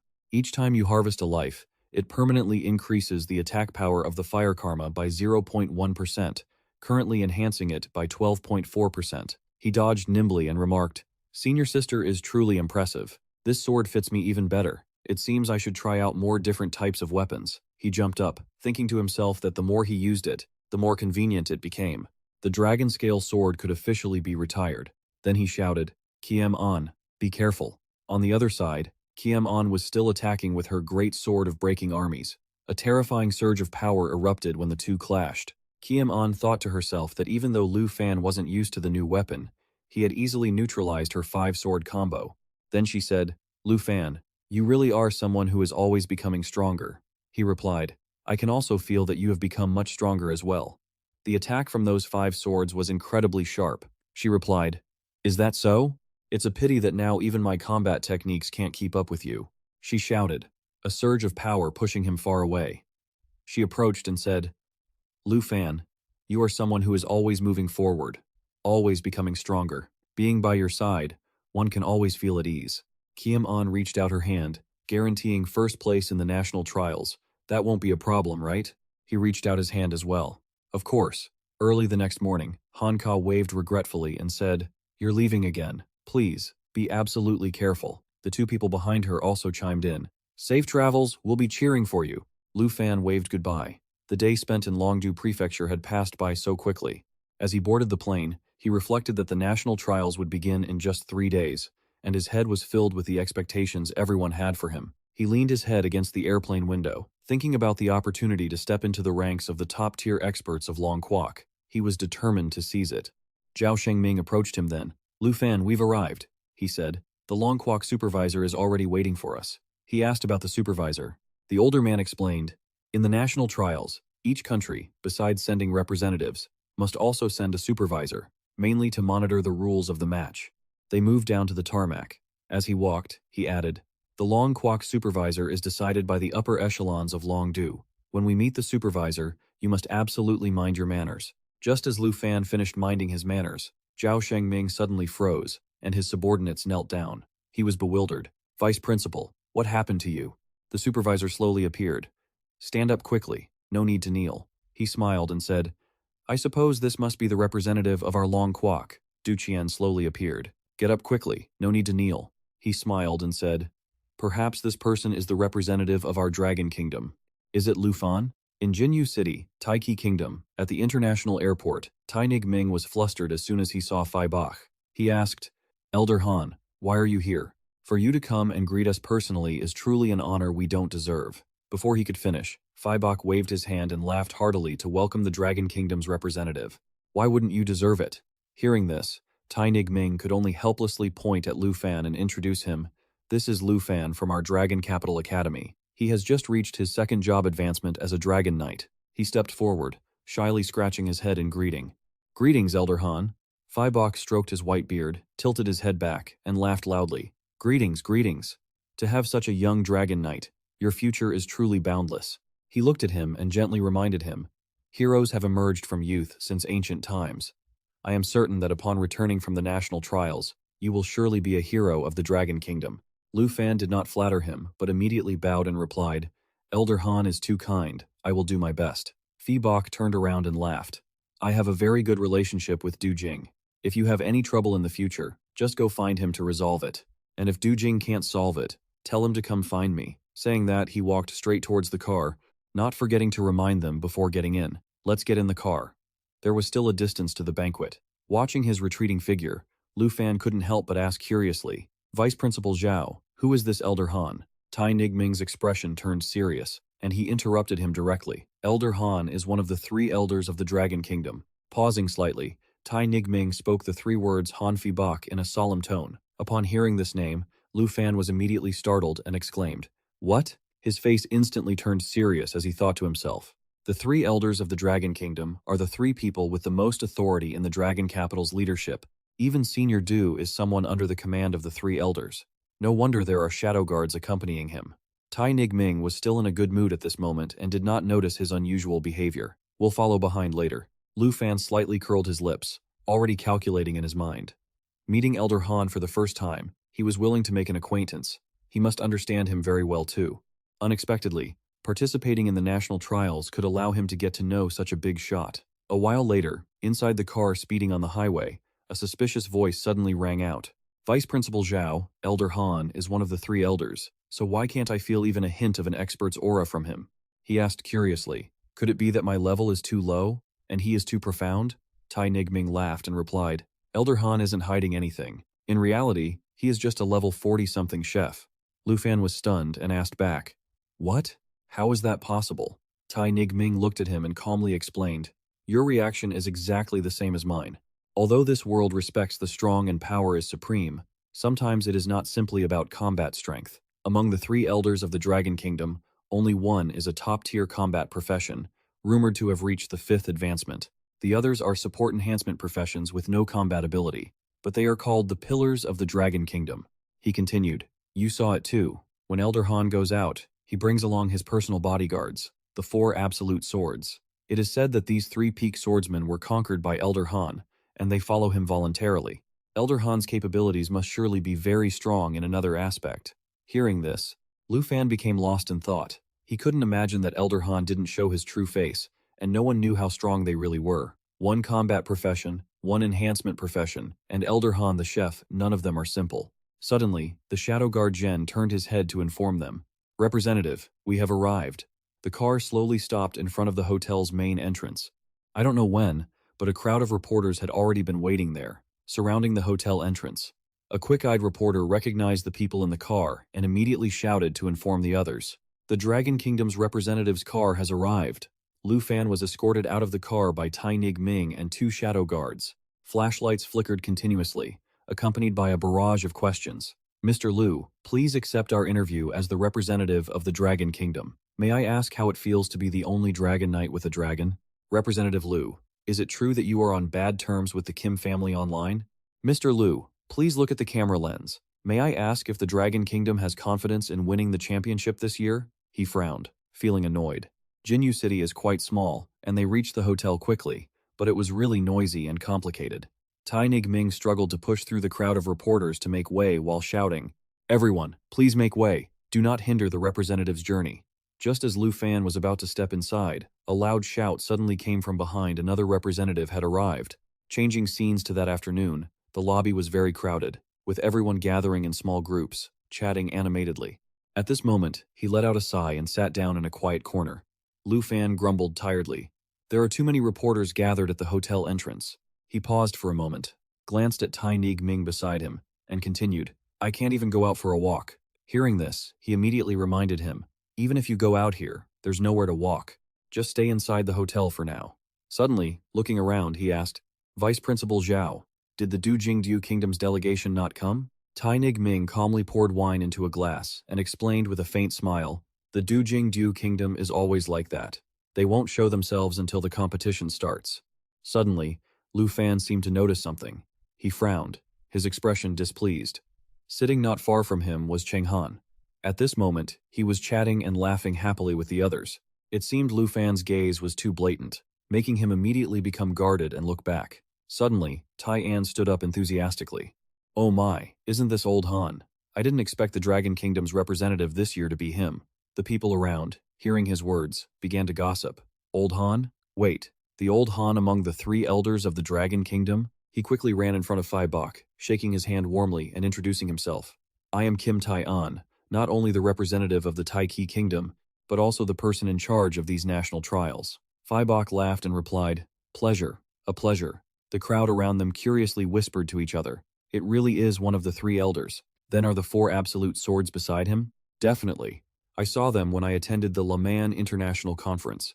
Some people even exclaimed loudly, "My goodness, it seems the Dragon Kingdom is going all out this time." Seeing him walking toward them, Lu Fan and Tai Nigming quickly stood up to invite Elder Han to sit. Phi Bok looked at him with a warm smile and greeted him. "Lu Fan, we meet again." Someone nearby asked curiously, "If Elder Han is also here, could Lu Fan have ties to the leaders of Longdu?" Before the crowd could get any noisier, a hand rose high, accompanied by a call that grabbed everyone's attention. Tai An spread his arms wide and announced in a hearty tone that, since everyone had arrived, the dinner party would officially begin. Kolan couldn't help but cheer happily. "Woohoo! It's starting!" Xiaojia Sanlai added. "The thing I look forward to most in the national trials is the dinner party." Kolan eagerly watched the approaching food carts and replied, "Exactly, this is the national military banquet. It's bound to be good." On this side, Thangmin leaned in to whisper to Lu Fan, "By the way, I have to tell you something. We are used to eating food from the Long Kingdom. When eating in Tai Ta Kingdom, you have to be careful not to make the host lose face." Lu Fan nodded blankly. "Oh, okay." Finally, the dishes on the table were uncovered. But when they saw the food inside, the faces of Kolan and Xiaojia Sanlai turned to shock. Lu Fan's expression also became extremely unpleasant. He couldn't believe it and called Thang Min to confirm. "Vice Principal Zhao Shengming?" He looked at the food spread on the table and asked cautiously, "Is this really the national military banquet?" Phi Bok smiled gently and explained, "Yes, resources in the Tai Tai Kingdom are quite scarce. Aside from minerals, there is nothing else to develop. As for the food, it's just passable." He offered a forced smile and replied, "I see." Lu Fan sighed, complaining internally, "I miss my aunt so much. Even if she cooked something casually, it would be better than this." Suddenly he paused, remembering that his luggage actually had food his aunt had packed. Suddenly, a loud noise erupted not far from where he was sitting. A muscular hand slammed hard onto the table. That person was Andre, a level 60 hidden class warrior. "The Blazing Warrior," he shouted angrily. "This food is so hard to eat. Is this how you treat your guests?" A bearded man behind him immediately signaled him to stop. Andre restrained his temper, but Than Han frowned, looking annoyed, and mocked him. "If you don't like it, then starve. How would a loser know how to appreciate fine dining?" Andre was provoked by Than Han's words. Veins popped on his forehead, and he shouted defiantly, "What did you say just now? Say it again if you have the guts." In the blink of an eye, he was standing next to Than Han, ordering him aggressively, "Say it again." Seeing the situation going south, Tai An immediately stepped in to stop them. "Calm down, Than Han. The national trials haven't even started yet." The bearded man also hurriedly tried to intervene. "Enough. Calm down, Andre. But at this moment, Andre was blinded by rage and had no mind to listen to their advice. He pointed at Thon Han, shouting, "Kid, your name is Kim Thon Han, right? In the national trials, don't let me catch you." A terrifying aura began to radiate from Thon Han. He hissed with disdain.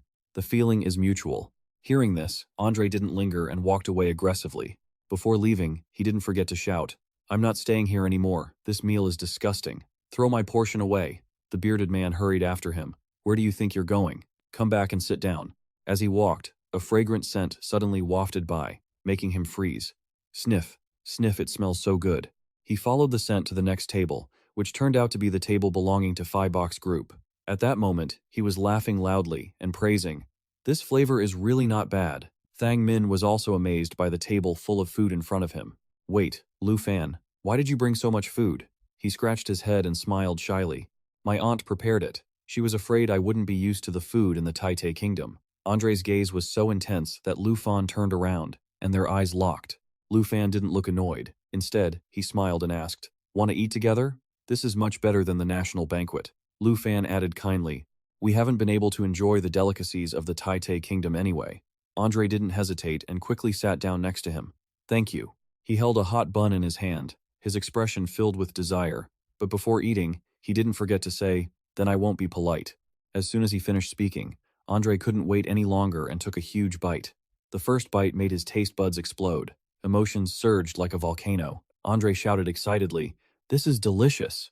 Lu Fan gently reminded him, "No need to be polite, just sit and eat." Andre quickly blended in with everyone. He said happily, "Thanks, brother." Lu Fan took out a salad and turned to invite Phi Bok and Thang Min. "Vice Principal Zhao Shengming, Elder Han, you two should try some too." Phi Bok laughed heartily. "In that case, we won't refuse." Andre said while eating, "Brother, your Long Kingdom food is truly excellent." The sound quickly reached the ears of Tai An and Thon Han.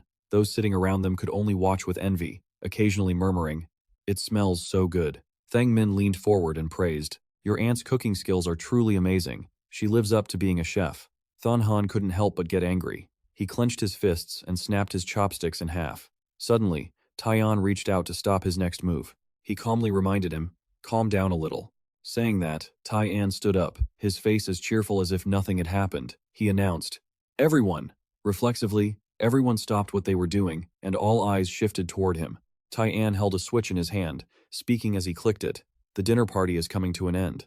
Next, Lu Fan's group also gathered around, curious to see what he would do next. Tai-an really had a knack for smooth talking, and he added, "Please allow me reveal the map and the rules for this year's national trials." A large screen quickly appeared behind him. Tai-an loudly explained, "As you can all see, this is the map for this year's national trials." Someone asked curiously, "This is a composite map. It's massive, isn't it? It's even larger than the map from the previous trials." Lu Fan frowned, lost in thought, muttering to himself, 9 types of terrain, each with its own unique variety of vicious beasts. Very well. The larger the map, the longer the match will last, which is perfect for me to cultivate my spirit. As if answering the questions from those below, Tai-an slowly spread his arms and replied, "That's right. I'm sure you've all noticed. This year, our Tai Chi Kingdom has selected 9 types of terrain from all across the world, creating the largest mega map we've had in years. Each terrain is populated with vicious beasts ranging from level 50 to level 80. His expression grew serious as he added a warning. "The points awarded for slaying these beasts will vary based on their rarity. Simply put, the stronger the beast, the higher the points. That is a guarantee." He shifted the screen to another area and explained, "We have also added another way to earn points. Mission points. Each terrain will feature mission markers that we have set up. After completing a mission, you will automatically receive a point reward at the mission marker. The mission content is entirely random." Hearing this, everyone's expression turned serious. Of course, it wasn't just Lu Fan. He was listening intently to every word. Naturally, each person can only accept one mission at a time, and they must complete it before moving on to the next. He tilted his head slightly to look at those beside him, realizing in his heart that he had probably guessed what the others were whispering about. Lu Fan calculated silently. So far, all the introductions had revolved around how to obtain points. It seemed like they weren't explicitly encouraging PvP, but on the contrary, these rules were clearly designed to lay the groundwork for mutual slaughter. He crossed his arms and observed the people around him, waiting for the point totals of the various national representatives to climb higher. Killing others to steal all their points was clearly everyone's true intention. Fei Bai next to him started laughing with amusement. Kalon pointed curiously at the map on the screen and asked, "We understand the rules, Mr. Kim, but what do the skulls on this map signify?"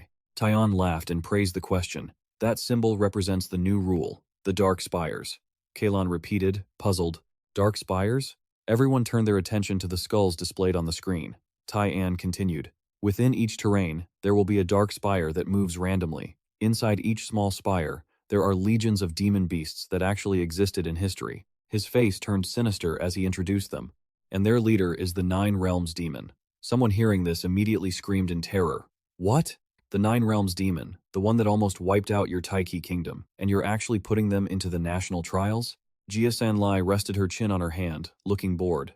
"Are you kidding? That can't be real, right?" Wei Qi coldly spat out 2 words. "Lunatics."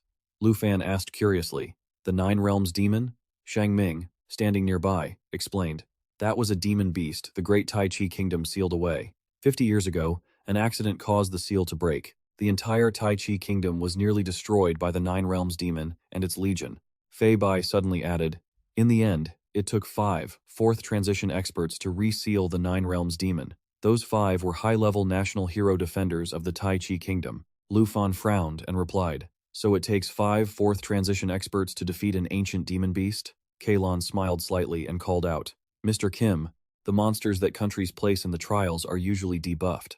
I wonder, what percentage of the Nine Realms Demon's original strength will it have this time?" Tyan smiled sinisterly again, praising the question. "Great question, and this is the most interesting part of this year's national trials," he shouted excitedly. "The Nine Realms Demon in the national trials is the full-strength version, completely unsealed and with no stat reductions. Even the demon beast legions inside the Dark Spires are in their original form." Upon hearing this, everyone immediately protested in anger. "What? The Nine Realms Demon and the legions are real? That's way too dangerous. If they get out of the trial's secret realm, we're basically signing our own death warrants. Putting a boss that slaughtered millions of Tai Chi citizens directly onto the map is pure stupidity." Someone even shouted in dissatisfaction, "It took 5 fourth transition experts to beat that thing. The new rules for this year are absolutely absurd." Andre also spoke up. "The 23 representatives here are all at odds with each other. It's impossible to form 10-man teams. For people at level 60 like us, you'd need at least a 10-man team to even dare try." In the middle of the heated argument, a hand suddenly went up, accompanied by a voice. "Mr. Kim, may I ask?" Lu Fan asked seriously. "Will there be a lot of points for successfully slaying the Nine Realms Demon?" Wei Qi couldn't help but burst into laughter. Kalon turned to him with a mocking tone. "Mr. Representative of the Long Kingdom, this design is meant to increase the pressure on everyone. It's extremely dangerous. Not for you to go out and farm points." Tyon pressed a button, causing the screen behind him to vanish instantly. He smiled and replied to Lu Fan, "I don't know if you're truly asking or just trying to liven up the atmosphere, but as the head organizer, I can answer that question. All vicious beasts in the National Trials Secret Realm will provide points, and killing the Nine Realms Demon will also grant points, a very high amount indeed." With that, Tyan bowed, signaling the end of the presentation. "If there are no further questions, we will end here for today. Thank you all for coming." Everyone began to disperse toward their accommodations. Jia Sanlai sighed, looking dejected. Wei Qi also snorted in annoyance. Before leaving, Fei Bai didn't forget to look back and smile at Lu Fan and Shang Ming, Vice Principal Zhao and Representative Long.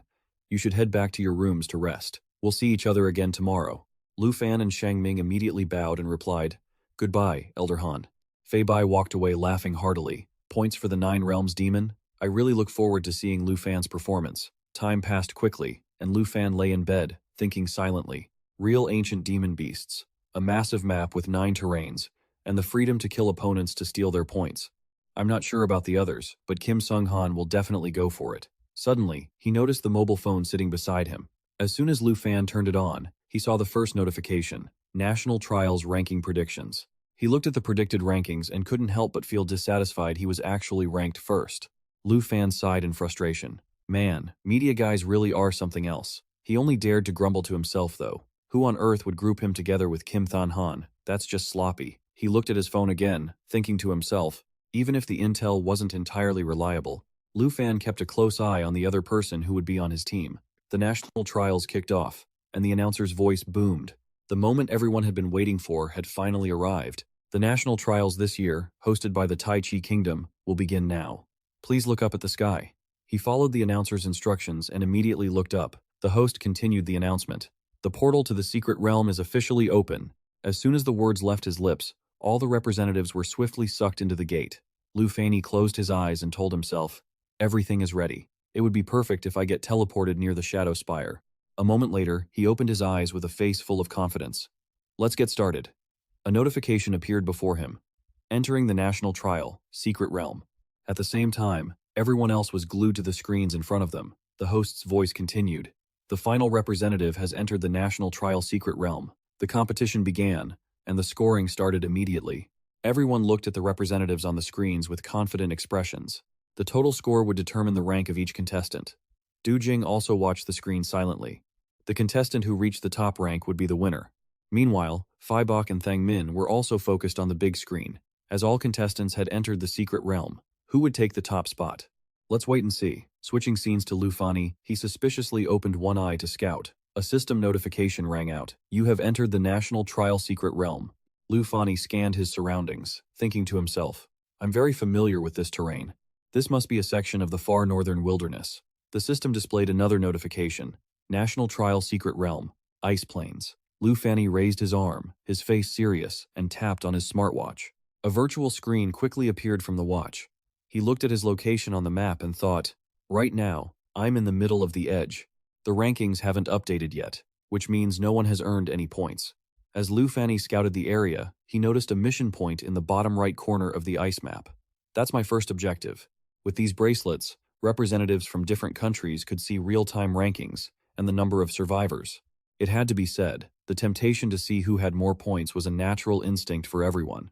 "This is pretty simple, and I like it." He stretched his arms to both sides, creating two portals, one deep blue and one flaming red.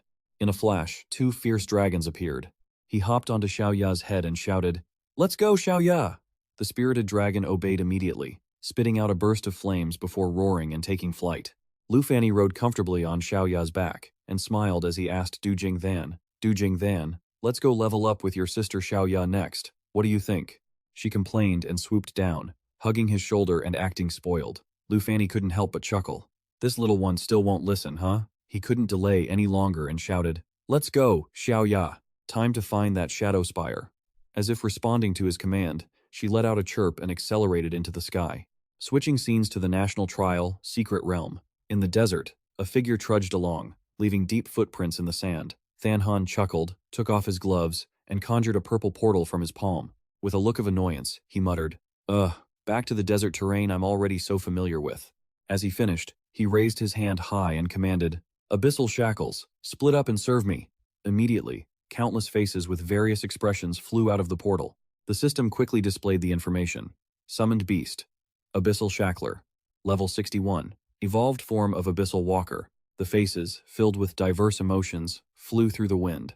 Abyssal Shackler beasts summoned from the abyss will sever their 8 limbs and hide them in designated locations. Each limb can provide a symbiotic effect within the abyss and remains in a stealth state. Than Han watched calmly as the heads grew multiple legs and crawled across the sand. The system displayed more info. Abyssal Symbiosis. As long as the abyssal summoned beast is alive, it will always live in abyssal symbiosis. After death, it can be revived through the abyssal spirit beast. Cooldown is 12 hours. From the second revival onwards, the cooldown doubles with each resurrection. He looked at the info panel displaying the text. Before abyssal symbiosis cooldown, 12 hours. He laughed, his face arrogant as he muttered, "Including the main abyssal shackler bodies, I have a total of 9 resurrection chances. This is true immortality." Suddenly, one of the crawling heads was unexpectedly pierced through by a cold sword. Chin Thug Thean watched the head slowly vanish on the blade and let out a cold laugh. "What a pity. Now you only have 8 left." Information about her quickly appeared on Than Han's watch, but he was in no mood to pay attention to anything else. He roared in rage, "Musaitan, why did you kill my summoned beast? Aren't we allies?" Chin Thug Thean sheathed her sword and replied nonchalantly, "Don't be so angry. Of course we're allies. I just wanted to see if I could earn points by killing your summoned beast. That's all." Than Han retorted angrily. "Then go kill Lu Fanny to get points. We agreed before the match started that killing my summoned beasts would cut off my chances of resurrection." Chin Thug Thean acted like it was no big deal and replied calmly, "You still have 8 lives left, why so angry?" At worst, I'll let you have the killing blow on a few bosses, okay? Thanhan didn't bother arguing with her anymore. He walked past her and grumbled, I'm not debating you anymore. Move aside. Seeing that, Chinthug Thean hurried to follow him. Don't leave me behind. Kim Jaeon might be monitoring the battle. Quietly teleport me to where you are. You have to protect your ally, don't you? Hearing that, Thanhan coldly reminded her, talk less. Don't let the monitors hear you. He stopped abruptly, his face cold as he spoke to Chinthug Thean. An alliance is normal. I'll kill Lu Fanny, and you kill the Black Dragon. Also, I'll tell you something that Kim Jae-in conveniently left out when introducing the Shadow Spire. He smiled sinisterly and continued. That is, the Shadow Spire moves randomly on every map. If it finds a participating representative, it will actively attack. Chinthug Thean exclaimed in shock. What? Why didn't you mention that earlier? No wonder you prepared so many resurrection chances. Suddenly, as if realizing something, she yelled anxiously, if I happen to run into the Shadow Spires of the 9 demon realms, you can resurrect yourself, but what about me? Thanhan raised his hand, covered in a flow of purple energy, and replied, since you are my ally, then I will certainly protect your life as well. With that, he struck that energy straight into Chinthug Thean's body, catching her off guard and causing her to stumble back a few steps. She looked suspiciously at the purple energy flowing over her body. Thanhan smiled triumphantly and explained, no need to dodge. This is the Abyss contract. Suddenly, Chinthug Thean's entire body felt as if it were bound by tight chains, making her shudder uncontrollably, unable to move a muscle. After a long moment, Chinthug Thean couldn't help but hunch over and retch repeatedly. Thanhan ignored her. He walked away leisurely, leaving behind a final remark. From now on, if you die, you can be resurrected inside my Abyss-summoned beast. We have successfully linked through the Abyss contract. As he said this, he suddenly turned his head and gave a cold smirk. Of course, if I actually die, you will die too. Chinthug Thean snorted in dissatisfaction, thinking that although he talked about an alliance, he was clearly still on guard against her. Don't worry, I won't stab you in the back, Thanhan replied as he continued to walk away. No need to overthink it. Cooperating with our Taite nation is the right choice. Once the national trial ends, I will nullify the Abyss contract. Chinthug Thean followed him and asked curiously, wait for me. Are we going to find Lu Fan now? Thanhan shook his head and replied, no. First we need to accept the mission to earn points. We'll wait until the 9 Realms demon has killed off most of the other representatives, then we start the plan. She looked at the surrounding scenery and asked in confusion, accept a mission? Doesn't that just mean mission points? Thanhan turned his head, his expression sinister as he replied, that's a mission trap. Kim Tae-en places one on every map. Only I know their locations. Once you accept one, you can't take any other missions. Chinthug Thean was stunned and asked, a trap? What kind of mission is it exactly? Thanhan smiled, his tone sly and mysterious. You'll find out soon enough, because this mission is basically impossible for anyone to complete. Time passed quickly. 5 hours later, in the monitoring room, many people were gathered around a large screen, whispering and discussing. The big 3 of the national trial are gone? What are the big 3? One person looked at the image of Lu Fan on the screen and slowly explained. It refers to the Dragon Nation, the Star Treaty Nation, and the Snow Nation. In previous national trials, the top 3 in every class were always them. What is really going on with the Dragon Nation this year? The media ranked the Dragon Nation representatives as Tier 1. I think they just want to ride their coattails. The hype is probably overblown. He only has 257 points right now. Killing a few fierce beasts would yield more than that. Suddenly, the sound of trickling water rang out nearby, drawing the attention of Taeyeon, who had been confidently watching the screen. A slender hand holding a teapot leisurely poured tea into a small cup. Feebok slowly picked up the teacup and suddenly let out a loud laugh. Others looked on in confusion, whispering among themselves. How strange. What exactly is this Dragon Nation representative doing? Taeyeon glanced at them silently, his eyes filled with caution. The scene shifted to Lu Fan's location. He looked at his watch, which was displaying his current stats. Lu Fan thought to himself, where on earth is this dark spire? I've been searching for so long, and I haven't even seen a trace of it. Suddenly, a notification appeared before him. Void Hunting Teacher, level 60, 84 points. At that exact moment, 2 Void Hunting Teachers lunged down from the sky. Fortunately, Xiao Yao reacted just in time, quickly dodging the dangerous strike of the 2 creatures.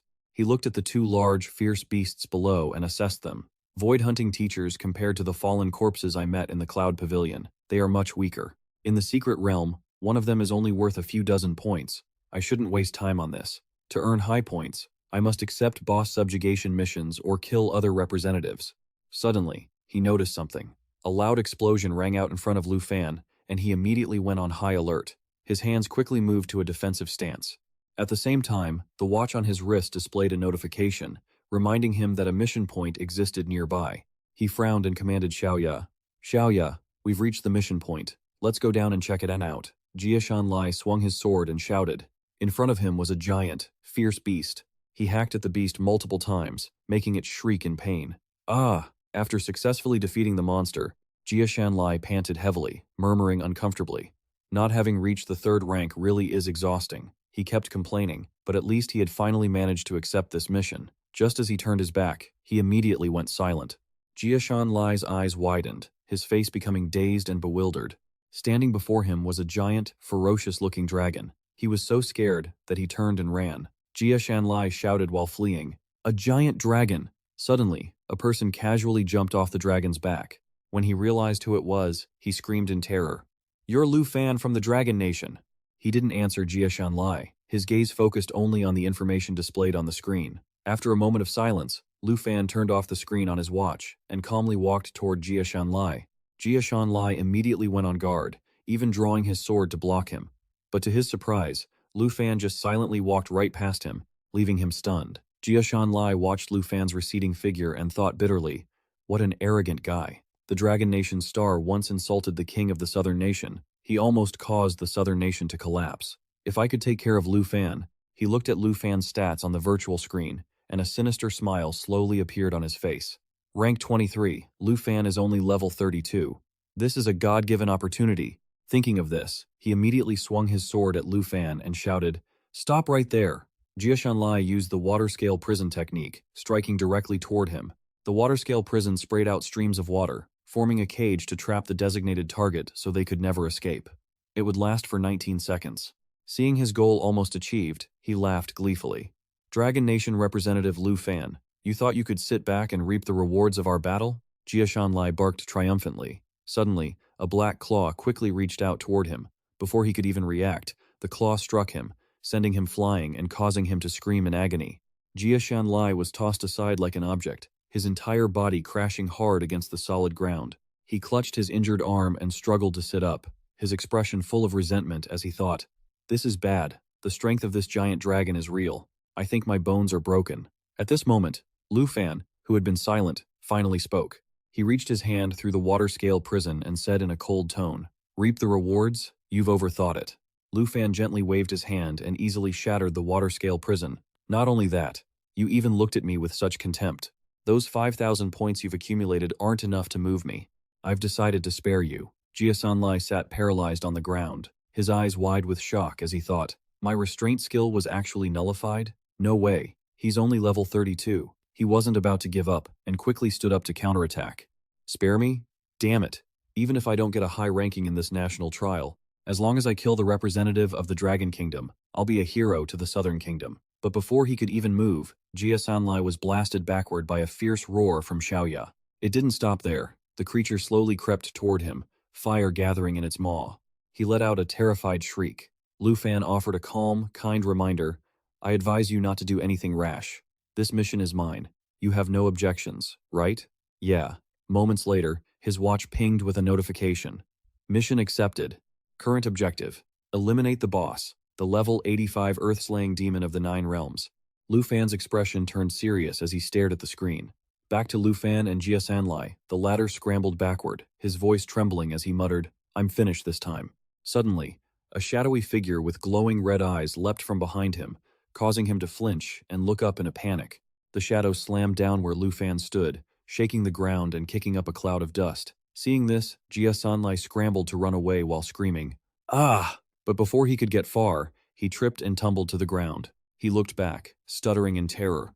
That's the boss guarding the mission point. It turns out to be a level 75 Glacier Snow Beast King, worth 245 points. It roared incessantly. Jia Shanlai laughed triumphantly, thinking to himself, "Heaven hasn't forsaken me. Who knew Lu Fan would die right in front of me?" Suddenly, the Snow Beast King swung its massive arm, violently swatting Jia Shanlai away. Its eyes glowed crimson as it glared down at him. Jia Shanlai's face turned pale in an instant. His eyes widened in horror, his whole body shaking uncontrollably. Tears welled up in his eyes as he bit his lip, thinking, "I'm dead. I'm completely dead. Suddenly, a bizarre red light flared from behind the Snow Beast King, immediately grabbing its attention. The beast growled in confusion and turned to see what it was, only to see a flash of light. At the same time, a long gash appeared on the Snow Beast King's body, and blue liquid sprayed out everywhere. Jia Sanlai screamed in terror. Before the beast could recover, Xiaoya lunged fiercely right in front of it. Xiaoya let out a thunderous roar and drove its sharp claws straight into the Snow Beast King. The system immediately displayed a notification. Dragon Breath Strike, consecutive hits. Dragon Pet unleashes double dragon impact with Dragon Aura. Suddenly, a voice dripping with contempt echoed. What? Just a big body, that's all. Xiaoya saw Lu Fan and immediately hid behind him, letting out a shrill cry. Lu Fan looked at the carcass of the Snow Beast King and scoffed. Not even as strong as a fallen corpse. Information quickly appeared before him. Dragon Aura is active. Black Dragon. Dragon Kingdom's Lu Fan. Accumulated points, 257. Current total, 245. Jia Sanlai's eyes were wide open, sweat pouring down like rain. He didn't dare move a muscle because right beside him was a bottomless abyss created by Lu Fan just a moment ago. He looked at the gaping hole in fear. One blow to destroy the boss? Is Lu Fan really only level 32? If that blow had landed on me, his face tightened. At that moment, even breathing felt heavy and suffocating. Lu Fan's eyes glowed red as he walked toward Jia Sanlai with his sword in hand. He screamed inwardly, "It's over! It's really over! Is this how I end?" Thinking this, he squeezed his eyes shut, not daring to open them. He even raised his hands in defense, shouting, I'm sorry, please, please show mercy."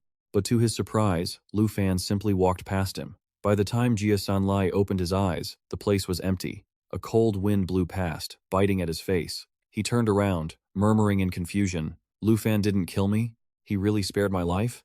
Suddenly, a light flared from behind him, causing him to jump and whirl around. When he saw what it was, he became even more puzzled. Mission accepted.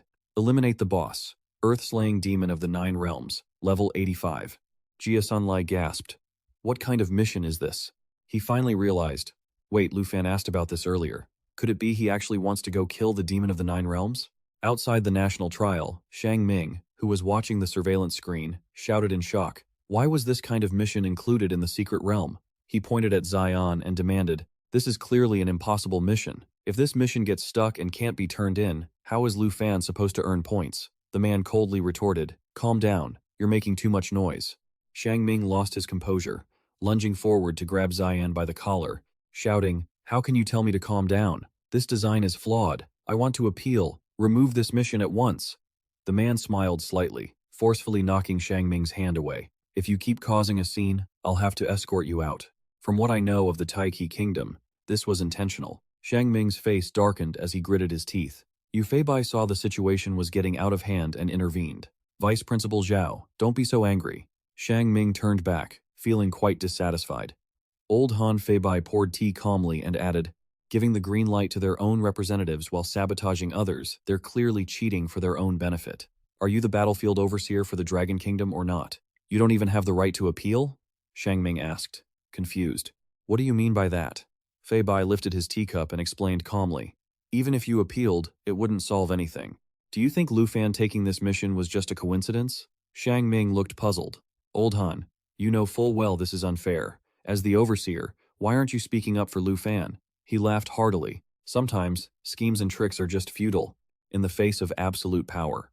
He looked at the steaming teacup and added, "This impossible mission is exactly what Lu Fan wanted.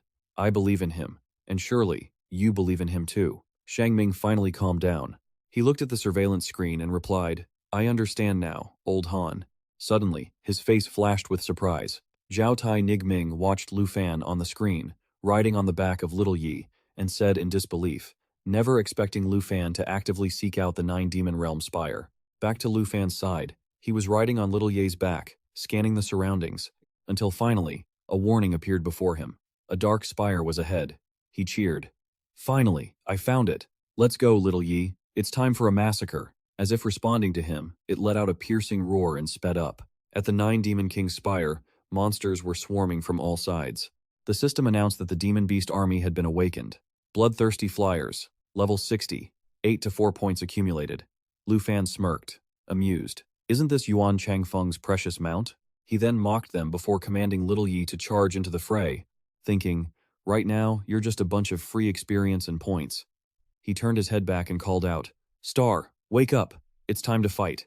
It responded with 2 roars. Flames swirled around his body after he shouted the command to transform into the Destruction Dragon. The system announced, Black Dragon form changed to Destruction Dragon. Next, Little Yi's attribute panel appeared. Raging flames erupted, incinerating quite a few bloodthirsty flyers. He shouted a warning. Little Yi, watch the ground. Below, a pack of Earth Pit demons was rushing toward them. The system displayed a notification. Earth Pit Demon, level 75, 127 points. He drew his sword. Ready. The Earth Pit demons came at just the right time. It would be best if the entire demon army attacked at once. The system displayed. Current Dragon Chi. The Black Dragon, Little Yi, let out a powerful roar, blowing away many surrounding monsters at close range with molten fire. System note. Dragon King's Strike. Normal attacks now carry Dragon Chi, dealing damage from a distance. Because of the impact from Little Ye's roar, the monsters were sent flying and collapsed. The molten flame continued forward, spewing fire to deal damage while healing himself.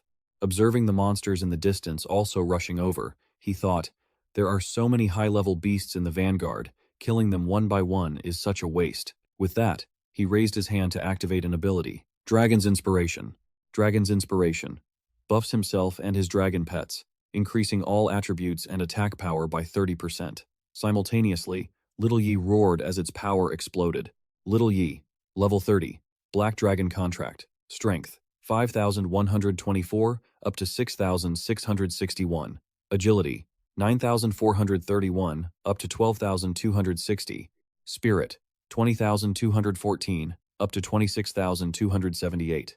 Durability, 10,473 up to 13,614. He rushed forward, signaling to Little Yi to prepare to unleash the Great Cataclysm. Little Yi roared with threatening authority. The Destruction Dragon's Great Cataclysm caused explosions in the area it flew over, dealing massive damage and setting everything ablaze. Lu Fan stood above, aiming down.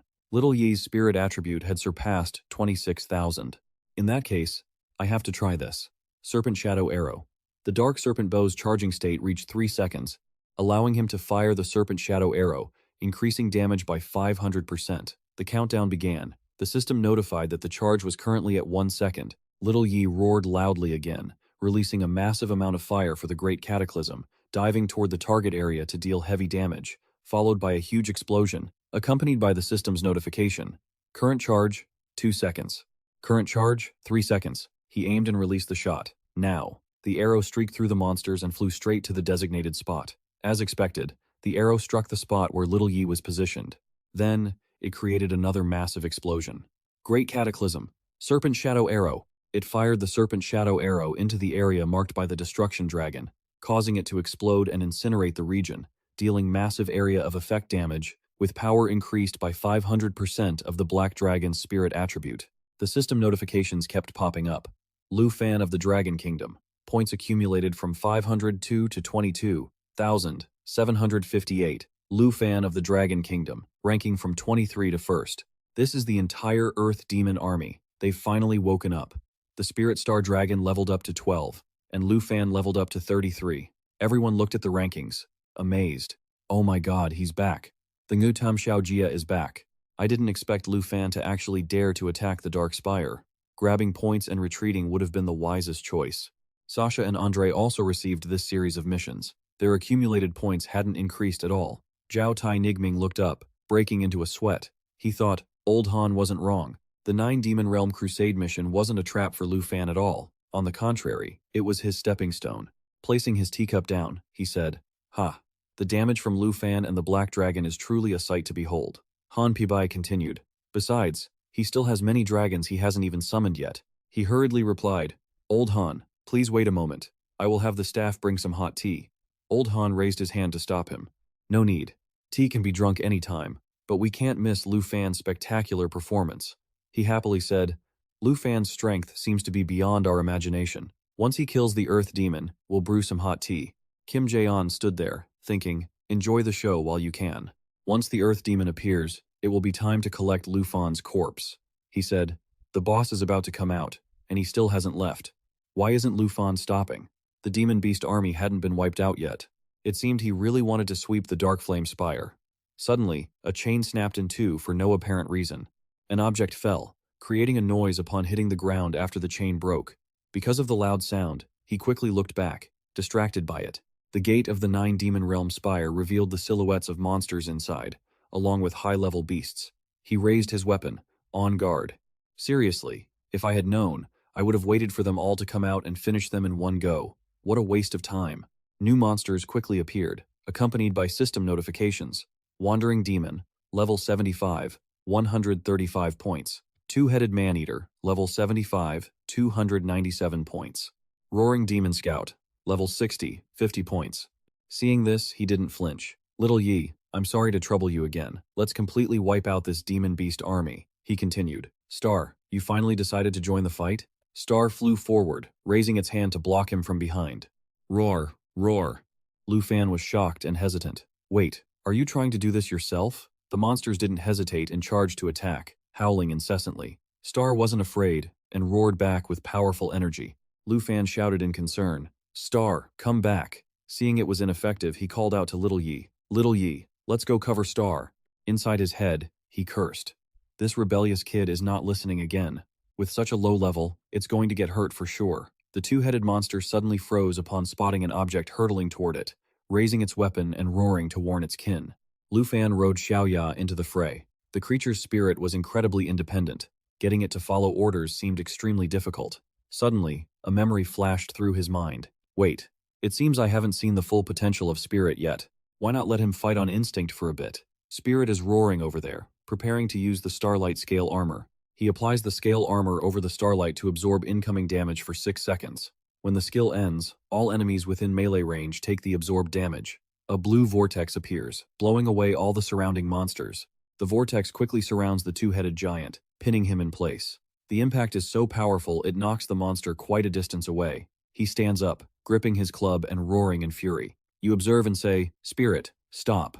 The Starlight Scale Armor has already absorbed the damage. Looks like we don't need to worry about Spirit. The two-headed monster freezes again as it sees the surge of power approaching, even if it doesn't obey commands. You continue, noting that you can still use skills to fight. Starlight Scale Armor. It forces all enemy targets within melee range to take the full damage. A massive blue explosion erupts, blasting the monsters away. The two-headed monster stares and lets out a roar. Star Crusher creates a star and then crushes it to deal massive area of effect damage, the power of which depends on the energy used. Seeing this, you say, Spirit, let's fly back a bit. Then, in sync with Spirit's roar, a surge of blue energy erupts. The two-headed monster that was just standing there is frozen by the energy, and the other monsters can only shriek in despair as they share the same fate. Spirit flaps his wings, spreading his area of effect attack. You happily praise him. Great job, Spirit. If it weren't for the 5 times damage of the X-Shadow Arrow, this Star Crusher would be on par with Shadow's disaster move. Lu Fan's level has increased to 34. Hearing the praise, Spirit snorts smugly. I'm awesome, right? You laugh to yourself. Who knew this little guy could be so arrogant?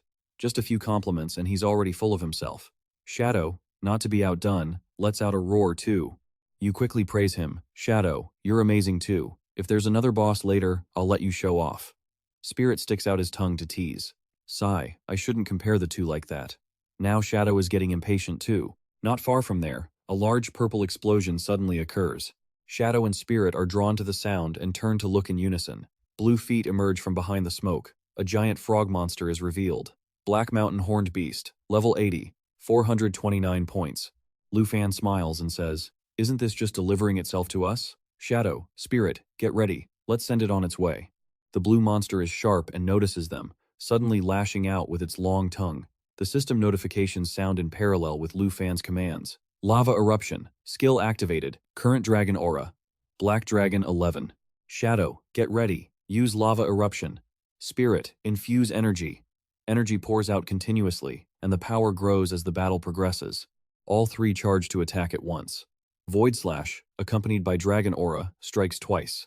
When the partner attacks, the dragon pet will simultaneously unleash 2 claw attacks imbued with Dragon Aura. The frog monster stomps its feet in frustration, firing a green energy beam from the horn on its head. The horn and the green energy beam strike toward them. You shout, Spirit, show this toad your power.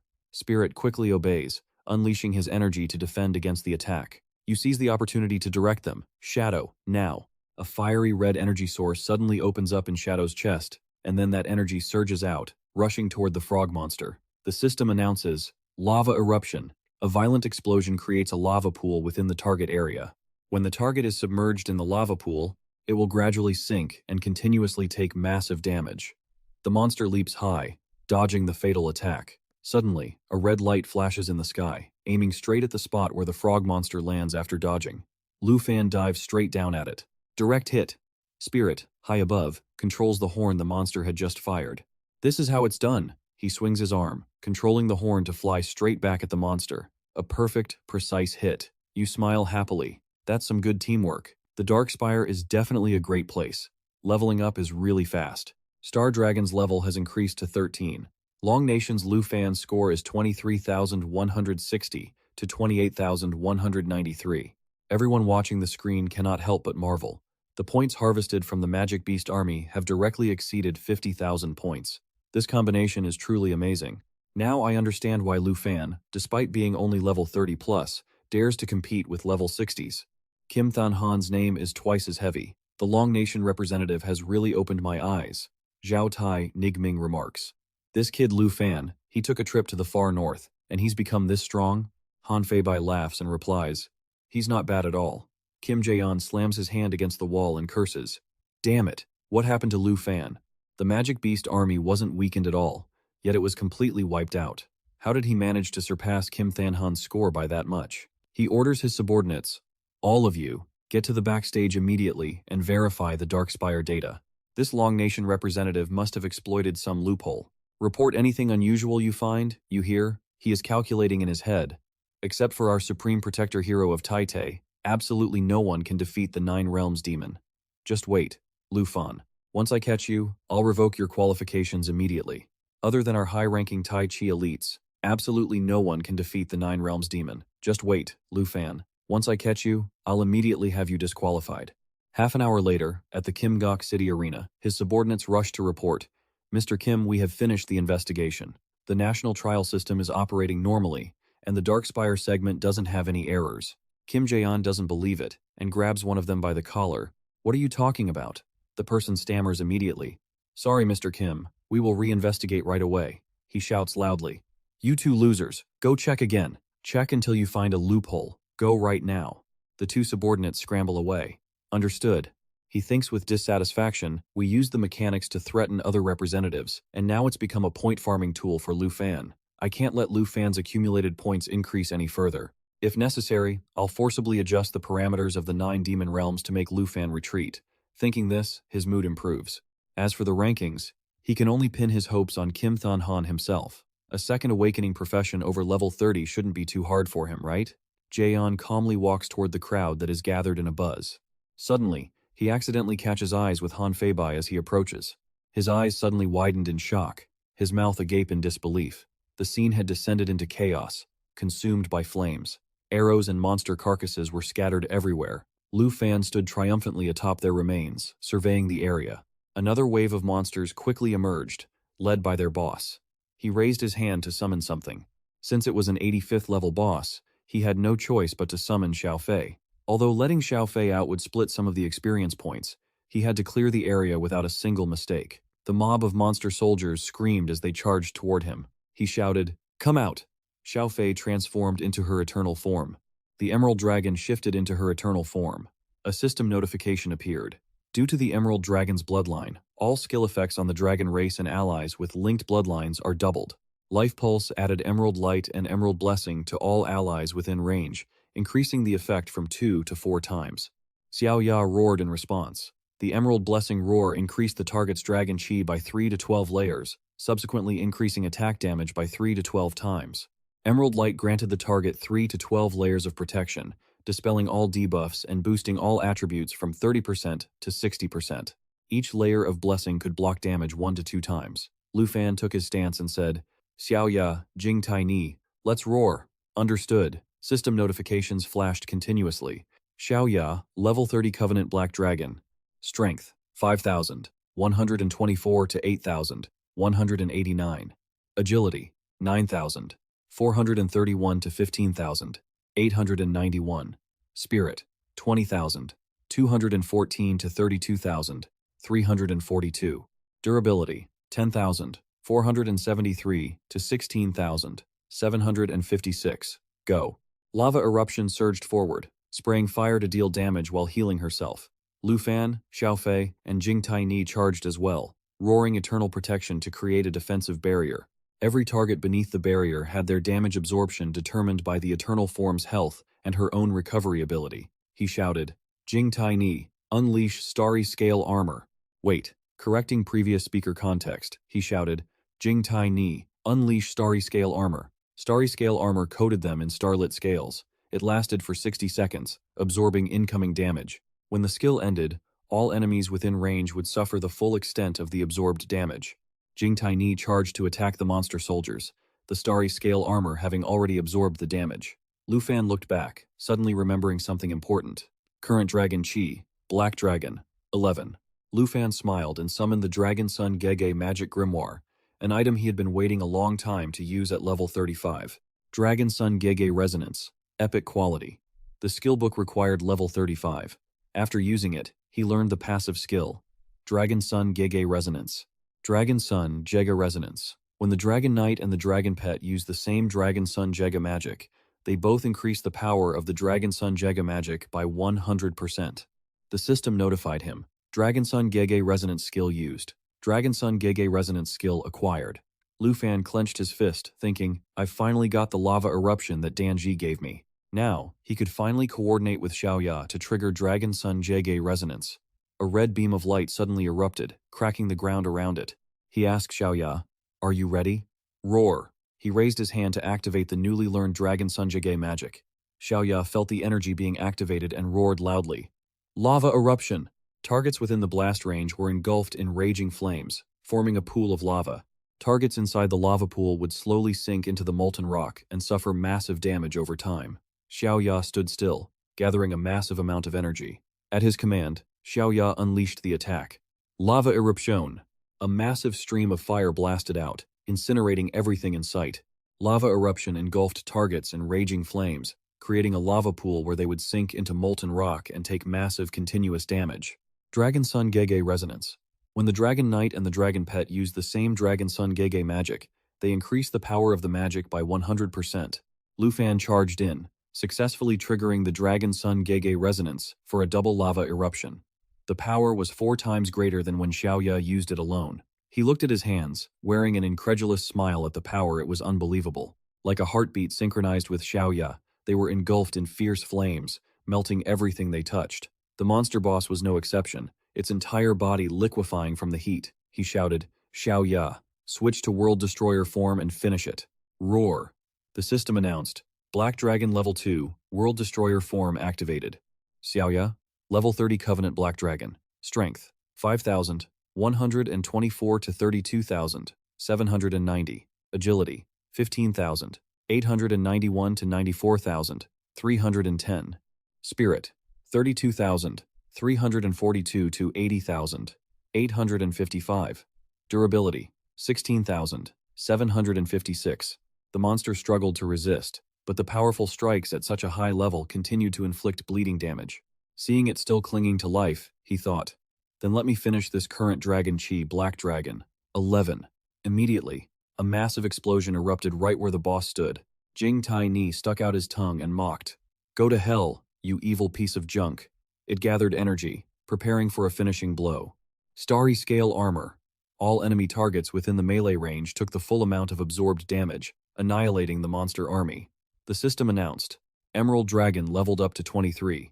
Lu Fan chuckled to himself. Damn, Jing Taini, how did you learn to steal kills? Black Dragon reached level 31. Jing Taini had finally reached level 15. He had to unlock the Great Dragon form this time.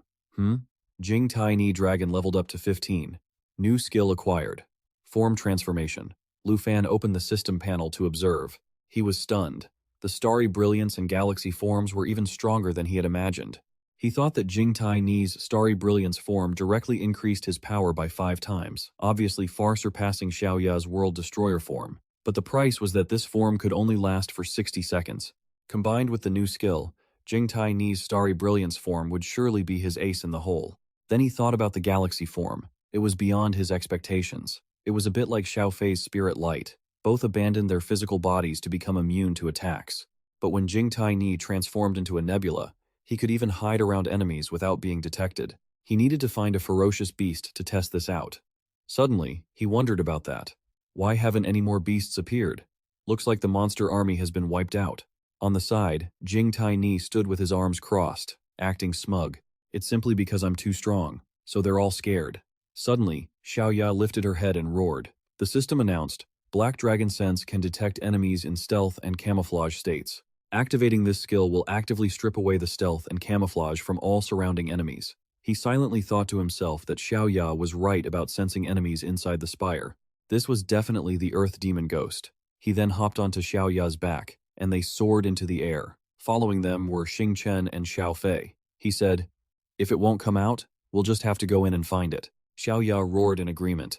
While flying on Xiaoya's back, Lu Fan turned to call out to Xiao Fei and Xing Chen. He then said, You two, pay close attention to what happens next. The four of them flew into the massive purple gate of the dark spire. Upon entering, they found themselves in an endless void. The sky was a deep, mystical purple-black.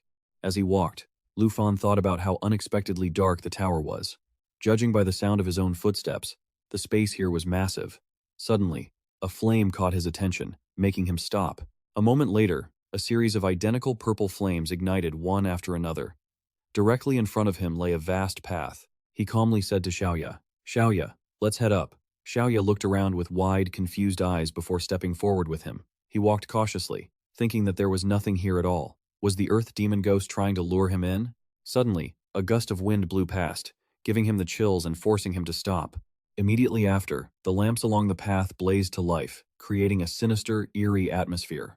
Standing before the spectacle, Lu Fan was absolutely stunned. It was a gargantuan throne. Beside him, Xiaoya wouldn't stop growling, while he himself was filled with suspense and anticipation. Earth Demon Ghost, show yourself. Suddenly, the sky darkened, and a booming voice echoed. Humans and a dragon too? I remember being killed by humans a long, long time ago. Just then, a massive vortex of black smoke began to form above the throne. The smoke continued to speak.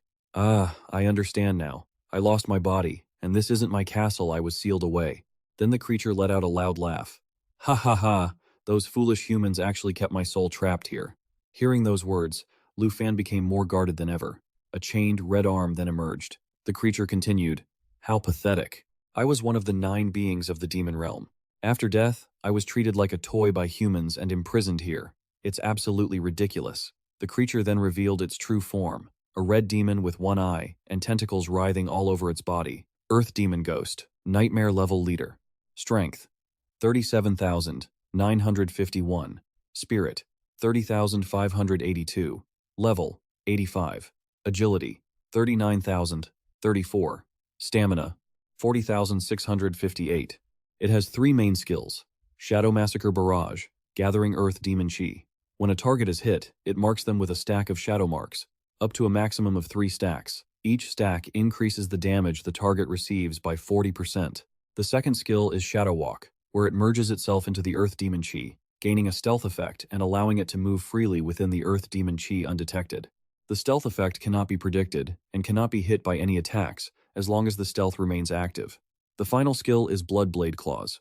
It unleashes 5 high-speed Bloodblade Claws to strike the opponent, dealing massive damage and increasing its own strength by 200% for 5 seconds. The creature then extended its razor-sharp claws and lunged toward him. Angrily, it growled, Are you and this little dragon trying to be heroes and seal me away again? It then activated its Shadow Massacre Barrage skill and arrogantly added, Say your last words, you ant. Lu Fan stood perfectly still, not moving an inch. As the sharp claws attacked, a shield was instantly activated to protect him. It was Xiao Fei's Jade Light Shield. Lu Fan then looked at the creature with a contemptuous expression and said, Last words? Keep them for yourself. He then told Xiao Fei, switch to Fallen Bone Dragon form. Right then, before the creature's shocked eyes, Xiao Fei slowly transformed into the Fallen Bone Dragon.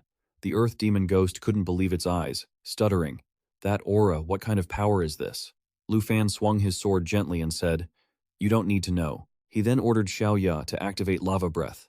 Xiaoya opened its mouth and fired a massive fireball toward the creature. The blazing fireball flew toward the Earth Demon Ghost like a meteorite, but the creature just stood there waiting. As the fireball made contact, it passed right through the creature's body. Witnessing this, Lu Fan was stunned. It went through? Could it be that this demon can't be attacked? Seeing Lu Fan's shocked face, the Earth Demon Ghost laughed mockingly. Foolish human and a hatchling dragon. What a stupid and weak combination. It turned out the creature had activated Shadow Walk to evade the attack. Lu Fan began to think, this is troublesome. Xiao Ya's perception can only detect stealth and camouflage, but it couldn't detect the demon's Shadow Walk ability. Suddenly, the Earth Demon Ghost moved as fast as lightning, circling behind Xiao Fei to prepare a sneak attack. It immediately struck at Xiao Ya, but luckily, Xiao Ya had activated a shield. Die, you pests. After seeing that, the Earth Demon Ghost laughed manically. Ha ha ha, I can keep playing like this. Let's see how long you can last. Lu Fan was becoming annoyed by the creature's tactics. 2 consecutive hits had destroyed 4 defensive layers. Even though Xiao Fei could continuously cast Jade Light, just playing defense wasn't the answer. It seems I have no choice, he thought. He immediately prepared to counter the demon's attack. The creature lunged at him with the Shadow Massacre barrage. You're finished this time, human. But luckily, he managed to parry with his sword. He then smirked and said, you won't be hiding anymore. He unleashed a flurry of attacks, forcing the Earth Demon Ghost to reveal its true form. The demon looked at the attacks and wondered what was happening. It was the effect of dispelling the Shadow Walk. The attack had broken the stealth effect. Lu Fan was delighted. He immediately called out, come on out, Xing Chen, you can try out that skill now. The Earth Demon Ghost was terrified. It stood there screaming, this is impossible. Above them, a pair of incredibly beautiful and cool wings slowly appeared. It slowly raised its head to look at everyone, a transformation that was absolutely flawless. Introducing the Starry Sky Dragon, Galaxy Morph form. The Earth Demon Ghost saw it and became enraged, completely unable to comprehend it. Did it enter with you? And it was here the whole time? At that moment, Lu Fan pointed his sword directly at the demon and said, you don't need to know. Have you thought of your last words yet, you ant? The Earthslayer demon finally realized why he couldn't detect any spiritual presence. It was because his opponent was using the Shadow Walk skill to stay hidden. He let out a long, frustrated growl and started to lose his mind. Glaring at him, he sneered. Thinking you're so clever? That little stunt of yours really took me by surprise. He then charged toward him, roaring. Even if you light up the shadows here, it won't matter. He and Xiao Fei leaped into the air to dodge the incoming attack. He urged Xiao Fei, switch to Light Soul form now. Lu Fan jumped onto Xiao Ya's head, and the 3 of them combined their efforts and lunged at the Earthslayer demon. You have nowhere left to hide, he called out to Xiao Fei. Xiao Fei, coordinate with me. Then, he activated Dragon's Ancient Dance, while Xiao Fei triggered the Jade Dragon system. Xiao Ya activated her hidden soul, let out a massive roar, and unleashed her full power. The Earthslayer demon watched this, acting all arrogant again. He spat. How can a mere mortal use the power of a dragon like that?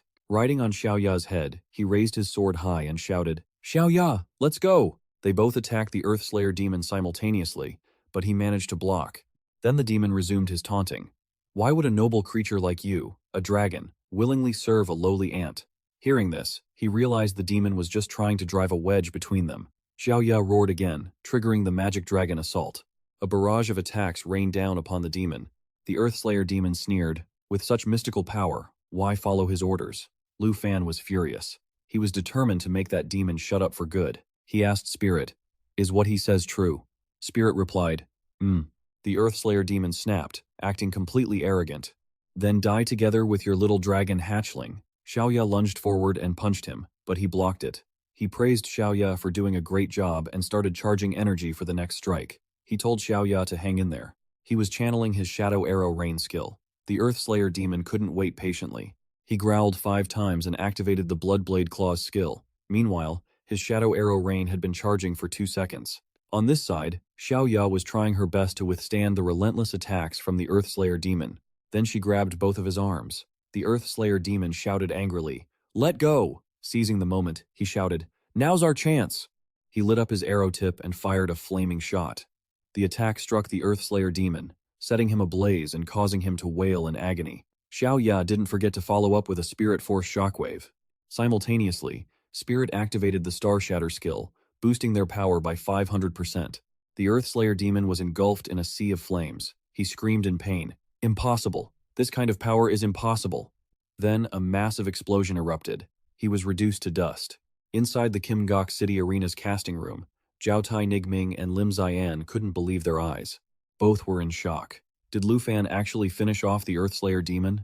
They started whispering frantically. No way! The Nine Worlds demon couldn't possibly be handled by a brat from the Dragon Kingdom. That's the level only the 5 heroes who protected the nation could reach. No, I need to go and recalibrate the Earthslayer demon's stats immediately. Meanwhile, Mr. Han Feibai remained calm, lost in thought. They were all staring at every tiny detail on the screen. The explosion ended, and the Earthslayer demon is still alive. They breathed a sigh of relief. My God, ancient demonic beasts really can't be defeated. No, look, he's covered in wounds. Then Kim Zion laughed out loud. Ha ha! The Earthslayer demon slowly stood up from the rubble, coughing. Damn it, you bastards! He stood up and snarled. A mere ant has driven me to this state. I will never forgive you. He looked at the demon with utter disdain. Forgive me? My attack isn't over yet. Have you noticed there are 2 dragons you haven't seen yet? The Earthslayer demon felt a chill down his spine. Behind him, 2 flickers of light appeared. It was the 2 dragons he had mentioned. They activated Apocalypse Fall. Their health value was at 100%. The Earthslayer demon still boasted, so what if they're dragons? To think they'd act so insolently while serving a human. He lunged at the 2 dragons. I won't fall to ants again. With that, he activated his Bloodblade claws again. The 2 attacks collided, releasing a terrifying wave of power. A cataclysmic explosion occurred. Out of the flickering flames, he saw the Earthslayer demon slowly collapsing. The demon hissed with resentment. Damn it! Curses, you bastard! This is impossible! Then he started rambling. How could I lose? It's all because this stupid body dragged me down. After being reborn, to suffer the fate of being killed by a human, I don't accept this. I don't accept it. At the same time, he tried to sneakily activate Shadow Walk to escape. However, a flurry of arrows flew toward him, hitting him instantly and shattering his Shadow Walk skill. Lu Fan approached with his bow in hand and said, It's over, Earthslayer demon. At this point, the demon was more enraged than ever. He roared, Human, is it really over? I couldn't kill his dragon, let alone hurt him. Is this the end for me? Suddenly, the Earthslayer demon's body began to vibrate violently. A surge of power flooded him, leaving him completely shocked. Lu Fan was also caught off guard by this development. Then, the demon let out a fierce howl as a powerful aura surged through his body. His hands and form began to change, and he screamed in pain, Power! This power! The Earthslayer demon let out a loud laugh. He quickly opened his control panel to check, thinking to himself, What is going on? I clearly already defeated him. Where is this sudden strength coming from? He then realized, could it be the second phase of the Earth Demon? It seemed the Nine Worlds Demon was still hiding its true strength. There had to be a reason the heroes of Tai Kingdom were able to seal the 9 of them. He suddenly noticed something and gasped. What? The Earthslayer demon laughed. This power is still growing. Do you still think it's over now, you ant? Seeing the stats on the screen, even he felt a sense of dread. Its stats are still rising? This isn't right. The Earthslayer demon felt it too. He began to wail in agony. What? What is happening? The people in the observation base were also confused by the transition phase. But what happened to these values? They're still climbing and haven't stopped. They all thought, this is fundamentally wrong. With this crazy increase in stats, there's just no way to win. Vice Principal Zhao asked Old Han, are you still watching the Earth Demon stats keep rising for the sake of Lu Fan's safety? Or should we issue a temporary notice for Lu Fan to leave the spire immediately? Old Han just sat there calmly drinking tea and said, Vice Principal Zhao, do you remember what you promised me? We said after Lu Fan kills the Earth Demon, we'd brew a fresh pot of tea together. Vice Principal Zhao was stunned and said, but this involves a human life. This Earth Demon is problematic, very problematic. The numbers have already crossed 100,000. Old Han remained calm, explaining that Lu Fan's previous battles didn't just reflect his extensive combat experience, but also highlighted his incredible battle instincts. This is the first time I've seen a young man like this, so I definitely won't let his life be put at risk. Vice Principal, I naturally trust Lu Fan, but what about you? Hearing this, Vice Principal Zhao felt reassured. He replied, I naturally trust Lu Fan as well. Then he continued, Old Han, since you've guaranteed Lu Fan's safety, then I'm at ease. After all, Longdu Academy has gone to great lengths to cultivate him. I was rude just now. Old Han laughed heartily. No need to apologize. I understand you're just worried about Lu Fan's safety. At this moment, Kim Jae-on was still secretly laughing, thinking no one had noticed, which was great. Then he thought, the work efficiency of those 2 losers isn't bad at all. Even national heroes might not be able to defeat a 9 Realms demon with such absolute stats. The next thing to do is just wait for the news of Lu Fan's death. Ha ha ha. Cutting to Lu Fan's location, he was currently facing a monster that looked extremely hideous. He said that although he didn't understand why its transformation stage was so unreasonable, it was still enjoying its victory too soon. Then he took a fighting stance, thinking to himself that he couldn't let its stats keep growing. It was time to unleash the ultimate killing intent. He activated the second stage Black Dragon Aura, then he chose Natural Assimilation. Fey, possess me, and summoned the corrupted Bone Dragon once again. The Earth Demon's eyes were bulging out, looking terrifying. It let out a hideous screech and started charging at him. Die, you ant! Lu Fan shouted for Xiaoya to fire the world-ending breath immediately. Right after, Xiaoya unleashed a world-ending roar to attack the monster, but it activated its dragon language unseal. It laughed joyfully. Ha ha ha, arrogant human, you and your dragon can't kill me. Then Lu Fan shouted again, corrupted bone dragon, dragon language magic unseal. His sword burst into flames. The two corrupted bone dragons were activating a forbidden spell to attack the monster. He used the world-ending breath skill and the forbidden dragon spell to add a weakening effect. The Earth Demon went crazy, shouting, "Enough! I'll make you pay for looking down on ancient magical beasts. For the dignity of the Nine Realms demon." Just as he finished speaking, he gasped. A blinding light suddenly appeared before his eyes. Lu Fan boldly declared that it was a pity, but now was the time for it to learn the consequence of underestimating a dragon master. That is, death. At this moment, the star dragon shifted into its star brilliance form. The remaining time for the state was 59 seconds. The Earth Demon stared at the scene before him, eyes wide. That hatchling actually. Then Star Brilliance activated the Star Brilliance light skill, firing a massive stream of power toward the Earth Demon. Taking the full force of the attack, the monster screamed in agony. It shrieked, "No, no, this isn't my fate." It roared in helplessness. I actually lost? I just regained this power and I lost."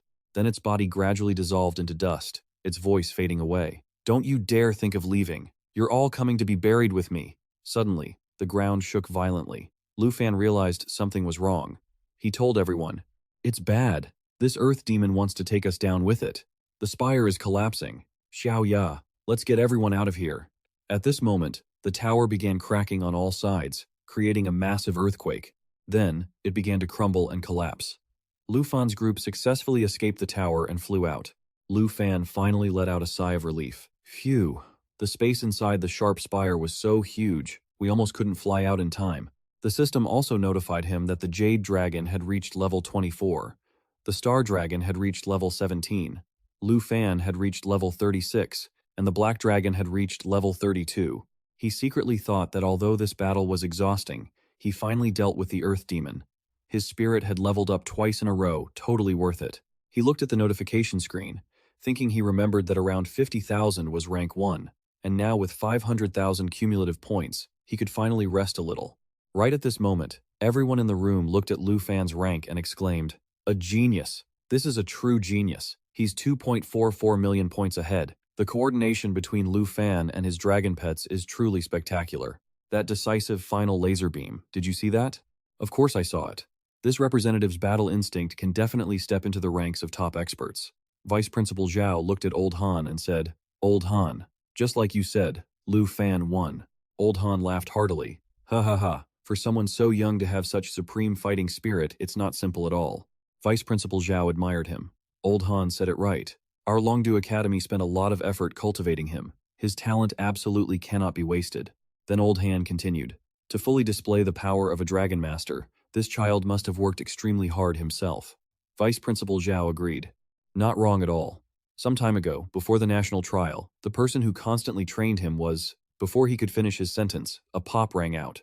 It turned out the man surnamed Kim had thrown his phone onto the ground. He was extremely angry at Lu Fan's victory. Everyone gathered around and asked, "Mr. Kim, are you okay?" He hurriedly ran off and said, "It's nothing, I was just rude."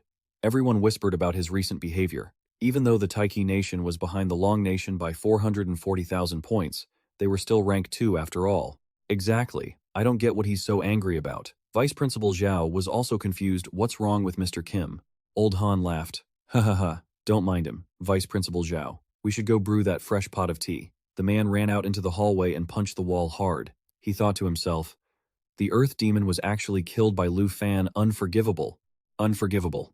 This kid from the Dragon Kingdom actually managed to handle something only national hero level protectors could deal with. Just as he was fuming, two subordinates ran up and said, "Boss Kim, we found you. We couldn't reach you earlier." He immediately grabbed the assistant by the collar and demanded, "Answer me. Did you lot really max out the stats for the Earth-slaying demon?" The subordinate replied nervously.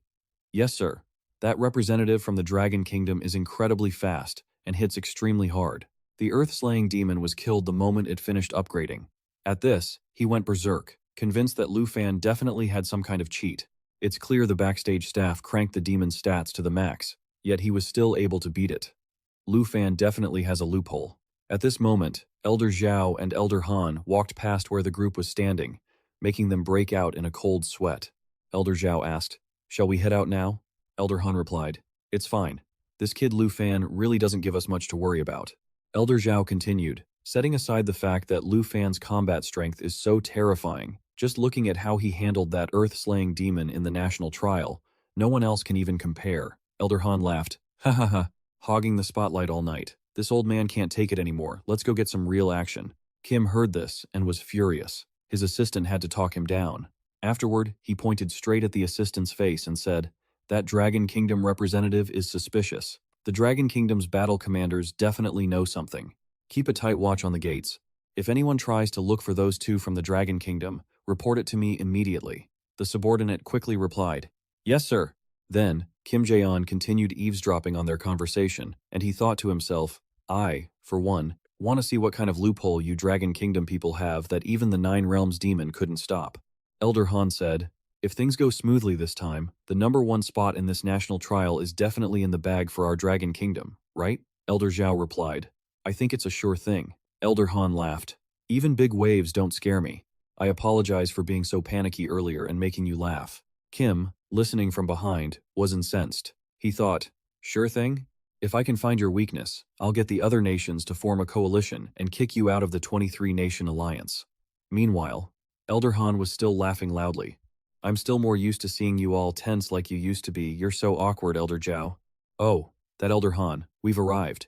Suddenly, from behind Kim, a flash of light flew toward him. A sword slammed into the wall right in front of him, terrifying him. Panic-stricken, he thought he'd been discovered, but no one appeared. He thought further, "A level 90 Shadow Realm Harvester? That's right. The weapon of a 4th-tier master must be the 4 absolute swords. I was careless. I forgot about the 4 absolute swords used by the bodyguard protecting Han Feibai." He touched the blood trickling down his face. There was no follow-up attack. This was a warning. He hurried away. Kim Jae-on realized he couldn't keep tracking Han Feibai. If that absolute sword had intended to kill me, I'd be dead for sure. 10 minutes later, Elder Han and Elder Zhao were on their way back. Elder Zhao said as they walked, "Elder Han, let's hurry back to the command room. I can't wait to see Lu Fan's impressive performance." Elder Han walked over to where the sword had struck and saw it. He walked away, laughing. "That small Tai Chi nation is just as shameless as I thought." Elder Zhao, however, was left completely confused. Kim Jae-on was on his way back, seething with anger. His 2 henchmen said happily, "Boss Kim, you're finally back." The one with more hair handed him a phone and said, "This is your backup device. You should check it. Your phone hasn't stopped ringing all this time." Hearing this, he became furious, veins popping on his face. The bald one was terrified and asked, "Boss Kim, are you okay? Your face." He snatched the phone from the man's hand and shouted, "What are you looking at? Get back to the backstage and keep monitoring." The man quickly replied, "All right." Lee stared at the phone, his expression full of resentment. After reading the messages on the smartphone, Kim thought, "Seriously, do you think I don't want to kick Lu Fan out? I've been searching for their weakness this whole time." He thought, if he could find any evidence that Lu Fan was cheating, he would definitely. At that moment, the crowd was cheering loudly. This Dragon Kingdom representative is truly amazing. Gaining points just by lying there? Is this what you call a win while AFK? Kim, confused, moved closer to see. When he looked at the system board, he was shocked Lu Fan's points were increasing again. He's just lying there, automatically farming points? He then happily called someone, thinking, Finally, I've found your weakness. You're finished, Lu Fan. Exploiting loopholes, the Dragon Kingdom will definitely be kicked out of the national registry." The person on the other end immediately said, "Hello? You finally called. What were you doing before? The discussion has become quite intense. You'd better find evidence that the Dragon Kingdom rep is cheating." He was terrified and stunned. What is going on? Why? Why are the Earth-slaying demon and the army farming points for Lu Fan? Lu Fan, on the other hand, was just sitting back, letting the earth-slaying demon and the army farm points for him. He said relaxedly, "Finally, I can take a comfortable break." An hour earlier, Lu Fan had just escaped the spire. He breathed a sigh of relief. Phew. Good thing the space inside the spire was wide. I almost couldn't fly out. He was deep in thought. Finally managed to kill the earth-slaying demon. My points have gone up so much, it's okay to rest for a bit. Then, he looked up at the sky and thought, to be honest, I never really considered those two as partners. But when fighting the earth-slaying demon, the fallen bone dragon became extremely powerful. Suddenly, he realized something. Looking at the tombstones, he exclaimed, "Oh, wait, I have an idea." He thought back to when they were outside the far north camp, when the twin flying dragon kings turned into the fallen bone dragon, mutating into the fallen bone dragon. Xiao Fei retrieved the flying dragon kings from the ancient god, allowing them both to possess fallen energy without becoming fallen thralls. Before this, my senior and I figured out the difference between a corrupted corpse and a corrupted corpse puppet. Specifically, all the puppets being controlled were either beasts or already dead. Just think about it. I've already got 2 ghost dragons with the full power of a corrupted corpse, and on the ground, there's the Earth Fiend demon and the army of heavenly demon soldiers too. Neither Xiaoya nor the others understood what he was thinking about so intently. Suddenly, he shouted, "A chance like this is worth a shot." At this moment, all 3 of them were confused. Then, the 2 corrupted ghost dragons suddenly let out a fierce roar. He sighed. It seemed this method wasn't working. The corrupted ghost dragons didn't seem able to control the dead. Maybe because they weren't corrupted corpse thralls, they couldn't suppress the puppets. He was just about to give up when a hand suddenly touched his, taking him by surprise. Nearby, a petite girl with green wings was hovering in the air. He asked in bewilderment, "Faye, is this?" The system announced that the Jade Dragon had changed its soul light form. Jade Dragon Bloodline Skill. All skill effects are doubled for Dragonkin and those with similar bloodlines. Skill. Soul Shield. Targets affected by the soul light see their stats increase by 100 to 200%. Each time damage is taken, 1 to 2 layers of defense energy are absorbed. Upon accumulating 10 layers, a shockwave is released. The damage dealt is the total damage absorbed after 10 layers, multiplied by 2. He was completely stunned. Even the Ghost Dragon bloodline gets the 2 times passive boost from Faye? Can corrupted corpse essence really turn the Flying Dragon King from a sub-dragon into a true dragon? Then he realized, Faye must have recognized the new properties of the Ghost Dragon bloodline. It wasn't that the corrupted Ghost Dragon couldn't do it, but its stats were just too low, making it unable to suppress high-level monsters. He said, "If that's the case, then I get it." He told Faye to release the Jade Light. It activated Jade Light, helping the target gain 3 to 12 layers of defense, removing all debuffs, and increasing all attributes by 30 to 60%. Each layer of blessing can negate 1 to 2 instances of damage. He thought that while their level couldn't surpass the Earth Fiend Demon, their attributes could be boosted. He then shouted, "Faye, switch to Eternal form and release the Life Pulse." Faye shifted into Eternal mode, activating the Jade Dragon bloodline and Life Pulse. It triggered the Jade Blessing and Jade Light, causing the stats of the 2 corrupted Ghost Dragons to skyrocket. Now he finally said, "The attributes have finally surpassed the Earth Fiend Demon. Corrupted Ghost Dragon, release your corrupted corpse energy. Turn the Earth Fiend Demon into your puppet." Then, a roar echoed out, and hands crawled up from the ground. The puppet slowly came to life under the control of the corrupted Ghost Dragon. They groaned and growled. These were level 75, heavenly demon soldiers. He was overjoyed, a massive success. The bodies of the heavenly demon army had been converted into corrupted puppets. With this heavenly demon army, I can let them farm points while I take a break. The system announced that he had received a new skill, corrupted corpse manipulation. He thought to himself, all the corrupted corpse puppets that have been converted can be manipulated remotely and even retracted. This way, I can take the heavenly demon army out of this secret realm, and of course, I can summon them to use outside as well. He happily looked at the army before him. In other words, as long as I want to, I can bring the entire army out of the secret realm, which would cause the destruction that happened at the Taiki Kingdom 50 years ago to repeat itself.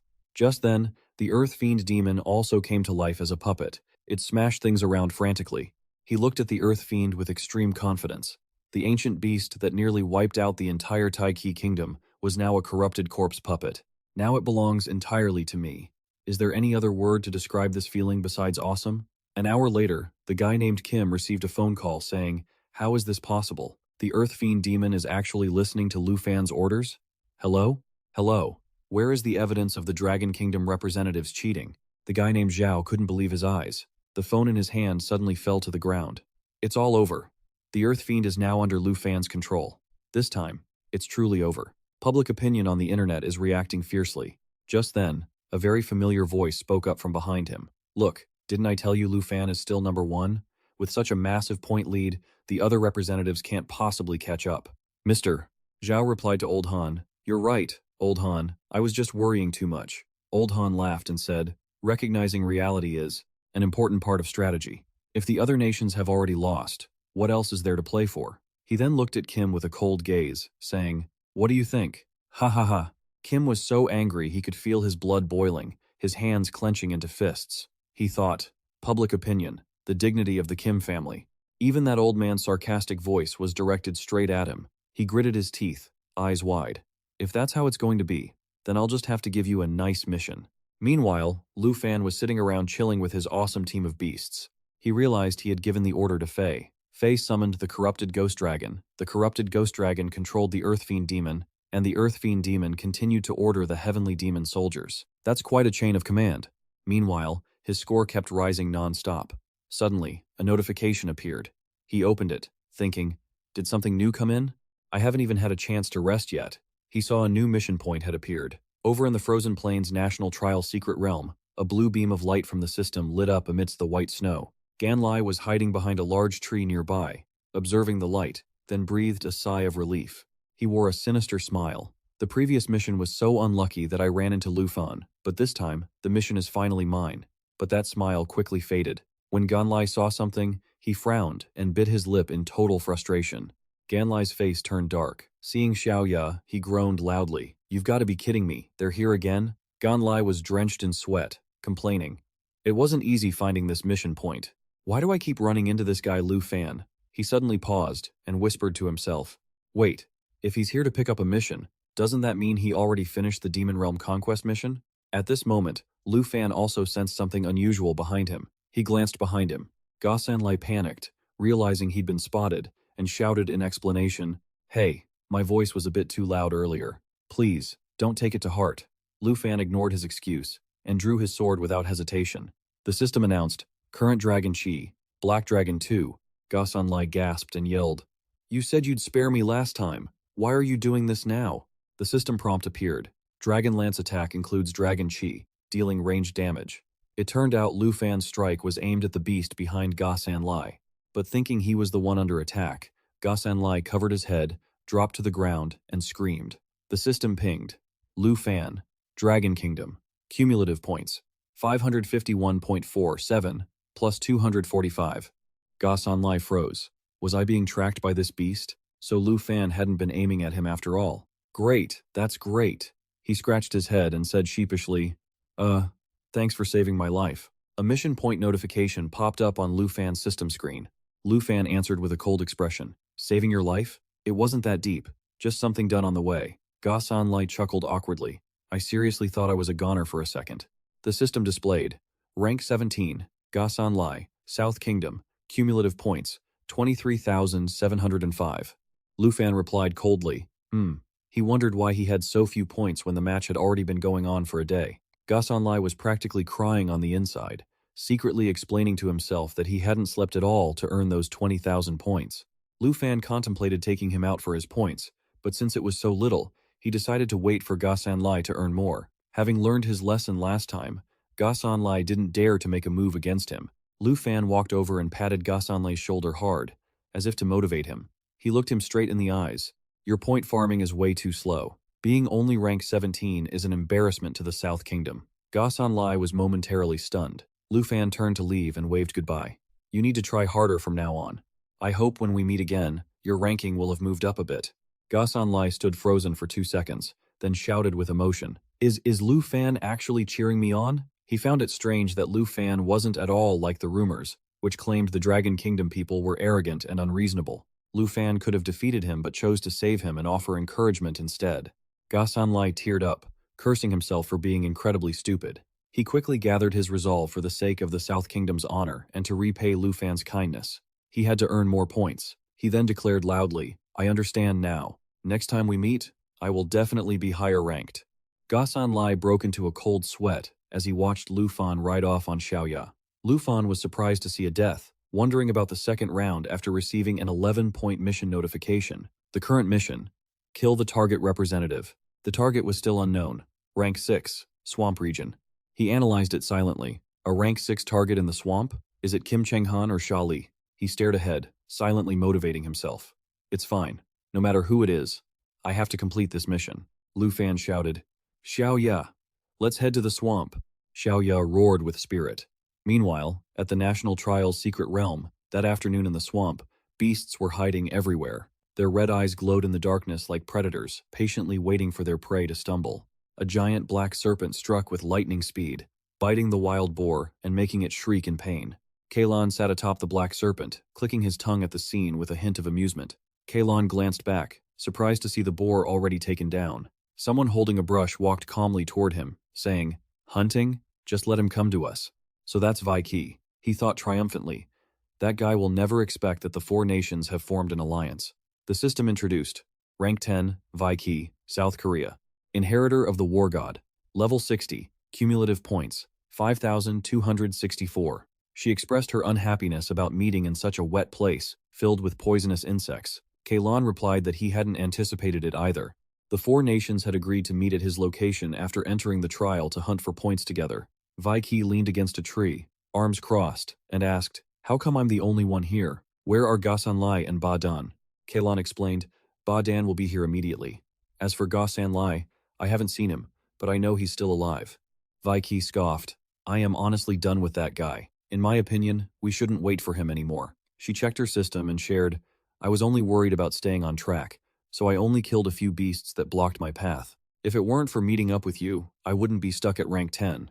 Vaiki glanced at Kalon and asked, "What about it? Has that hunter arrived yet?" He sighed, hoping his target had plenty of points, and plotted, "Once Badan arrives, we will ambush him." They declared arrogantly, "We will show him who the real prey is and who the hunter is." 4 hours later, at the National Trials swamp, Xiaoya landed with 1 foot.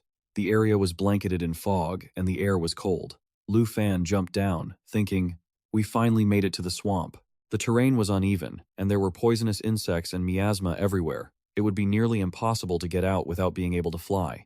He quickly realized he was being ambushed because there were only animals here, not even a single beast. With high alert, Lu Fan reached back and gave an order. "Xiaoya, release sense." Xiaoya quickly complied. The system introduced. Black Dragon Sense can detect enemies in stealth or camouflage. Actively using this skill will strip away the enemy's stealth and camouflage status. After observing for a moment, Lu Fan sneered, "Just as expected, an ambush. But what surprises me is that there are actually 3 people." As he summoned his sword, he called out a challenge. "I've heard you, so why aren't you showing yourselves?" "Well then, allow me." The system announced. Current Dragon Chi, Black Dragon 2. Lu Fan shouted, "Let me help you out." He plunged his sword into the ground, and waves of violent energy erupted like New Year's Eve fireworks. Before him, a black serpent shrieked in pain, mouth agape. The system issued a notification. Target found. Kalon, sitting cross-legged on the black serpent, remarked that Lu Fan had managed to find him and injure his pet. Introduction. Kalon, South Korean nationality, level 60, profession, 5 poison shaman, cumulative points, 66,375, rank 6. Lu Fan replied in a low, cold tone. "Since there aren't many places to hide, it wasn't hard to guess, but I'm a bit disappointed. My target actually isn't Kim Than Han?" Selena smirked. "It's no one. I thought you were some kind of expert, so I prepared myself for it. But it turns out to be just a representative from Long Nation." A system warning popped up, signaling a hunter encounter. His smile quickly vanished when he saw the information of the person standing before him. Name, Lu Fan. Nationality, Long Nation. Level, 36. Class, Dragon Tamer. Points, 551,292. Rank, 1. Selena broke out in a cold sweat, stammering, "Rank 1 with 550,000 points?" Yesterday, this representative from Long Nation was still at the bottom of the list. He wore a sinister grin. He hadn't expected to run into such a fat prize. "Even if you have extraordinary strength, I'm definitely taking those points." Selena jumped up, summoned his weapon, and began taunting Lu Fan. "You've got so many points on you. Do you think you're a hunter now? You need to wake up to reality." As he continued, Lu Fan didn't bother responding. He just silently raised his sword, eyes cold, stance as steady as a war god, ready to strike at any moment. Selena unleashed his technique, a green orb appearing on the tip of his spear. He mocked, "You're just prey that walked right into my trap." Selena laughed gleefully and stated firmly, "These points are mine." An earth-shattering explosion rang out. Lu Fan was knocked back. He landed on Xiaoya and challenged Selena. "If you want them that badly, then come and try." Lu Fan pointed his blade at Selena and shouted, "Xiaoya, lava flame." Xiaoya opened her mouth wide, and a powerful lava orb emerged. Selena spoke to reassure the white snake coiling around him. "Don't be afraid, little seven. What's a dragon anyway?" He shouted his order with a look of disdain. "He's only over level 30. What's there to be afraid of? Go, get him!" Both sides charged directly at each other. Venomous bone shot. Continuously fired venomous bones at the target, causing damage and applying poison effects. Lava flame. Continuously fired flames forward, dealing damage and healing herself. The black snake suddenly stood upright, its entire body emitting a green aura, and it sank into the swamp with lightning speed. Lu Fan thought to himself, "Hiding? No." He paused, remembering there were still two enemies who hadn't appeared yet. Vaiki was sprinting headlong toward Lu Fan, intending to ambush him, but Lu Fan saw through it instantly. Like a car slamming on the brakes on a slippery road, Vaiki skidded to a halt and swung her iron ball, aiming at Lu Fan with all her might. Lu Fan dodged to the side like a flash and slashed hard at the chain. From above, a giant hand suddenly slammed down, targeting Vaiki. She turned pale with extreme panic. It was Xiaoya. Vaiki curled up in agony as Xiaoya struck her directly. Vaiki's eyes bulged as she spat out a stream of red blood, thinking in terror, "He's clearly only level 30. How could his strength be this high?" The damage from this guy and his dragon pet is not to be underestimated. Badan, seeing her teammate in such a state, broke into a cold sweat, gritting her teeth and groaning in pain. Lu Fan judged silently. "This lady is quite muscular, but it looks like she's still trying to smile." Vaiki screamed with her mouth wide open. "Selena, Badan, move!" The black snake from above opened its mouth wide and dove toward Lu Fan and Xiaoya like a missile. It coiled tightly around Xiaoya, making her cry out in pain. Lu Fan calmly slashed his sword hard into its body. Xiaoya squeezed the black snake's neck as it bit her arm, then roared furiously and slammed the black snake's head into the ground. Selena shouted in shock. "Little Seven!" Badan shrieked in frustration. "Damn it, we actually failed." The system introduced. Rank 14. Kim Huang Nation. Badan. Level 57. Shadow Spirit Hunter. 2 points. 34,831. Vaiki couldn't believe what was happening before her eyes.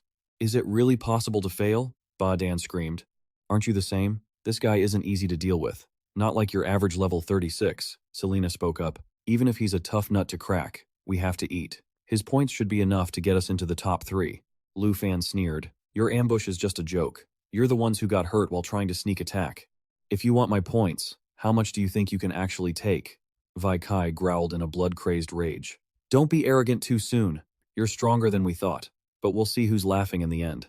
Lu Fan glanced at them, smirked, and challenged. "Then let's have a direct fight and see who really owns this swamp." Selena shouted an order for Little Seven to spray poison. Hearing the command, Little Seven growled and spat a stream of green liquid toward Lu Fan and Xiaoya. Information quickly appeared before him. Venom spray. Deals continuous damage and applies poison effects to the target. Lu Fan wasn't one to be trifled with either. He shouted, commanding Xiaoya to counterattack. "Xiaoya, take care of it!" Xiaoya dashed toward Little Seven like lightning. She gripped its head and body with both hands, leaving it thrashing and screaming. A notification appeared on the screen. Effect: immune to poison. Black Dragon Bloodline. All damage taken reduced by 50%. Immune to debuffs. Self-healing ability increased by 500%. Xiaoya roared thunderously, then forcefully tore Little Seven's body into 2 halves. Green liquid spewed out, splattering everywhere. Selena couldn't believe it. Looking at Little Seven's falling carcass, he screamed, "How can you take out my Little Seven in one?" Before he could finish, a black shadow flew in from nowhere to cut him off. "I'll come to provide support. Selena, you continue." Lu Fan looked coldly at the incoming arrows and thought, "Continue?" The light on Selena's staff. What is he planning to do? Selena raised his staff high, threatening loudly. "The magic circle is complete. Lu Fan, stop right there." With that, he slammed the staff into the ground and shouted, 10,000 snake formation. In an instant, a crackling sound echoed from Little Seven's corpse. From the empty neck, countless snake heads sprouted in the blink of an eye. The information quickly displayed. 10,000 snake formation. A magic circle of the 5 poisons witch doctor. Requires 60 seconds of preparation. Once completed, it can summon billions of venomous snakes at any time, dealing 750% spiritual damage to the caster's target and applying poison. Lu Fan stared in shock at the venomous snakes lunging at him with mouths wide open, but he quickly regained his composure. He swung his sword, directly decapitating dozens of snakes. He calculated, I can't keep this up. This is Selena's skill. There's no way to kill all these snakes. Selena gloated. He won't escape my 10,000 snake formation. You two, hurry up and finish off that black dragon. The man in black turned to him anxiously, asking, Hey, these snakes won't hurt us, will they? Vicky in the distance couldn't hold on any longer, and she shouted urgently, There's no time to waste. Badon, let's charge. Suddenly, a massive explosion erupted in front of Kalon, making him scream in shock. What? A sinewy hand slowly emerged from the raging flames, and a voice filled with contempt echoed, You can't escape, so don't get too cocky. A notification flashed on the screen. World-ending roar. It unleashed a devastating blast, dealing massive damage to all targets in range while applying a debuff. At that moment, Xiaoya let out a fierce roar. Lu Fan stepped out, blade in hand, and said with disdain, Your formation is nothing but a flawed prototype. The snakes at his feet were incinerated one by the intense flames. Before him, information about his skill, Dragon Claw, Dragon Annihilation, appeared. His arm transformed into a Dragon Claw, unleashing a 6-hit combo. It was fast, could be cast from a distance, and could provide support for his dragon pet. Kellen's face was full of confidence. He laughed arrogantly. A prototype? I'll make you regret those words right now. He raised his staff high, creating a whirlpool from above, sucking up the mangled snake corpses all around. He shouted urgently, Vicky, Badon, hurry! Hearing this, Vicky immediately accelerated and lunged forward like a bolt of lightning. She let out a shrill screech. Seeing Lu Fan within reach, she swung her heavy flail directly at him, but to her surprise, he calmly raised one hand and effortlessly caught the massive weapon. Just as he blocked Vicky's attack, Badon charged in, firing a barrage of arrows at him. Suddenly, Xiaoya lunged out from behind, using her sturdy wings to shield Lu Fan from the volley of sharp arrows. Abruptly, his expression turned serious, his eyes darting around. Lu Fan thought to himself, An earthquake? No, that's not it. This sound it's. At the same time, Kellen in the distance laughed wildly. Rise! The 7th fusion of snake remains. Prepare to unleash the beast's deadly venom. A giant snake, fused from thousands of others, rose up. A notification appeared. Resurrected Xiaojiant Serpent of the 5 Poisons. Formed by the spirit power of the 5 Poison Witch Doctor, as long as the master survives, it will not die. After injecting spirit power, it can be reborn. If the body is fractured, it will split into even more. 2 massive snake heads lunged forward, their mouths preparing to spew a stream of liquid at Lu Fan and Xiaoya. The screen displayed 10,000 snake venom, billions of poisonous snakes summoned by the serpent. They do not vanish even after death. Corpses can turn into extreme poison, attacking the target area and inflicting extreme toxicity on all targets within. For the next 120 seconds, it would deal 900% spirit damage per second to the caster. Lu Fan shouted to Xiaoya, Xiaoya, get behind me. He thought, that giant serpent is a manifestation of his class trait. Even after being cut, it can split into 2. Xiaoya followed his command, flying behind him immediately. She used her armored wings to shield him inside, protecting them from the green venom sprayed by the serpent. Only Vicky failed to dodge and was hit by the spray. Veins rapidly appeared on her face. She screamed angrily, Kellen, why are you attacking your own allies too? Beside her, notifications appeared. 10,000 snake venom, the poison effect had been applied. Keelan seemed to have completely lost his mind, but he no longer cared about anything other than killing Lu Fan. He laughed triumphantly, thinking that even if the dragon could resist, but Lu Fan, if you're poisoned, you're as good as dead. Vicky, having been poisoned earlier, gasped hoarsely, Kalen antidote, hurry, cough, cough, save me, I can't breathe. Kalen just glanced at her coldly. At this point, all he could think about was that Lu Fan must surely be dead within the toxic bones. He looked at Vicky, who was writhing on the ground, begging for help. A wicked thought flickered in his mind. If Vicky and Badon accidentally died from the poison, then all the accumulated points would be his. Badon, seeing Keelan motionless, panicked and shouted, Vicky, Vicky, are you okay? Kellen, help her. But it was too late. Vicky had been poisoned to death, her eyes wide, her mouth agape and motionless. But suddenly, Vicky bolted upright, gasping for air. A notification appeared. Blood fusion protection, poison effect removed. Keelan pointed his staff at her, his voice devoid of any apology. My apologies, that was a mistake. From now on, I will grant my allies poison immunity before we start fighting.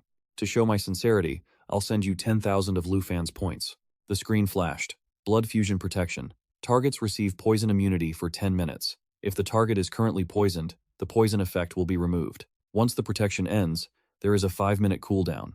After the cooldown, the protection can be reapplied. His face turned dark as he calculated. There's still Andre and Sly. Now is not the time to abandon the four-nation alliance, he thought, then said to Vicky, Fine. I've added the protection to you all. Now go check if Lufan is actually dead. Vicky was deeply dissatisfied, but due to the urgent situation, she replied, We'll settle this debt when we get back. Cough, Badan, you go check. Badan, upon hearing this, couldn't help but exclaim, Huh? Me? Suddenly, Kellen's face turned pale as he shouted in disbelief. What? Lufan slowly emerged from the green smoke. He chuckled coldly and said to him, No need for you to check. Obviously, I'm still alive. Lufan's sudden appearance shocked Badan. Naturally, Vicky was no exception. Her face showed confusion, her eyes wide with bewilderment.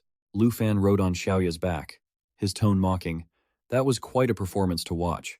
Are your allies always this fragile? Beside him, a notification appeared. Effect active. Poison immunity. Black Dragon bloodline. Damage taken reduced by 50%. Immune to all debuffs. Self-healing capability upgraded by 500%. Badan panicked and shrieked. Lufan isn't dead. He's riding a dragon, and he's completely immune to all debuffs. Kellen's face turned ghastly, and he involuntarily took a step back. He thought to himself, since he and his dragon are immune to all debuffs, won't my class skills be completely useless against him? What's with Andre and Saki? This Lufan is the real headache I need to worry about.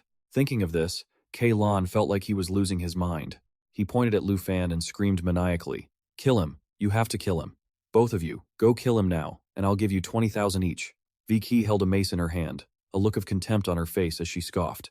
Other than my teammates being heavily wounded, they're useless. In the end, I have to rely on myself. Badan, coordinate with me. Let me. Before she could finish, a loud explosion behind her made her fall silent. Lufan was startled and wondered to himself, Are those their allies? Vicky shouted in panic. Who's there? She thought to herself. Could it be Nyachin Thug?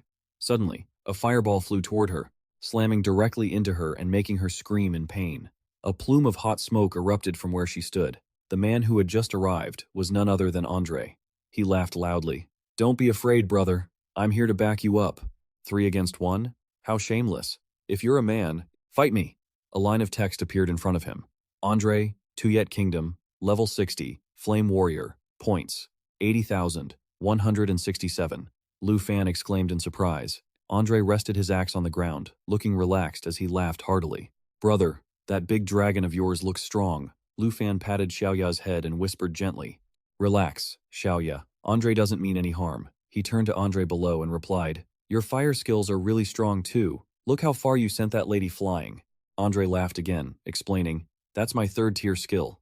Flame God True Form. But dealing with these small fries isn't even a warm-up yet. At that moment, Vicky finally regained consciousness, crawling out from the cloud of dust. Lufan, still unaware, chatted casually with Andre. Yeah, she hasn't even used her skills yet. She seems really strong.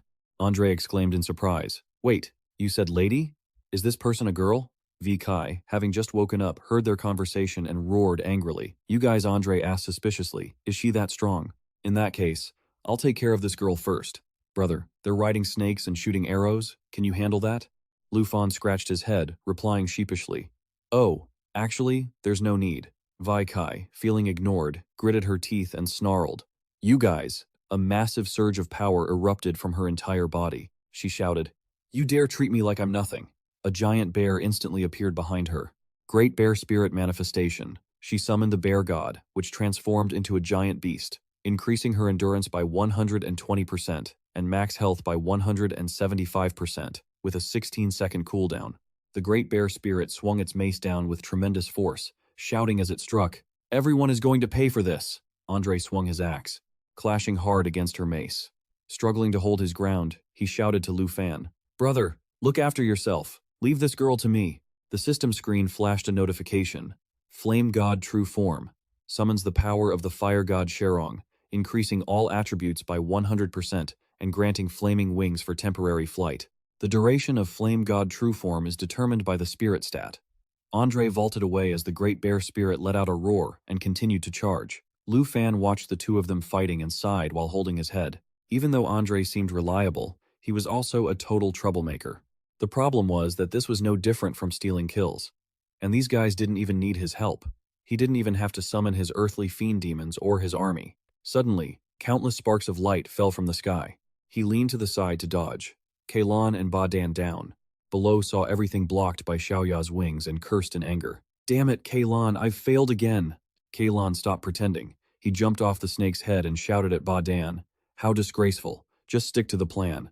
He then brandished his mace and ordered Lu Fan, "Xiao-Qi, use Poison Bone Spit now." Obeying the command, it opened its mouth wide and sprayed a cloud of green mist. A massive amount of poison was spat everywhere. Information appeared above its head. Poison Bone Spit. Continuously spews bone poison at the target, dealing damage and applying a poison effect. Lu Fan, on Xiaoya's back, couldn't help but ask with contempt. "You clearly know the dragon and I are immune, so why are you still using this skill?" Suddenly, his expression tensed, and he wondered to himself, "Wait, there's trouble. I don't see Kalan's other giant python." Lu Fan scanned his surroundings, thinking to himself, "The other one is probably behind me, waiting to pincer attack." He unsheathed his blade to get into a defensive stance. Without hesitation, he infused it with Dragon Chi and slashed twice in rapid succession, coordinating with his dragon pet to unleash a Dragon Claw strike infused with Dragon Chi. Lu Fan spun around and slashed into the empty air beside him. Instantly, a python was sliced clean in two. Lu Fan looked at the snake's carcass falling, and said with disdain, "You almost got us, what a shame. You're too slow. Xiaoya, let's go." Seeing Xiao-Qi defeated, Kalon cursed, "Damn it!" But in a flash, his expression changed, and he bowed his head with a sinister laugh. "My Xiao-Qi isn't dead yet," he roared at the snake's carcass. "Rise again, savage python resurrection." Xiao Giant pythons created by the Five Poisons Witch, Doctor's spirit energy cannot die as long as the master lives. They can be resurrected by channeling spirit energy. If their bodies are destroyed, they split into multiple giant segments. Lu Fan looked at the pythons rushing toward him and muttered, "The more I fight, the more there are. What a tangled mess of worms."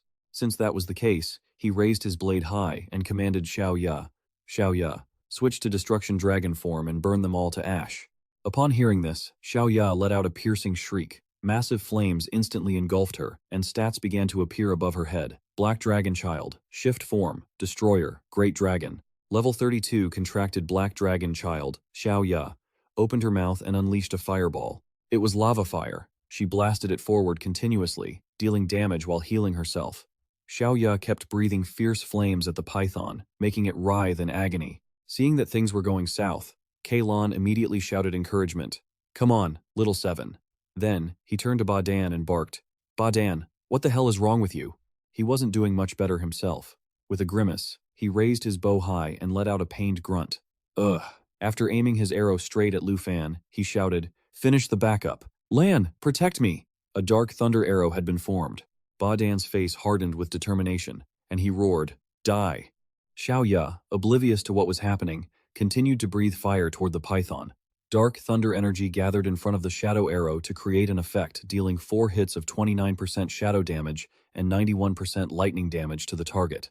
The longer the energy charges, the higher the damage. Seeing this, Lu Fan immediately reached out, conjuring a lightning orb. He shouted, "Lightning element skills? I'm all too familiar with those. Let me show you guys what real power looks like." Dragon Speech Magic. Roar of the Blue Dragon King. A surge of lightning blasted forward, dealing massive damage and inflicting paralysis. Subsequent attacks would stack an additional 20 layers of lightning attributes. Each attack would consume 1 stack, with a 20% chance to paralyze the target. Ba-Dan watched the incoming Dragon Speech Magic, shrieking in sheer terror. What? He knows lightning attribute skills too? And it's a super rare Dragon Speech spell at that. Suddenly, a massive dragon appeared before him, unleashing a deafening roar. Ba-Dan's body was instantly sent flying backward. Kalon and Meng She, who were nearby, couldn't escape the blast either. Even in this moment, Kalon didn't forget to call for Xiao-Qi. After being paralyzed by the shock, a trembling, terrified Ba-Dan yelled toward Kalon, "Kalon, you have to hold on. I can't withstand this kind of power." But when he saw Kalon preparing to do something, Ba-Dan screamed his name. On the other side, Lan just finished giving his order, and Xiao Qi was already preparing to strike. Seeing this, Ba Dan hurriedly called out, Lan, what are you doing? Don't leave me behind. Ba Dan kept calling Lan's name, but he and Xiao Qi ignored him, descending straight toward the ground. Xiao Qi and Lan moved with incredible speed, followed by the desperate cries of Ba Dan as he saw the lightning bolts shifting toward his location. With no defensive support left, Ba Dan took Xiao Ya's attack head-on. Moments later, the announcement rang out. Ba Dan of the Jingxiang Kingdom is dead. Total survivors remaining, 2,223. Watching the remaining flames, Lu Fan fell into deep thought. The bastard betrayed his own ally again. With such a deceitful alliance, there's no way you're getting away. Lan immediately turned to Xiao Ya and commanded, Xiao Ya, prepare to coordinate with me and activate the dragon speech resonance. Xiao Ya obeyed, immediately getting into position. Xiao Ya dashed forward, wreathed in the blazing flames of magma explosion. Lu Fan's voice echoed, we're going to burn this mud pit to the ground. Xiao Ya continuously pumped flames into the resonance, creating an awe-inspiring, overwhelming power. Lu Fan raised his arm forward, declaring, this will be your burial ground. The peerless power of the magma lake reduced his enemy to nothing but bones. Xiao Ya and Lu Fan swept past the spot. He declared that it was over and that he was the true hunter. The announcement followed. Lan of South Korea is dead. 2,123 remaining. Lu Fan looked at his scoreboard, which had updated once again. After tallying his accumulated points, he realized he had completed the mission requirement of 710,000 points, an increase of 160,000. PvP missions where you put your life on the line are truly brutal, but the rewards are definitely not bad. Lu Fan was currently holding the top spot, rank 1. Just as he finished calculating, he heard someone's voice. Brother, catch! With a bewildered expression, Lu Fan turned around. A massive explosion had occurred, causing the area below to collapse. Below was the trial secret realm of the Swamp Nation. Emerging from the explosion, Wei Qi in his bear form was struggling to hold himself up. His anxiety and fear intensified when he saw Andre pointing his weapon directly at him with a terrifying look in his eyes. As the axe blade pressed against his face, Wei Qi could only stutter and beg for mercy, but it was too late. Andre's weapon shifted into a hammer and slammed straight into him. Afterward, he hoisted the massive bear up and said in a firm, cold voice, all you know how to do is hide in the shadows and plot against others. You don't deserve mercy. Andre casually tossed Wei Qi toward Lu Fan and Xiao Ya, saying, Brother, catch! Seeing this, Lu Fan couldn't help but think, but according to the national trial rules, only the person who lands the killing blow on a representative can claim their points. Then, a Mingxi arrow flew like a bolt, straight toward Wei Qi. He wore a smile. There was no reason to refuse such a good deal. His score increased again. After the deed was done, Andre slowly approached them, but Xiao Ya remained on guard. Andre waved his hand, his voice sounding somewhat helpless. Don't misunderstand. I came to help, though I suppose it was redundant, since it was 3 against 1 bullying you. Lu Fan also stepped forward with a smile and said, Thanks, I don't mind a few more freebies like that. Without a hint of annoyance or dissatisfaction, Andre replied to him, No problem. Who told you to provide me with so much delicious food from the Long Kingdom? If you're fine, I'm going to go farm for points now. But then, a familiar sound echoed. Perhaps due to using too much power and his massive physique, he felt hungry. Andre said, a bit embarrassed, Brother, do you have any more food from the Long Kingdom? Finally, the 3 of them landed in a forest to enjoy a barbecue. While holding 2 large meat legs and eating, Andre praised the Long Kingdom's food for being delicious. He suggested, Can I trade points with you? You give me a chicken, I'll give you 5,000 points. How about that? Sipping his coffee while listening to Andre, Lu Fan shook his head. I don't need the points. If you want to eat, I'll just give it to you. Having no other choice, Andre compromised. How can that be? At least 2,000 points per piece. But very quickly, Andre wore a bewildered expression, shouting when he saw Lu Fan's score. Holy crap, over 700,000? Why do you have so many points? Lu Fan also looked at Andre's information on his watch. Seeing that, Lu Fan wondered if Andre had also received the mission to crusade against the 9 Realms demon. Andre looked surprised, then asked Lu Fan blankly, You did too? Brother, with so many points, did you actually wipe out the Dark Spire? Lu Fan replied with a calm expression. From the very start, my goal was the Dark Spire. Beast points are proportional to their strength. The Dark Spire is the best place to find points. After hearing Lu Fan say that, Andre couldn't help but be horrified by his strength. What kind of monster is he? If it weren't for my class traits, I would have died in the 3rd wave of monsters at the Dark Spire. He actually treats the Dark Spire like a place to farm points. Andre's expression became even more bewildered. Good thing I didn't become his enemy. Sally and I got stuck on this mission.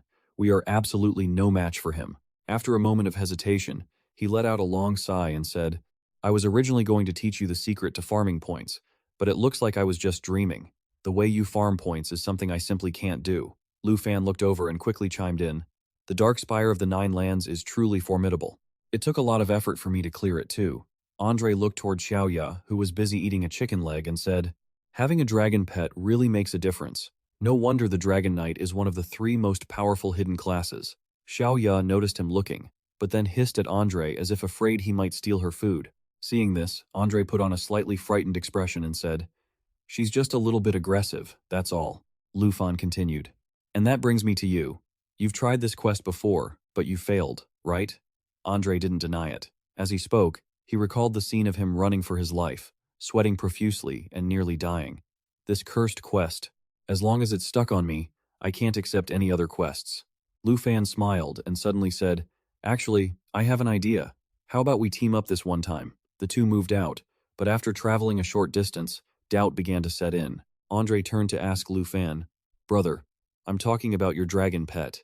The more he looked, the more he became convinced. Why does it look like it wants to eat me? Hearing this, Lu Fan explained, dragon pets are all quite fierce. They don't really like living people. Don't worry, with me here, she won't bite you. But internally, he knew he had to keep the truth to himself, and he couldn't mention that he had already been eating Xiaoya's food. After a while, the 3 arrived at a familiar place. A pyramid loomed directly before them. Warnings rang out incessantly, a warning that a dark spire was ahead, and a swarm of new monsters appeared. Level 60, Carrion Eagle, 84 accumulated points. A level 60 Celestial Horned Bull, 84 accumulated points, was growling below. Andre held his mace and asked his brother, what do we do next? Lu Fan smiled and replied, you look after your business, I'll look after mine. We're on our own. All around. The spirits shrieked loudly. Lu Fan rode on Xiaoya's back and said to Andre, with your strength, dealing with the Carrion Eagles and the Celestial Horned Bull demons shouldn't be a problem, right? Andre looked apprehensive but replied, the 2 waves of monsters didn't have high attributes, and even though there were many of them, they wouldn't be hard to handle. Lu Fan felt pleased. That settles it. Leave the 2 waves of monsters outside to you. I'm charging inside to hunt. Andre replied firmly. That's definitely not a problem for me. But a second later, he said in a shocked tone, wait, what did you say? You're charging straight in to hunt? You're not. Lu Fan ignored him and shouted to Xing Chen. Xing Chen, switch to starlight form. Instantly, Xing Chen obeyed, transforming within a swirl of mysterious green smoke, then used interstellar penetration to enter the dark spire. Interstellar Dragon in starlight form. Power increased by 500%, maintaining the star-breaking state for 60 seconds. Green lightning flashed. Only then did Lu Fan tell him that instead of waiting for the monsters inside the dark spire to come out in waves, I'd rather break in and kill them all at once. That way, it saves time. Interstellar penetration would tear through space to create a rift portal leading to a marked location. The rift portal lasts for 6 seconds and is not restricted by any magic arrays or forbidden spells. Before doing exactly as he told Andre, Lu Fan turned his head and called back, take care of yourself out here. I'll clear out these monsters inside the dark spire quickly. He left Andre in a state of shock and disbelief. Not only was he going in, but why did he have another dragon? Lu Fan and his 2 massive beasts gradually moved inside, having entered the dark spire. He found it quite interesting and said, what a grand welcome ceremony. This creature with 4 wings and 2 eyes, and this one shaped like a fruit, it's an abyss moth, level 75, 223 points, and a burrow devourer, level 85, 652 points. A voice boomed out, you lowly, pathetic human. Shadow Knight, level 80, 423 points, and the creature with 2 crimson eyes and many sharp claws is a carrion beetle, level 65, 127 points. The Earth Golem welcomed him warmly. Since you have the courage to step in here, I will grant you the choice of how you wish to die. Earth Golem, level 85, Nightmare Tier Leader, Strength, 30,000, 951, Spirit, 37,582, Agility 48,034, Endurance 30, 658. Death Coil uses its body and limbs to form a lock that binds the enemy, making them unable to move and inflicting negative effects like immobilization, stiffness, poisoning, and dizziness. Leg joints inflict tearing damage, and damage points can stack. Break the darkness. The body assimilates with space when using skills, gaining a stealth effect, allowing it to pass through dark barriers without being detected. All physical and magical attacks are ineffective, while the stealth effect is active. Immortal Corpse. After the Earth Golem dies, the shell breaks, and a new body is born from within it. After resurrection, attack power increases by 100%, defense decreases by 100%, and health drains rapidly until the body completely rots away. Lu Fan summoned Xing Chen and fixed a sharp gaze on the boss. What a pity. It seems you don't welcome me, but it's a shame I brought you such a big gift. I guess I'll just have to give it to you a little later. Jade Dragon Contract. Level 24. Strength, 4,256. Agility, 4,318. Spirit, 7,059. Endurance, 4,559. Jade Dragon Bloodline. All skill effects of the Dragon Clan and those with a connected bloodline are doubled. Lu Fan shouted, Xiao Fei, use Soul Protection. Soul Protection. When the light of the soul is cast on a target ally, the character's total attributes increase by 100% to 200%. Each time they take damage, it absorbs the impact and creates one of two defensive air layers. Once the defensive layers accumulate to 10 stacks, a defensive blast is released. The damage amount is the total damage absorbed during that time. He remained fearless and spoke bluntly. Using numbers against me? That won't scare me. Black Dragon Contract. Level 32. Strength, 8,000. 457 to 30,000. 183. Agility, 15,000. 697 to 50,000. 262. Spirit, 33,000. 812 to 105,000. 807. Endurance 17. 382 to 56. 769. Lu Fan immediately gave the order to prepare to clear the area. Spacetime Claw. Continuously attacks with Dragon Aura twice. When synchronized with the Dragon Pet, it unleashes 2 claw strikes infused with Dragon. Cataclysmic Aura. A destructive dragon explosion occurs in the area it flies through, causing massive damage and burning everything. Star Fragment. Creates a star to crush everything, causing an immense amount of area of effect damage. Power depends on strength and the 10-second starlight form duration. He urgently said, Xing Chen, use Star Fragment. Active skill. Serpent Image Arrow. When the Serpent Bow is charged for 3 seconds, it can fire a Serpent Image Arrow that boosts the damage of the current charge by 500%. 3-second Star-Shattering Serpent Image Arrow. It creates a star that, once shattered by the Serpent Image Arrow, deals massive area of effect damage, with power increased by 500% of the dragon's strength attribute. In the heat of battle, each of them unleashed immense power, utilizing a chi-infused strike to release 10 times the total absorbed damage. The initial counterattack evolved into a wide-area strike. Star Annihilation skill is being cast. The light of destruction gathers all. The power of the stars within the body and emits a composite beam of light, causing unimaginable damage that ignores defense and cannot be blocked.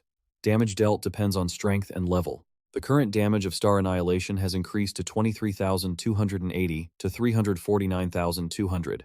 He happily said, I'm about to level up too. I should probably speed things up. Lu Fan stats updated.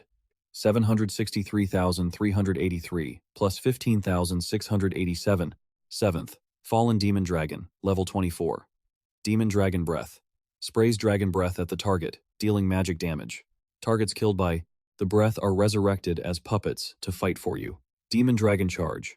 Wraps itself in fallen demon armor and flies toward the target. Simultaneously, when dealing damage, it recovers 99% of damage received and reflects effects and skills received. Unlock Forbidden Dragon Sun Gege. Unlock Forbidden Dragon Sun Gege Magic. Dragon Breath is replaced by Forbidden Dragon Sun Gege Magic.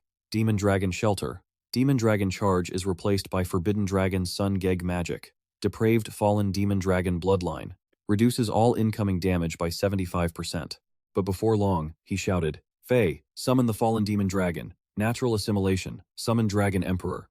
Summon Fallen Demon Dragon Twin. The level of the Fallen Demon Dragon is the same as the user. Immediately, both sides lunged into a fierce battle. Void Dragon summon forms. Galaxy. Starfall. The Galaxy form releases Starfall, covering the entire area. During the Starfall duration, 1. Can simultaneously use other skills until stopped, at which point Starfall will persist indefinitely. Jade Dragon level increased to 25. Void Dragon level increased to 18. Lu Fan level increased to 37. Spirit aesthetic, easy as pie, Lu Fan silently praised. This is the speed of earning points. Black Dragon level increased to 33. Abyss Moth level 75, points 223. Corrosive Spray. When the skill is activated, the Abyss Moth releases viscous poison of a green color, rapidly shooting toward the target area. After hitting the target, the poison spreads, creating iridescent green corrosive bubbles. Black Hole. Creates a black hole that continuously sucks in surrounding enemies throughout the casting duration. After the casting ends, the black hole explodes, dealing massive area of effect damage equal to the total health of all enemies sucked in. The spirit praised itself again. It was simply asking for death. A second ago, Lu Fan was still laughing, but the next second he became serious, holding the broken mirror fragment in his hand, deep in thought, fading from sight. Shadow Step. Break through the darkness. Body assimilates with space. When using the skill, gain stealth effect, able to freely pass through the darkness barrier without being detected. All physical and magic. Attacks will have no effect while in stealth. Lu Fan felt uncomfortable. He couldn't feel anything. The battle was still raging. Deathbind. Uses the body and limbs to gather into chains, binding the enemy, preventing action, while also causing stiffness, poisoning, and a coma negative effect. The limbs cause damage values stacking up. The opponent's surprise was clear. What? Shadow Step, removing the hidden effect. Suddenly, a force knocked the Earth Demon back. He angrily said, "It's you! Why are you here? And why are you helping a human against me?" Earth Demon, Shadow Step, merges himself into the Earth's aura, gaining a stealth effect, allowing him to pass through the aura at will without being detected. The stealth effect cannot be detected, and using any attack will dispel the stealth effect. The Earth Demon didn't answer and continued to strike. Bloodblade Claws. Waving 5 Bloodblade Claws to tear the target apart at height, blow after blow raining down. The Earth Demon's hand became a massive destruction zone, causing an explosion, dealing huge damage, and accompanied by burning. Lu Fan stood to the side, enjoying the show, happily saying, "Old friends meeting again. I wonder if you're satisfied with this gift of mine." The scene shifts to the National Trial Secret Realm, the swamp in the dark spire of the Earth Demon. At this moment, the Earth Demon became increasingly angry. He said, "To be an ancient demon god, yet to be killed twice by a lowly human, and now, to become a puppet of a human." Then he showed contempt. "Ridiculous? You're worthy of being my equal? You and these lowly things. Your deaths are not a pity." Earth Demon. Level 85. Leader difficulty level. Nightmare rank. Power rank 64,852. Agility 69,427. Spirit 69,924. Durability 8,758. New skill unlocked. Shadow Clone, generating 8 clones, lasting for 15 seconds. Clones possess 60% of the body's health and attack power, and can absorb a portion of the damage. The Earth Demon whispered, "The aura on this kid makes my mind restless. I must eliminate him today." Without thinking much, he began to attack. Death Bind, using the body and limbs to gather into chains, binding the enemy, preventing action, while also causing stiffness. Poisoned, coma, negative effect. Limbs cause damage values stacking up. However, very quickly, the Deathbind skill was interrupted. He screamed, "Earth Demon!" But the Earth Demon showed no signs of stopping. He still attacked frantically. Shadow Clone. Generate 8 clones. Lasting for 15 seconds, clones possess 60% of the body's health and attack power, and can absorb a portion of the damage. Lu Fan couldn't hide his amusement while watching this performance. "If you like my gift so much, I'll add some fuel to the fire." Immediately, he summoned the Heavenly Demon Army, controlling the Fallen. He could control all fallen puppets transformed by the fallen demon dragon, and could summon or recall them at any time. The fallen puppet dies, and the fallen energy returns to the fallen demon dragon. Hundreds of thousands of heavenly demon soldiers appeared. The army size could not be larger. The appearance of the heavenly demon soldiers made the Earth Demon worried and surprised. Impossible! He actually conquered the Earth Demon army of the entire spire. Lu Fan found this interesting. Since they were both ancient magical beasts, he wanted to see who was actually stronger. Without a word, they both lunged at each other, neither willing to back down. The battle grew intense, with the heavenly demon soldiers gaining the upper hand, leaving their opponents terrified. How could mere humans be this powerful? The heavenly demon soldiers signaled the Earth Puppet Demon. "Your turn, you ugly freak." The demon sneered. "You think a bunch of nobodies like you can take me down? What an absolute joke." But everything that followed slapped him hard. He was hit with such relentless, furious attacks that he desperately wanted to flee. Lu Fan immediately unleashed a new skill, Dragon's Encouragement. Dragon's encouragement boosts his dragon pet's overall attributes and attack power by 30%. Then I'll make sure you have nowhere to run. Come out, Xiaoya. Xiaoya, level 33 contracted black dragon. Strength, 8,707, rising to 11,319. Agility, 16,197, rising to 21,056. Spirit, 34,812, rising to 45,255. Durability, 17,882,246. Lu Fan turned to Xiaoya. Cast Spirit Enhancement. Use Spirit Light Annihilation. Swap to Starry Dragon form. Starry Essence form active.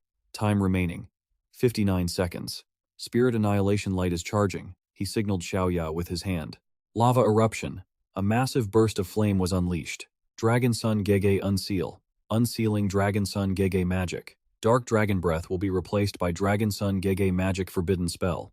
Dark Dragon Assault replaced by Dragon Sun Gege Magic. Apocalypse Fall. Apocalypse Fall. Once unsealed, high-level Dragon Sun Gege Magic sacrifices the caster's own life force. It descends to deal massive damage. The damage dealt is 0% of the sacrificed life force. Currently, Apocalypse Fall is sacrificing 100% of life force. The battlefield turned into a furnace. Spirit Annihilation Light focused all its power, firing a beam of light that caused unpredictable damage. It ignores defense and cannot be blocked. The damage dealt is determined by power and level. Spirit Annihilation Light has upgraded. Damage increased from 39,364 to 708,552. Lava Eruption. It triggers a burst of flame within the target's range, forming a lake of lava. Targets caught in the lake will gradually sink into the magma and continue to suffer massive damage. Dragon Sun Gege Resonance. When the Dragon Knight and the Dragon Pet use the same Dragon Sun Gege magic, they increase the magic's power by 100%. Dragon Sun Gege Resonance. Lava Eruption. Standing in the middle of the sea of lava, the demon let out a pitiful, miserable scream. I won't accept this. Cut to the National Trial Secret Realm, the swamp outside the Earth Puppet Demon's dark spire. Andre glanced back, seeing a monster roaring and chasing after him. Turning around, Andre spread his fiery wings to take flight and dodge the attack. He soared high, his hands gripping his weapon tightly, and smashed down hard on the monster's head. The smoke gradually cleared. The monster's carcass lay sprawled across the ground. He flew up to the tower, found the door still shut, and wondered, why hasn't the main gate opened yet? Where's the third wave of beasts? Suddenly, the tower exploded from the center, sending him flying backward. Rocks and debris rained down everywhere. He looked on tensely and asked, what the hell is going on? 5 minutes later, in the swamp trial realm, a massive dragon flew out from the ruined tower, and a voice echoed down from above. Andre's speed is pretty decent. The army outside the spire has already been wiped out. Below, a dozen monsters lay piled on top of each other. The dragon tossed down a giant monster head, and the voice called out from atop the dragon, "Hey buddy, are you alright down there?" Andre looked up and realized it was Lu Fan's voice. The monster's head dropped near Andre, startling him. "Holy crap, what is this thing?" "That's a resilient corpse. 10 minutes after death, it uses 100% of its life force to resurrect. After resurrecting, its attack power increases by 100%, but its defense drops by 200%, and it loses 1% of its life force every second. Resilient corpse countdown, 4 minutes. Looking at the head emitting green smoke with those blood-red eyes, he marveled. This monster is truly something else. Lu Fan stepped down from Xiaoya's head and said, "Don't just stand there staring. This is the head of the Earth Puppet Demon. Hurry up and finish it off. Its revival passive has been triggered." Andre was taken aback by this and asked, "What? You want to give the points to me?" Lu Fan replied kindly, "I've already taken all the points inside the tower. If I kill this Earth Puppet Demon, your quest will be stuck forever."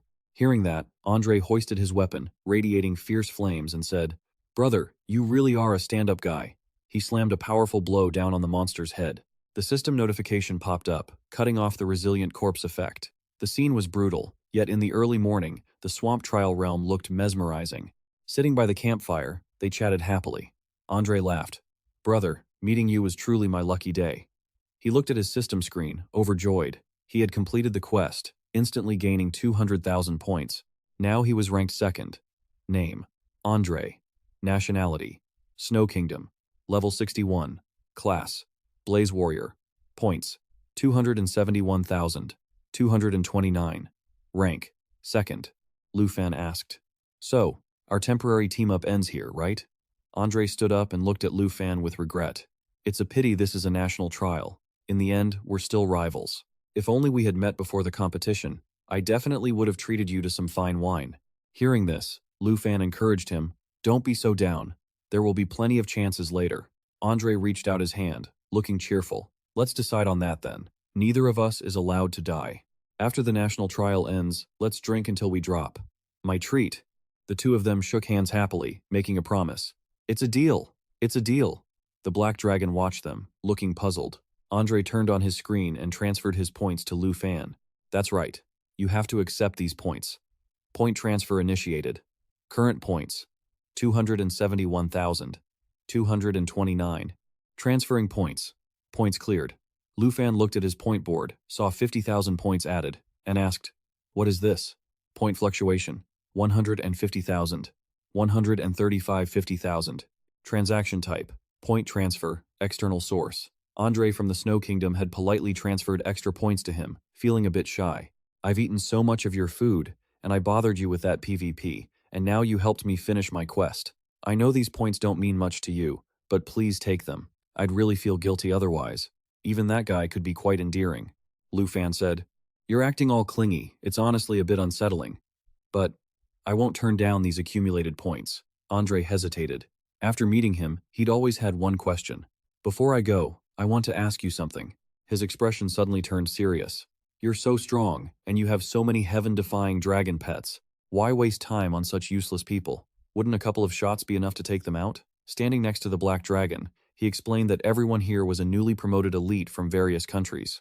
There were many hidden classes he hadn't seen before, so this was the perfect chance to observe their special traits. It's not a waste of time. Either way, the final winner will definitely be me. Hearing this, Andre turned away, unfurled his wings of fire, and sighed. There went those cool lines again. I can't afford to fall too far behind you, so I'm taking this point farming quest. He soared into the sky and shouted back to Lu Fan. Until we meet again. They parted ways under the dawn light. Watching Andre fly away, he thought that Andre guy wasn't half bad. He just hoped he wouldn't have to deal with any PvP assassination quests involving him later. After saying goodbye, he looked down at the severed head, ready to move on to the main event. Now, there was serious business to attend to. His undead puppet legion had a new recruit ready to join. Shifting scenes, Andre's friends were celebrating while looking at the leaderboard. In the National Trial Arena's observation room, they were cheering with joy. Andre is amazing. He jumped straight to second place, surpassing the Star Condor Nation. Congratulations. It seems like clearing the Nine Realms demon isn't impossible after all. Others were more cautious. You're being too optimistic. The Snow Kingdom representative could only finish it because of the Dragon Kingdom's representative. That's right. If any other representative were stuck with that quest, they never would have made it. The bald uncle walked over to Old Han to express his deep gratitude to the Dragon Kingdom's representative. Old Han, please accept this sincere gesture from the Snow Kingdom. He smiled kindly at him in praise. Andre, that kid, seeing an injustice and stepping in to help, he's definitely worthy of respect. The bodyguard standing nearby said, looking at the leaderboard. The host of the Taiki Nation had fallen to third place. Mr. Kim stood in a corner with a dark expression. The group whispered to each other, haven't you noticed Mr. Kim has been silent for a long time? He was seething, thinking nasty thoughts. Even that brute with more muscle than brain managed to surpass the Kim City men. The Star Condor Nation is stepping up. If the Taiki Nation doesn't act, won't we lose even third place? Looking at his phone screen made him even angrier. He smashed the screen in his rage. He thought, controlling the quest was useless. Adjusting the Nine Realms demon stats was useless. There's only one last resort left. The bodyguard poked his head in and said, Mr. Kim, there is an important matter to report. Please, follow me. Hearing that, he barked, don't bother me. What kind of important business could you possibly have? The bodyguard continued, it really is important. The scroll has been crafted. This grabbed his attention, and he suddenly flashed a sinister smile. What kind of scheme was he plotting? Good. This final plan can finally be executed. Take me there, quickly. On the third day of the national trials, Kim Zian anxiously went to secretly test his new weapon. You actually finished it? The bodyguard handed over a briefcase. Yes, Mr. Kim. Luckily, you left us a back door when building the secret realm. The guard reported that because it was an emergency production, there was no time for testing and there might be issues. But the master with the augmentation class confirmed it was usable.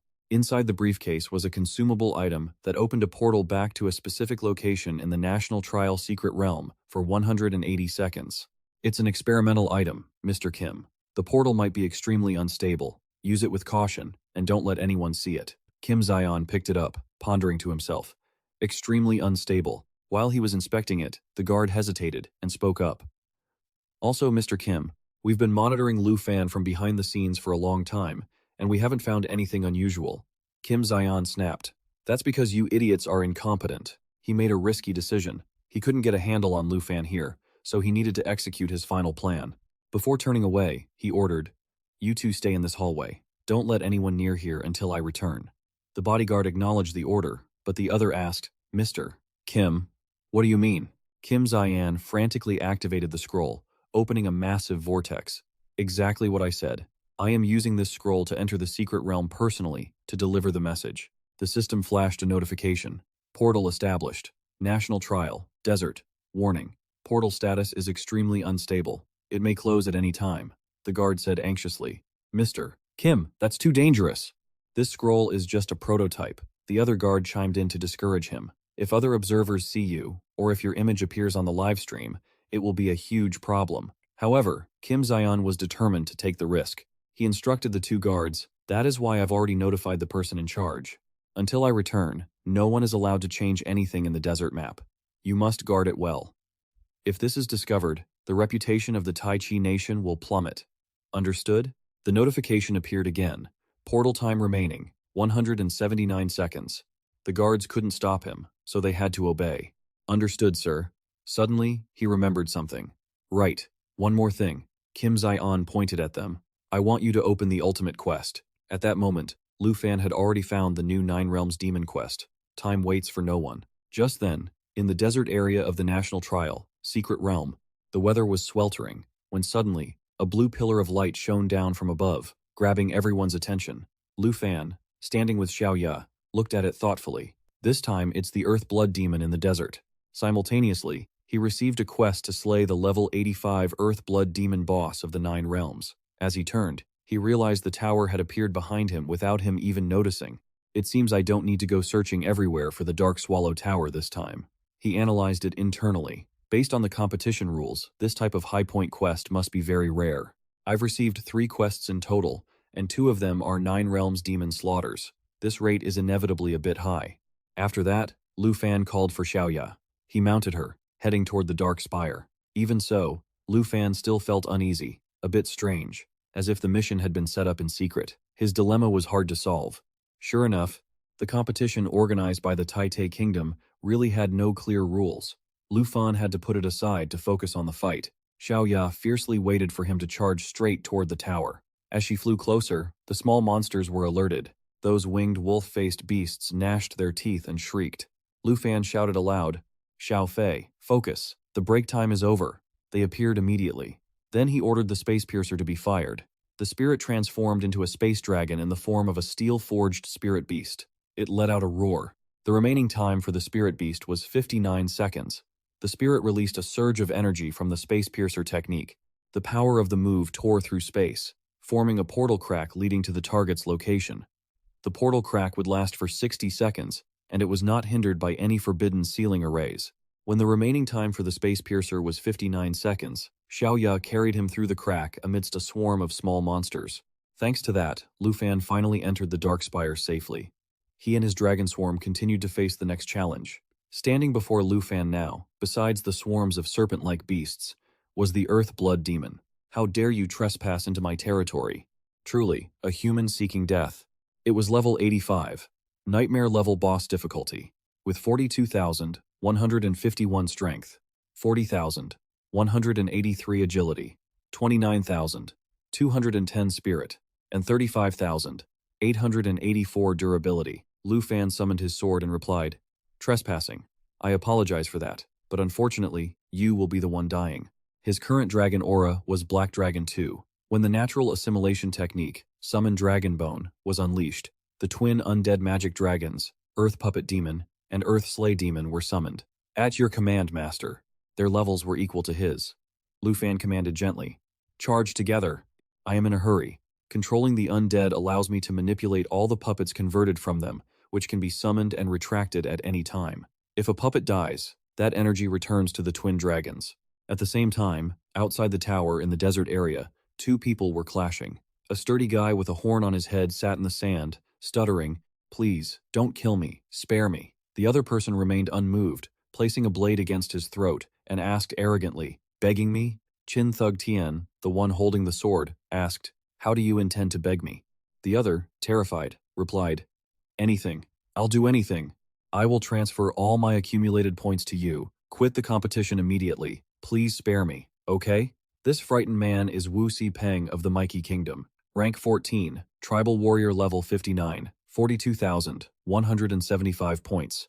Chin Thug Tien teased, "If it's like that, it's very boring. Killing you directly will also get me the points. How about this?" Suddenly, Chin Thug Tien pointed her sword at Si Peng's face, scaring the soul out of him. She mocked, "You lick my shoes," and while doing it shout, "We people of the Mikey Kingdom are all dogs. How about that?" He naturally couldn't stand the humiliation. "No, I can't do that." Chin Thug Tien's face darkened, and she gritted her teeth in threat. "You don't want to?" Si Peng, being a coward, gave in. "Sorry, I will do it. Please spare me." So he bowed his head to her feet. "We people of the Mikey Kingdom are all." Chin Thug Tian was deliberately making it hard for him. "Can't hear you. Speak louder."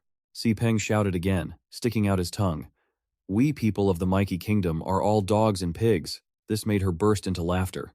As expected, "You can do anything." Suddenly, a shadow in the shape of a hand flew from somewhere. It pierced straight through Si Peng's abdomen, killing him on the spot. The system displayed, "Wu Si Peng of the Mikey Kingdom has died." Chin Thug Tien hadn't even processed what happened when she saw this and turned around. "Huh?" She looked over and saw Cheng Han was the one who had done it. "Jin Cheng Han, what are you doing?" "I wasn't done playing yet." His points increased by 42,175, from 160,964. In any case, he had to die. "I don't believe you would have really spared him." Chin Thug Tian made a bored face. "You, as a person, have no fun at all. Killing, I was definitely going to kill him, but I was the one who was supposed to do it. You just stole the points." Cheng Han frowned and denied it. "You're doing a bad job. I didn't kill him for the points. We have something important to do." Chin Thug Tien sheathed her sword, her attitude becoming serious. "Something important?" Cheng Han demanded. "Just keep quiet and listen now." He was still talking when Chin Thug Tien suddenly heard a noise. Zai An was stepping out of an extremely unstable portal. Cheng Han didn't seem surprised. "Teleporting in like this. Do you have urgent intelligence from the front lines? It could close at any time." Chin Thug Tien had her mouth wide open. "You can even do that?" The terrible streaks of light created by the blood demon and its information had now been summarized. Earth Blood Demon. Level 85. Nightmare level boss difficulty. Strength 42,151. Spirit 29,210. Agility 40,183. Durability 35,884. Phantom Illusion Step. Instantly transforms into a transparent tiger phantom, appearing randomly around the player. Each time it attacks, the phantom trail disappears, causing massive magical damage. Thunderblast Claw. Uses claws filled with intense thunder power to strike the ground. After producing the Thunderblast Claw mark, it erupts with a large electric shockwave in a short time, causing electric damage in a large area and reducing the target's movement speed by 70% for 10 seconds. Soul Hunting Tiger. Targets hit by the Soul Hunting Tiger will have their souls torn into fragments, temporarily losing a portion of their maximum health value. The maximum health value is reduced by 60%, lasting 8 seconds, during which the target's healing effect is reduced by 30%. Lu Fan stood with his sword between the Blood Demon and the Puppet Demon. The Thunderblast Claw used claws filled with intense thunder power to strike the ground. After producing the Thunderblast Claw mark, it erupted with a large electric shockwave in a short time, causing electric damage in a large area and reducing the target's movement speed by 70% for 10 seconds. Another fierce-looking monster appeared and lunged. Death Entanglement. Uses its body and limbs to bind the enemy, making it impossible to move, while also causing stiffness, poisoning, and coma negative effects. The limbs cause crushing damage, with cumulative damage calculations. At this moment, the conversation between the two monsters, with the Blood Demon speaking first. "Earth Crusher Demon, why are you?" Before they could process this, another surprise appeared. A Blood Blade. The Blood Demon roared in fury. "Bloodblade claws." With that, 5 Bloodblade claws tore the target apart from high above. After dealing massive damage, his own strength increased by 200% for 12 seconds. The Blood Demon, La Loi, could not accept the truth. Earth-slaying demon, even you are here. It was only then that he spoke up, hands in his pockets, acting cocky. Lu Fan of the Long Kingdom, 13,135 points, 6,718. If 2 Nine Realms demons are already this strong, what if 9 of them attacked one person at the same time? Behind him, Tu Bang shouted loudly, ready to fight at any moment. The Taite Kingdom surely didn't expect that their carefully laid plans had actually become a dowry for him. That monster collapsed, as it was hard for one beast to hold off so many opponents alone. The battle ended. Lu Fan strode out confidently with his sharp blade, followed by his supporting beasts. Now, let's release this army of demonic beasts, he thought smugly. What kind of fear will this cause? Shifting to another location, dust and sand swirled into the air, and someone shouted, "Slow down! Slow down! Slow down!" Thon Han stood imposingly atop a beast, moving forward, with a girl behind him holding onto his clothes as she followed. "I'm about to fall! Stop yapping! Your noise is giving me a headache!" Chin Thug Thean, terrified, screamed helplessly. "Since your commanders already told you the location of that ultimate quest, why haven't we gone to accept it yet?" Flashing back to the past, the Kim family was having a discussion. At that moment, his eyes were dim. "It's not time yet. To put it briefly, the teleportation array is unstable. I have to pass this intelligence to you quickly, then I must leave." Damn it, the Taite Kingdom is truly shameless. They actually teleported the director in here. Thon Han slowly mulled everything over. These accumulated points are too fake. Why don't they just strip him of his eligibility to compete? Kim Tai-an replied, "The rules of the secret realm are normal. There is nothing unusual, so I have no grounds to forcibly teleport him out." His eyes grew dangerous. Counting on slowly clearing monsters to do the quest is definitely not enough. If we want more points, we must figure out how the representative of the Long Kingdom managed to clear the Dark Spire. If he can do it, then you can do it too. He then looks toward the teleportation gate. The teleportation array is becoming unstable. I have to go. Before leaving, he pointed behind him to give instructions. "Oh, right. Thon Han, the ultimate quest has opened. You must make good use of it." Thon Han and Vo Chin Thug Thean watched in silence. A moment later, he closed his eyes, thinking hard. That ultimate quest was originally meant for Sak Lai. Now is not the time to waste on Lu Fan. We need to find a Dark Spire first, and figure out how Lu Fan defeated the Nine Realms demons. He thought of the ranking tower.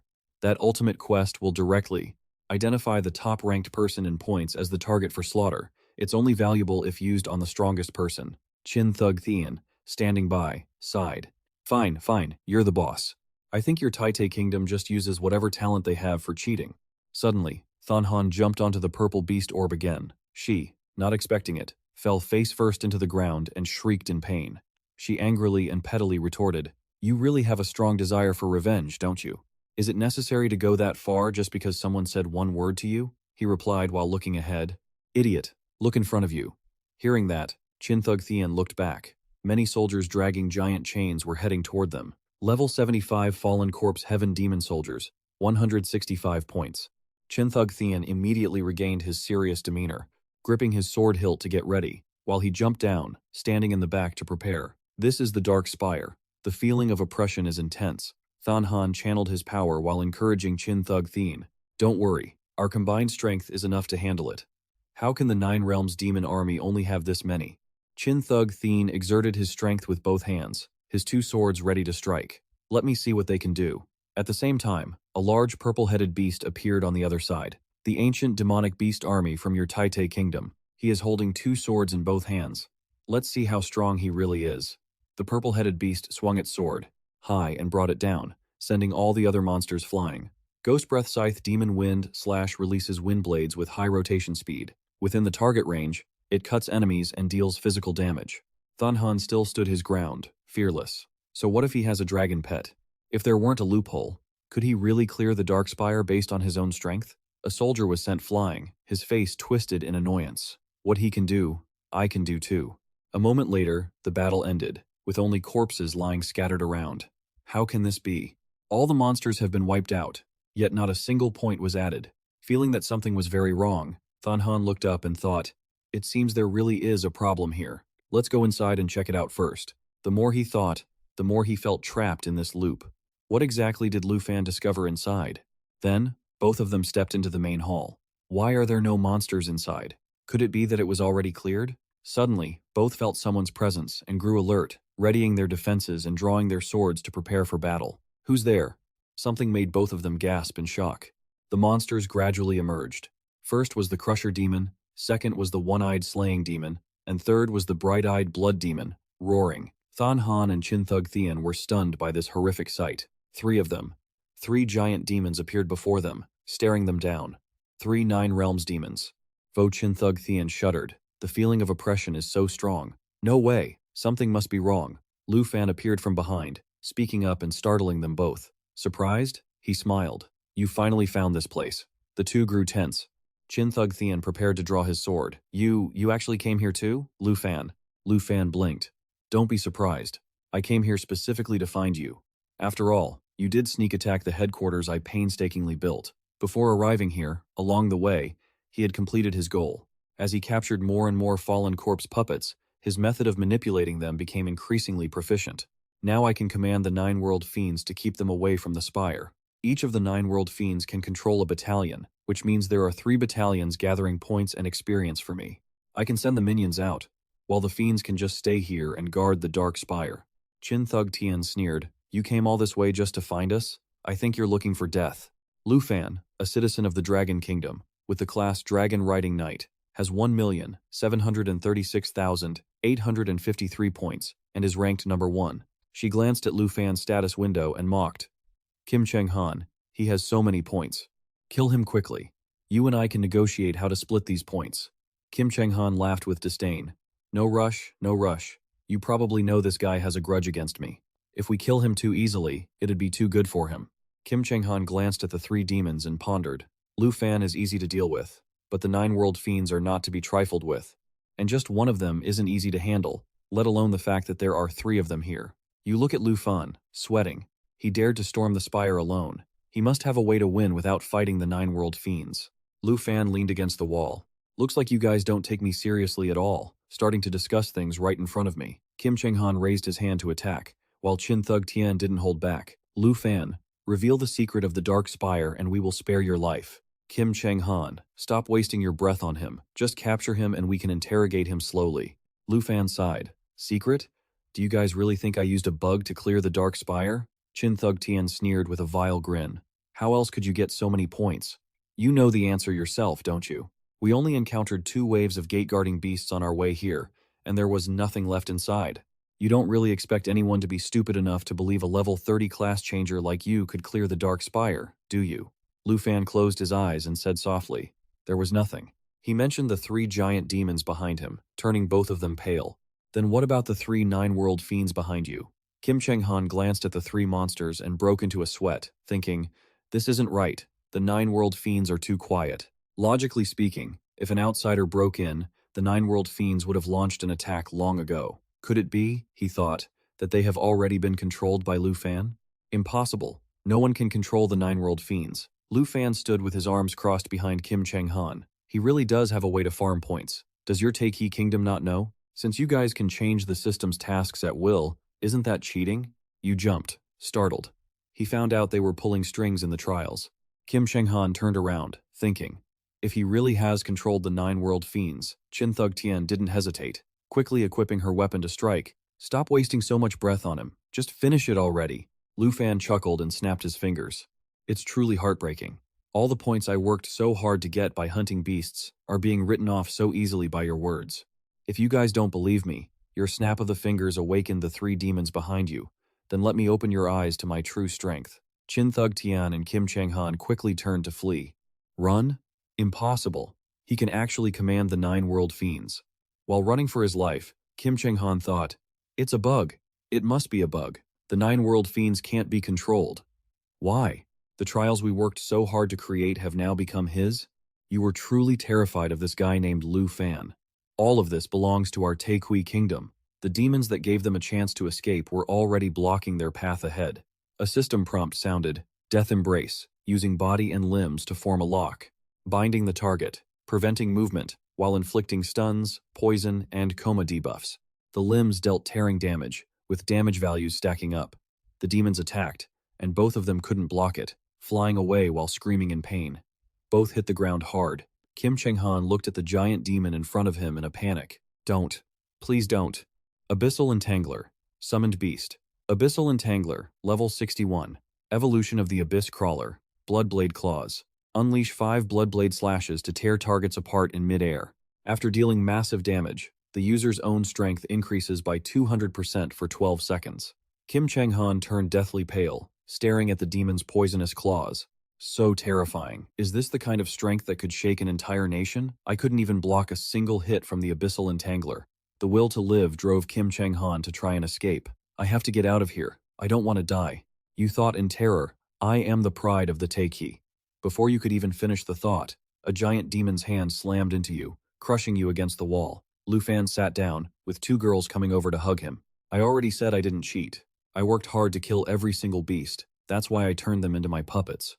Chin Thug Tian's body was so badly mangled that her mask shattered. She slowly stood up and screamed, I won't fall here. I am the top prodigy of the Manhwa Kingdom's youth, a future world-class powerhouse. She rushed forward, slashing frantically like a maniac. How could I die like this? She unleashed the Ghost Scythe Slash, a high-speed rotating wind blade, cutting through the target's range and dealing physical damage. But the demon's claws didn't let her feel smug, as they crushed Chin Thug Tian into a pulp. I'm not satisfied. Lu Fan looked at the status screen in his hand and sneered with disdain. Everyone claims to be the top expert of the future world. But I haven't even had to lift a finger yet. I just casually released a few summoned beasts, and they're all dead. You looked at the strange status screen. Name, Lu Fan. Nationality, Long Kingdom. Level 38. Class, Dragon Riding Master. Points, 1,368,535. Ranking, Number 1. Lu Fan saw the points weren't increasing and wondered, why aren't I getting any points? You suddenly remembered something. Right. You thought of that guy Kim Cheng-han. He relied on summoned beasts to resurrect. It seems Wu Chin Thug Tian has similar abilities. At the National Trial Secret Realm of the 10,000-mile desert, a dry, hot place filled with nothing but sand, Kim Cheng-han and Chin Thug Tian, bloody and injured, gasped for air as they crawled up from the sand. Split resurrection, remaining 6 times. Split resurrection, remaining 5 times. Chin Thug Tian said in surprise, coughing, It really worked! The current cooldown for the abyssal symbiosis is 24 hours. She widened her eyes and said, This is so magical. Now we don't have to fear death anymore. Kim Cheng-han wiped away blood, his mouth twisted coldly. Don't be so naive. He sighed. Lu Fan has 3 9-world fiends and an entire army. If we can't kill Lu Fan, it's pointless to keep respawning. Besides, we only have 5 resurrections left for our split soul technique. Chin Thug Tian gestured with both hands as if to explain, I already wasted 1 when I first met him, which was a huge loss. Kim Thun-han's eyes turned cold. He said in a chilly tone, We can't afford to waste any more lives. We should find another dark spire that no one has explored yet and see how he managed to subjugate the 9 realms. His monsters are just beast tamers taming magic beasts. It's definitely not a class skill. If he can do it, then I can do it too. Chin Thug Tian raised his hand, seemingly regaining his resolve. If that's the case, let's use the time we have with these 5 lives to find a way to kill Lu Fan. Is something weighing down on my whole body? I have absolutely no strength left. With 9 minutes of weakness remaining, Kim Than-han closed his eyes and explained, I'm still weakened from just respawning. My health and energy stats are both extremely low. I need to wait about 10 minutes for them to recover. Chin Thug Tian panicked. Doesn't that mean we're in huge danger right now? Kim Than-han knelt down. We can move a bit slower. First, we need to head to the Dark Spire for the ultimate quest. Suddenly, flames erupted, catching Kim Than-han by surprise. He glanced over, teeth gritted, trembling. Chin Thug Tian was struck down by a spear, his whole body engulfed in flames. A voice rang out from somewhere. What a stroke of luck today. To think I'd run into 2 people who delivered themselves right to my doorstep in this desolate, empty place. As the flames continued to burn, the stranger pulled the spear out of Chin Thug Tian's body. Isn't this the prince of the Kim family? Do you remember me telling you? Not to let me see you in the secret realm again? Kim Than-han broke out into a nervous sweat. This is incredibly bad luck, meeting this barbarian while I'm still in my weakened state. 7 minutes of weakness remaining. He looked at the newcomer's status board, which was different. Name, Andre of the Snow Kingdom, level 61. Class, Flame Warrior, points, 239,717,580. He approached with powerful steps. What on earth are you 2 doing here? digging in the sand. Whack-a-mole. Flame God manifestation. Summoning the power of the high-level flame god, Swarok. All stats increase by 100%. Obtained. Flaming wings, allowing temporary flight. The duration of the manifestation depends on the spirit stat. Andre laughed loudly as he lunged forward. Whack-a-mole sounds like a fun game. Kim Than Han fell to the ground in a panic, thinking, "It's over, I don't have the strength to escape. I just respawned." Andre charged toward Kim Than Han. "Let me play with you for a little bit." The powerful strike caused Kim Than Han to immediately lose consciousness. Andre stood there, staring at the status board and muttering, "That's strange. I clearly took them both out. So why hasn't the player count decreased? And why haven't my points increased?" 10 days later, day 14 of the national trials, at the Gold Jade City Trial Arena. I can hardly believe it, viewers. The national trials, hosted this year by the Taiki Kingdom, have been going on for 14 days and are nearing the end. In a room at Longdu Academy, Villa Number 2, Hanka intently watched the large screen. This is the most brutal battle in history, and also the one with the highest death toll. Students in the combat class training room at Longdu Academy were also watching intently. Out of 23 contestants, 11 have been killed in action, and 2 have forfeited. Now, only the final 10 are still holding on. The top 5 rankings are basically set. At the Far North Military Camp, in Tujing's office, this means that relying on missions to farm points won't affect the leaderboard anymore. Only by hunting each other can the rankings fluctuate. Wu Qin Thugtian was continuously hunting monsters, raising his points in the Lava Volcano National Trial, Secret Realm, representing the Manhwa Kingdom. Wu Qin Thugtian was currently in 5th place with 460,000 points. 5th place. Wu Qin Thugtian of the Manhwa Kingdom. Level 61. Warrior. Points. 462,853. Kim Than Han was also consistently gaining points. Representing our Taiki Kingdom, Prince Kim Than Han was in 4th place with 510,000 points. 4th place. Kim Than Han of the Taiki Kingdom. Level 62. Abyssal Summoner. Points. 519,776. In the Grassland National Trial Secret Realm. Andre was leisurely resting on the grass. 3rd place. Andre, representative of the Snow Kingdom, with 680,000 points. 3rd place. Andre of the Snow Kingdom, level 62, Flame Warrior. He closed his eyes, feeling the gentle breeze of nature. This breeze feels so nice. Unfortunately, Andre only held the 2nd place spot for 4 days. In the Lava Volcano Trial Secret Realm, the representative Sally from the Starlight Kingdom had surpassed Andre to take 2nd place. 2nd place. Sally of the Starlight Kingdom, level 62, Saint Priest, points, 728,115. This representative rarely fought directly, instead gaining a massive amount of points by hunting 5 other representatives. The last person mentioned was Lu Fan. Finally, the representative with the highest and most ridiculous point total ever. Soon my master will find him very soon. Lu Fan from the Dragon Kingdom, with 7 million points, held a dominant lead in 1st place. In the Lava Volcano Secret Realm, inside the dark spire of the Earth Demon, a piercing scream echoed. Lu Fan commanded his demons to attack the target to gain points. He had completed the subjugation quest for the epic boss, the level 85 Earth Demon of the 9 Realms. Quest completed. Subjugate the 9th 9 Realms Demon. The final 9 Realms Demon had finally been defeated. Black Dragon's level increased to 38. Lu Fan leveled up to 41. He smiled, having completed the mission. Finally, I can subjugate the entire 9 Realms Demon army. My undead legion is about to be complete. Starry Dragon increased to level 29. Emerald Dragon increased to level 35. Lu Fan of the Dragon Kingdom. 7,125,000. 100 plus 440,000. 955 points. Demons subservient to Lu Fan. Obey me, Master. The system notification rang out. New skill acquired. Dragon Domain. Lu Fan looked at the system board in surprise. Little Fei, what new skill did you get? As soon as Lu Fan finished speaking, a virtual screen appeared on the smartwatch on his wrist. Dragon Domain. Deploys a dragon race domain with a diameter of 100 meters. Dragon race and bloodline-compatible allies within the domain gain, plus 50% to all stats. Those who are not dragon race or bloodline compatible will have their stats reduced by 50% within the domain, and they cannot enter or leave the domain via teleportation or summoning. Reading the information, he was stunned. The dragon race's domain? Wait a second. This effect, seeing the future benefits. Lu Fan smiled smugly. As expected of Little Fei, all stats increased by another 50%. But the true strength isn't just the complete isolation of the dragon race from the outside world. Lu Fan just smirked confidently. As expected of Little Faye, all attributes increased by 50%. But the real strength isn't just the complete isolation between the dragon race and the outside world. If this is how he plans to deal with Kim Than Han, doesn't that mean he can't summon the abyssal crawler from the dragon realm? And he wouldn't be teleported out of the dragon realm after dying. He smiled and calculated, if that's the case, he could actually kill him for real. Although he thought that way, on the surface, Lu Fan still patted Xiaofei's head in praise. That's amazing, Xiaofei. We can finally get rid of that unkillable worm. She smiled and nodded when praised. Just then, a new status message popped up on the virtual screen, warning that he had become a target for an assassination quest.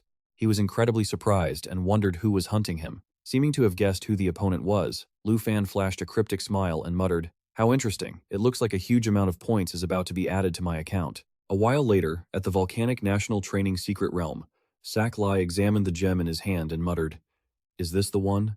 Does it really exist?" At the same time, the screen displayed a new notification. Quest 1 accepted. Current quest. Ultimate Rank 1, PvP Assassination.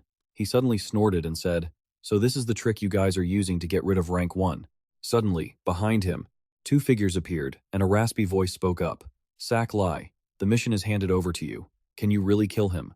The person who asked was Than Han and his bodyguard. Saklai didn't bother looking at them and calmly replied, "Of course. You know my strength.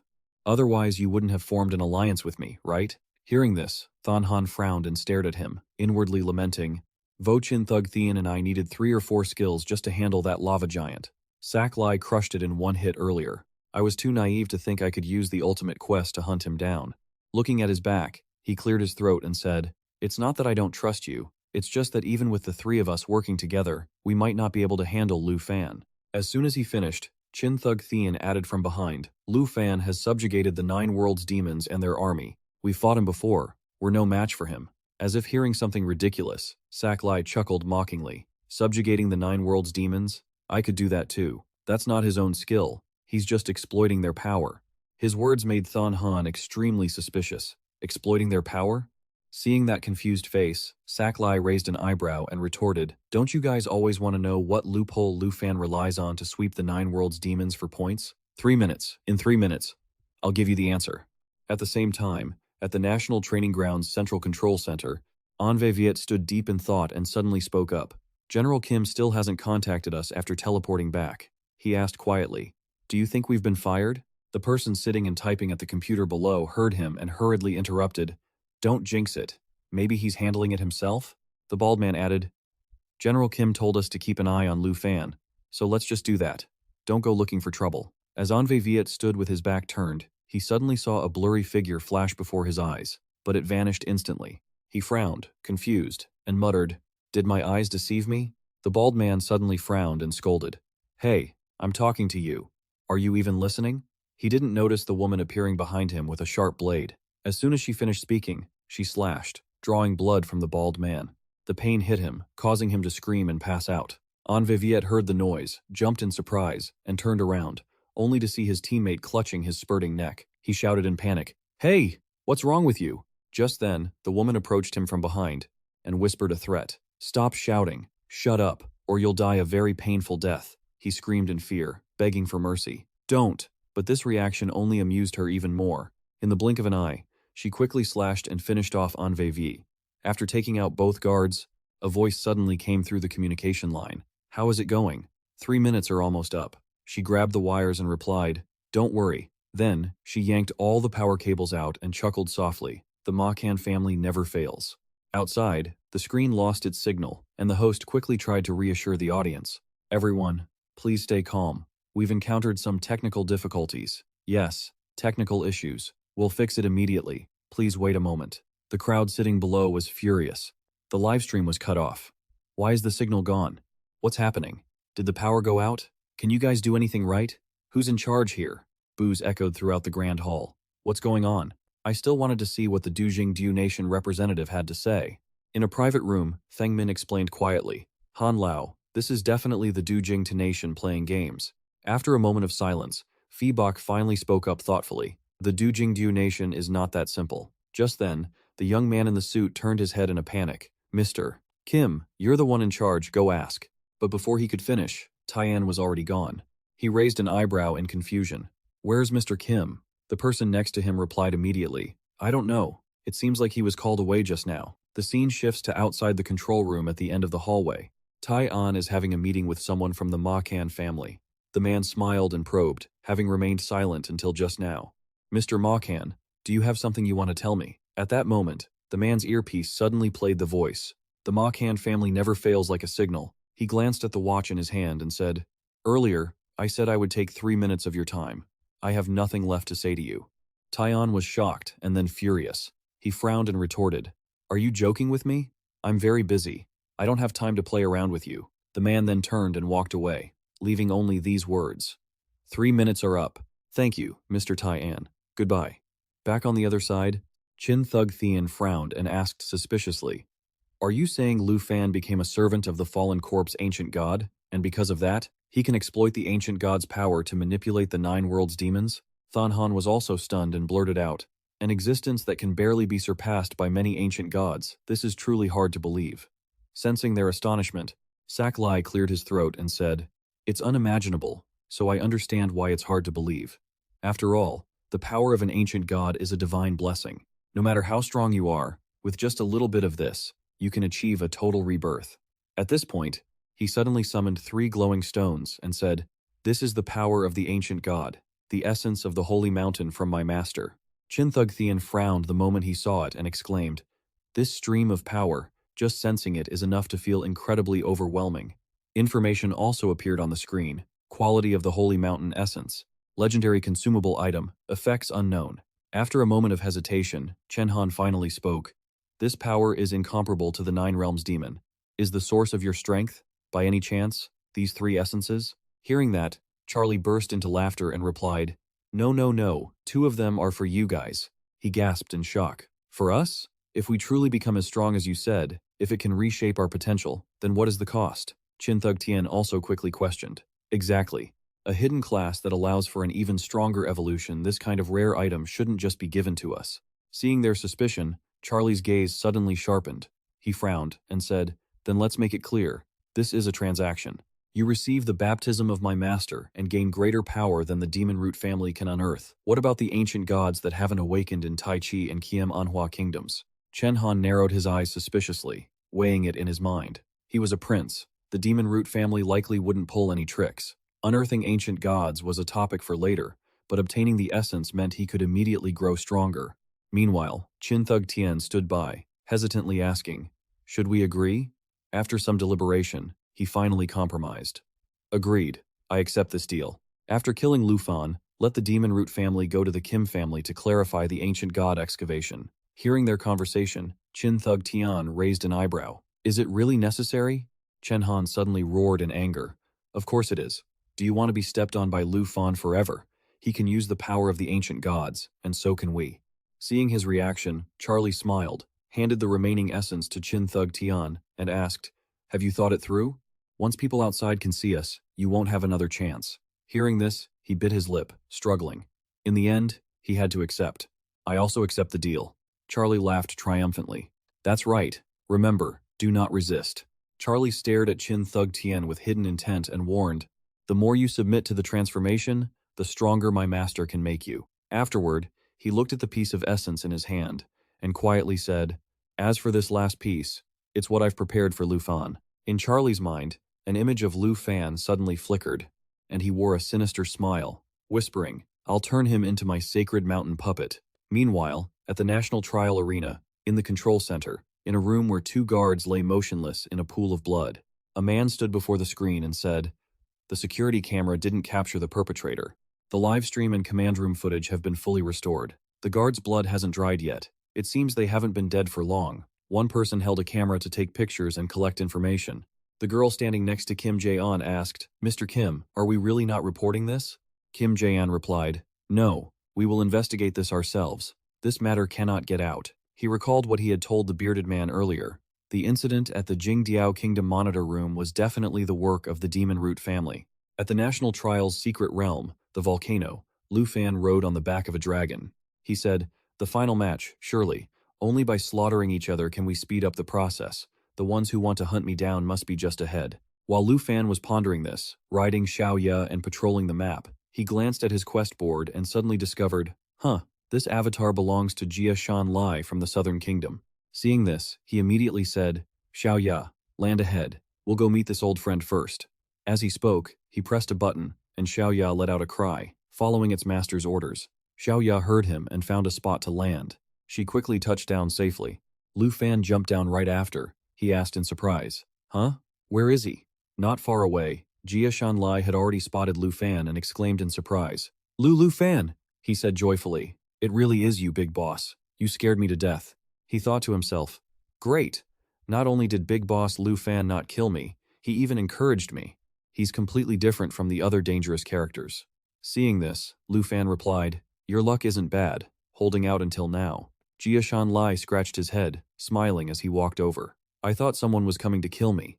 Lucky I met Big Boss Lu Fan. Lu Fan heard this and pointed, asking, why are you still here? You only have 150,000 points. Rank 10, Jia Shanlai, Southern Kingdom, Water Lotus Swordsman, level 49, points, 155,920. Seeing the cheerful expression of the person in front of him, Lu Fan thought, is this guy sick?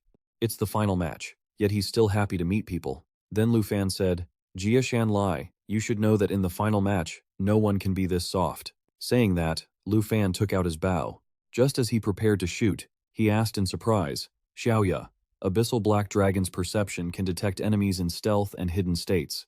Actively using the skill removes the stealth and hidden states of all enemy targets. Suddenly, something from the ground grabbed Jia Shanlai's leg, making him scream. Lu Fan also looked back in surprise as it emerged, using its claws to grab the man and drag him away. Jia Shanlai panicked, screaming, help me!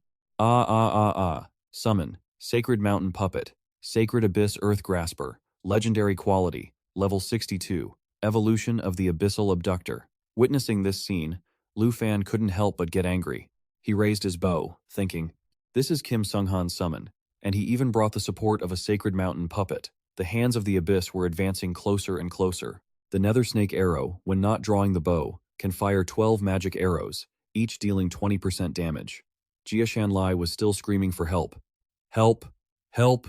In the National Trial, Secret Realm. Volcano Lava Area. Jia Shanlai of the Southern Kingdom has died. 923 points. Kim Sung-han and Vo Chin Thug Thien said, we meet again. Lu Fan. I accidentally stole your points. I hope you don't mind. After all, your points will belong to us soon anyway. Hearing this, Lu Fan replied, long time no see. You guys have gotten a lot stronger. Sacred Mountain Slave, Kim Sung-han. Level 62 Hidden Combat Class. Sacred Abyss Warlock 3. Vo Chin Thug Thien. Level 61 Hidden Combat Class. Sacred Land Warrior 3. Having said that, he thought, they've joined up with Charlie. It seems the ones hunting me were a warning. Having met the hunters, Charlie stood between the two and laughed. It seems both you and I know the true nature of this power. A level 63 Hidden Combat Class. Saint Mountain Thrall. 3-job holder. He wore a smug look on his face. Before I kill you, I'll give you a chance, Lu Fan asked skeptically. The Saint Mountain Essence. A legendary grade consumable item with unknown effects. He continued, renounce your loyalty, dedicate everything to my master, and you shall obtain supreme divine power. Lu Fan thought to himself, Saint Mountain Essence, this massive power is exactly like the undead essence. Perhaps it's what Kim Thon Han and Wu Zhangtian used to transform. He held out the essence and continued, join us, and we won't have to kill you. Lu Fan flatly refused. My loyalty? Don't make me laugh. I'm nothing like you lot. The guy named Shali asked back, still playing games? You dare look down on us? Lu Fan pointed at him with contempt. Even if you've obtained this power, it's barely enough to reach the level of my summoned dragon pets. The three of them darkened, shouting in anger. It seems you're beyond reasoning. Kim Thon Han and Wu Zhangtian. Aren't you itching to get revenge for last time? You can make your move now. Wu Zhangtian and Kim Thon Han cheered. We've been waiting forever for this. Roar. Lu Fan, I'll make you pay double for all the grudges from before. The abyssal hand began to slam down, but Lu Fan dodged it just in time. As he drew his bow, he thought, these guys are actually willing to become slaves to the ancient god without a shred of dignity. He took aim directly at the rushing Wu Zhangtian. But Lu Fan's arrow had no effect on him. With a single sword stroke, he deflected it. Putting on his mask, he said, Only those who adapt to current circumstances are wise. People like you are destined to die by my blade. I advise you to join the Saint Mountain Thralls. Become our subordinate, and save your pathetic life. The Prajna Ghost Shrine masked itself in a vengeful, demonic form. Every time it takes damage, damage taken from normal attacks increases by 10%. Attack speed increases by 30%, stacking up to 6 times. Wu Zhangtian and Shali continued to bait Lu Fan. Shali held up the essence and said, "Otherwise, we will kill you and turn you into my Saint Mountain puppet." Lu Fan recalled the far north and thought, "I've killed countless minions of the ancient god in the far north. Your Saint Mountain thralls dare to threaten me?" He seemed to have figured something out. He declared, "I get it now. Not a single one of you is leaving here alive." Wu Zhangtian pointed at Lu Fan's face, laughing mockingly. "Ha ha ha. He's actually obedient enough to listen. The divine power of the Saint Mountain must have scared him senseless." Lu Fan didn't care. He raised his sword and said, "Xiaoya, transform into destroyer dragon form. None of you 3 will leave this secret realm alive. Current dragon state. Black Dragon 2 form switch. Destroyer dragon." Xiaoya also charged up a fireball and shot it toward him. Facing that giant fireball, Wu Zhangtian said confidently, "Surprise attack? You don't have the ability to defeat me anymore." Molten Flame persists, spewing fire forward, dealing damage while healing himself. But to his surprise, Lu Fan lunged, not at Wu Zhangtian, but straight at the abyss to confront Kim Than Han. Yet, Kim Than Han just laughed, showing no fear. "Struggle all you want. Today is the day you die." Lu Fan backed away, landing on Xiaoya's head, and said, "You lot are truly arrogant." One by one, he called out, "Come on out, Xiaofei." He thought, the Dragon King evolved into a powerful undead magic dragon because of the undead essence. If I feed it Shali's Saint Mountain essence, the lives of you 3 thralls, plus 3 more essences, they'll all be mine. Volcanic eruption, creating violent lava within the target range, forming a lava pool. Lu Fan shouted, "Dragon language magic. Volcanic eruption." Xiaoya also breathed fire at them, and the system notification appeared, "Dragon language resonance." When a dragon rider and their dragon pet use the same dragon language magic, they boost the magic's power by 100%. Seeing this, Kim Than Han agilely jumped away, dodging Xiaoya's attack. Wu Zhangtian also drew his sword to block. Feeling the heat of the flames, he yelled. Lu Fan said dismissively, "Stop summoning these bottom feeders. Hurry up and summon someone on par with my dragon pet." Kim Than Han cursed in his heart. "Damn it, can't he see that I've already summoned the strongest abyss earth shaker?" Lu Fan continued, "Look at that fragile body. You're already in this state without even really fighting. Maybe you should take a break." Wu Zhangtian gritted his teeth, thinking, such a great humiliation. How is it that a dragon not even level 3 beyond its youth is this heaven-defying? He turned to Shali and said, "I didn't expect you to be quite capable as well," personally handing them to me as bonus points. Shali remained silent for a moment. Then he drew the Holy Cross sword from his back and said, "Ignorant fool, you will pay the price for your stupidity." With the massive holy sword slashing down in a golden cross shape, the sword unleashed countless incredibly powerful flames called Divine Punishment Flame. Divine Punishment Flame. The saintly job holder releases divine fire at the target, dealing 500% divine damage, and for the next 10 seconds, the target takes 20% divine burn damage every second. Lu Fan asked with surprise, "Is that all? It seems your master isn't all that impressive." A notification appeared, Dragon Destruction, morphing the arm into a dragon claw, unleashing 6 rapid consecutive hits. This can be released from a distance, while the dragon pet simultaneously synchronizes with 6 instances of law damage. Xiaoya and Lu Fan also retaliated with their own fireballs. Shali was furious. "You idiot!"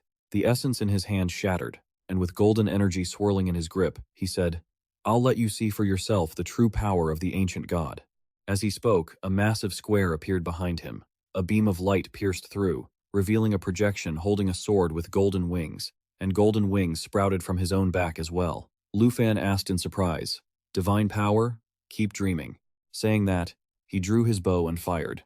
The serpent arrow, in the state of not even pulling the bow, can unleash 12 magic arrows, each dealing 20% damage. As 4 arrows flew toward the golden projection, Lu Fan thought, even if it's just a projection, it contains the power of the ancient god. It's actually a bit stronger than the 9 Worlds demon. He then said, "Dragons cheer." Lu Ye let out a deafening roar as well. Dragon's encouragement boosts both his and his dragon pet's overall stats and attack power by 30%. Gao Xiaoye, level 38, contract. Black Dragon Y. Strength, 9,782 to 12,717. Agility, 18,137 to 23,578. Spirit, 39,252 to 51,028. Durability, 20, 382 to 26, 497. Shadow Snake Arrow. When the serpent bow is drawn for 3 seconds, it releases the Shadow Snake Arrow, which increases its damage by 500%. Current draw time, 1 second. A black dragon appears from Lufan's bow. He tells Xiaoye to prepare to fire Magma Burst.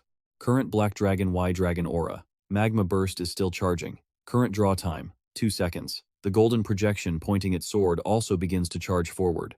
Facing the massive fireball with a golden sword, the notification panel flashes.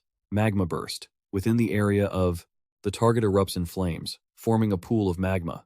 Targets inside the magma pool will gradually sink into the lava and continue to take massive damage. Current draw time, 3 seconds. Seizing the perfect moment, Lu Fan shouts, "Now!" The black dragon on his bow strikes instantly. The notification continues.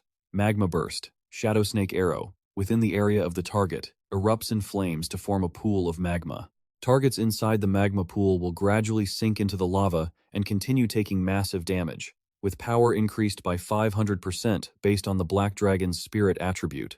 The golden projection charges ahead without hesitation. The two attacks collide, creating a massive explosion. Seeing this, Charlie, standing to the side, scowls and mutters. The power of the ancient god projection isn't just that. After the world-shaking blast, the Black Dragon becomes even more enraged. It charges like a gale toward Lu Fan's group. Black Dragon Y shifts into World Eater form, emitting a world-destroying roar, dealing massive damage to all targets in range and applying a debuff. Seeing this, he quickly raises his hand, channeling energy, into a large bow and shouts, "Underworld Snake Arrows." Without drawing the bow, the Underworld Snake Arrows can fire 12 magic arrows, each dealing 20% damage. The others there immediately charge at the Black Dragon, attacking fiercely. Ghost Breath. Scythe Demon Slash releases blades of wind rotating at high speeds in the target's area, dealing physical damage. At this moment, Little Black is held back by golden binding chains. At the same time, a massive wave of power surges toward Lu Fan. Heaven's Punishment Flame. The Saint releases holy fire at the target, dealing 500% holy damage. For the next 10 seconds, the target will take 20% holy burn damage every second. Lu Fan isn't rattled. Instead, he turns toward that energy source and effortlessly splits it into 4 pieces. Charlie and the others can't help but cheer excitedly. It worked. Without his dragon pet's buffs, he's nothing. Charlie continues, "Just force him away from his dragon pet, and his strength will definitely drop significantly." In that instant, a pair of wings appears. To everyone's surprise, it's Lu Fan. With black dragon wings on his back, he looks down at the crowd below arrogantly and says, "Are you sure I'm the one who fell into the trap?" Charlie's group jumps in shock, turning toward Lu Fan and shouting angrily, "What is that supposed to mean? You're really good at faking it." Lu Fan's posturing won't change the fact that he's going to lose. With a loud whoosh, dust flies everywhere. Charlie and his group stand atop a massive, muscular demon as he says, "Since when did he summon these beasts?" The 9 realms. Lu Fan chuckles and replies, "I saw through your plans long ago. I only pretended to fall into your trap to play along and distract you." Charlie, furious, points a thin screen at Lu Fan and screams, "Do you really think you can defeat us with just these fallen corpse puppets?"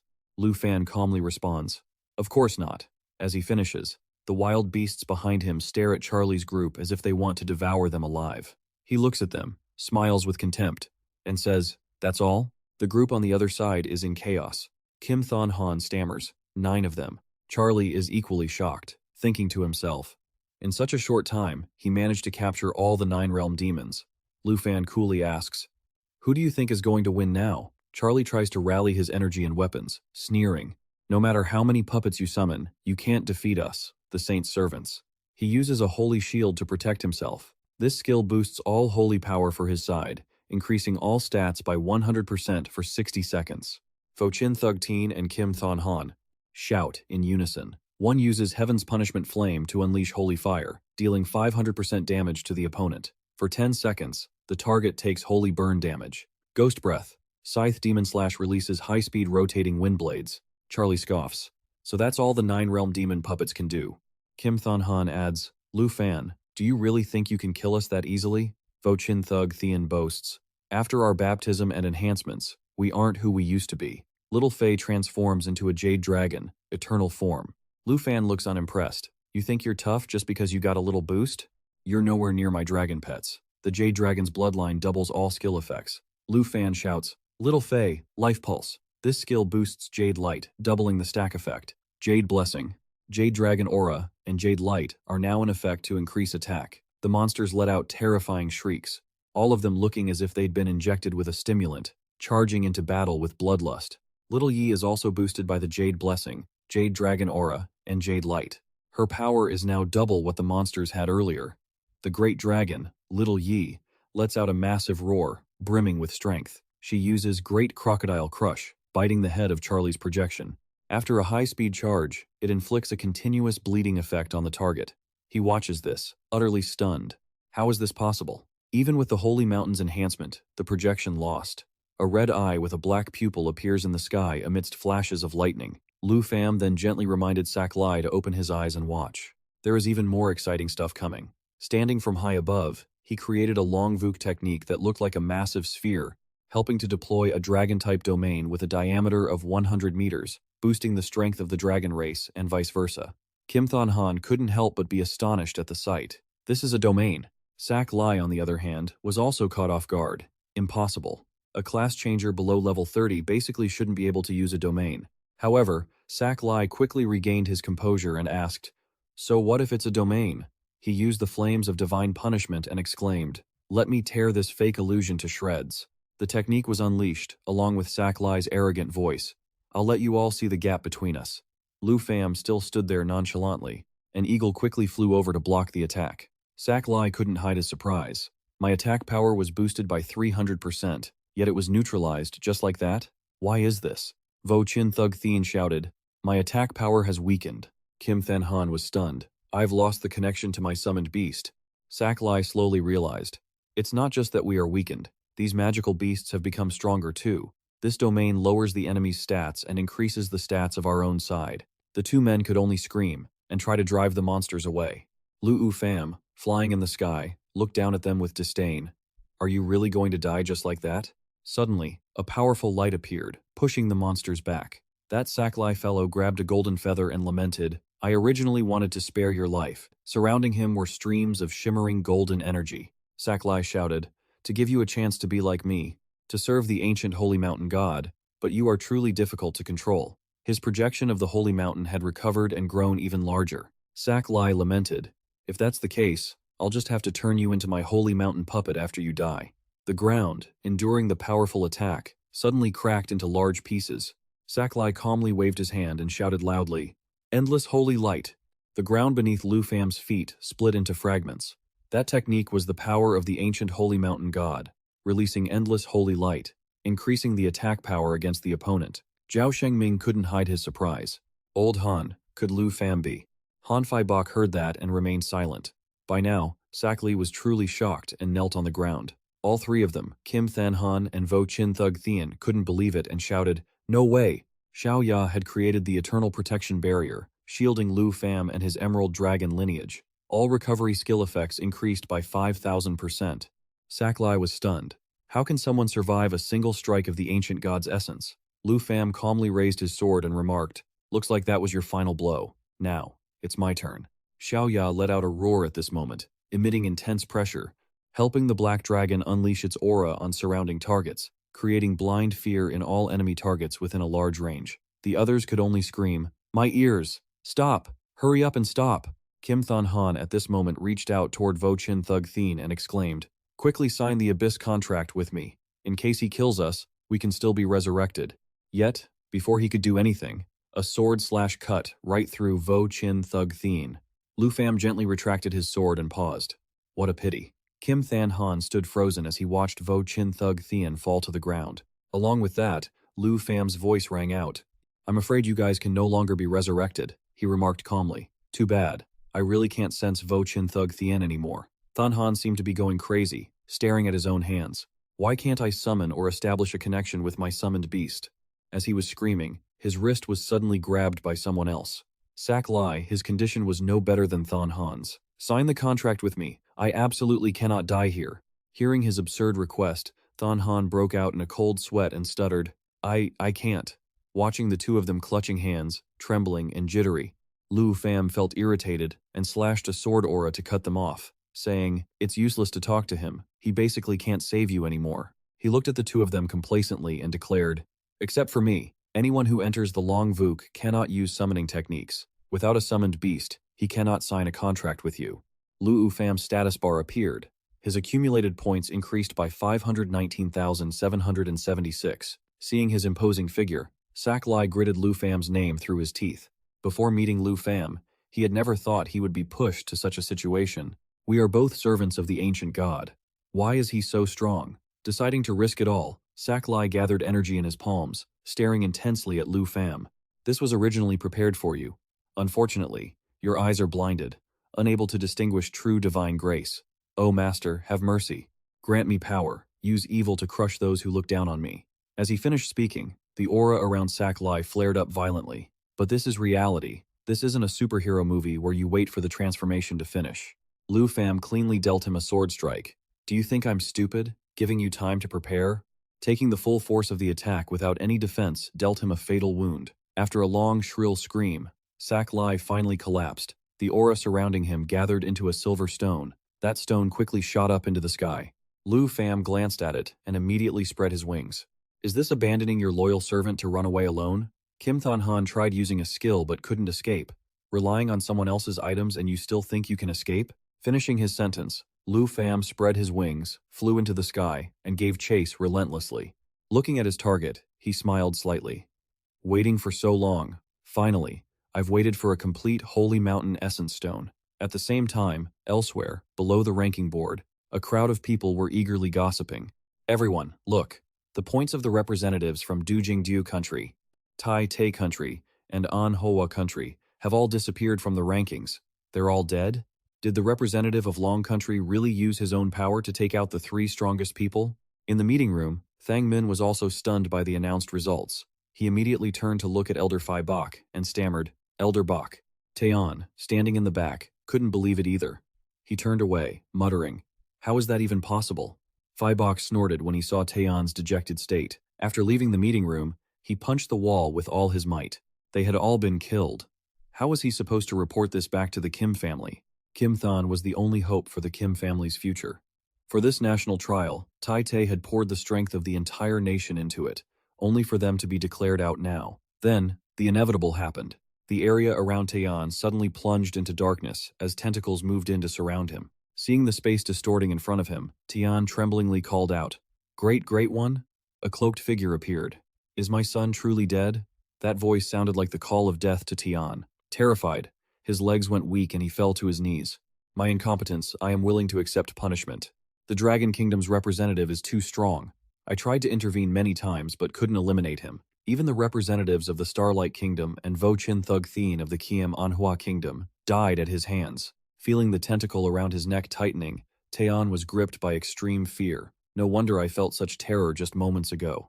The mysterious man reached up and pulled back his hood. It was Kim Than's father, just as expected. The tentacle around Taeon's neck tightened suddenly, making him gasp for air.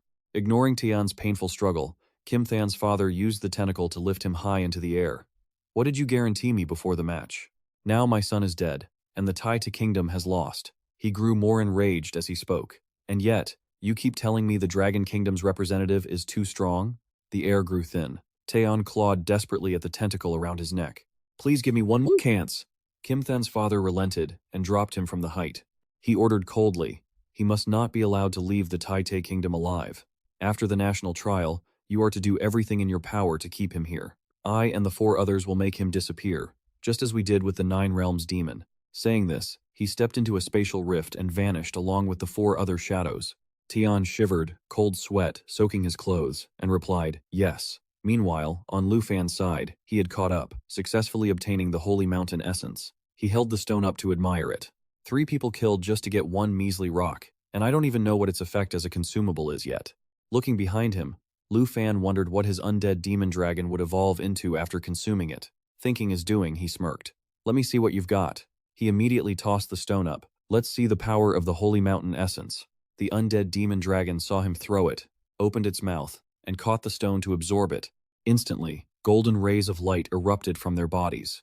The earth shook as both undead demon dragons began their evolution. Xiao Fei, in her eternal form, spread her wings to shield Lu Fan, blocking the falling debris. He looked up in amazement at the two undead demon dragons. Their black forms now enveloped in golden spiritual energy within the National Trial's secret realm, lava volcanoes. Within the range of the dragon domain, if anyone else were here, they would see two massive wings soaring through the sky. Lu Fan looked up at the notification that he had gained new skills, Holy Light Gate and Holy Light Battlefield. The second evolution of the undead demon dragon actually gave me two new skills, he thought to himself. The status screen appeared. Undead Demon Dragon level 35. Skills: Demon Dragon Breath, Demon Dragon Raid, Holy Light Battlefield, Holy Light Gate, Unsealed Dragon Language, Demon Dragon Bloodline. After reading the system's status report, Lu Fan calculated, Holy Light Battlefield can use the Holy Mountain's energy to increase main attributes by 30%, and it can also continue to recover health. Although the recovery effect can't compare to Xiao Fei's, this 30% boost is enough to raise an army of undead puppets by an entire tier of strength, easily flattening a small nation. And as for this Holy Light Gate, I'm very satisfied. Before, both the undead demon dragon and the Nine Realms demon required Xiao Fei and me to be on the field, but now I can summon them out and withdraw them whenever I want. Thinking this, he couldn't help but look up at the undead holy dragon in the sky. I wonder, if I get more ancient god essences, can it evolve further? Lu Fan's eyes were fixed on the pair soaring above. I'm looking forward to seeing what their final forms will be. While he was deep in thought, the system popped up an important notification regarding the national trial, ending the voting. Voting is over? 6 people are still alive, and Andrea agreed too. It seems none of them want to face me. Seeing Lu Fan's system screen, Xiao Kui and Xiao Ya also transformed into their human forms and leaned in to look. What does it say up there? Well, I guess we can go home now. Lu Fan nodded and pressed the button. Let's bring this match to an end. The system's voice rang out immediately. The number of votes in favor has exceeded half of the current survivors. The motion has passed, and the national trial has officially ended. Rewards corresponding to the current points of the representatives have been sent. Representatives are requested to obtain the reward before leaving the secret realm. A spatial vortex will appear. A chest of items dropped. He walked up to the chest and bent down to examine it, ignoring the 2 little girls chatting behind him. Finally, the part I've been waiting for. A super-level secret realm that attracted 23 countries to participate. What exactly is the first-place reward? With a click of the lock, the item chest opened. Lu Fan was stunned when he saw what was inside. It was a black belt adorned with shimmering golden dragon scales. He was overjoyed. This is a 90-level legendary quality 5-piece set. Not only does one piece activate the set bonus, but this belt itself comes with a transformation skill, Golden Dragon King. With all 5 pieces, 3 more skills are added. If other sets also come with skills, I can absolutely use the combat style of the Ferocious Dragon Warrior. He looked at the superior stats of the legendary quality Ferocious Dragon Warrior gear. Strength, agility, spirit, and durability were all significantly increased. Furthermore, it had a special effect called Golden Dragon Shield, which could repel attacks and minimize damage. Lu Fan couldn't stop smiling and quickly looked at the other item. A level 40 skill book, Copy Dragon Language Magic. Now I can learn this. With this skill, I don't need to learn various dragon language magics. I just need to copy the skills of my dragon pets, and I can easily trigger dragon language resonance with them. Reaching the final item, he felt a bit disappointed. No matter how he looked at it, this final reward was just a luck expansion bag. Its only effect was to randomly grant 3 epic quality scrolls after use. The system's notification sound for receiving new items echoed in his ears. Lu Fan curled his lip. Well played, giving rewards like this in a world-class dungeon. The Tai Chi Kingdom really had some tricks up their sleeve. As he picked up the scroll expansion bag, Xiao Ya and Xiao Kui also leaned in curiously, hoping for good luck regardless. The 3 items he drew from the blind bag appeared quickly, which were, in order, an epic quality summon expansion scroll, an epic quality enchant level up scroll, and an epic quality enchant level clearing scroll. My goodness, that's actually not bad at all. Even at the Tianhua auction house, these 3 scrolls wouldn't be easy to find. He tucked them away in satisfaction. The summon expansion scroll came just at the right time. He could finally hatch the blue dragon egg before his 3rd breakthrough. The level clearing scroll could be used on this belt, so he didn't have to wait until level 90 to unlock the Kim Long King's power. No sooner said than done, he pulled the 2 out and combined them, using the enchantment level clearing scroll. The new information panel for the Li Long Warrior's decree appeared, and the level requirement had dropped from 90 all the way down to 0. He pulled out his sword and gave it a swing. He could upgrade its quality by 1 tier, with the highest potential reaching legendary quality. He was very curious about how much a legendary item could be upgraded, so he decided to use the enchantment quality upgrade scroll on the weapon. Lu Hua Xingyun Sword, Legendary Quality Plus. Its level jumped from 30 to 40, and all other stats increased significantly. Holding the 2 upgraded pieces of gear, he closed his eyes and sensed them. These 2 pieces really bumped his strength up a whole level. The dragon language engraving and resonance allowed him to cast spells like a dragon casting master, and the blue dragon egg also had a hatching slot. His strength as a dragon riding knight increased, and this top-tier belt granted him the powers of a Liat-long warrior. Lu Fan's tightly closed eyes opened, and a dragon manifested in his pupils as the system sound chimed, effect activated, unlocking the remaining bloodline seal, transforming him into the Kim Long King, with strength, agility, and spirit boosted to level 50, durability increased by 200, but he could not enter a mounted state while transformed into the Kim Long King. After achieving his goal, Lu Fan stepped through the teleportation gate, leaving the dungeon and arriving at Golden Jade City in the Tai Chi Kingdom, the national trial arena. As soon as he stepped out, the roar of the crowd and the MC's booming voice slammed into his eardrums. Lu Fan, the representative of the Dragon Kingdom, has returned as the champion. From the spectator area, jeers and cheers were mixed together, making him furrow his brow slightly. "It's the Dragon Kingdom's representative. Please give me an autograph. Lu Fan of the Dragon Kingdom, give me back our prince." "Boo-hoo. Mr. Lu, may I ask how you feel after killing 3 people in a row?" The people from the Dragon Kingdom quickly moved in to clear a path for Lu Fan. Tai Nigming led the way, brushing aside the crowd. "Please make way. Lu Fan is not doing interviews right now." Old Fei Bai saw his face and beamed, stroking his long beard as he laughed heartily. "The hero of our Dragon Kingdom has returned in victory. Vice Principal, Old Zhao Han, I'm back." He nodded slightly as a greeting. Fei Bai immediately grabbed his hand. "Congratulations on winning the championship in this year's national trial. We were just hoping you'd make it into the top 3. We never expected you to give us so many surprises." Tai Nigming, standing behind the old man, agreed. "Lu Fan, you've worked hard. Your performance over the last half-month has been exceptional, not just first place, but first place with an absolute lead." Suddenly feeling something cold in his palm, he looked down, confused. "This is haha. I'm upgrading your badge to silver, though I am now completely certain you deserve a gold medal." Hearing the old man say this, he recalled the gold medal. He remembered his comrades in the death squad mentioning it before. There were only 8 people in total who held the gold medal. It was a military merit award. Only those with a bronze medal could become captains. Above that were the silver and gold medals. Our death squad only has 8 people with gold medals. Lord 2 isn't in the barracks, but those 8 are all top tier. Old Fei Bai chuckled. "Starting from now, you are the 9th, and the youngest person to hold a gold medal. With this gold medal, you'll have real status. In this entire Dragon Kingdom, only the 3 elders and 2 Xing are your superiors." Tai Nigming added, "This gold medal is equivalent to the status of a national hero in the Tai Chi Kingdom. To be valued by the death squad, and by old Han Lu Fan, my boy, you are moving up in the world." Being so highly regarded by the 2 most influential figures in the Dragon Kingdom, Lu Fan scratched his head, feeling a bit embarrassed. "Thank you, old Han, for your trust in me." The national trial ended there. Kim Jae-an stepped up to the podium to announce, "Congratulations to the representatives for surviving the dungeon. I will now announce the results of this national trial. The winner of this national trial is Lu Fan, representing the Dragon Kingdom, with 8,436,940 points, accounting for 91.8% of the total points. The runner-up is Andrea, representing the Snow Kingdom, with 725,629 points, accounting for 6% of the total. Third place goes to the True Fire Kingdom." Hearing Kim Jae-an announce the achievements, Old Fei Bai couldn't stop smiling. "Haha, who would have thought you'd not only win the championship but also secure over 90% of the total points? The younger generation is truly remarkable. Old Han, you are too kind. This result aligns with my own expectations."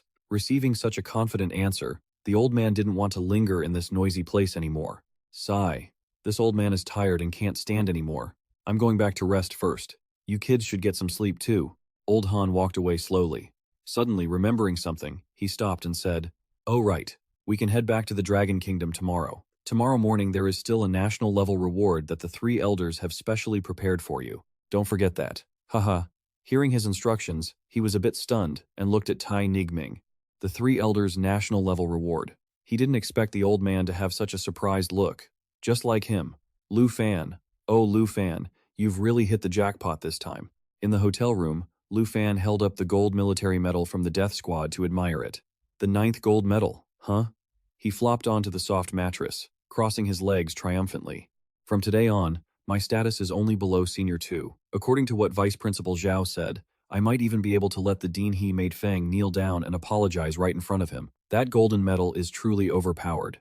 Thinking of this, he felt even more excited and sat bolt upright. He tucked the golden medal away for now. Next was the important part. He'd been waiting for this for way too long. He raised his hand, and a scroll appeared instantly. The system sound chimed, signaling the use of the domain deployment scroll. Finally, he could unlock the green dragon egg. The golden light faded, and the egg appeared on the floor. All right, everyone, get ready to welcome a new member. Hearing him say that, all 3 of his dragon pets gathered around, eagerly peeking at the green egg. Without any more hesitation, he used the dragon taming art, a skill that could tame dragon-type creatures on the egg. Soon, cracks began to appear on the surface of the egg. A sudden burst of lightning scattered, forcing him and the 3 mini-dragons to take a step back. It was a level 1 green dragon with skills like Lightning Roar, Heaven's Retribution, Fountain of Thunder, and Green Dragon Bloodline. After reading the stats, he stared wide-eyed at the little dragon busy munching on its eggshell. Wait, this is a male dragon, Lu Fan cheered excitedly. Awesome! We finally have a little handsome guy. Xiao Xiao, Xiao Ya, and little Kuei were also excited to see the new member and crowded around, leaving the little dragon looking bewildered. He sized it up. Its adult form was definitely going to be stunning. I need to name you, don't I? Let's call you Servant. Hearing that name, the little dragon let out a few angry squeaks. Looks like you like the name, huh? Then I'll call you Abo from now on. But it seemed our Lu Fan had totally misinterpreted the dragon's feelings. Abo flew up in a rage and gave his finger a painful bite. It shrieked in absolute frustration, only calming down once Xiao Ya and little Kui intervened. He sighed. This Abo biting everyone he sees? He must be seriously sick, totally disobedient. Now I've got another Abo to deal with. I'm actually a little scared. Suddenly, a system notification chimed. Lu Fan, congratulations on sending today's treasure map. He stared at it in shock. Isn't this the god-tier treasure map I haven't seen in forever? At the same time, on the western border of the Dragon Kingdom, in the Ye family courtyard, a beautiful lady sat alone, smiling as she watched the news on her iPad. In this year's national trials, the winner is Lu Fan, representing the Dragon Kingdom. I knew Lu Fan would be fine. With the weapon I gave him, being an elite is just a walk in the park for him. As she spoke, a coughing fit suddenly overcame her. She coughed violently, and when she looked at her hand, it was stained with blood, with a trail of red running from the corner of her mouth. She gazed into the distance with sad eyes. The royal family, their methods are truly ruthless. Outside the courtyard, hurried footsteps echoed. Miss Ye, it's bad. The royal family's people are here again. Hearing the servant's report, she wiped the blood from her hand with a handkerchief, her tone filled with extreme resentment. Here again? What do they want? They're here for Cloudwater Mountain again. She gripped the handkerchief tightly in anger. Cloudwater Mountain has been in our Ye family for nearly 100 years. The royal family keeps finding excuses to demand rights to it. It's clearly just a pretext to seize the Ye family. The servant replied. They're taking advantage of the fact that the Ye family is currently leaderless. They've already seized so many resources, and now they're using old debts as an excuse to harass us. She let out a long breath and stood up. To think they're a prestigious family of the western border, yet they stoop this low. What about the Long family? Have they sent word yet? The Long family hasn't replied yet, miss. Upon hearing this, the lady slammed her hand on the table in fury. Ungrateful. They're all just ungrateful. Because she was so agitated, her suppressed cough returned. Blood spilled from her throat with every cough, terrifying her servant. Miss Yi, please calm down. Watch your health. I'm fine. Take me to meet the royal family's people. She gritted her teeth. I want to see for myself just how shameless they can really get. At the same time, under the purple sunset sky, Lu Fan sat on the plane catching up on news, having selected the Death Sea Secret Realm Level 70+, Nightmare difficulty, limited to 5 participants. Lu Fan stroked his chin, a smirk playing on his lips. The national level reward Elder Han gave is just in time. He recalled the moment at the international airport in Taichi Kingdom. 460 Secret Realm resources. Pick 10. Lu Fan looked back at Elder Feibai, thinking he had misheard. Ha ha ha. Of course, these are national level rewards. These 460 secret realms were discovered by the Dragon Kingdom's elite across the globe. Usually, even with a high price, you can't buy access. Is there anything you need? Lu Fan gave a dry laugh. Although they were all level 60+ realms, to him, They didn't really offer much for leveling up, leaving him a bit disappointed. Suddenly, turning to the next page, Lu Fan paused. Wait, this one hasn't been selected yet. Death Sea, level 70 plus. Death Sea was the location of the god-tier treasure map he'd obtained last night. Seeing him pause on this realm, Elder Feibai leaned over. Did you find what you were looking for, Elder Han? I want this Death Sea. The rest, I don't need. He heard his request and laughed heartily. Ha ha ha, you've got a sharp eye. But regarding the borders of this realm, once I return, I'll have Vice Principal Zhao send people to scout it out and build a teleportation point for you. That would be perfect. He didn't stand on ceremony at all. Thank you, Elder Han. It's just that I'll be returning to the Dragon Kingdom a bit late, as I have an appointment with Andrea, and it's hard to turn him down. Haha, no worries. I'll head back first. For the remaining 9, I'll have Vice Principal Zhao let you pick some high-experience realms. Lost in his memories, a hand suddenly landed on his shoulder. It's Shang Ming, he said to him with a chuckle. Our winner. We should get off the plane now. He looked out the window with a smile, but his grin stiffened upon seeing the crowd outside. Ah, right. It's quite lively. At the airport runway, Lu Fan took steps down the stairs. Immediately, cheers and congratulations erupted, warmly welcoming the representative of the Dragon Kingdom. Lu Fan won. Handsome brother Lu Fan, woohoo. Oh my god, honey, just show your face, just smile. Seeing Lu Fan looking awkward, Shang Ming turned to help. I guess you're not used to this, huh? How about I take you back to school? Vice Principal Zhao, stop teasing me, please. Just take me back. Half an hour later, at the Longdu Academy, Lu Fan sighed in relief. Finally, some peace and quiet, back to the familiar campus. This situation would definitely drag on for another 10 days or half a month. Shang Ming walked beside him, offering advice. You should just stay off the radar for a while and get some good rest. Once the Death Sea teleportation gate is built, I'll come get you. Lu Fan. Suddenly, a clear voice called his name. Lu Fan looked up. It was his aunt Han Ka. Behind her were Qin Thu, Xiao Man, and Kiem An, waving flags to welcome Lu Fan. You're finally back. Welcome home, superstar. Seeing this, Lu Fan felt embarrassed and shouted, Why are you guys doing this? Han Ka was moved to tears. Lu Fan, you really gave your aunt such a scare. I've been watching your live streams every day. So many people were out to get you. All right, auntie, didn't I come back safely? He quickly consoled her. Seeing how much his aunt cared for him, he finally let his guard down. He was home. After handling the reports with Vice Principal Zhao, he could finally go eat, get some sleep, look after his spirit beasts, and be with his family and friends. Life was great. At the dinner table, everyone showered Lu Fan with questions. The school announcement was so late. Did you run into any trouble? No, not at all. Before I left, one of my brothers from the Snow Kingdom invited me to a banquet. Lu Fan, you've picked up bad habits? Drinking already? Qin Thu giggled at Han Ka's lecture. Sister Han, you're overthinking it, but Xiao Man disagreed. It's not overthinking. People from the Snow Kingdom drink until they drop. Watching the peaceful scene, chatting and eating food cooked by his aunt, the exhaustion from his journey vanished. He glanced out the window, wondering how his senior sister was doing. Did she know he took first place? As dusk fell, over at a skyscraper, he wondered, was everything you said true? In the lounge of the Kim family's clubhouse in the Taiki Kingdom, Zai-an was bowing respectfully to the person in front of him. It is absolutely certain. Our informants at the Jinyu City airport confirmed that Lu Fan would be heading to the Death Desert secret realm.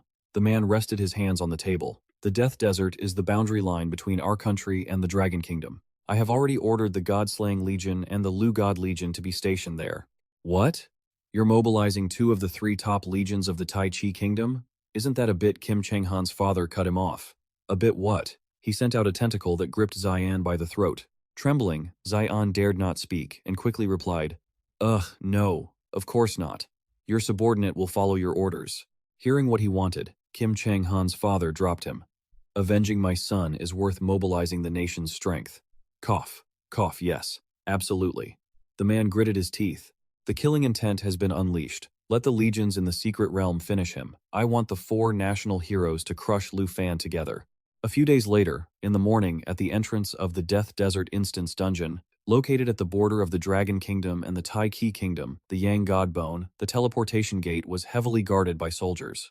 A foot stepped out from the portal. It was Lu Fan's team. Xiao Man looked around excitedly, cheering, I really can't believe it. One day I'd actually become a challenger for a national-level instance. It's amazing.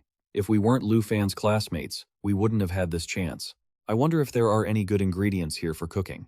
In contrast to the 4 girls, who were each lost in their own excitement, Lu Fan was vigilantly scanning the area. The Death Desert, he would find his fifth dragon soon. Suddenly, his eyes caught a familiar flag, and he grew suspicious. Why are the people from the Taiki Kingdom here? A voice from behind explained his confusion. Ever since we started building the teleporter here, they've been sending people to the border. There aren't many of them, so don't worry too much. Everyone turned around. Oh, Teacher Gu, what are you doing here? Teacher Gu walked over and patted Lu Fan's shoulder. Don't be tense. The school was worried about potential issues, so they sent me to help you all out. If you run into any trouble, you can come to me at any time. Lu Fan nodded. The school was always thoughtful. Han Ka stood by, looking grateful. Thank you for taking such good care of our Lu Fan. Xiao Man pouted, feeling annoyed. Is this the privilege of being a top student? Keep your voice down, someone whispered. Teacher Gu smiled. Follow me. I'll take you to the dungeon entrance. The group followed behind. Stopping at the entrance, Teacher Gu turned to him. Now, it's time for you to enjoy your rewards. Lu Fan nodded with a smile and entered the Death Desert dungeon. They hit an obstacle right away. He didn't expect the dungeon to have guardians. Dao Xiao Man jumped to the front. You don't have to do anything. We'll handle this monster. Are you sure? Lu Fan glanced at the monster's status window. Tyrant's follower skeleton, elite rank, level 65, skill, netherbone slash. Dao Xiaoman and Qin Thu confidently stepped forward. Naturally. Don't think you're the only one who improved over these past 2 months. Just watch. Instantly, Xiao Man used water division. She flicked her blade, sending 4 water lotuses to lock onto the target. Kiem An also showed great coordination, teleporting behind the skeleton. With a slash of her water-cold blade, she froze it in place. Qin Thu didn't want to be outdone and activated Starlight Annihilation. A beam of cold light shot from her staff, striking the skeleton directly. This move inflicted burn damage every second and caused continuous light attribute damage. Watching the 3 girls coordinate so well, Lu Fan praised them while launching his own attacks. That's great. Everyone knows the gap between us is widening, and they all want to improve their strength, so they won't hold me back. Because of that, the girls had been training hard every single day for the past 2 months. After taking down the target, the 3 girls ran over to show off. How was that? Didn't we coordinate perfectly? We have the ability to fight alongside you. We definitely won't become a burden. Lu Fan nodded. They were very impressive now. Being level 30 and able to take down a level 65 elite monster without taking a hit was top tier at the Longdu Academy. While they were laughing, his eyes suddenly flashed. He shouted, "Careful!" Lu Fan immediately drew his nether serpent bow and, without even pulling the string, fired 12 magic arrows. The arrows grazed Xiaoman's shoulders and shot toward the figures behind her, making her jump. Lu Fan. One after another, the skeleton followers were defeated by his single move. Seeing his ability, the girls' mouths hung open. 8 elite monsters destroyed in an instant. Is this really the gap between us? He lowered his bow and smiled. I can't let them hurt the people who mean so much to me. And they're still laughing? It seems they were just making a joke of themselves in front of you earlier. Han Ka sensed the awkward atmosphere and tried to break the ice. Right, Lu Fan, where are your dragons? You should let them out to level up with us. At the mention of dragons, he scratched his head with a sheepish grin. Well, actually, I just got a new dragon recently, but its temperament isn't exactly the best. Hearing that, the girls were stunned. No way. You already have 4 dragons? With them by your side, we wouldn't be afraid of anything at all. Come on, bring your new friend out so we can see. Under pressure from everyone, Lu Fan finally gave in and summoned it. Oh, whatever. If Abo really tries to cause trouble, I'll just recall it. As soon as Abo was summoned, lightning bolts began raining down from the sky. The girls scrambled to dodge left and right in a panic. Dao Tu Man stared at the newly appeared dragon in shock. Does it really have to be this earth-shattering every time it comes out? It's so intimidating. Kiamon nodded in agreement. That magic energy is incredible. Lu Fan watched the scale of Abo's entrance, his mouth twitching slightly. Can't we be a little more low-key, Abo? The moment it appeared, Abo let out a thunderous roar. A massive bolt of lightning surged down from where it was flying. The shockwave kicked up a storm, paralyzing the nearby skeleton imps. Feeling the electricity tingling through him, Lu Fan looked up at it. Is this? He gathered energy in his hand, the lightning growing even more intense. Blue Dragon King, roar! Lu Fan shouted, mercilessly commanding Abo's attack to rain down on the monsters. A powerful shockwave of thunder and lightning blasted forward,